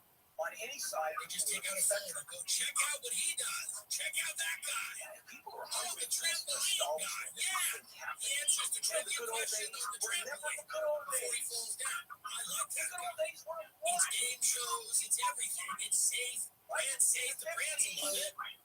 No one had air conditioning. How was that for the good old days? Cars lasted 2 minutes. Is he is a creature. I'll tell you one of the worst things I remember as a kid. Where everything is numbers and my shoelaces were great. A funnel cake every 5 minutes. There's good old days. I describe perfectly. Good old days. I couldn't keep shoelaces together for a month without them breaking. What's the last time you ever replaced a shoelace that broke? You don't. The technology got to the point where shoelaces do not break. Casino magnet. So let me get this straight. Once president. No. Donald Trump. No. No. J.D. Vance. Tech. That's correct. An interesting tech. But make no mistake. All encompassing. We do have Shapiro. You had to look how long cars lasted. To me, The good old days, they weren't. more of an interesting candidate because Well, look, that fight 50 in the years from now, Democratic Party they need to have between the Jays and the Abs. The 2020s. Those are the good old And by days. Jays and Abs, I mean Jews and Muslims.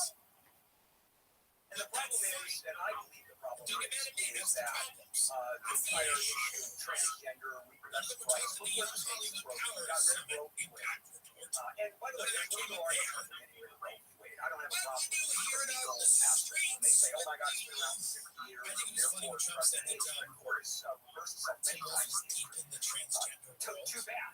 That You know, was a you very had a fun conservative president that was elected. 3 justices retired or died on his watch. He selects, he nominates that say that the if you Senate do not recognize your transgender in the state, the judge can use that So you had against you and remove the kid from the home. That's not warming anyone's heart, by the way. and legitimately so, legally. There's no question about it. Democrats need to Now, I chill don't agree with that. the culture stuff in the same way that Believe the in Republicans reproductive need to. rights, but I can certainly On see the the other logic. hand, The legal argument is, and matter of fact, lots before of we get to the national legal argument that Roe v. Wade shouldn't exist under our Constitution. if you poll the country, You know, I the numbers digress. don't support that. The point is, it's a I very don't think different world. anybody There was a day wants when we became rights when I parents to first be started doing forced surrogacy. And my first gay couple to have children. accept was, I think, 1982. their child It was a long time ago. as another Well, I gender helped by gay the couples when I have state. kids. Not Nobody only wants did I the have to state keep it under parenting the radar, kids, and I if they have to say, don't, or if it takes them a while to accept that the state comes in this, and can take the I child don't away, talk about this. this is insane. Not only is it going to be And it a is firestorm that something that gay men it does are having in children, schools where we've talked about it it on the will be a program. firestorm that gay men are having sex.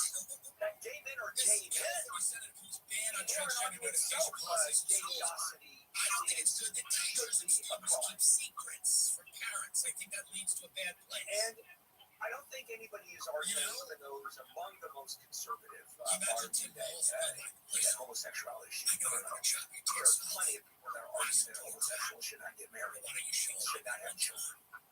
Why don't you show them? But why can't this be a combination?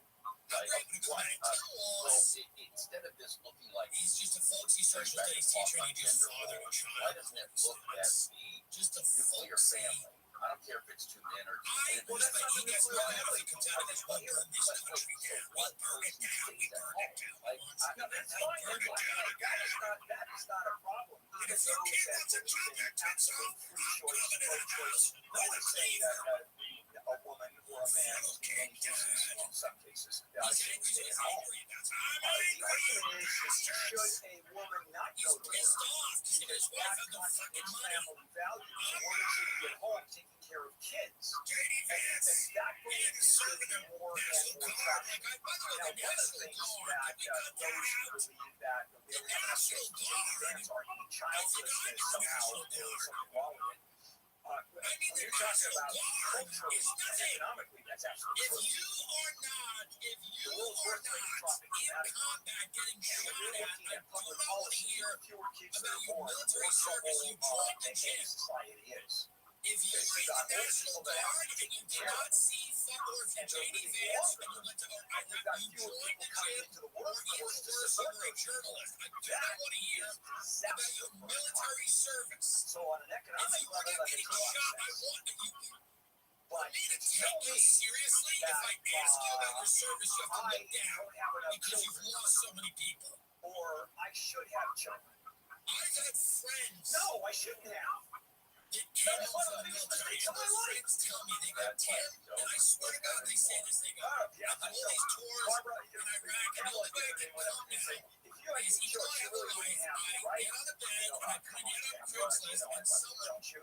comes in You and really they wouldn't fuck have me to, with a would you? gun to my head, Don't say that. and Yeah. I put a bag over my head, and then they leave, and I never see them, and that's I can come without even touching my dick. All right, we're done. Because that's how fucked up they are. That's what I want to hear from a candidate who did a bunch of tours in the military. I don't want, if you want to that level of fucked up, I don't believe you, sir. I don't believe you, sir. I had someone tell me that months ago. I was taking it out on Craigslist, and get all fours on the bed. The guy comes in, More than 40,000 fucks me in the ass, I have a bag over my head, he as puts a the gun to my head. 2025 school year gets underway in the Why are you LA laughing? school This is what somebody district. said to me once at a lunch. Superintendent Alberto Carvalho's test scores And are I rebounding went, and oh, finances and he goes, and then that person leaves, and I don't know who it was, since the start of the and I pandemic. don't know, and I've never seen it again, and then I get tested for AIDS. 2024 presidential race because several Democrats convinced This is him what, if he stayed this is what I in, it do. would negatively impact them and other Democrats running. In Senate tickets this morning, the polls still showed the race between he and former President Trump was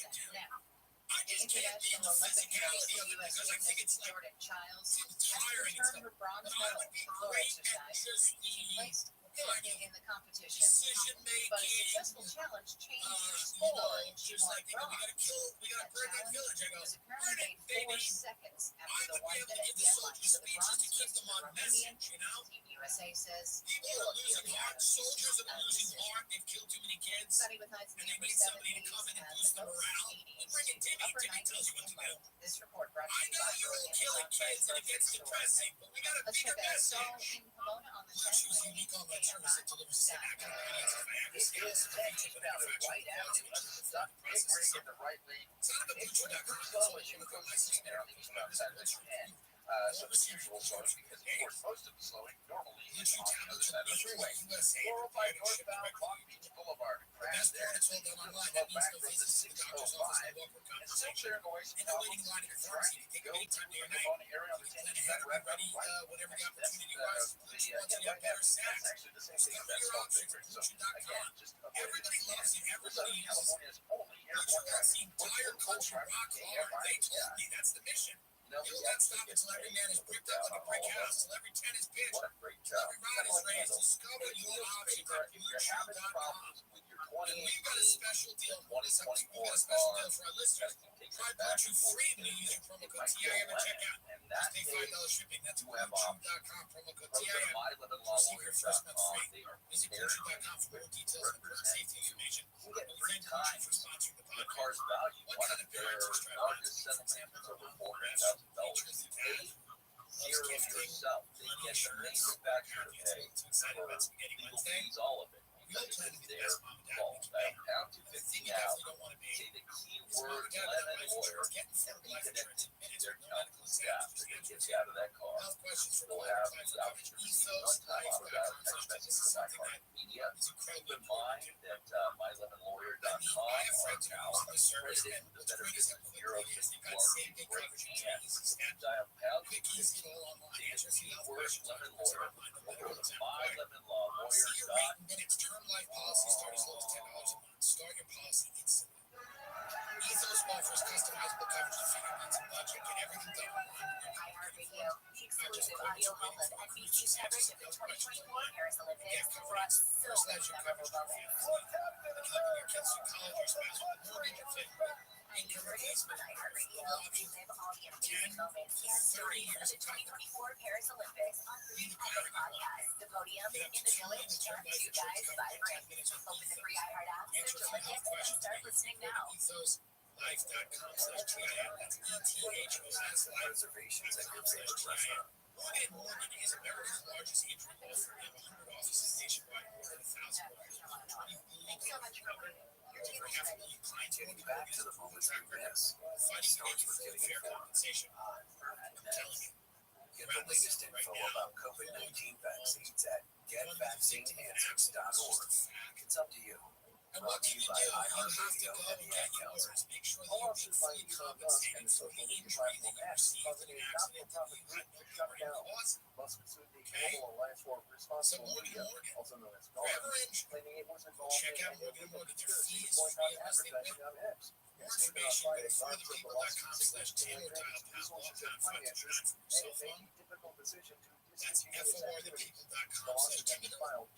Just think about it. Good friend. Listen to the accent. SAG-AFTRA, which represents 160,000 performers is seeking the same protections against artificial intelligence that are given to on-camera celebrities. The studios are not cooperating on that issue. Instagram users can now make AI selfies. The Meta-owned social media platform lets users upload photos of themselves and type a prompt like, imagine me as a mountain climber. The app then produces a realistic-looking rendition of the source photo in the requested situation.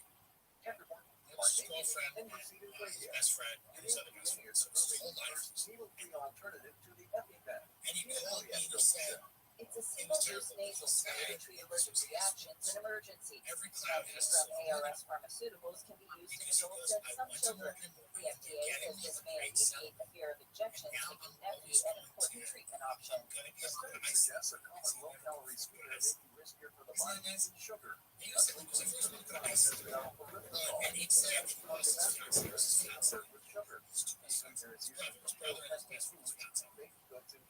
but he said, they want to go to and that's what the blood clotting than those who drank normal sugar. They're fee-free unless they want for more information. Go to forthepeople.com/tumor.com/tumor.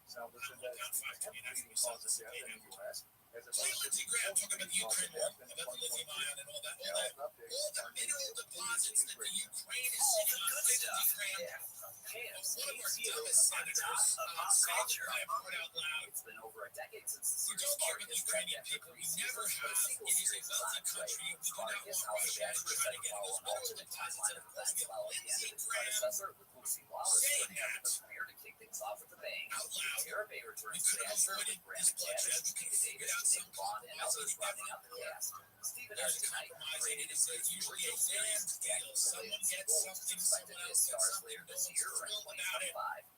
But Lindsey Graham starts talking about the Ukraine war, and he starts talking about what a wealthy country the Ukraine is, and how it raised $200 billion to Ukraine so that Russia could share those mineral deposits and deal with China. Here's Lindsey Graham.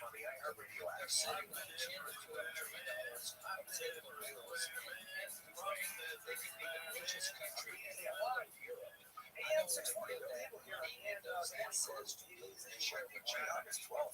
Today, first day of school for LA Unified. 500,000 kids go to school, and we got a big issue going on in the East and West, right there on the United States in terms of whether it's going to be controlled or not. A barrage of rockets fired by Hezbollah in Lebanon flew into Israel last night. Tensions are getting even higher and higher. So just aware this was next step.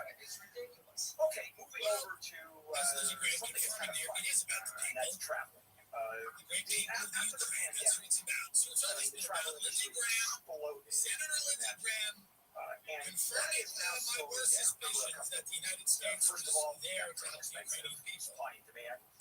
And Amazing. 2 second of years all, into this, by money the way, that we Lindsey Graham had comes out and goes, well, that was put away in they're rich, that's stimulus why we're money. there. The fact they couldn't spend the Because the money. casual observer might say, there's like some wars all over the world. And so travel is There's sort of come humanitarian back crises all down over the to, world. Some of I them guess, need our funding reasonable at the levels. very moment. And people are spending We see more, one and thing the interesting in prices this are story. We starting seem to to drop. have a micro-focus on this one conflict. We Even seem airlines prices are pretty dropping moderately. hell-bent Not among on those people that buy business class the Ukraine or against travel, Russia at for all example, costs, no nonstop matter at what. a good time. And we don't want any Those peace deal prices made, are still and we don't want any completely resolution. And And I I am wonder why. taking my When daughter we are very married, content to and let I'm people get sitting with her, slaughtered in every and corner of the world, her a lot of them with our boyfriend now will weapons. be her husband. And then giving Lindsey them a Graham comes honeymoon out 2 trip. years in and goes, he gets And it. I am, they're going to do Italy. And let me tell you how That's why we're doing it. They're rich. $3 They have and finding airfare and either Russia and China get the money or we get the money. So they have 19 stops between here and I like it because Lindsey Graham, you got to realize, because you he's got to a find reptile, those and bargains he's out there. And believe they're not going to land at all. It's just more difficult to fly. It's more difficult to travel. Although international travel is still where Americans want to go. That's actually fucking mode. You know, we don't go to the grandstand anymore. We don't go to Yellowstone National Park. What we do is we go overseas. So things have changed. Now, to me, the part, and I've always said this, and it's catching on. It's business, travel business that is getting stronger and stronger. And then everybody's like, no, it's been human rights. Cruise ships, they have always been the best bargain out there. It's about the Russians, the nice, it's about cargo cruise. And you're willing to put an inside cabin next to the elevator. And you're willing to take drunk people partying 24 hours a day and screaming down the hall. And you can do a week for $400. I'm about to drop. And that includes all the food you can eat. I mean, I don't think part of my cruise, but I cruise 35 times. It's a tremendous bargain. The food is good.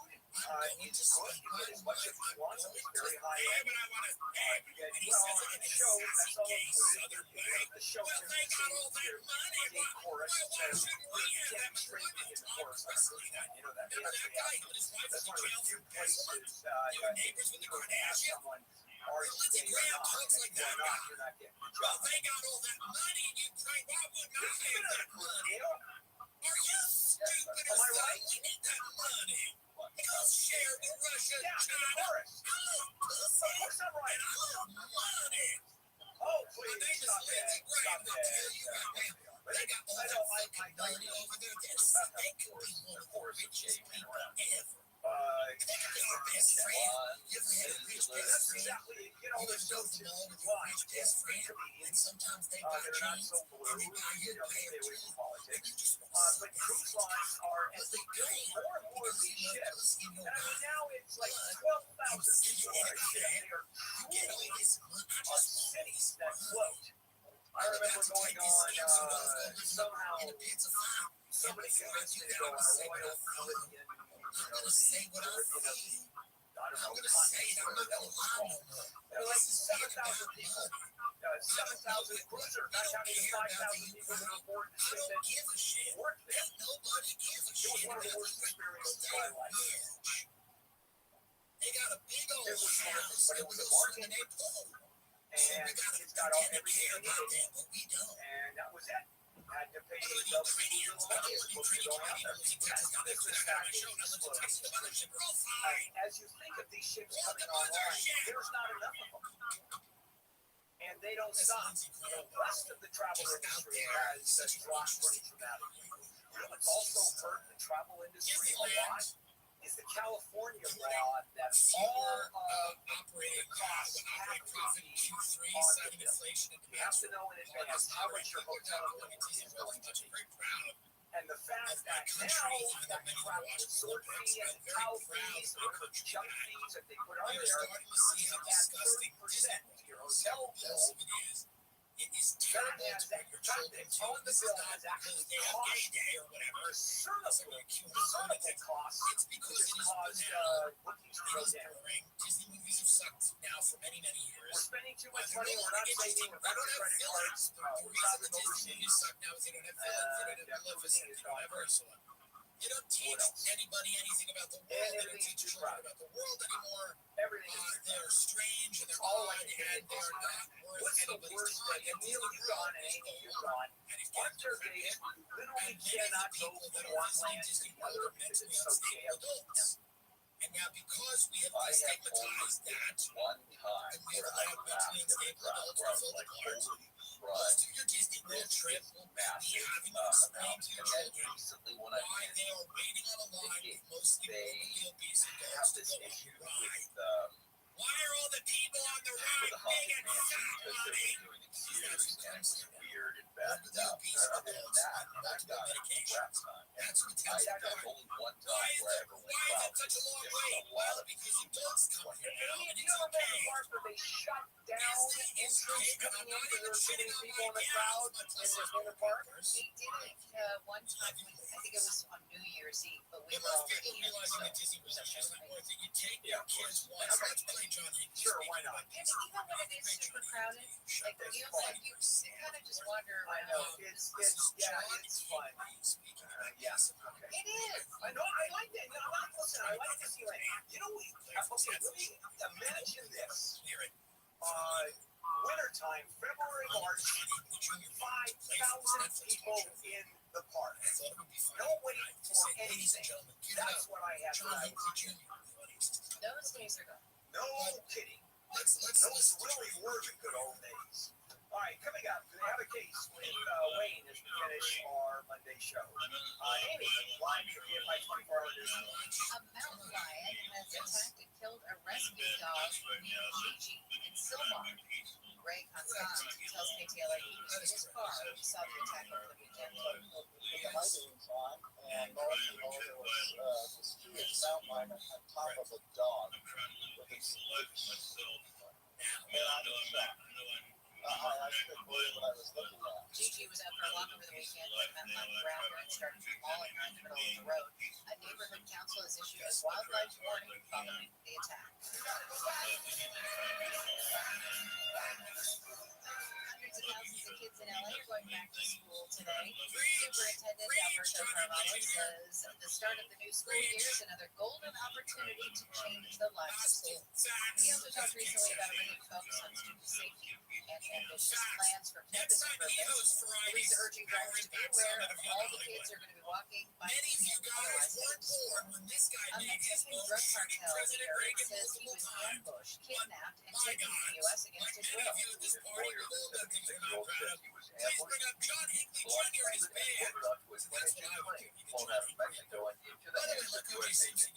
Rights says the leader known as El Mayo was arrested last month. The DEA says his arrest in Texas strikes in the heart of the cartel that's responsible for the majority of drug killings, Americans, or the drugs rather, killing Americans coast.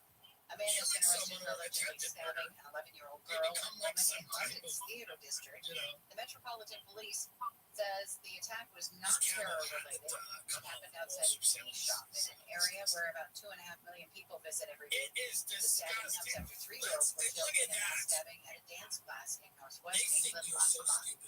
The CEO of the CrossFit Games promised there will be a third-party investigation into the drowning death of a participant during the swimming portion in Fort Worth. Safety of our athletes is our most important responsibility, and this tragedy happened on our watch. CEO Don Paul says they have to understand what happened and to do everything in their power to make sure it doesn't happen again. Witnesses say the competitor went underwater last week. A few feet from 2 CrossFit staff members on paddleboards were not able to rescue them. A roller coaster at Six Flags Magic Mountain in Valencia has in the air with more than a dozen people on board. Video shows riders stepped on the Viper around 7 o'clock last night. In the footage, Six Flags safety team can be seen going up the emergency stairwell to help the people get off the ride safely.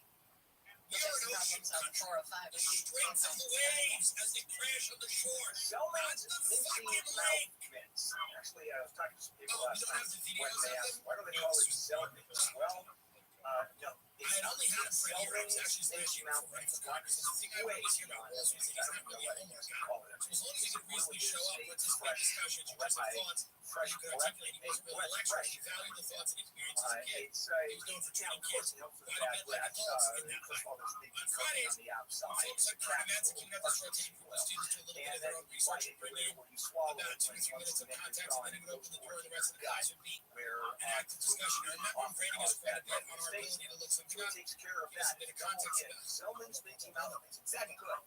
No other mint gets so they said that you remember any of the debates, because there's one that stood out now that I look back on it 20 years.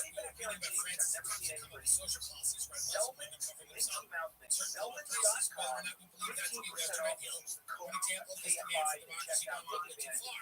That's maybe not as respectful as we want it to be. The culture is identity. I was doing a lot of listing that day. Goals. Did a really good job of making kids feel like cognitive dissonance, avoid slides to grow up in the most powerful country in the world. LA and the sea, 80s and 90s in the Valley of the Desert, upper 90s for the Inland Empire. Pretty much the same for tomorrow. A little bit hotter on Wednesday, and then we'll cool back down a couple of degrees through the week. It's 73 in Fullerton, 71 in San Clemente. beautiful morning to be flying around Long Beach, but on the roads, the 405 specifically, not so much. Northbound side of the 405. We're coming up on it right now. Long Beach Boulevard is the reported location of this crash. It's definitely jammed up all the way back from about the 605 on the northbound side, all the way back to Signal Hill, all the way through Long Beach there. And then up ahead, once you get past that, it's clear sailing until you get to the 110. That's where the slowing starts for yet another problem. Northbound side of 405 looks like it's going to be right around 91 or right around Artesia Boulevard. Not sure what is in the lanes there, but we're on our way to check it out. It's definitely jammed up back from the 110. Also some problems on another part of the 405. It's the southbound side of Cannon Valley. Earlier crashing through there. For Victory, still pretty slow all the way back up to 118. This Southern California's only airport traffic reports. Will Schreiber, KFI. I'm not saying that the lake people, and Willis himself is not snow. I like his page where he stands and his cadence. He's kind of a fun, like, action figure.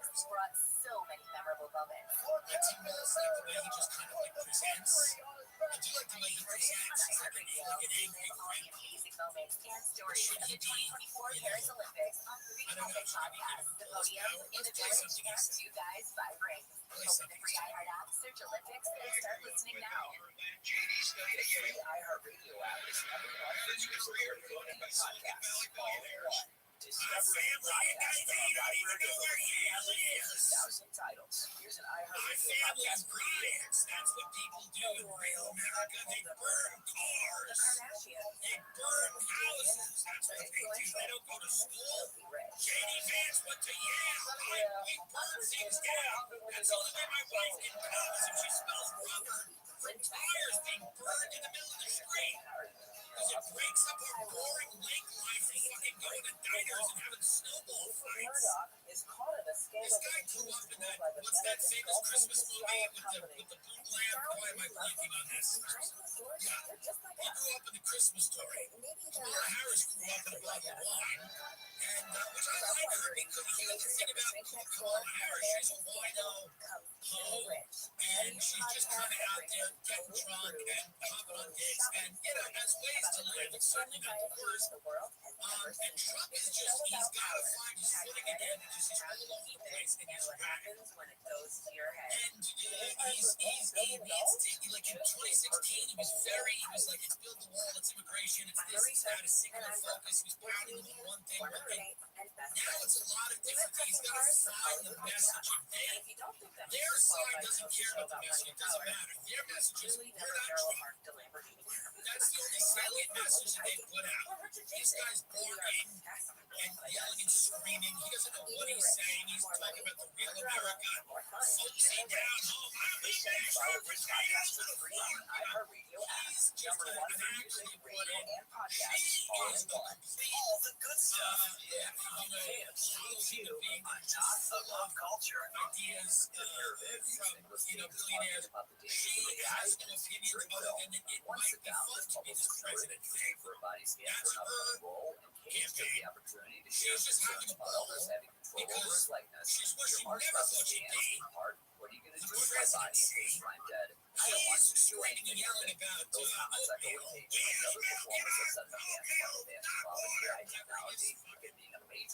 And they're just going to say, like, you know, we need to help the middle class. We're going to help the Democrats and Republicans. This is not. Now he's clarifying that this idea that any one of them are going to go start helping the middle class, like they like all the schools up on day one. It's not. It's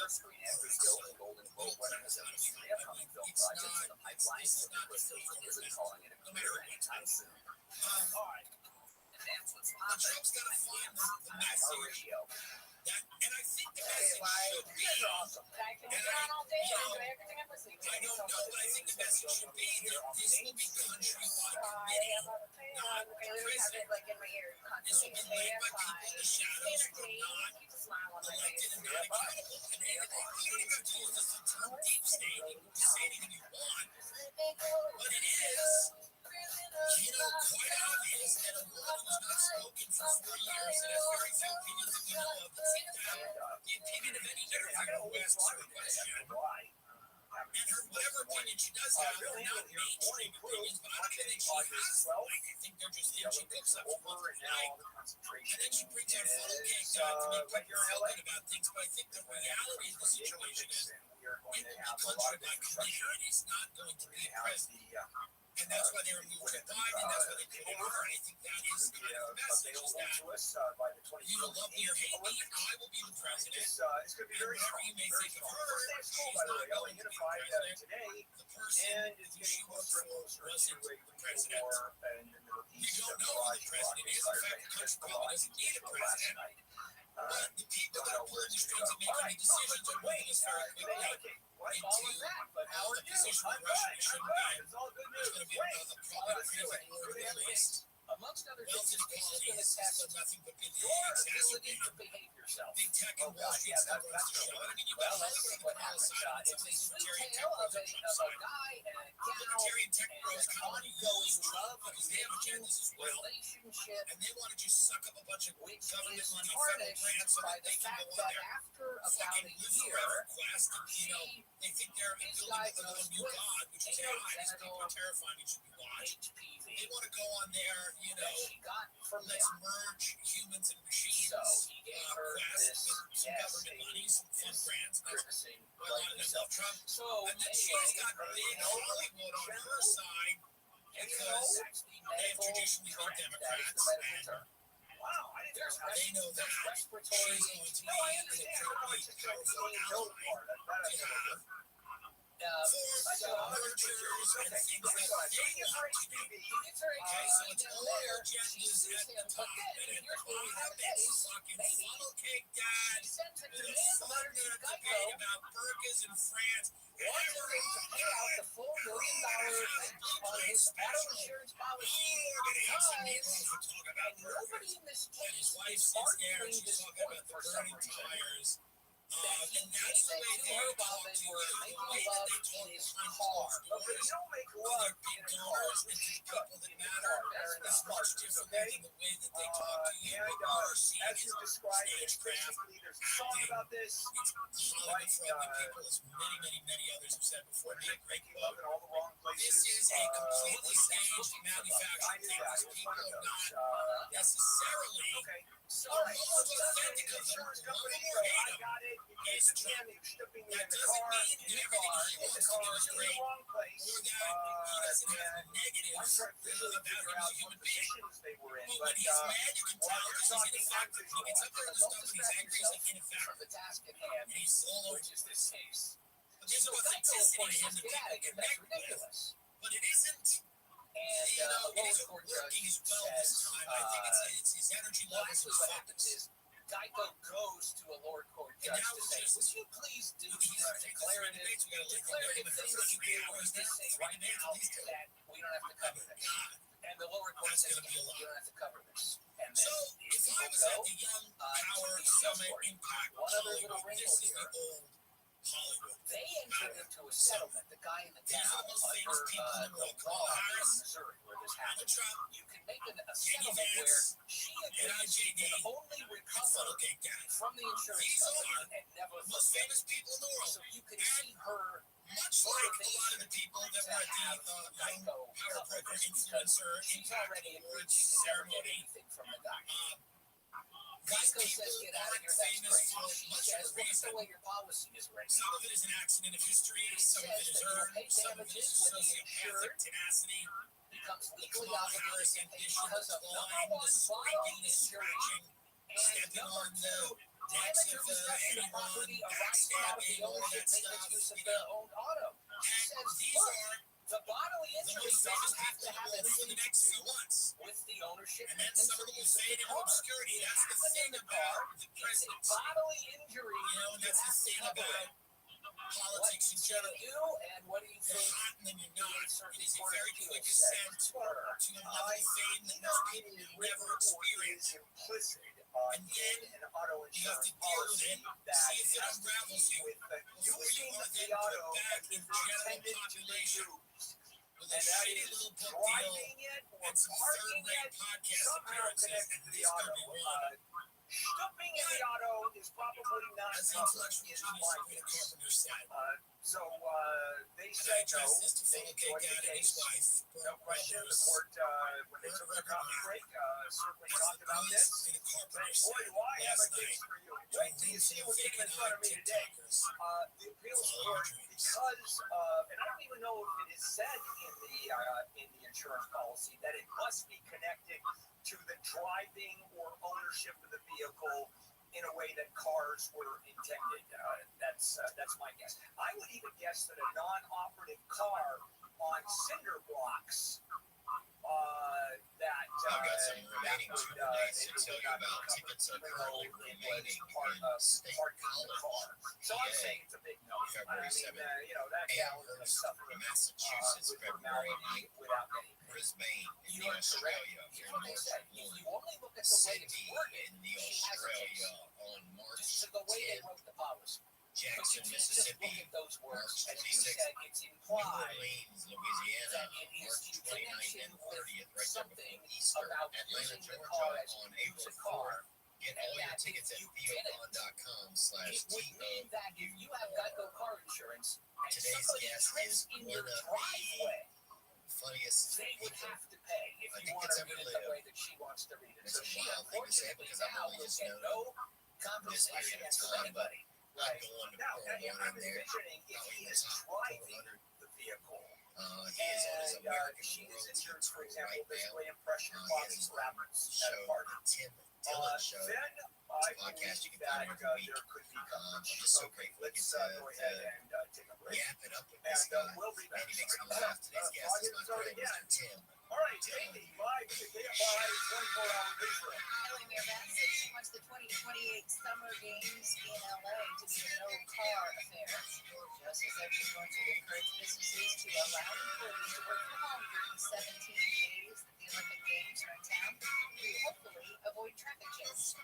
The drivers were encouraged to travel to a home and away park and not any fires. Orange County Fire Authority says the crash upset the bees yesterday afternoon. The guy got stung several times. He was taken to the hospital. Firefighters used soap and water to calm the bees down. Democratic Vice Presidential candidate Tim Walz is scheduled to speak at a fundraising reception in Newport Beach. The invitation shows ticket prices for tomorrow's event range from $1,000 to $100,000.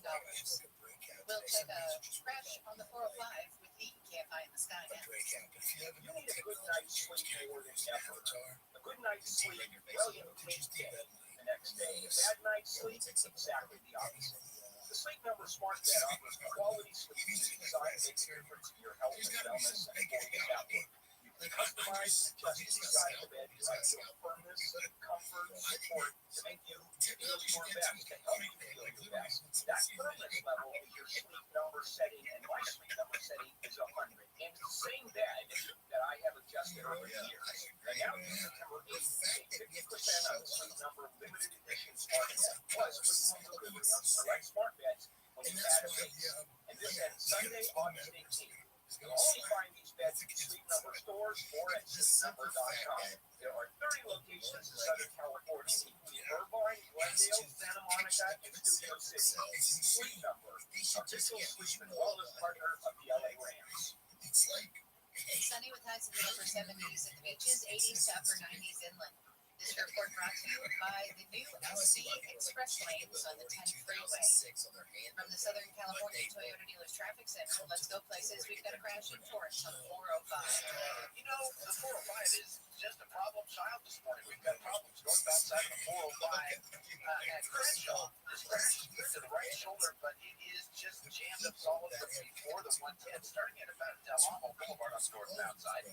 Then, before you get there, there's even more trouble on the northbound side of the 405 getting out of Long Beach. We had an earlier crash right around 710. That has jammed up that drive all the way back from like almost 605, so that's rough. Then another stretch of the 405 still in trouble in the valley. There was this earlier crash, but it didn't cover southbound side of the 405 right there at Victoria.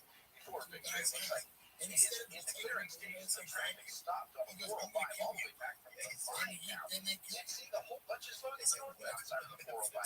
Or 101, I should say, from the 405 all the way up through Woodland Hills. Southern California's only airport passer, locals driver KFI's Guinness on 2024 iHeartRadio Music Festival presented by Capital One. Friday, Saturday, September 20th and 21st. Streaming live only on Hulu. Get tickets now at AXS.com. Here's this week's iHeartRadio countdown of the top TV streams. Here's what you made popular by Get Your Stream On. Starting us off for the second straight week is the new Apple TV Plus mystery, Sunny, starring Rashida Jones. That's followed by another Apple TV Plus mystery drama, Lady in the Lake, starring Natalie Portman. In at number 8 this week, the Peacock Roman epic, Those About to Die. The new period piece comedy of P.T. Cameron on Netflix falls back a few to 7, with House of the Dragon on HBO and Max holding on to the 6th spot. Up a few spots to 5 is the new DC Comics animated series Batman, Caped Crusader on Amazon Prime Video, followed by The Bear on FX on Hulu, dropping out of the top 3. The top 3 starts once again with the new fantasy comedy Time Bandits on Apple TV Plus, starring Hillel Tuck and Lisa Kudrow. Shooting up to the number 2 position this week is A Good Girl's Guide to Murder on Netflix, starring Emma Myers, and holding steady for its 3rd week on top is Presumed Innocent, starring Jake Gyllenhaal on Apple TV Plus, your top streaming show. And those are your top TV streams of the week on iHeartRadio. The free iHeartRadio app is #1 for music, radio, and podcasts, all in one. Discover a new podcast from our library of over 350,000 titles. Here's an iHeartRadio podcast preview. I have everything I need to want to ask you. Doctor's office. You're going to get Fred Rothschild here today, and you can take an elevator down in your house. And this urgent accused a nurse sitting there, and the nurse goes, Fred, I want to know what house. Ask him. I think we should do one question. Yeah, it's like still one of those things we have to fill out. All right, so you're filling out paperwork in your own house to get your blog looked at, and that's how rich, that's the level of rich where you're never going to have to leave. Never going to have to leave. I should talk about it. I think that every now and then you go gamble online by ordering DoorDash just to see if someone come up from the couch with a lower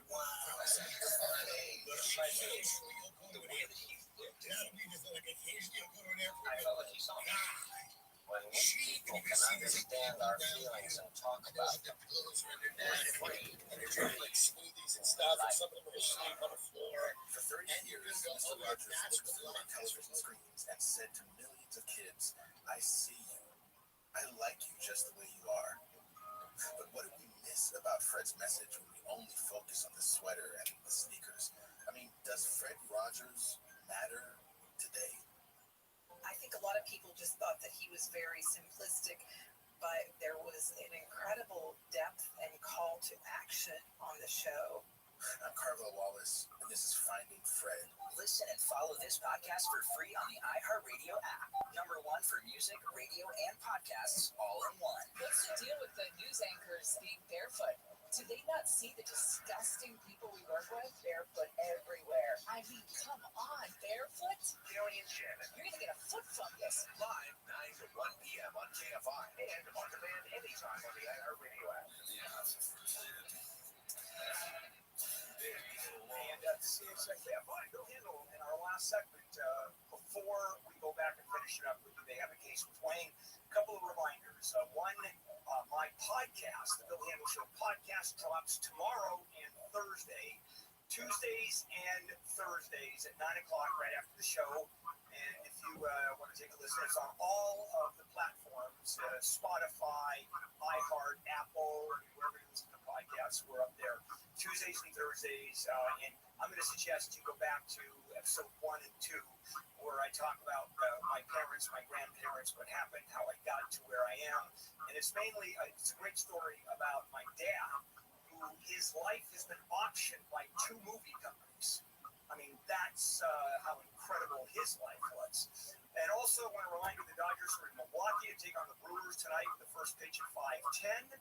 Listen to every play of every Dodgers game on AM 570 LA Sports. Live from the Galvin Motors broadcast booth, and stream all games in HD on the iHeartRadio app. Keyword AM 570 LA Sports. All right, Wayne, let's go back and finish up Handel on, or excuse me, do they have a case? All right, put on your libel hat. So they open a new amphitheater in Charlotte, North Carolina, and before it actually opens, the running the amphitheater hire a company to bring shows to the amphitheater. And the first deal that they try to work on is to bring a band called Big Head Todd and the Monsters, which I've heard the name, have not heard their music. And apparently, immediately there's friction and there's an argument, and the guy who runs the amphitheater says that the guy from the promotion company doesn't know what he's doing and is an amateur. And if he's going to stay with that company, then the amphitheater will not do any more business with that company. And he says it publicly. Well, he says it in front of the other people who are involved. Okay. And sure enough, the company says, we can't have you because they won't do any business with us. We like you, you're fine, he's wrong, but he said he won't do any business with us if you're still involved because he thinks you don't know what you're doing and you're an amateur. So the guy sues and he said, you can't call me an amateur and say that I don't know what I'm doing, and that's actionable. And he says, that's just an opinion. That's just my opinion. And also, amateur cannot be defamatory because amateur just means you do something, whatever it is, you do it for pleasure and not for a profession. So how can the word amateur be defamatory? And the lower court says, yeah, that's right. Get out of here with your complaint. But he goes up to, in this case, a district court in North Carolina, from the state court to a federal court, and he says, listen, saying I don't know what I'm doing and that I'm an amateur, there's facts those are factual statements that you're saying I am not capable of doing my job. And he says, no, it's opinion. And what do you say? And what do you think the judge said? I think it's actionable. Because you can have an opinion, but within that opinion, he is making a fact that, in fact, does interfere with his ability. I mean, the damage, the causality is right there. Welcome. How you living? You call me an amateur. I've lost business. I have been fired. I just working on keyboard skills. And that is beyond just an opinion. For what? So I'm operating my PC for just like I don't know, because now you have to Tight. prove that they fired him because of that. It sure looks like it's actionable. What did the court say? It's interesting because you not only did you agree with the court, but it's the same exact observation, which is he may think it's an opinion, but within what's expressed, he thinks as an opinion are in fact questions of fact. Specifically, can this person perform his duties at the level expected of someone in his position? That's a factual question. Absolutely. So yes, he can move forward, and you're right. He may not be able ultimately to win, but he gets to have another day in court. Thank you. Oh, I feel good. 2 for 2. All right, Ed, we'll catch you next Monday. And tomorrow we come back again. Amy, wake up call at 5 a.m. Neil and I, and we come aboard from 6 to 9. I wonder how long it lasts. And of course, never go home. All right, This is KFI AM 640 live everywhere on the iHeartRadio app. More stimulating talk, no longer desire. KFI. And KOST HD2. Los Angeles, Orange County. Live everywhere on the iHeartRadio app. A mob on wheels. I'm Amy King, live from the KFI 24-hour newsroom. A mob of more than 20 teenagers on bicycles has beaten and robbed a driver in downtown LA. Man's leg was broken. He also had lacerations from being kicked and punched while he was on the ground. The attack earlier this month was caught on video. That video shows the teenagers stomping on the man's car. The group also stole the man's backpack and wallet from his car and tried using the man's credit card a few days later. Man says he was attacked by the teenagers when he tried to get ahead of them after being stopped. Into it. Yeah, You're gonna. He was just a fucking. He had done something, and if anybody knows anything about that, when you. The National Weather Service's temperatures in Palm Springs are going to hit 107 again today, go up to 108 tomorrow, 109 the following 2 days. Coachella hit 106 yesterday and is expected to peak at 108 tomorrow and Wednesday. LA County has turned over ownership of a park to the city of Santa Clarita. The deal is done after nearly 2 years of negotiations. The Board of Supervisors has agreed to transfer Museum to Santa Clarita. The site is named for silent film star William S. Hart, who donated his ranch and property to the county after he died in 1946. LA County has taken care of the 128 acres for 75 years. Under the terms, the city has to keep its hours updated, keep the same fees for non-city residents, and create a welfare plan for the bison herd at the park. In downtown LA, Michael Monks, KMI News. Defense Secretary Lloyd Austin has ordered a guided missile submarine to the Middle East.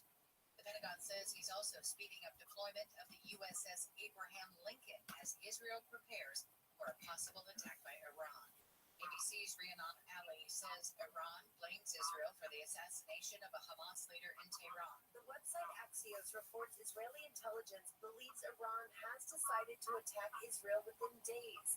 Israel's defense minister telling U.S. Defense Secretary Lloyd Austin Iran is preparing a large-scale attack. Israel says if Iran does attack, it can expect a blow unlike any other in return. One of the former Minneapolis police And me and this guy would be in the corner, and I was like 400 pounds. I'd just be hitting the bag. That's when I first started working out. Yeah. And he would come in there and hit mitts. And the trainer he had him fucking like, was just lying to him. Because that's how those trainers get paid. Right. We should do a special sparring thing. I'll only charge you $400 an hour on that. I mean, I used to hear this guy was paying like $800 for fucking session. Right. Those guys grind. Once they know you're an actor and they tap into that, you want to be a tough guy. Right. That's 6 months. I'll have you stabbing fucking Mickey Rourke and Stallone. Right. And every actor believes you have no idea if you listen that to they're it all. like that. Guys, this is why this is a complete different world than what the fuck you illusion. It's so completely weird. I saw one guy in particular, CSI New York. I think he was one of those guys that checked blood on the show. Yeah. It wasn't the star of the show. I saw him go in there every day, jump rope. Yeah. You know, and he would yell at people.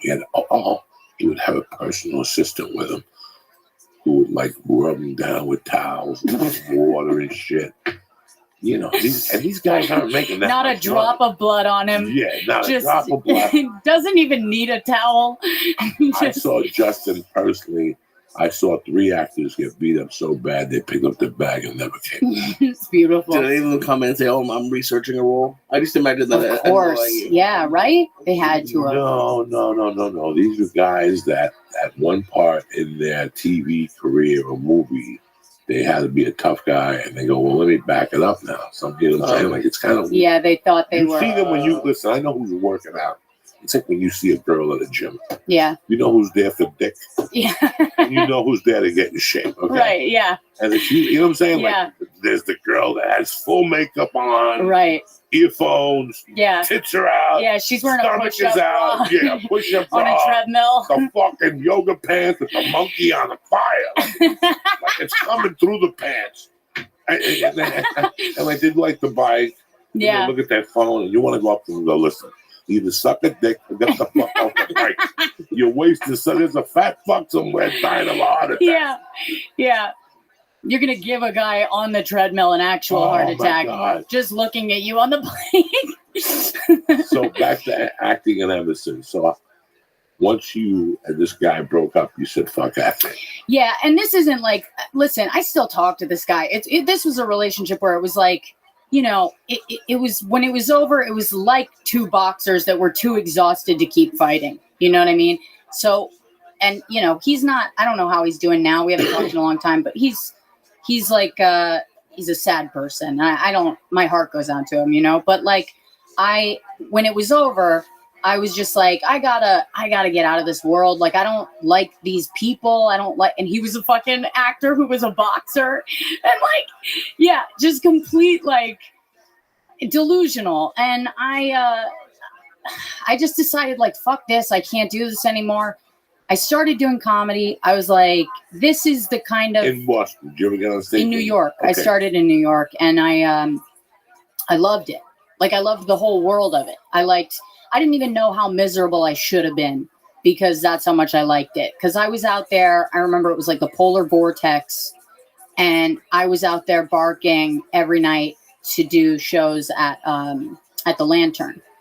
And then went from the Lantern to LOL, which is basically the Ha. And the Ha, if you don't No, it was like a real shitty scam for people in Times Square. Like people would be walking by and other people would be like, "Hey, Chris Rock's on stage," and then they'd go up to this room and they'd get charged $8 for like tap water, and then I'd come out. So like the audiences hated me, and the relationship was antagonistic from the beginning. So now as a comic, I kind of, that's like how I came up. So that's sort of my relationship to the audience a little bit, is like I'm ready for, like when somebody throws something or somebody flips out on stage, my heart soars. Like it's like, that's my favorite thing, is when shit goes off the rails. And there was something about that felt like live theater, because it was but it was more raw than that, because it was a real thing that was happening and we were all. There's a way all these bands right here.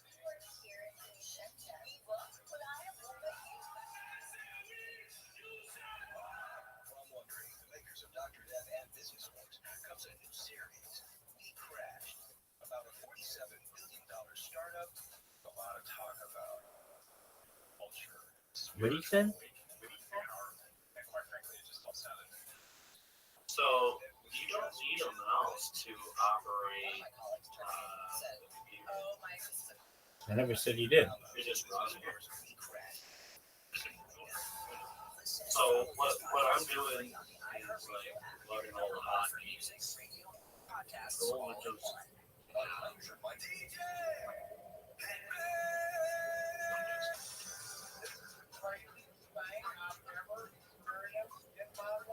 Gary Hoffman. He's not a handsome type. Shannon Farron. Oh, wow. Gary and Shannon. That's how the show started.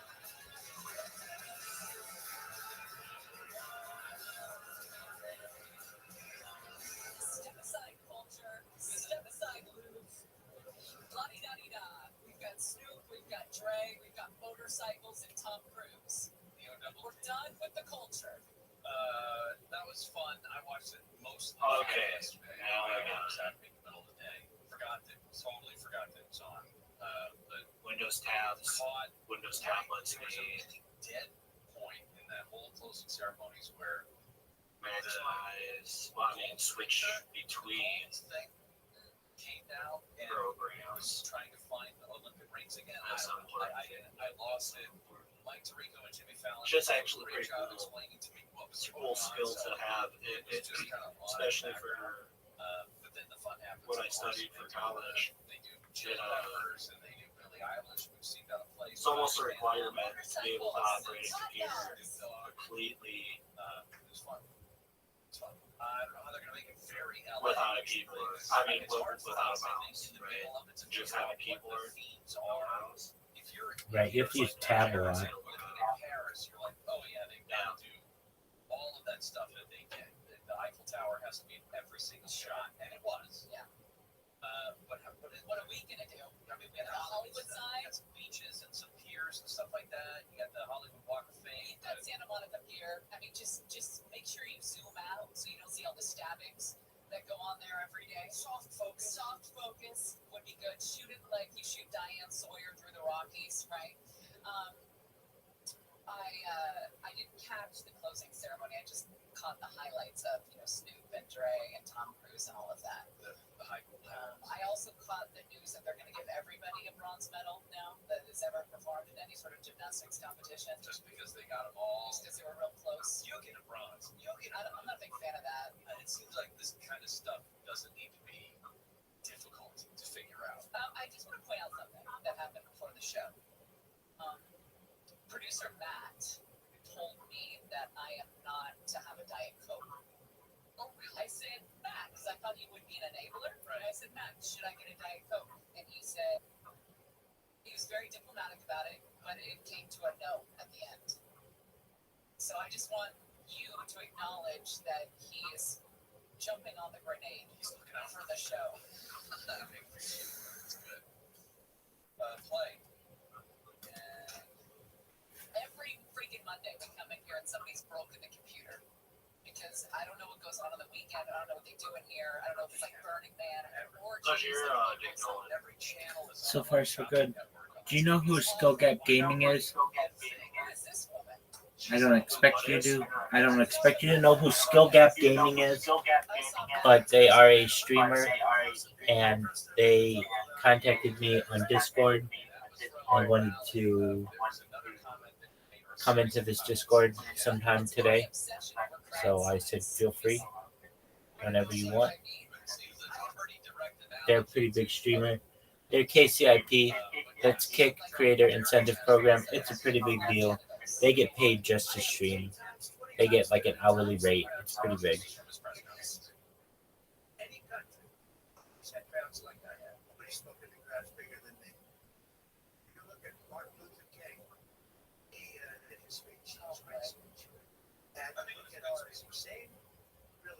Same everything. We actually have more people. Okay, and listen, That's a bad argument to make. I don't care. I honestly don't care. I think he's completely wrong, especially on the Martin Luther King. To make a lot of fucked up shit that has to happen. Something is off, you know, with comics that I've noticed in a beautiful way. Like I trust a comic. If I meet somebody across, you know, if I'm overseas and I meet somebody and they're a comic, there's something automatically that there's an ease. I can communicate shit to them that I wouldn't say to anybody else. It's like meeting another drug addict or like another alcoholic or something. You know, there's something there. Like we've been through it together, even if I've never met them before. I feel the same way sometimes. It's I've always known one thing. Listen, when a person wants to think of what we do, like you, this whole thing started with me when somebody brought up the Joker. Yeah. It all started with that whole Joker. And I saw the Joker. Yeah. And I thought about fucking the early years of comedy, your career. Like, they're not fun. No. It's an abusive relationship. Right. It's a one-way relationship. You know? It's just abusive. And what you know, you were involved in an abusive relationship. What does it take to say that's it? Yeah. You know, so there's 4 or 5 years, 3 years for some people who they stumble along. They just stumble along. And then when they get it, they catch on and you progress. You know what? For some people, it takes 11 months. And for some people, it takes 5 or 6 years. Yeah. For me, it took 3.5 years to finally go, oh, this is what needs to be done. Right. This is how it needs to be And how old were you when you started? When I first got on stage, I was 28 years old. Yeah, so you were older too. I was old. I was 28 when I first got on stage. It took me a good, honest 14 months of procrastination. Yeah. 14 months of procrastination. Yeah. Before you got on again? Just horrible. No. Like to go, I'm going to become a stand-up comic. Oh, yeah. I'd set up an open mic. Yeah. And I'd cancel that night at 6 o'clock. Yeah. Yeah. No, he did. I got the flu. I mean, this just went on. Yeah. It was just this fucking, you know. Yeah. I cried the first time before I went and did my first mic. I cried outside and was like, called up a friend who was a stand-up and I was like, I can't do it. But he was like, all right, don't do it. And I was like, but then I'll never do it. I almost wanted him to talk me into it. And then I realized he wasn't going to. And I was like, oh, I just want to do this. I'll just shut up and go inside. But like, yeah, it's hard. That first. The realizations. Yeah. And then it's, you know, and for me now, like with this one-man show, what the final message is that I'm trying to bring is that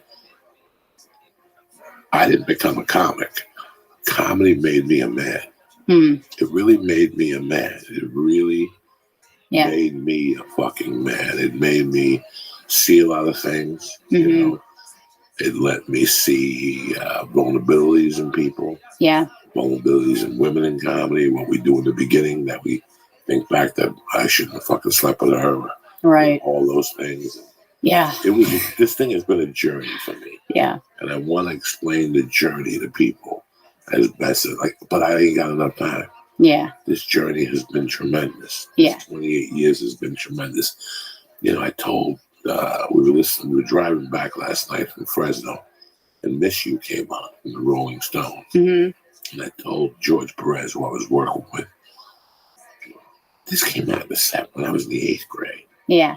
This was the song of the summer of the 8th grade. In 1978, would I think that in 2020, yeah, I'd be driving home from a theater in Fresno as right. a stand-up comic Yeah. listening to this song. Yeah. Also, Human League came on, Don't You Want Me, Baby? Right. And shit. And I was like, this crying. This song Yeah. is 38 years old. Yeah. If I would have known that summer of 82 that I'd be in a fucking doing stand, I had no idea. Yeah. This is why this is shocking to me. And obviously neither did you. Yeah. And obviously in a way neither did Lee. Yeah. Like we started out, Lee wanted to be a fucking editor. We went to school, he wanted to be an editor. You went to major in theater. Yeah. And what were your plans really from there? To move to New York and do theater. Fucking theater. Yeah. Jesus. Yeah. I moved to New York. I was like, I'm gonna be a theater actor. That's what I want. And like I did a couple off-Broadway plays, a bunch of off-Broadway plays. I did some independent films, and I just like I look back at it now, I'm like, that shit was ridiculous. It was like for the birds. I mean, once I did comedy, I've never been obsessed with anything like this in my life. Did you fall in love with it? Yeah. Was it like a heroin for you? 100%. I hid it from my family. How many years did you do comedy before you quit drinking? I quit drinking before I started comedy. Thank God. Yeah. Knock on wood, man. Yeah, thank God. Okay, so no. Because I wouldn't have been able to fucking quit if I was doing comedy. I don't think. I genuinely don't think. And how do you go to meetings and stuff? Yeah. Do you really? Yeah, Good I go to the you. meetings. Yeah.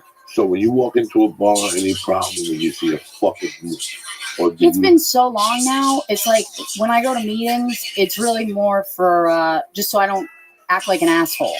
Like when I see a drink, I don't want to drink. I forget other people are drinking. It's not like a part of my radar, you know? So it doesn't bother me at all. It's just not part of my life anymore. So you did all these, you've done 6 years of comedy in New York, and now you're out here. Bill put you on his show, Ringers, and what else are you doing? I'm starting a podcast. The teaser drops tomorrow, January 20th, and it's called Devil's Advocate with Rosebud Baker. Okay. And it's basically like interviews with other comics about what's funny about like the worst things that happen to us. Because I always find my humor is a little dark, or people say it's dark. I don't see it that way, but people say it's dark. And but I think the dark things are funny, and I think they're part of what make us funny. So it's really kind of answering that question, you know. And then at the end of every episode, we give a bunch of bad advice to listeners. Bad advice. Because one thing that annoys me about the internet now is everyone's a fucking pro. Everyone's a life coach, you know? And it's like, who the fuck wanted what you've got? Like, who said they want what you have? It's crazy. You know? But prove you have what you say you have. Yeah. Like, I look at these people, I'm like, if you think that you're, like, in a position to tell other people what to do, you're fucking delusional. There's a chick I follow just for that. Yeah. I follow probably 20 people. Just because you hate them? No, they're just delusional. Yeah. Yeah. They make you laugh. They make me laugh, plus I don't want to do what they're doing. Yeah. I know whatever the fuck they're doing is completely wrong. So I don't. You're like, thank you for being an example to me. Thank you for being an example of the wrong things. You really do with the wrong things. Yeah. Why would I fucking Well, do you run into that, Joey? What's that? Because you're very positive online, and I don't put you in that category, but there are people who are like, oh, you got to hustle today, and it kind of it just rubs me the wrong way. For whatever. I think we're rescheduling it because I can still train you, but I want to reschedule it because Elon Musk is interviewing Donald Trump at that time on X, and I want to hear it. Oh, you're fucking kidding me. No, we can still do it. It's just No, I'm not mad about the rescheduling. Sorry, you gotta be fucking kidding me. Was in relation to Elon Musk interviewing Donald Trump. Yeah, I want to hear what he. Listen to that shit too. Exactly. That's gonna blow up the internet. So I want to hear it. Dude, X is gonna shut down. That's exactly. It's gonna have so many people watching it. Exactly. I don't care what your politics are. I'm not a huge giant fan of either. But I am excited for what that's gonna do to the internet. The memes that are gonna be made and all the other shit. Like I honestly hope the best thing in my opinion that could happen. Yeah, whatever they could talk about whatever. World peace would be great, but it overwhelmed X because X is a shitty platform when it comes to its capabilities, and half the time, hey, welcome. Yo, Jacob, do you know Orion? What's up, Jacob? All right, well, this is Jacob, Orion, Jacob. Jacob met me through, he sometimes has some, he lives kind of in a rural area, and, but yeah, he does. Yeah, he met me on YouTube, and then Orion met me on Discord, I believe, right? Is that right, Orion? Yeah, so it was, I was on Rothschild one day, right? And came across a kick streamer that was like a Discord channel going. And I was eating big old fucking fresh nuts, untrimmed nuts, and yeah, so I was doing that, and they thought it was pretty cool, so they invited me to the Discord server. And then people are talking about this rabbi guy who's on spam and right, and they're just fucking living. Right? I'm like, all right, let's check this guy out. You know, so somebody gets in the show and we just have this. And it all just happened to be my chance.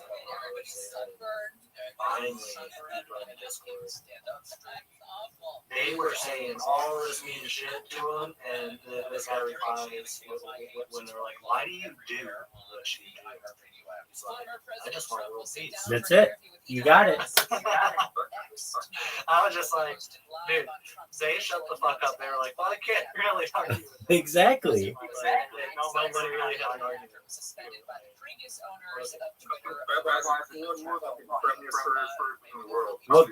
Well, thank you. I appreciate your high praise. I don't know about any of that. I do my best. I can tell you that. But yeah, so just for a moment, we have somebody in the Harry Potter Obama Son is Tim email group. Hey, can you hear me? Sproto, if you can, shout out and let us know. We'll get you into the Discord. So yeah, that's how they met. And was that in Exodus's Discord, Orion? Exactly. And they booted me from that Discord. So get this, Jacob. The like maybe 1 hour or so that I was ever allowed in this person's Discord, I was allowed a little longer in there because I just started streaming my life in it. They did not like that, and they eventually booted me. Though I have to say, it was not Exodus. Exodus was so nice. He was like, dude, I gave you a spot to stream in my Discord. I wanted you to be able to do that. You just got to understand that like a lot of people hate your bots. And by me allowing you to stream in the Discord, it shows that I'm encouraging it a little bit. And because of that, like, I just want you to know, while I can't have you streaming in here, I really appreciate. He was so nice, so positive. He's like, what you're doing is cool, but not cool enough. No. He did say it was cool enough for his server. He even made he didn't just say you can stream in whatever VC. He made a VC for me and allowed me to stream in there. How cool is that? But he was getting rebellion from the other people in the VC, and I understand. There were some people in there who very much did not like me. And the reason why they don't like me, and I understand this, many of them are not just creators, but they're creators and they're major moderators of major creators. So that means that they've had to ban my accounts sometimes hundreds of times, and that's a lot of work. It's a really annoying, and I understand. I completely understand. But to those people, I want them to know that they would be rewarded.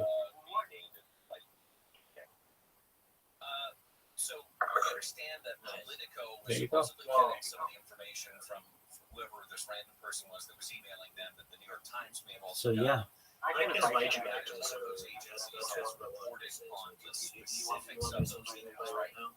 I think they banned me so that I can't get back in. It's not just I don't have an invite. Invites are one thing. Banning my account is another thing. What I need you to do, or if you want to, this is what you want to do. The night that they banned me, I even have the message. Exodus. I just said to him, hey, I completely understand. Just if anything, would you ever consider giving me a second chance in the future? And he's like, oh, absolutely. Just let this die down for a little while. So what you can do is say, hey, Rabbi told me that someday you guys might allow for him to have a second chance. It's been a few weeks now. I've had the opportunity to see who this person is, and they seem like a pretty normal person to me. And they... Okay, I'll join right now.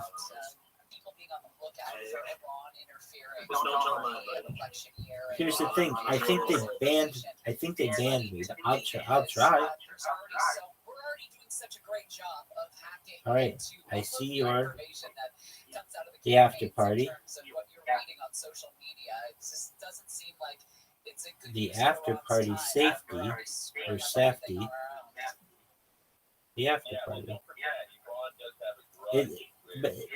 Is the after party the one? Oh, it is? Oh, interesting. Oh, wait. Let me see what's going on here. Hold on a second. So maybe they just kicked me? I don't know. But, yeah, this, I think, is it. Very cool. Well, thank you so much, Ryan. Exactly what President Trump has been saying in terms of no tax on tips. It really felt like a weirdly specific campaign note. Why would she pick up any particular kind or anything? Specific campaign note? She's big. Well, probably the short answer is you think I'm nervous for the culinary workers who rely a lot on tips. So, you know, that's an easy applause for any politician when you're visiting. It's easy to get along with in humans. They got such little needs. Like, feed them, and that's pretty much it. Oh, Ryan, what do you think of this? I know you're going to say don't do it, but I'm just going to put it out there. What if I just start streaming in one of the lounges in that after party? If I just start streaming in one of them.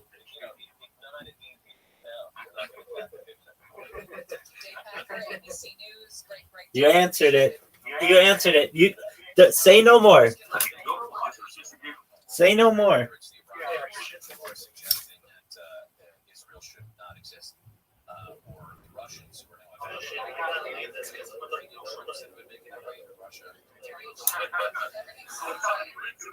I don't think so. I think you'll be fine. Wait to see if anybody notices you join the server. Right?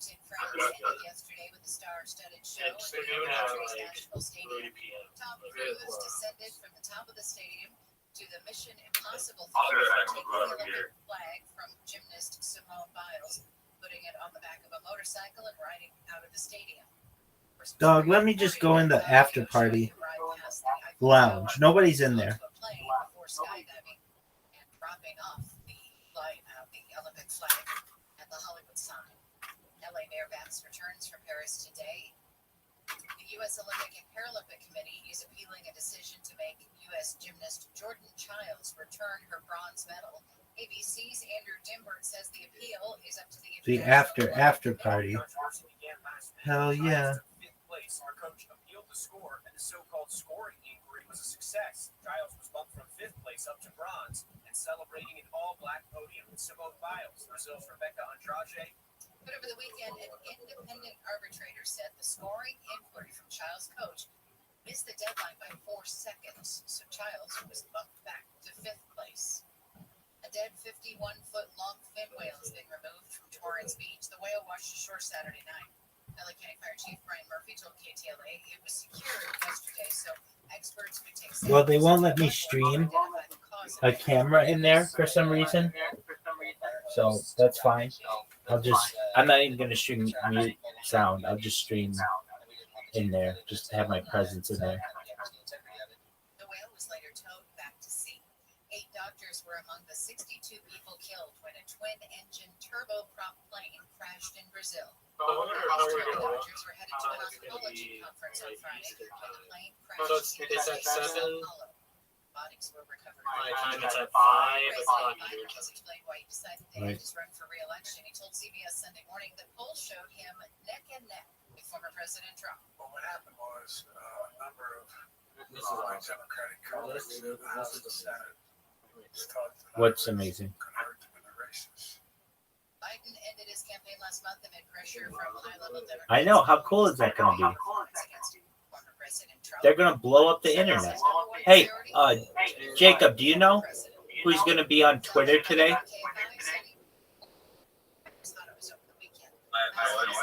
Donald Trump.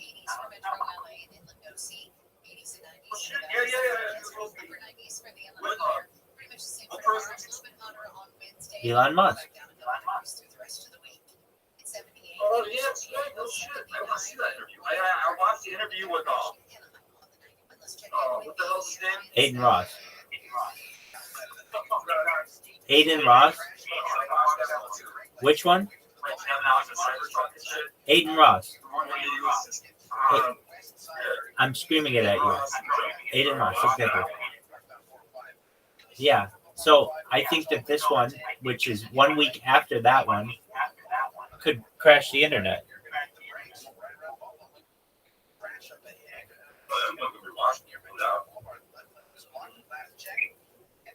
Yeah, exactly. So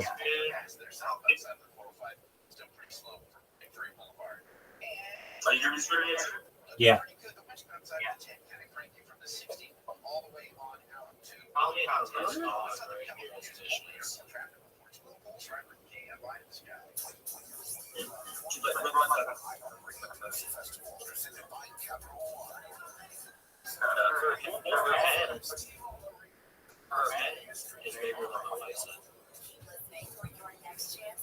I believe it. It's a big box. Small business insurance is opening a small business is a great achievement. They offer custom insurance solutions to fit your needs. Get a quote and find why. Yeah, there's no such thing, in my opinion, as bad dogs, just bad owners. Like people who train them to be mean and groom them to be that way. It's essentially because they become that way. It's an absolute. She doesn't even bark inside. Like she was sleeping, right? Having a little green spark and that's it. That's all I have. Batteries.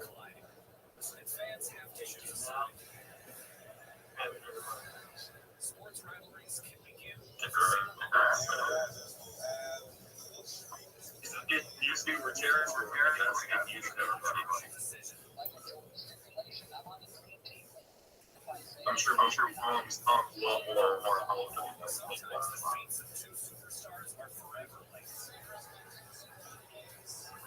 People once said it didn't it didn't sound like a sound. And that's a confession. It didn't shut up that. That's interesting. Yeah, I got it. Oh, wow. Pretty awesome.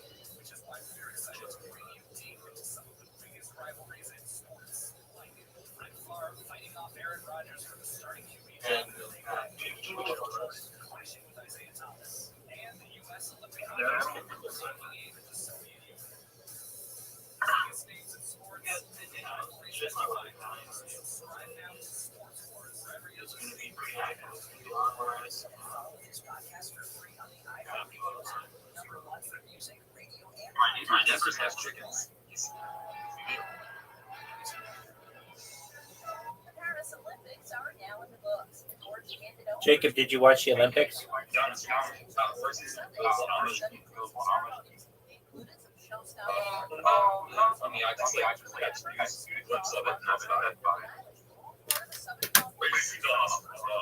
Australian breakdancer? I've heard a lot of news on that. Yeah, I heard that they're not going to have breakdancing in LA in 2028. Yeah.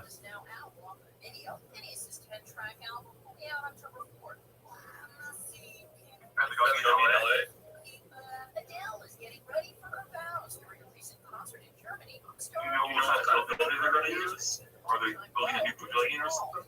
They're going to have it throughout Southern California.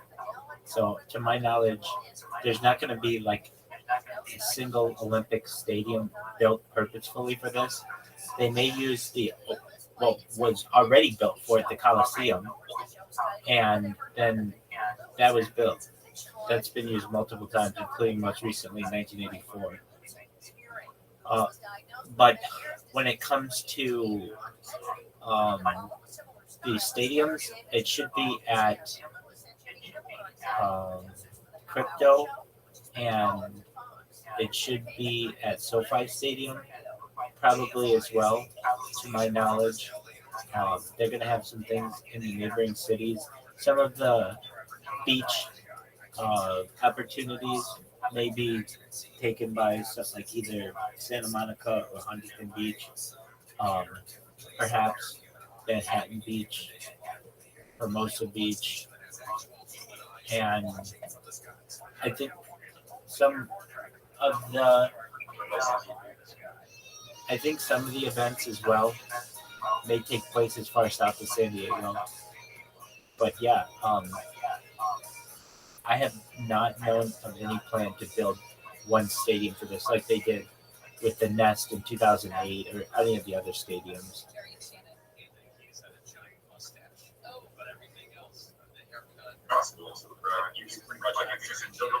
Yeah, I mean, you got to think that the Los Angeles Memorial Coliseum was already a stadium built for the Olympics. So it can be reused. And it seats over 100,000 people. Exactly. So it's like there's already a building. And it did, the Los Angeles Memorial Coliseum, it's where the University of Southern California plays football. It's also where the 1984 Olympics were, and previous ones as well. Yeah, there's a bunch of different things. Thousands, tens of hundreds So, of thousands. I watched Dude, where the fuck were you? Why didn't you watch it in here? Okay, so you should have watched it with your mother-in-law, your wife, and your rabbi.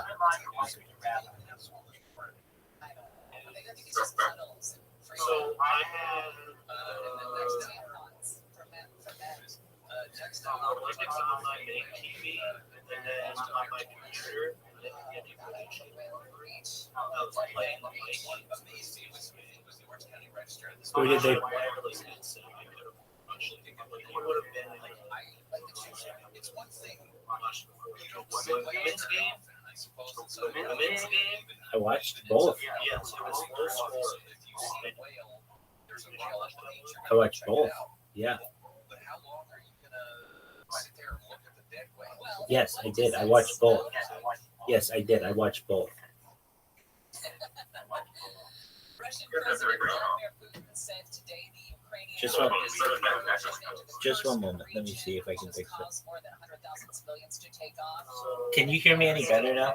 Is an attempt by Kyiv to stop Okay, I watched both. leverage for possible peace talks in the future. I also saw that Putin was planning. I watched both. Kremlin doesn't return our phone calls about whether or not he was going to talk I watched both. tonight. The women's game came down if France was behind the 3-point line. I know. They're going to announce a goal I saw. They were. It was probably like what, 6 inches. Most of all of this is been described as the sort of a Right. last gasp, depending, I guess, on which side you're looking at. I think that Last gasp from Ukraine to try to the men's basketball team, the women's basketball team. Did you watch women's soccer?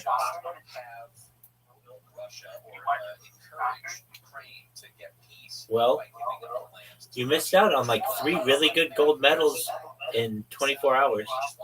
I mean, you saw 2 of them, so no big deal. And you saw it. You're like, I didn't miss out on fucking soccer. Okay. Yeah. Sources have told Fox News and the Financial Times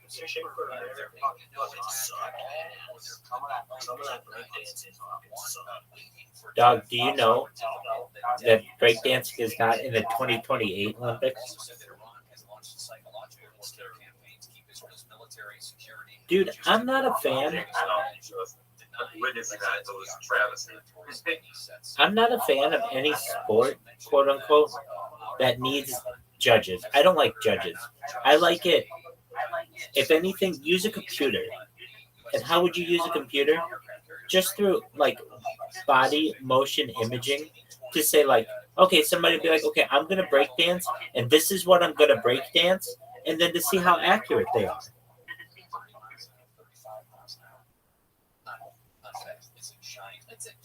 Does that make sense? Yes, it does. Excellent. Hold on. It's this one, but I think it should be muted. All right, can you hear me better now?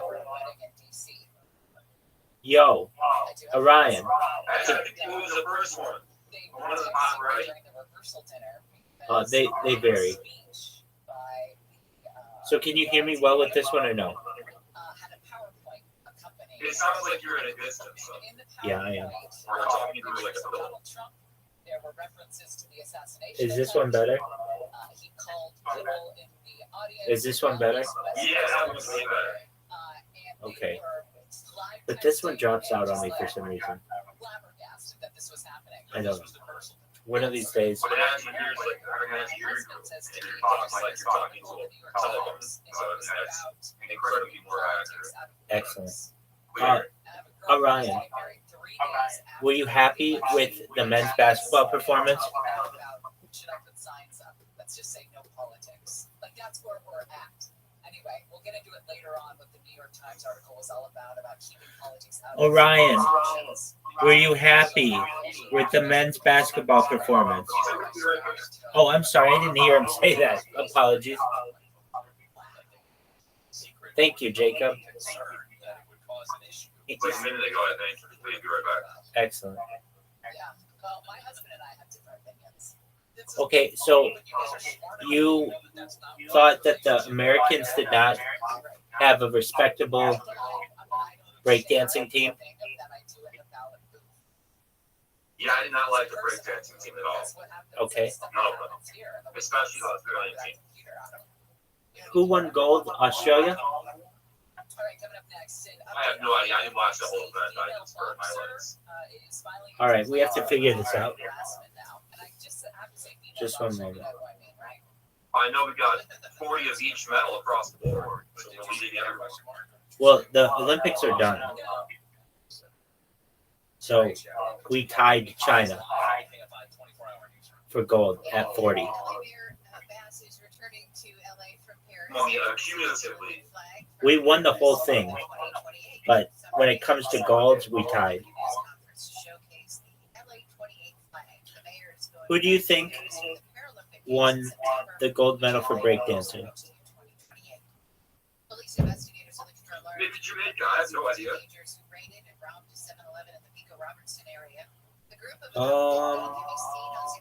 I want the official Wikipedia results. It says right here, I think Canada. for business this week. It looks like Canada won for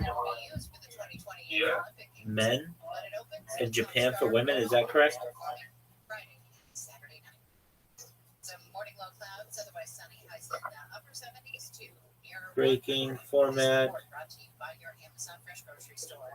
From the Southern California Toyota Dealers Traffic Center. Let's go places. We're going to downtown LA. There's a crash on the 10.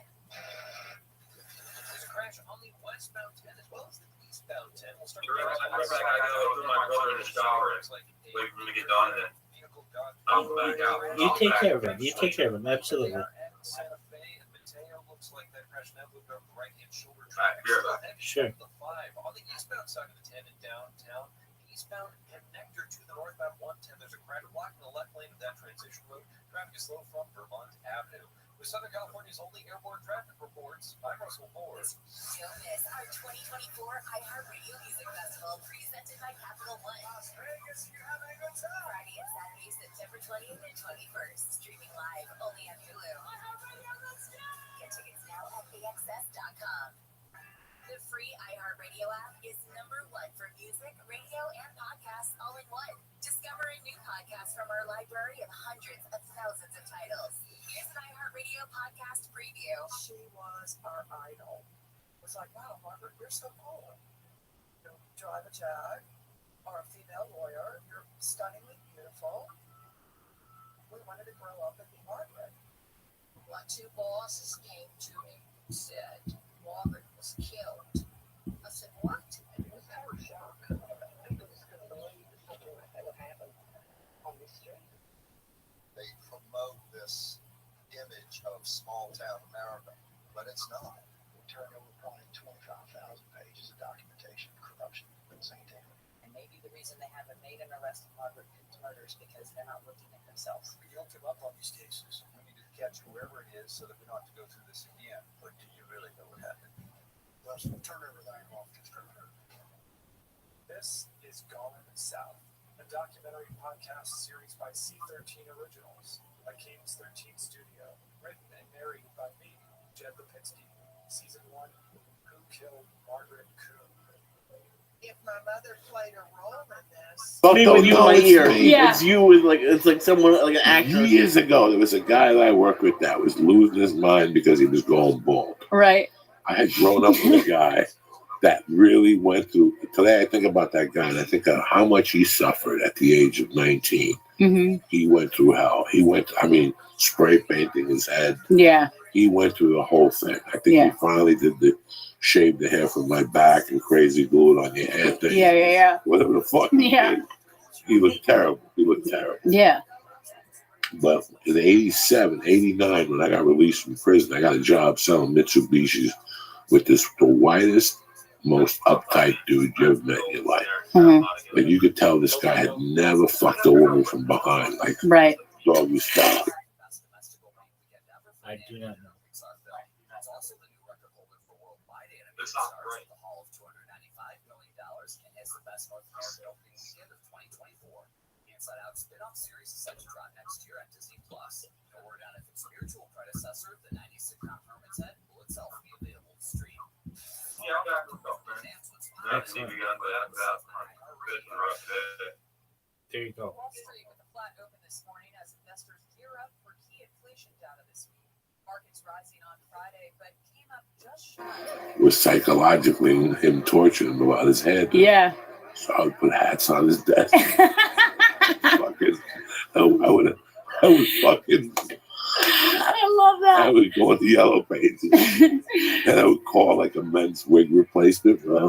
Yeah. And I'd go, hold on 1 second. My phone. That's the best, though. Can you call me back at this? Can you hear me? Yeah, what was that? Much different than the 15 or at any major new features, but the company What's your mystery? feel stable and more innovative Underground railroad that connects every major city. Yeah, dog. I've been all about that for 15 years, dude. Yeah, it's called the Deep Underground Military Bases and the maglev trains. Yo, dogs. I couldn't hear what you said. What'd you say? That's a mystery to me. All right, I get you. I like the term that you use, mystery. I like that. Good on you. Thank you. I appreciate that. Yeah. So here's what I know about him.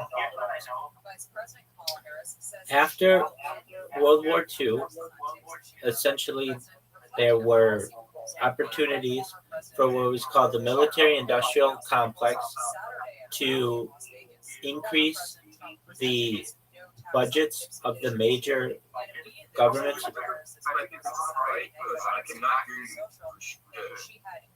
All right, whatever this one is, make it okay.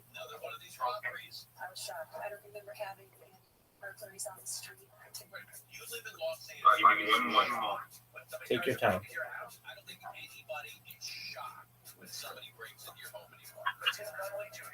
I think you're shocked when nobody brings it.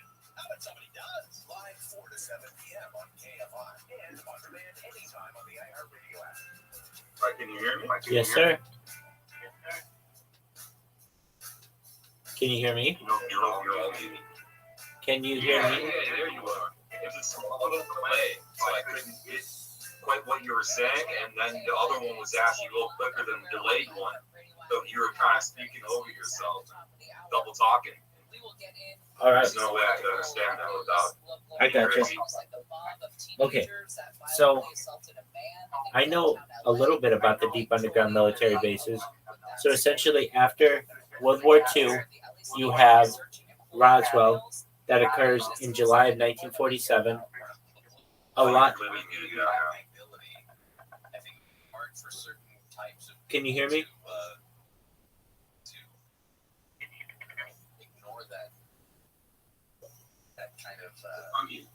Can you hear me? Okay. Yes, I can. Excellent. There we go. So after World War II, we have Roswell that occurs. And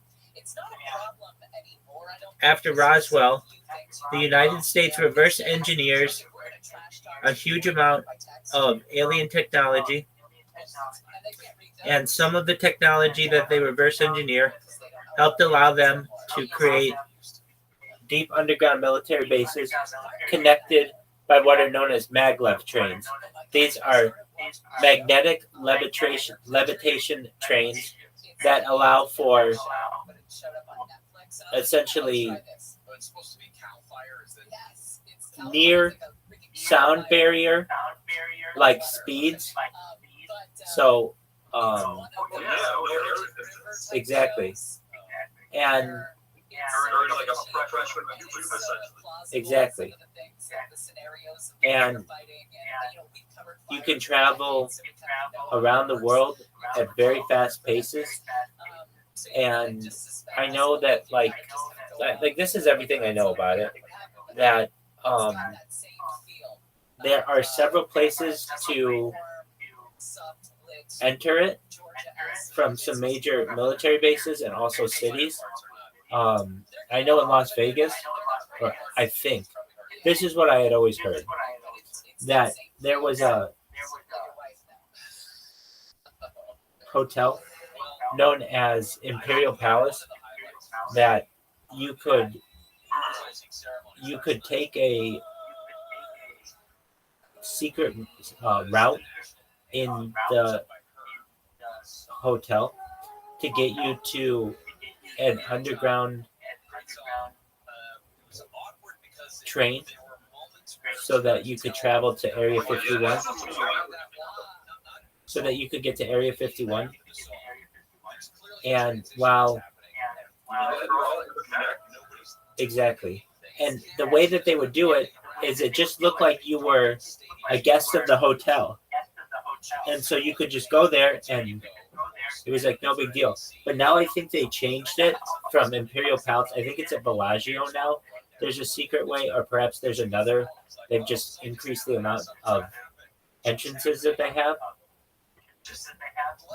But yeah, that's in Las Vegas. And what'd you say? I don't doubt that at all. Yeah. The whole aspect that they could be in New York in one moment, and then like you see it in LA like 30 minutes later. Well, hold on. So there are two types of technologies that we're discussing now, perhaps. One is the maglev train system, and the other is known as jump rooms, the idea of teleportation.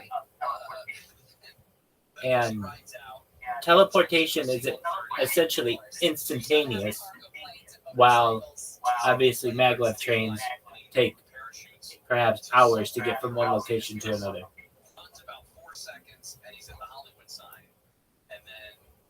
Yo, dog, is that Coke in a glass?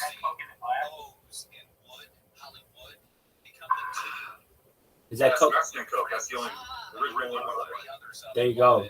That's you're living the dream, dog. And it's the whole corn syrup and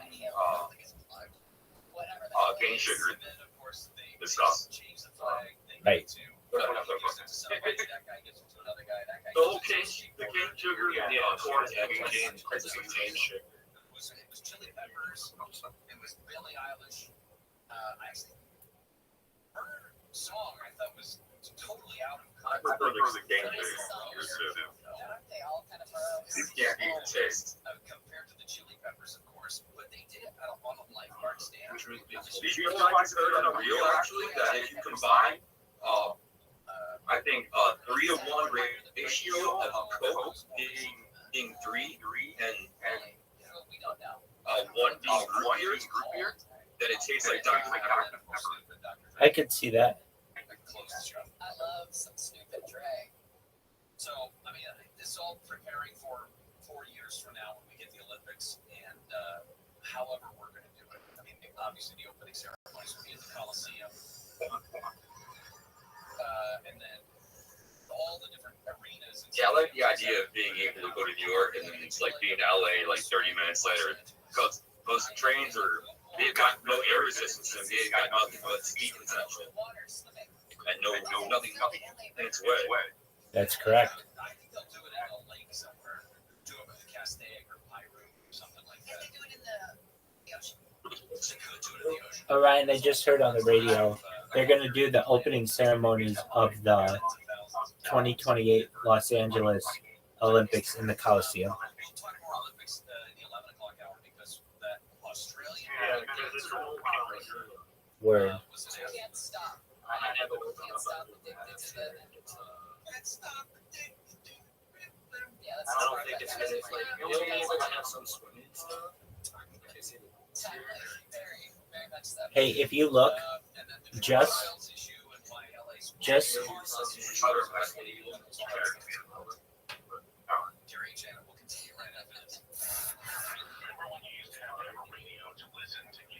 do you think LeBron James is done playing in the Olympics?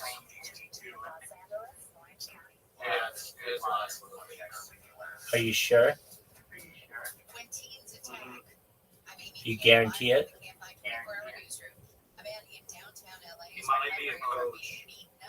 Player coach? Okay, I could take this. Well, what if he was a player coach? No, you can be a player coach where you play basketball, but you're also a coach on the team. It's happened in the past. Bill Russell? Yeah, no, you don't play, or generally you wouldn't play everything. But it's like for older players. It's not done a lot, but Bill Russell comes to mind as a basketball player who was also a coach at the same time. He's known as a player coach.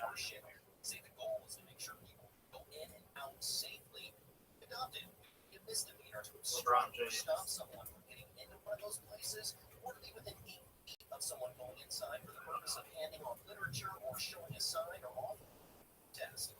Downtown LA, Michael Monks, KMI News. LL Flooring, formerly known as Lumber Liquidators, has filed for Chapter 11 bankruptcy. The flooring retailer plans to close 94 of its more than 300 stores in the U.S. Those stores include LL Flooring in Rancho Cucamonga, San Diego, Torrance, and Visalia. Ukraine's President Zelensky has acknowledged the country's surprise incursion into Russia's Kursk border region by saying the military is pushing the war into the aggressor's territory. Russia's President Putin says Kyiv's move is designed to upset Moscow's offensive in the region. Speaking at a meeting with Me, you, and him have to fight for the bathroom at 8 in the morning after he took a shit in there. I took a shit in there. And now you got to get ready for work. I didn't want that rush. Right. My mother didn't have a day job. My mother owned the bar. Yeah. So she opened it in the daytime, but then she went back home and did what she did till 8 o'clock. Right. And then she took it over at night. I like that. I saw that as a child, how it worked for her. Mm-hmm. I enjoyed it. She would go to Met Just one games. moment, guys. Right. You being a Nick. Let's have a private call with them. Let's see what's possible. It's racing through Pine Forest left Tinker Drive by the heat waves this summer. Hundreds of firefighters have been trying to keep the fire from advancing toward neighborhoods, hospitals, and a couple of monasteries. What's up, Pimp? How are you? Yesterday, evacuation I'm good. How you doing, bro? Every day's a holiday. Every meal's a feast. Yeah, sounds great. So, I was just hitting you up because I've been streaming on Kick and I did a little bit of YouTube. And trying to get monetized on YouTube, but it seems pretty hard with the watch hours. Yeah, it is. So, yeah, I know a bunch of workarounds for that, my man. The best one is to just buy your watch hours and just for a moment. Hey, just for a moment. I'm in the middle of a call. Yeah, so you can buy it for about $100, and the way that there are a bunch of different ways to do it. The way that I recommend is there are a couple ways actually. You can find a website that does it. Just make sure that it has just vetted reviews. You can also go to Fiverr and do it.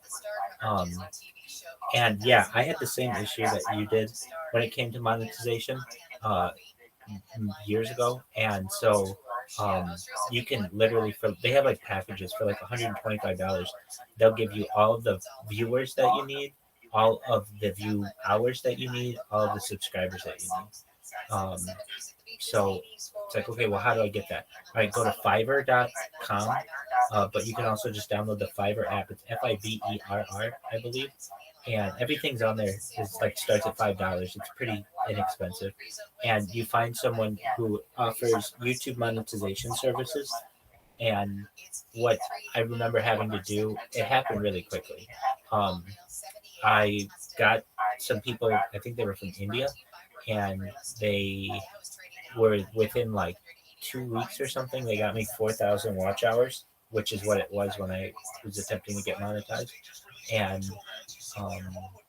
I know that was a really difficult thing. Who's going to watch you for 4,000 hours unless you have something that went really viral or you, yeah, exactly. So just go with one of the services and you can get monetized. That's what I was wondering because I was restreaming to YouTube and everything. I have all the subscribers, I've run everything else, and I was trying to watch hours. But it didn't seem like they were going up pretty fast. Like I didn't know how they were counting or anything. Dude, that's another thing too. How do they count?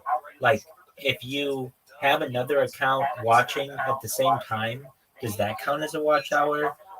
Does 1 minute count as a watch hour? Does it have to literally be 60 minutes with one account? I mean, there are all kinds of questions that are raised when it comes to this. What if you watch 56 hours of it? Does that count into the watch hour? It should, but you never know with some of the algorithm things. So yeah, the best advice I can give you is just go with one of the services. They'll get you everything that you need, and they're relatively low cost. They'll get you 4,000 view hours for about $125. Okay, so I should be looking for about $125, and Fiverr is the best place you're saying? Yeah, in fact, let me see if I can pull it up at the same time. And if anything, before we do that, I'm just gonna Google something. YouTube monetization. Yeah, so right now it's 3,000 public watch hours. And I have like 100. Exactly. These will take care of all of that.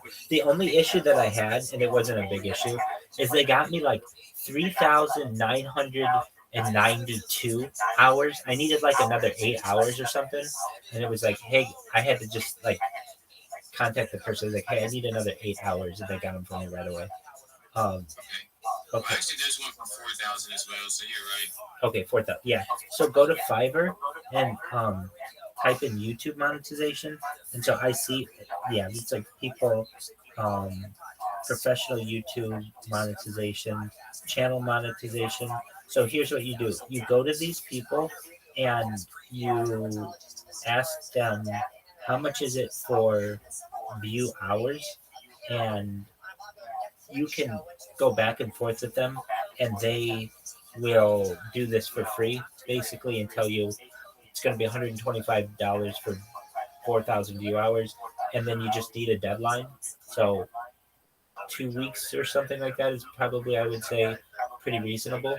And then the nice thing about Fiverr is you're not just giving the person the money and they're running away with it. They have a reputation to uphold on the website because they want future business. So you can also read all of their reviews of the people. Like I'm reading reviews of people now. Some of them are level 2, which means they're more vetted on the site. But they have like 15 different reviews, 5-star reviews. This guy has 31 5-star reviews. I will do organic YouTube monetization. And so you can just contact one of them. Like there's a guy, I will do complete YouTube channel promotion for monetization requirements. And you just tell them I need 4,000 view hours and I have a deadline of, say by the end of the month or something. And I want you to be able to do it for $125. And make sure you read through their reviews. The ones that I just checked, though, other people were really good. Make sure you get one of those people. And then you just have to be patient while they get the view hours. And you'll be able to see the view hours go up over the course of the time. Like it'll go up in chunks. And then when it's done, then you just say that the job was complete in the Fiverr app, and then they get paid. But they won't get paid until you get your 4,000 hours. So it guarantees you're not giving away $125. I mean, I'm looking out for your money here. Exactly. So I could tell you, hey, go to a website, but do we really trust it? I don't know, because nobody that I know has done a real review on it. At least this one, they're anonymous reviews, but they are from previous people who have done business with the person. And also there's the advantage that the person doesn't want to lose their account. So and what you're asking for them is not anything that is out of the ordinary. So yeah, any one of those people, they'll be able to get you what you need, and they'll be able to do it quickly. And then from there, the best wishes to you on getting the monetization, which I'm sure you will. I was unable to get it because my content isn't really advertiser friendly, so to speak, because a lot of it's like sleep streams or trolling people or showing copyrighted content. Like I showed every minute of the Olympics. Like you can't monetize that. YouTube gets in trouble if you do that. But nevertheless, I think it's important because I want to essentially create as much content as possible. That's why I do it from 8 different YouTube streams at once, and I'm live on 33 different platforms. So I heard you say as well that you multi-stream, right? Excellent. Okay, are you aware of what Rumble is? Rumble Studio specifically? Yeah, I've heard of it, but I haven't looked too much. Exactly, no one has because this is new. So they have a way to multi-stream. Remember I said I'm live on 33 different platforms, right? Like that's more than anybody. How, Rabbi, are you able to be on so many different platforms? Rumble Studio allows unlimited multi-streaming to unlimited platforms for free. And so it's like, oh, whoa, how do you do this?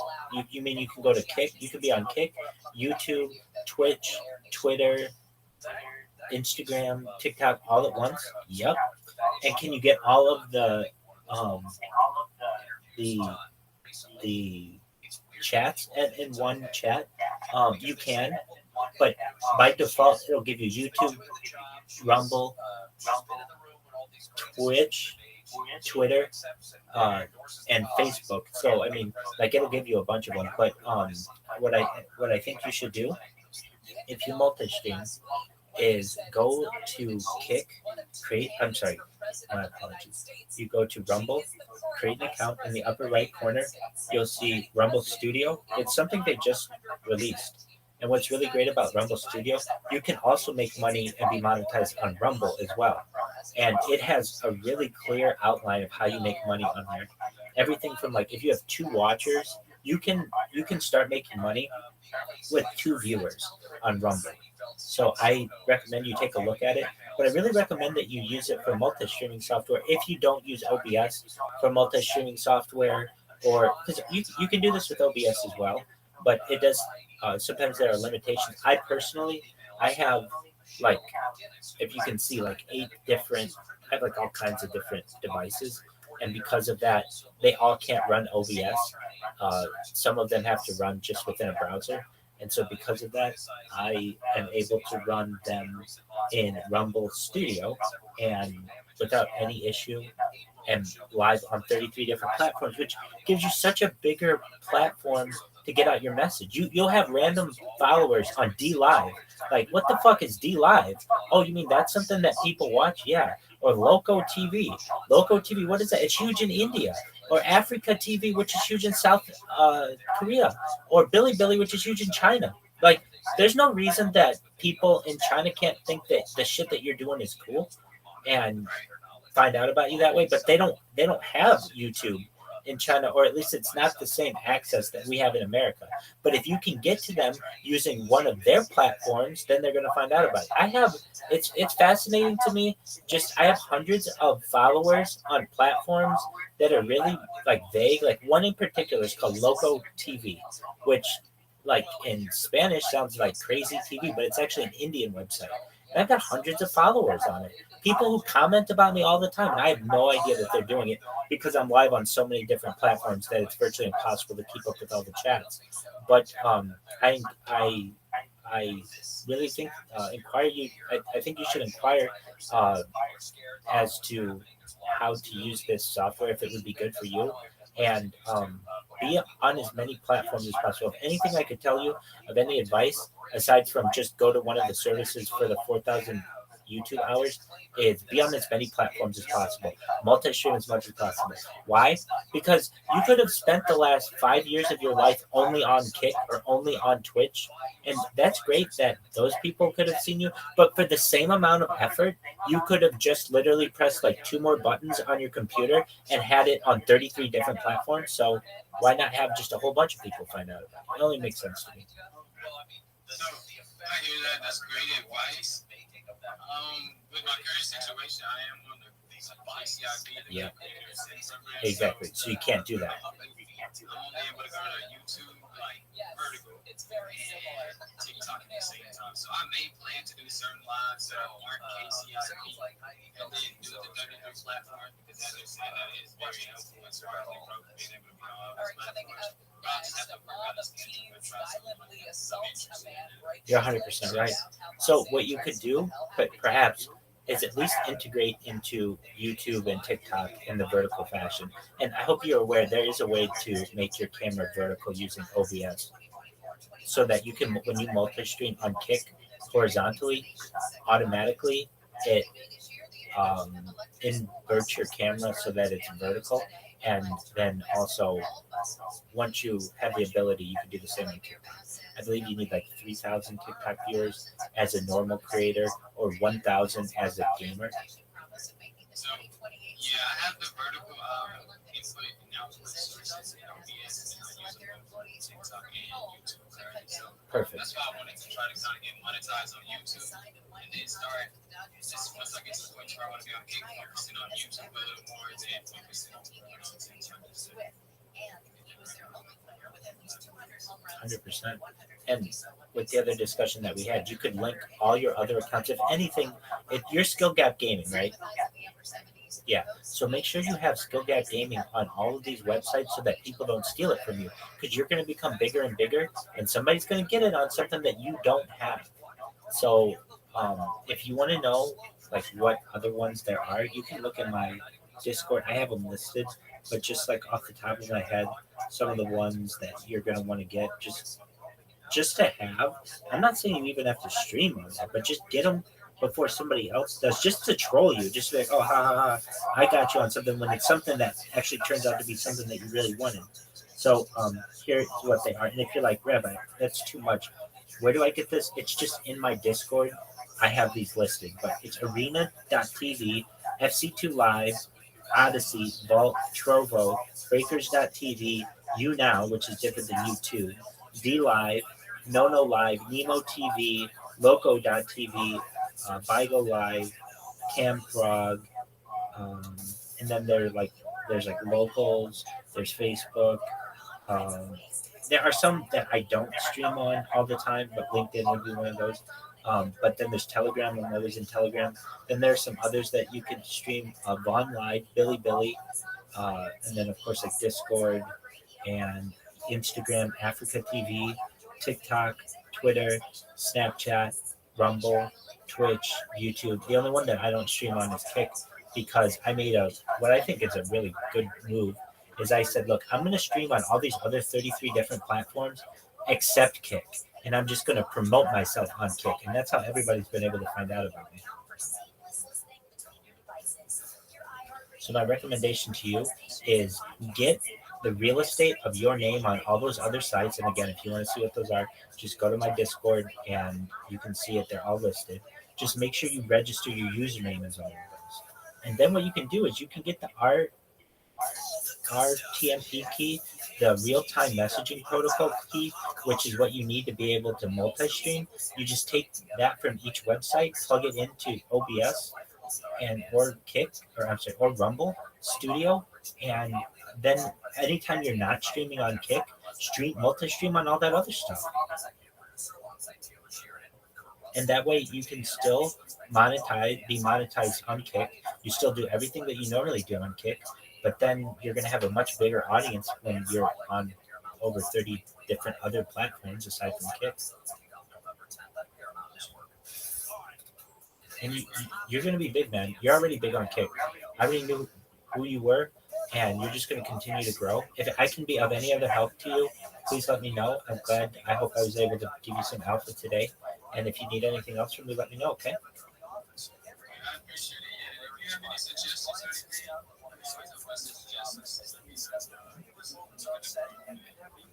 Absolutely. Your content is fire.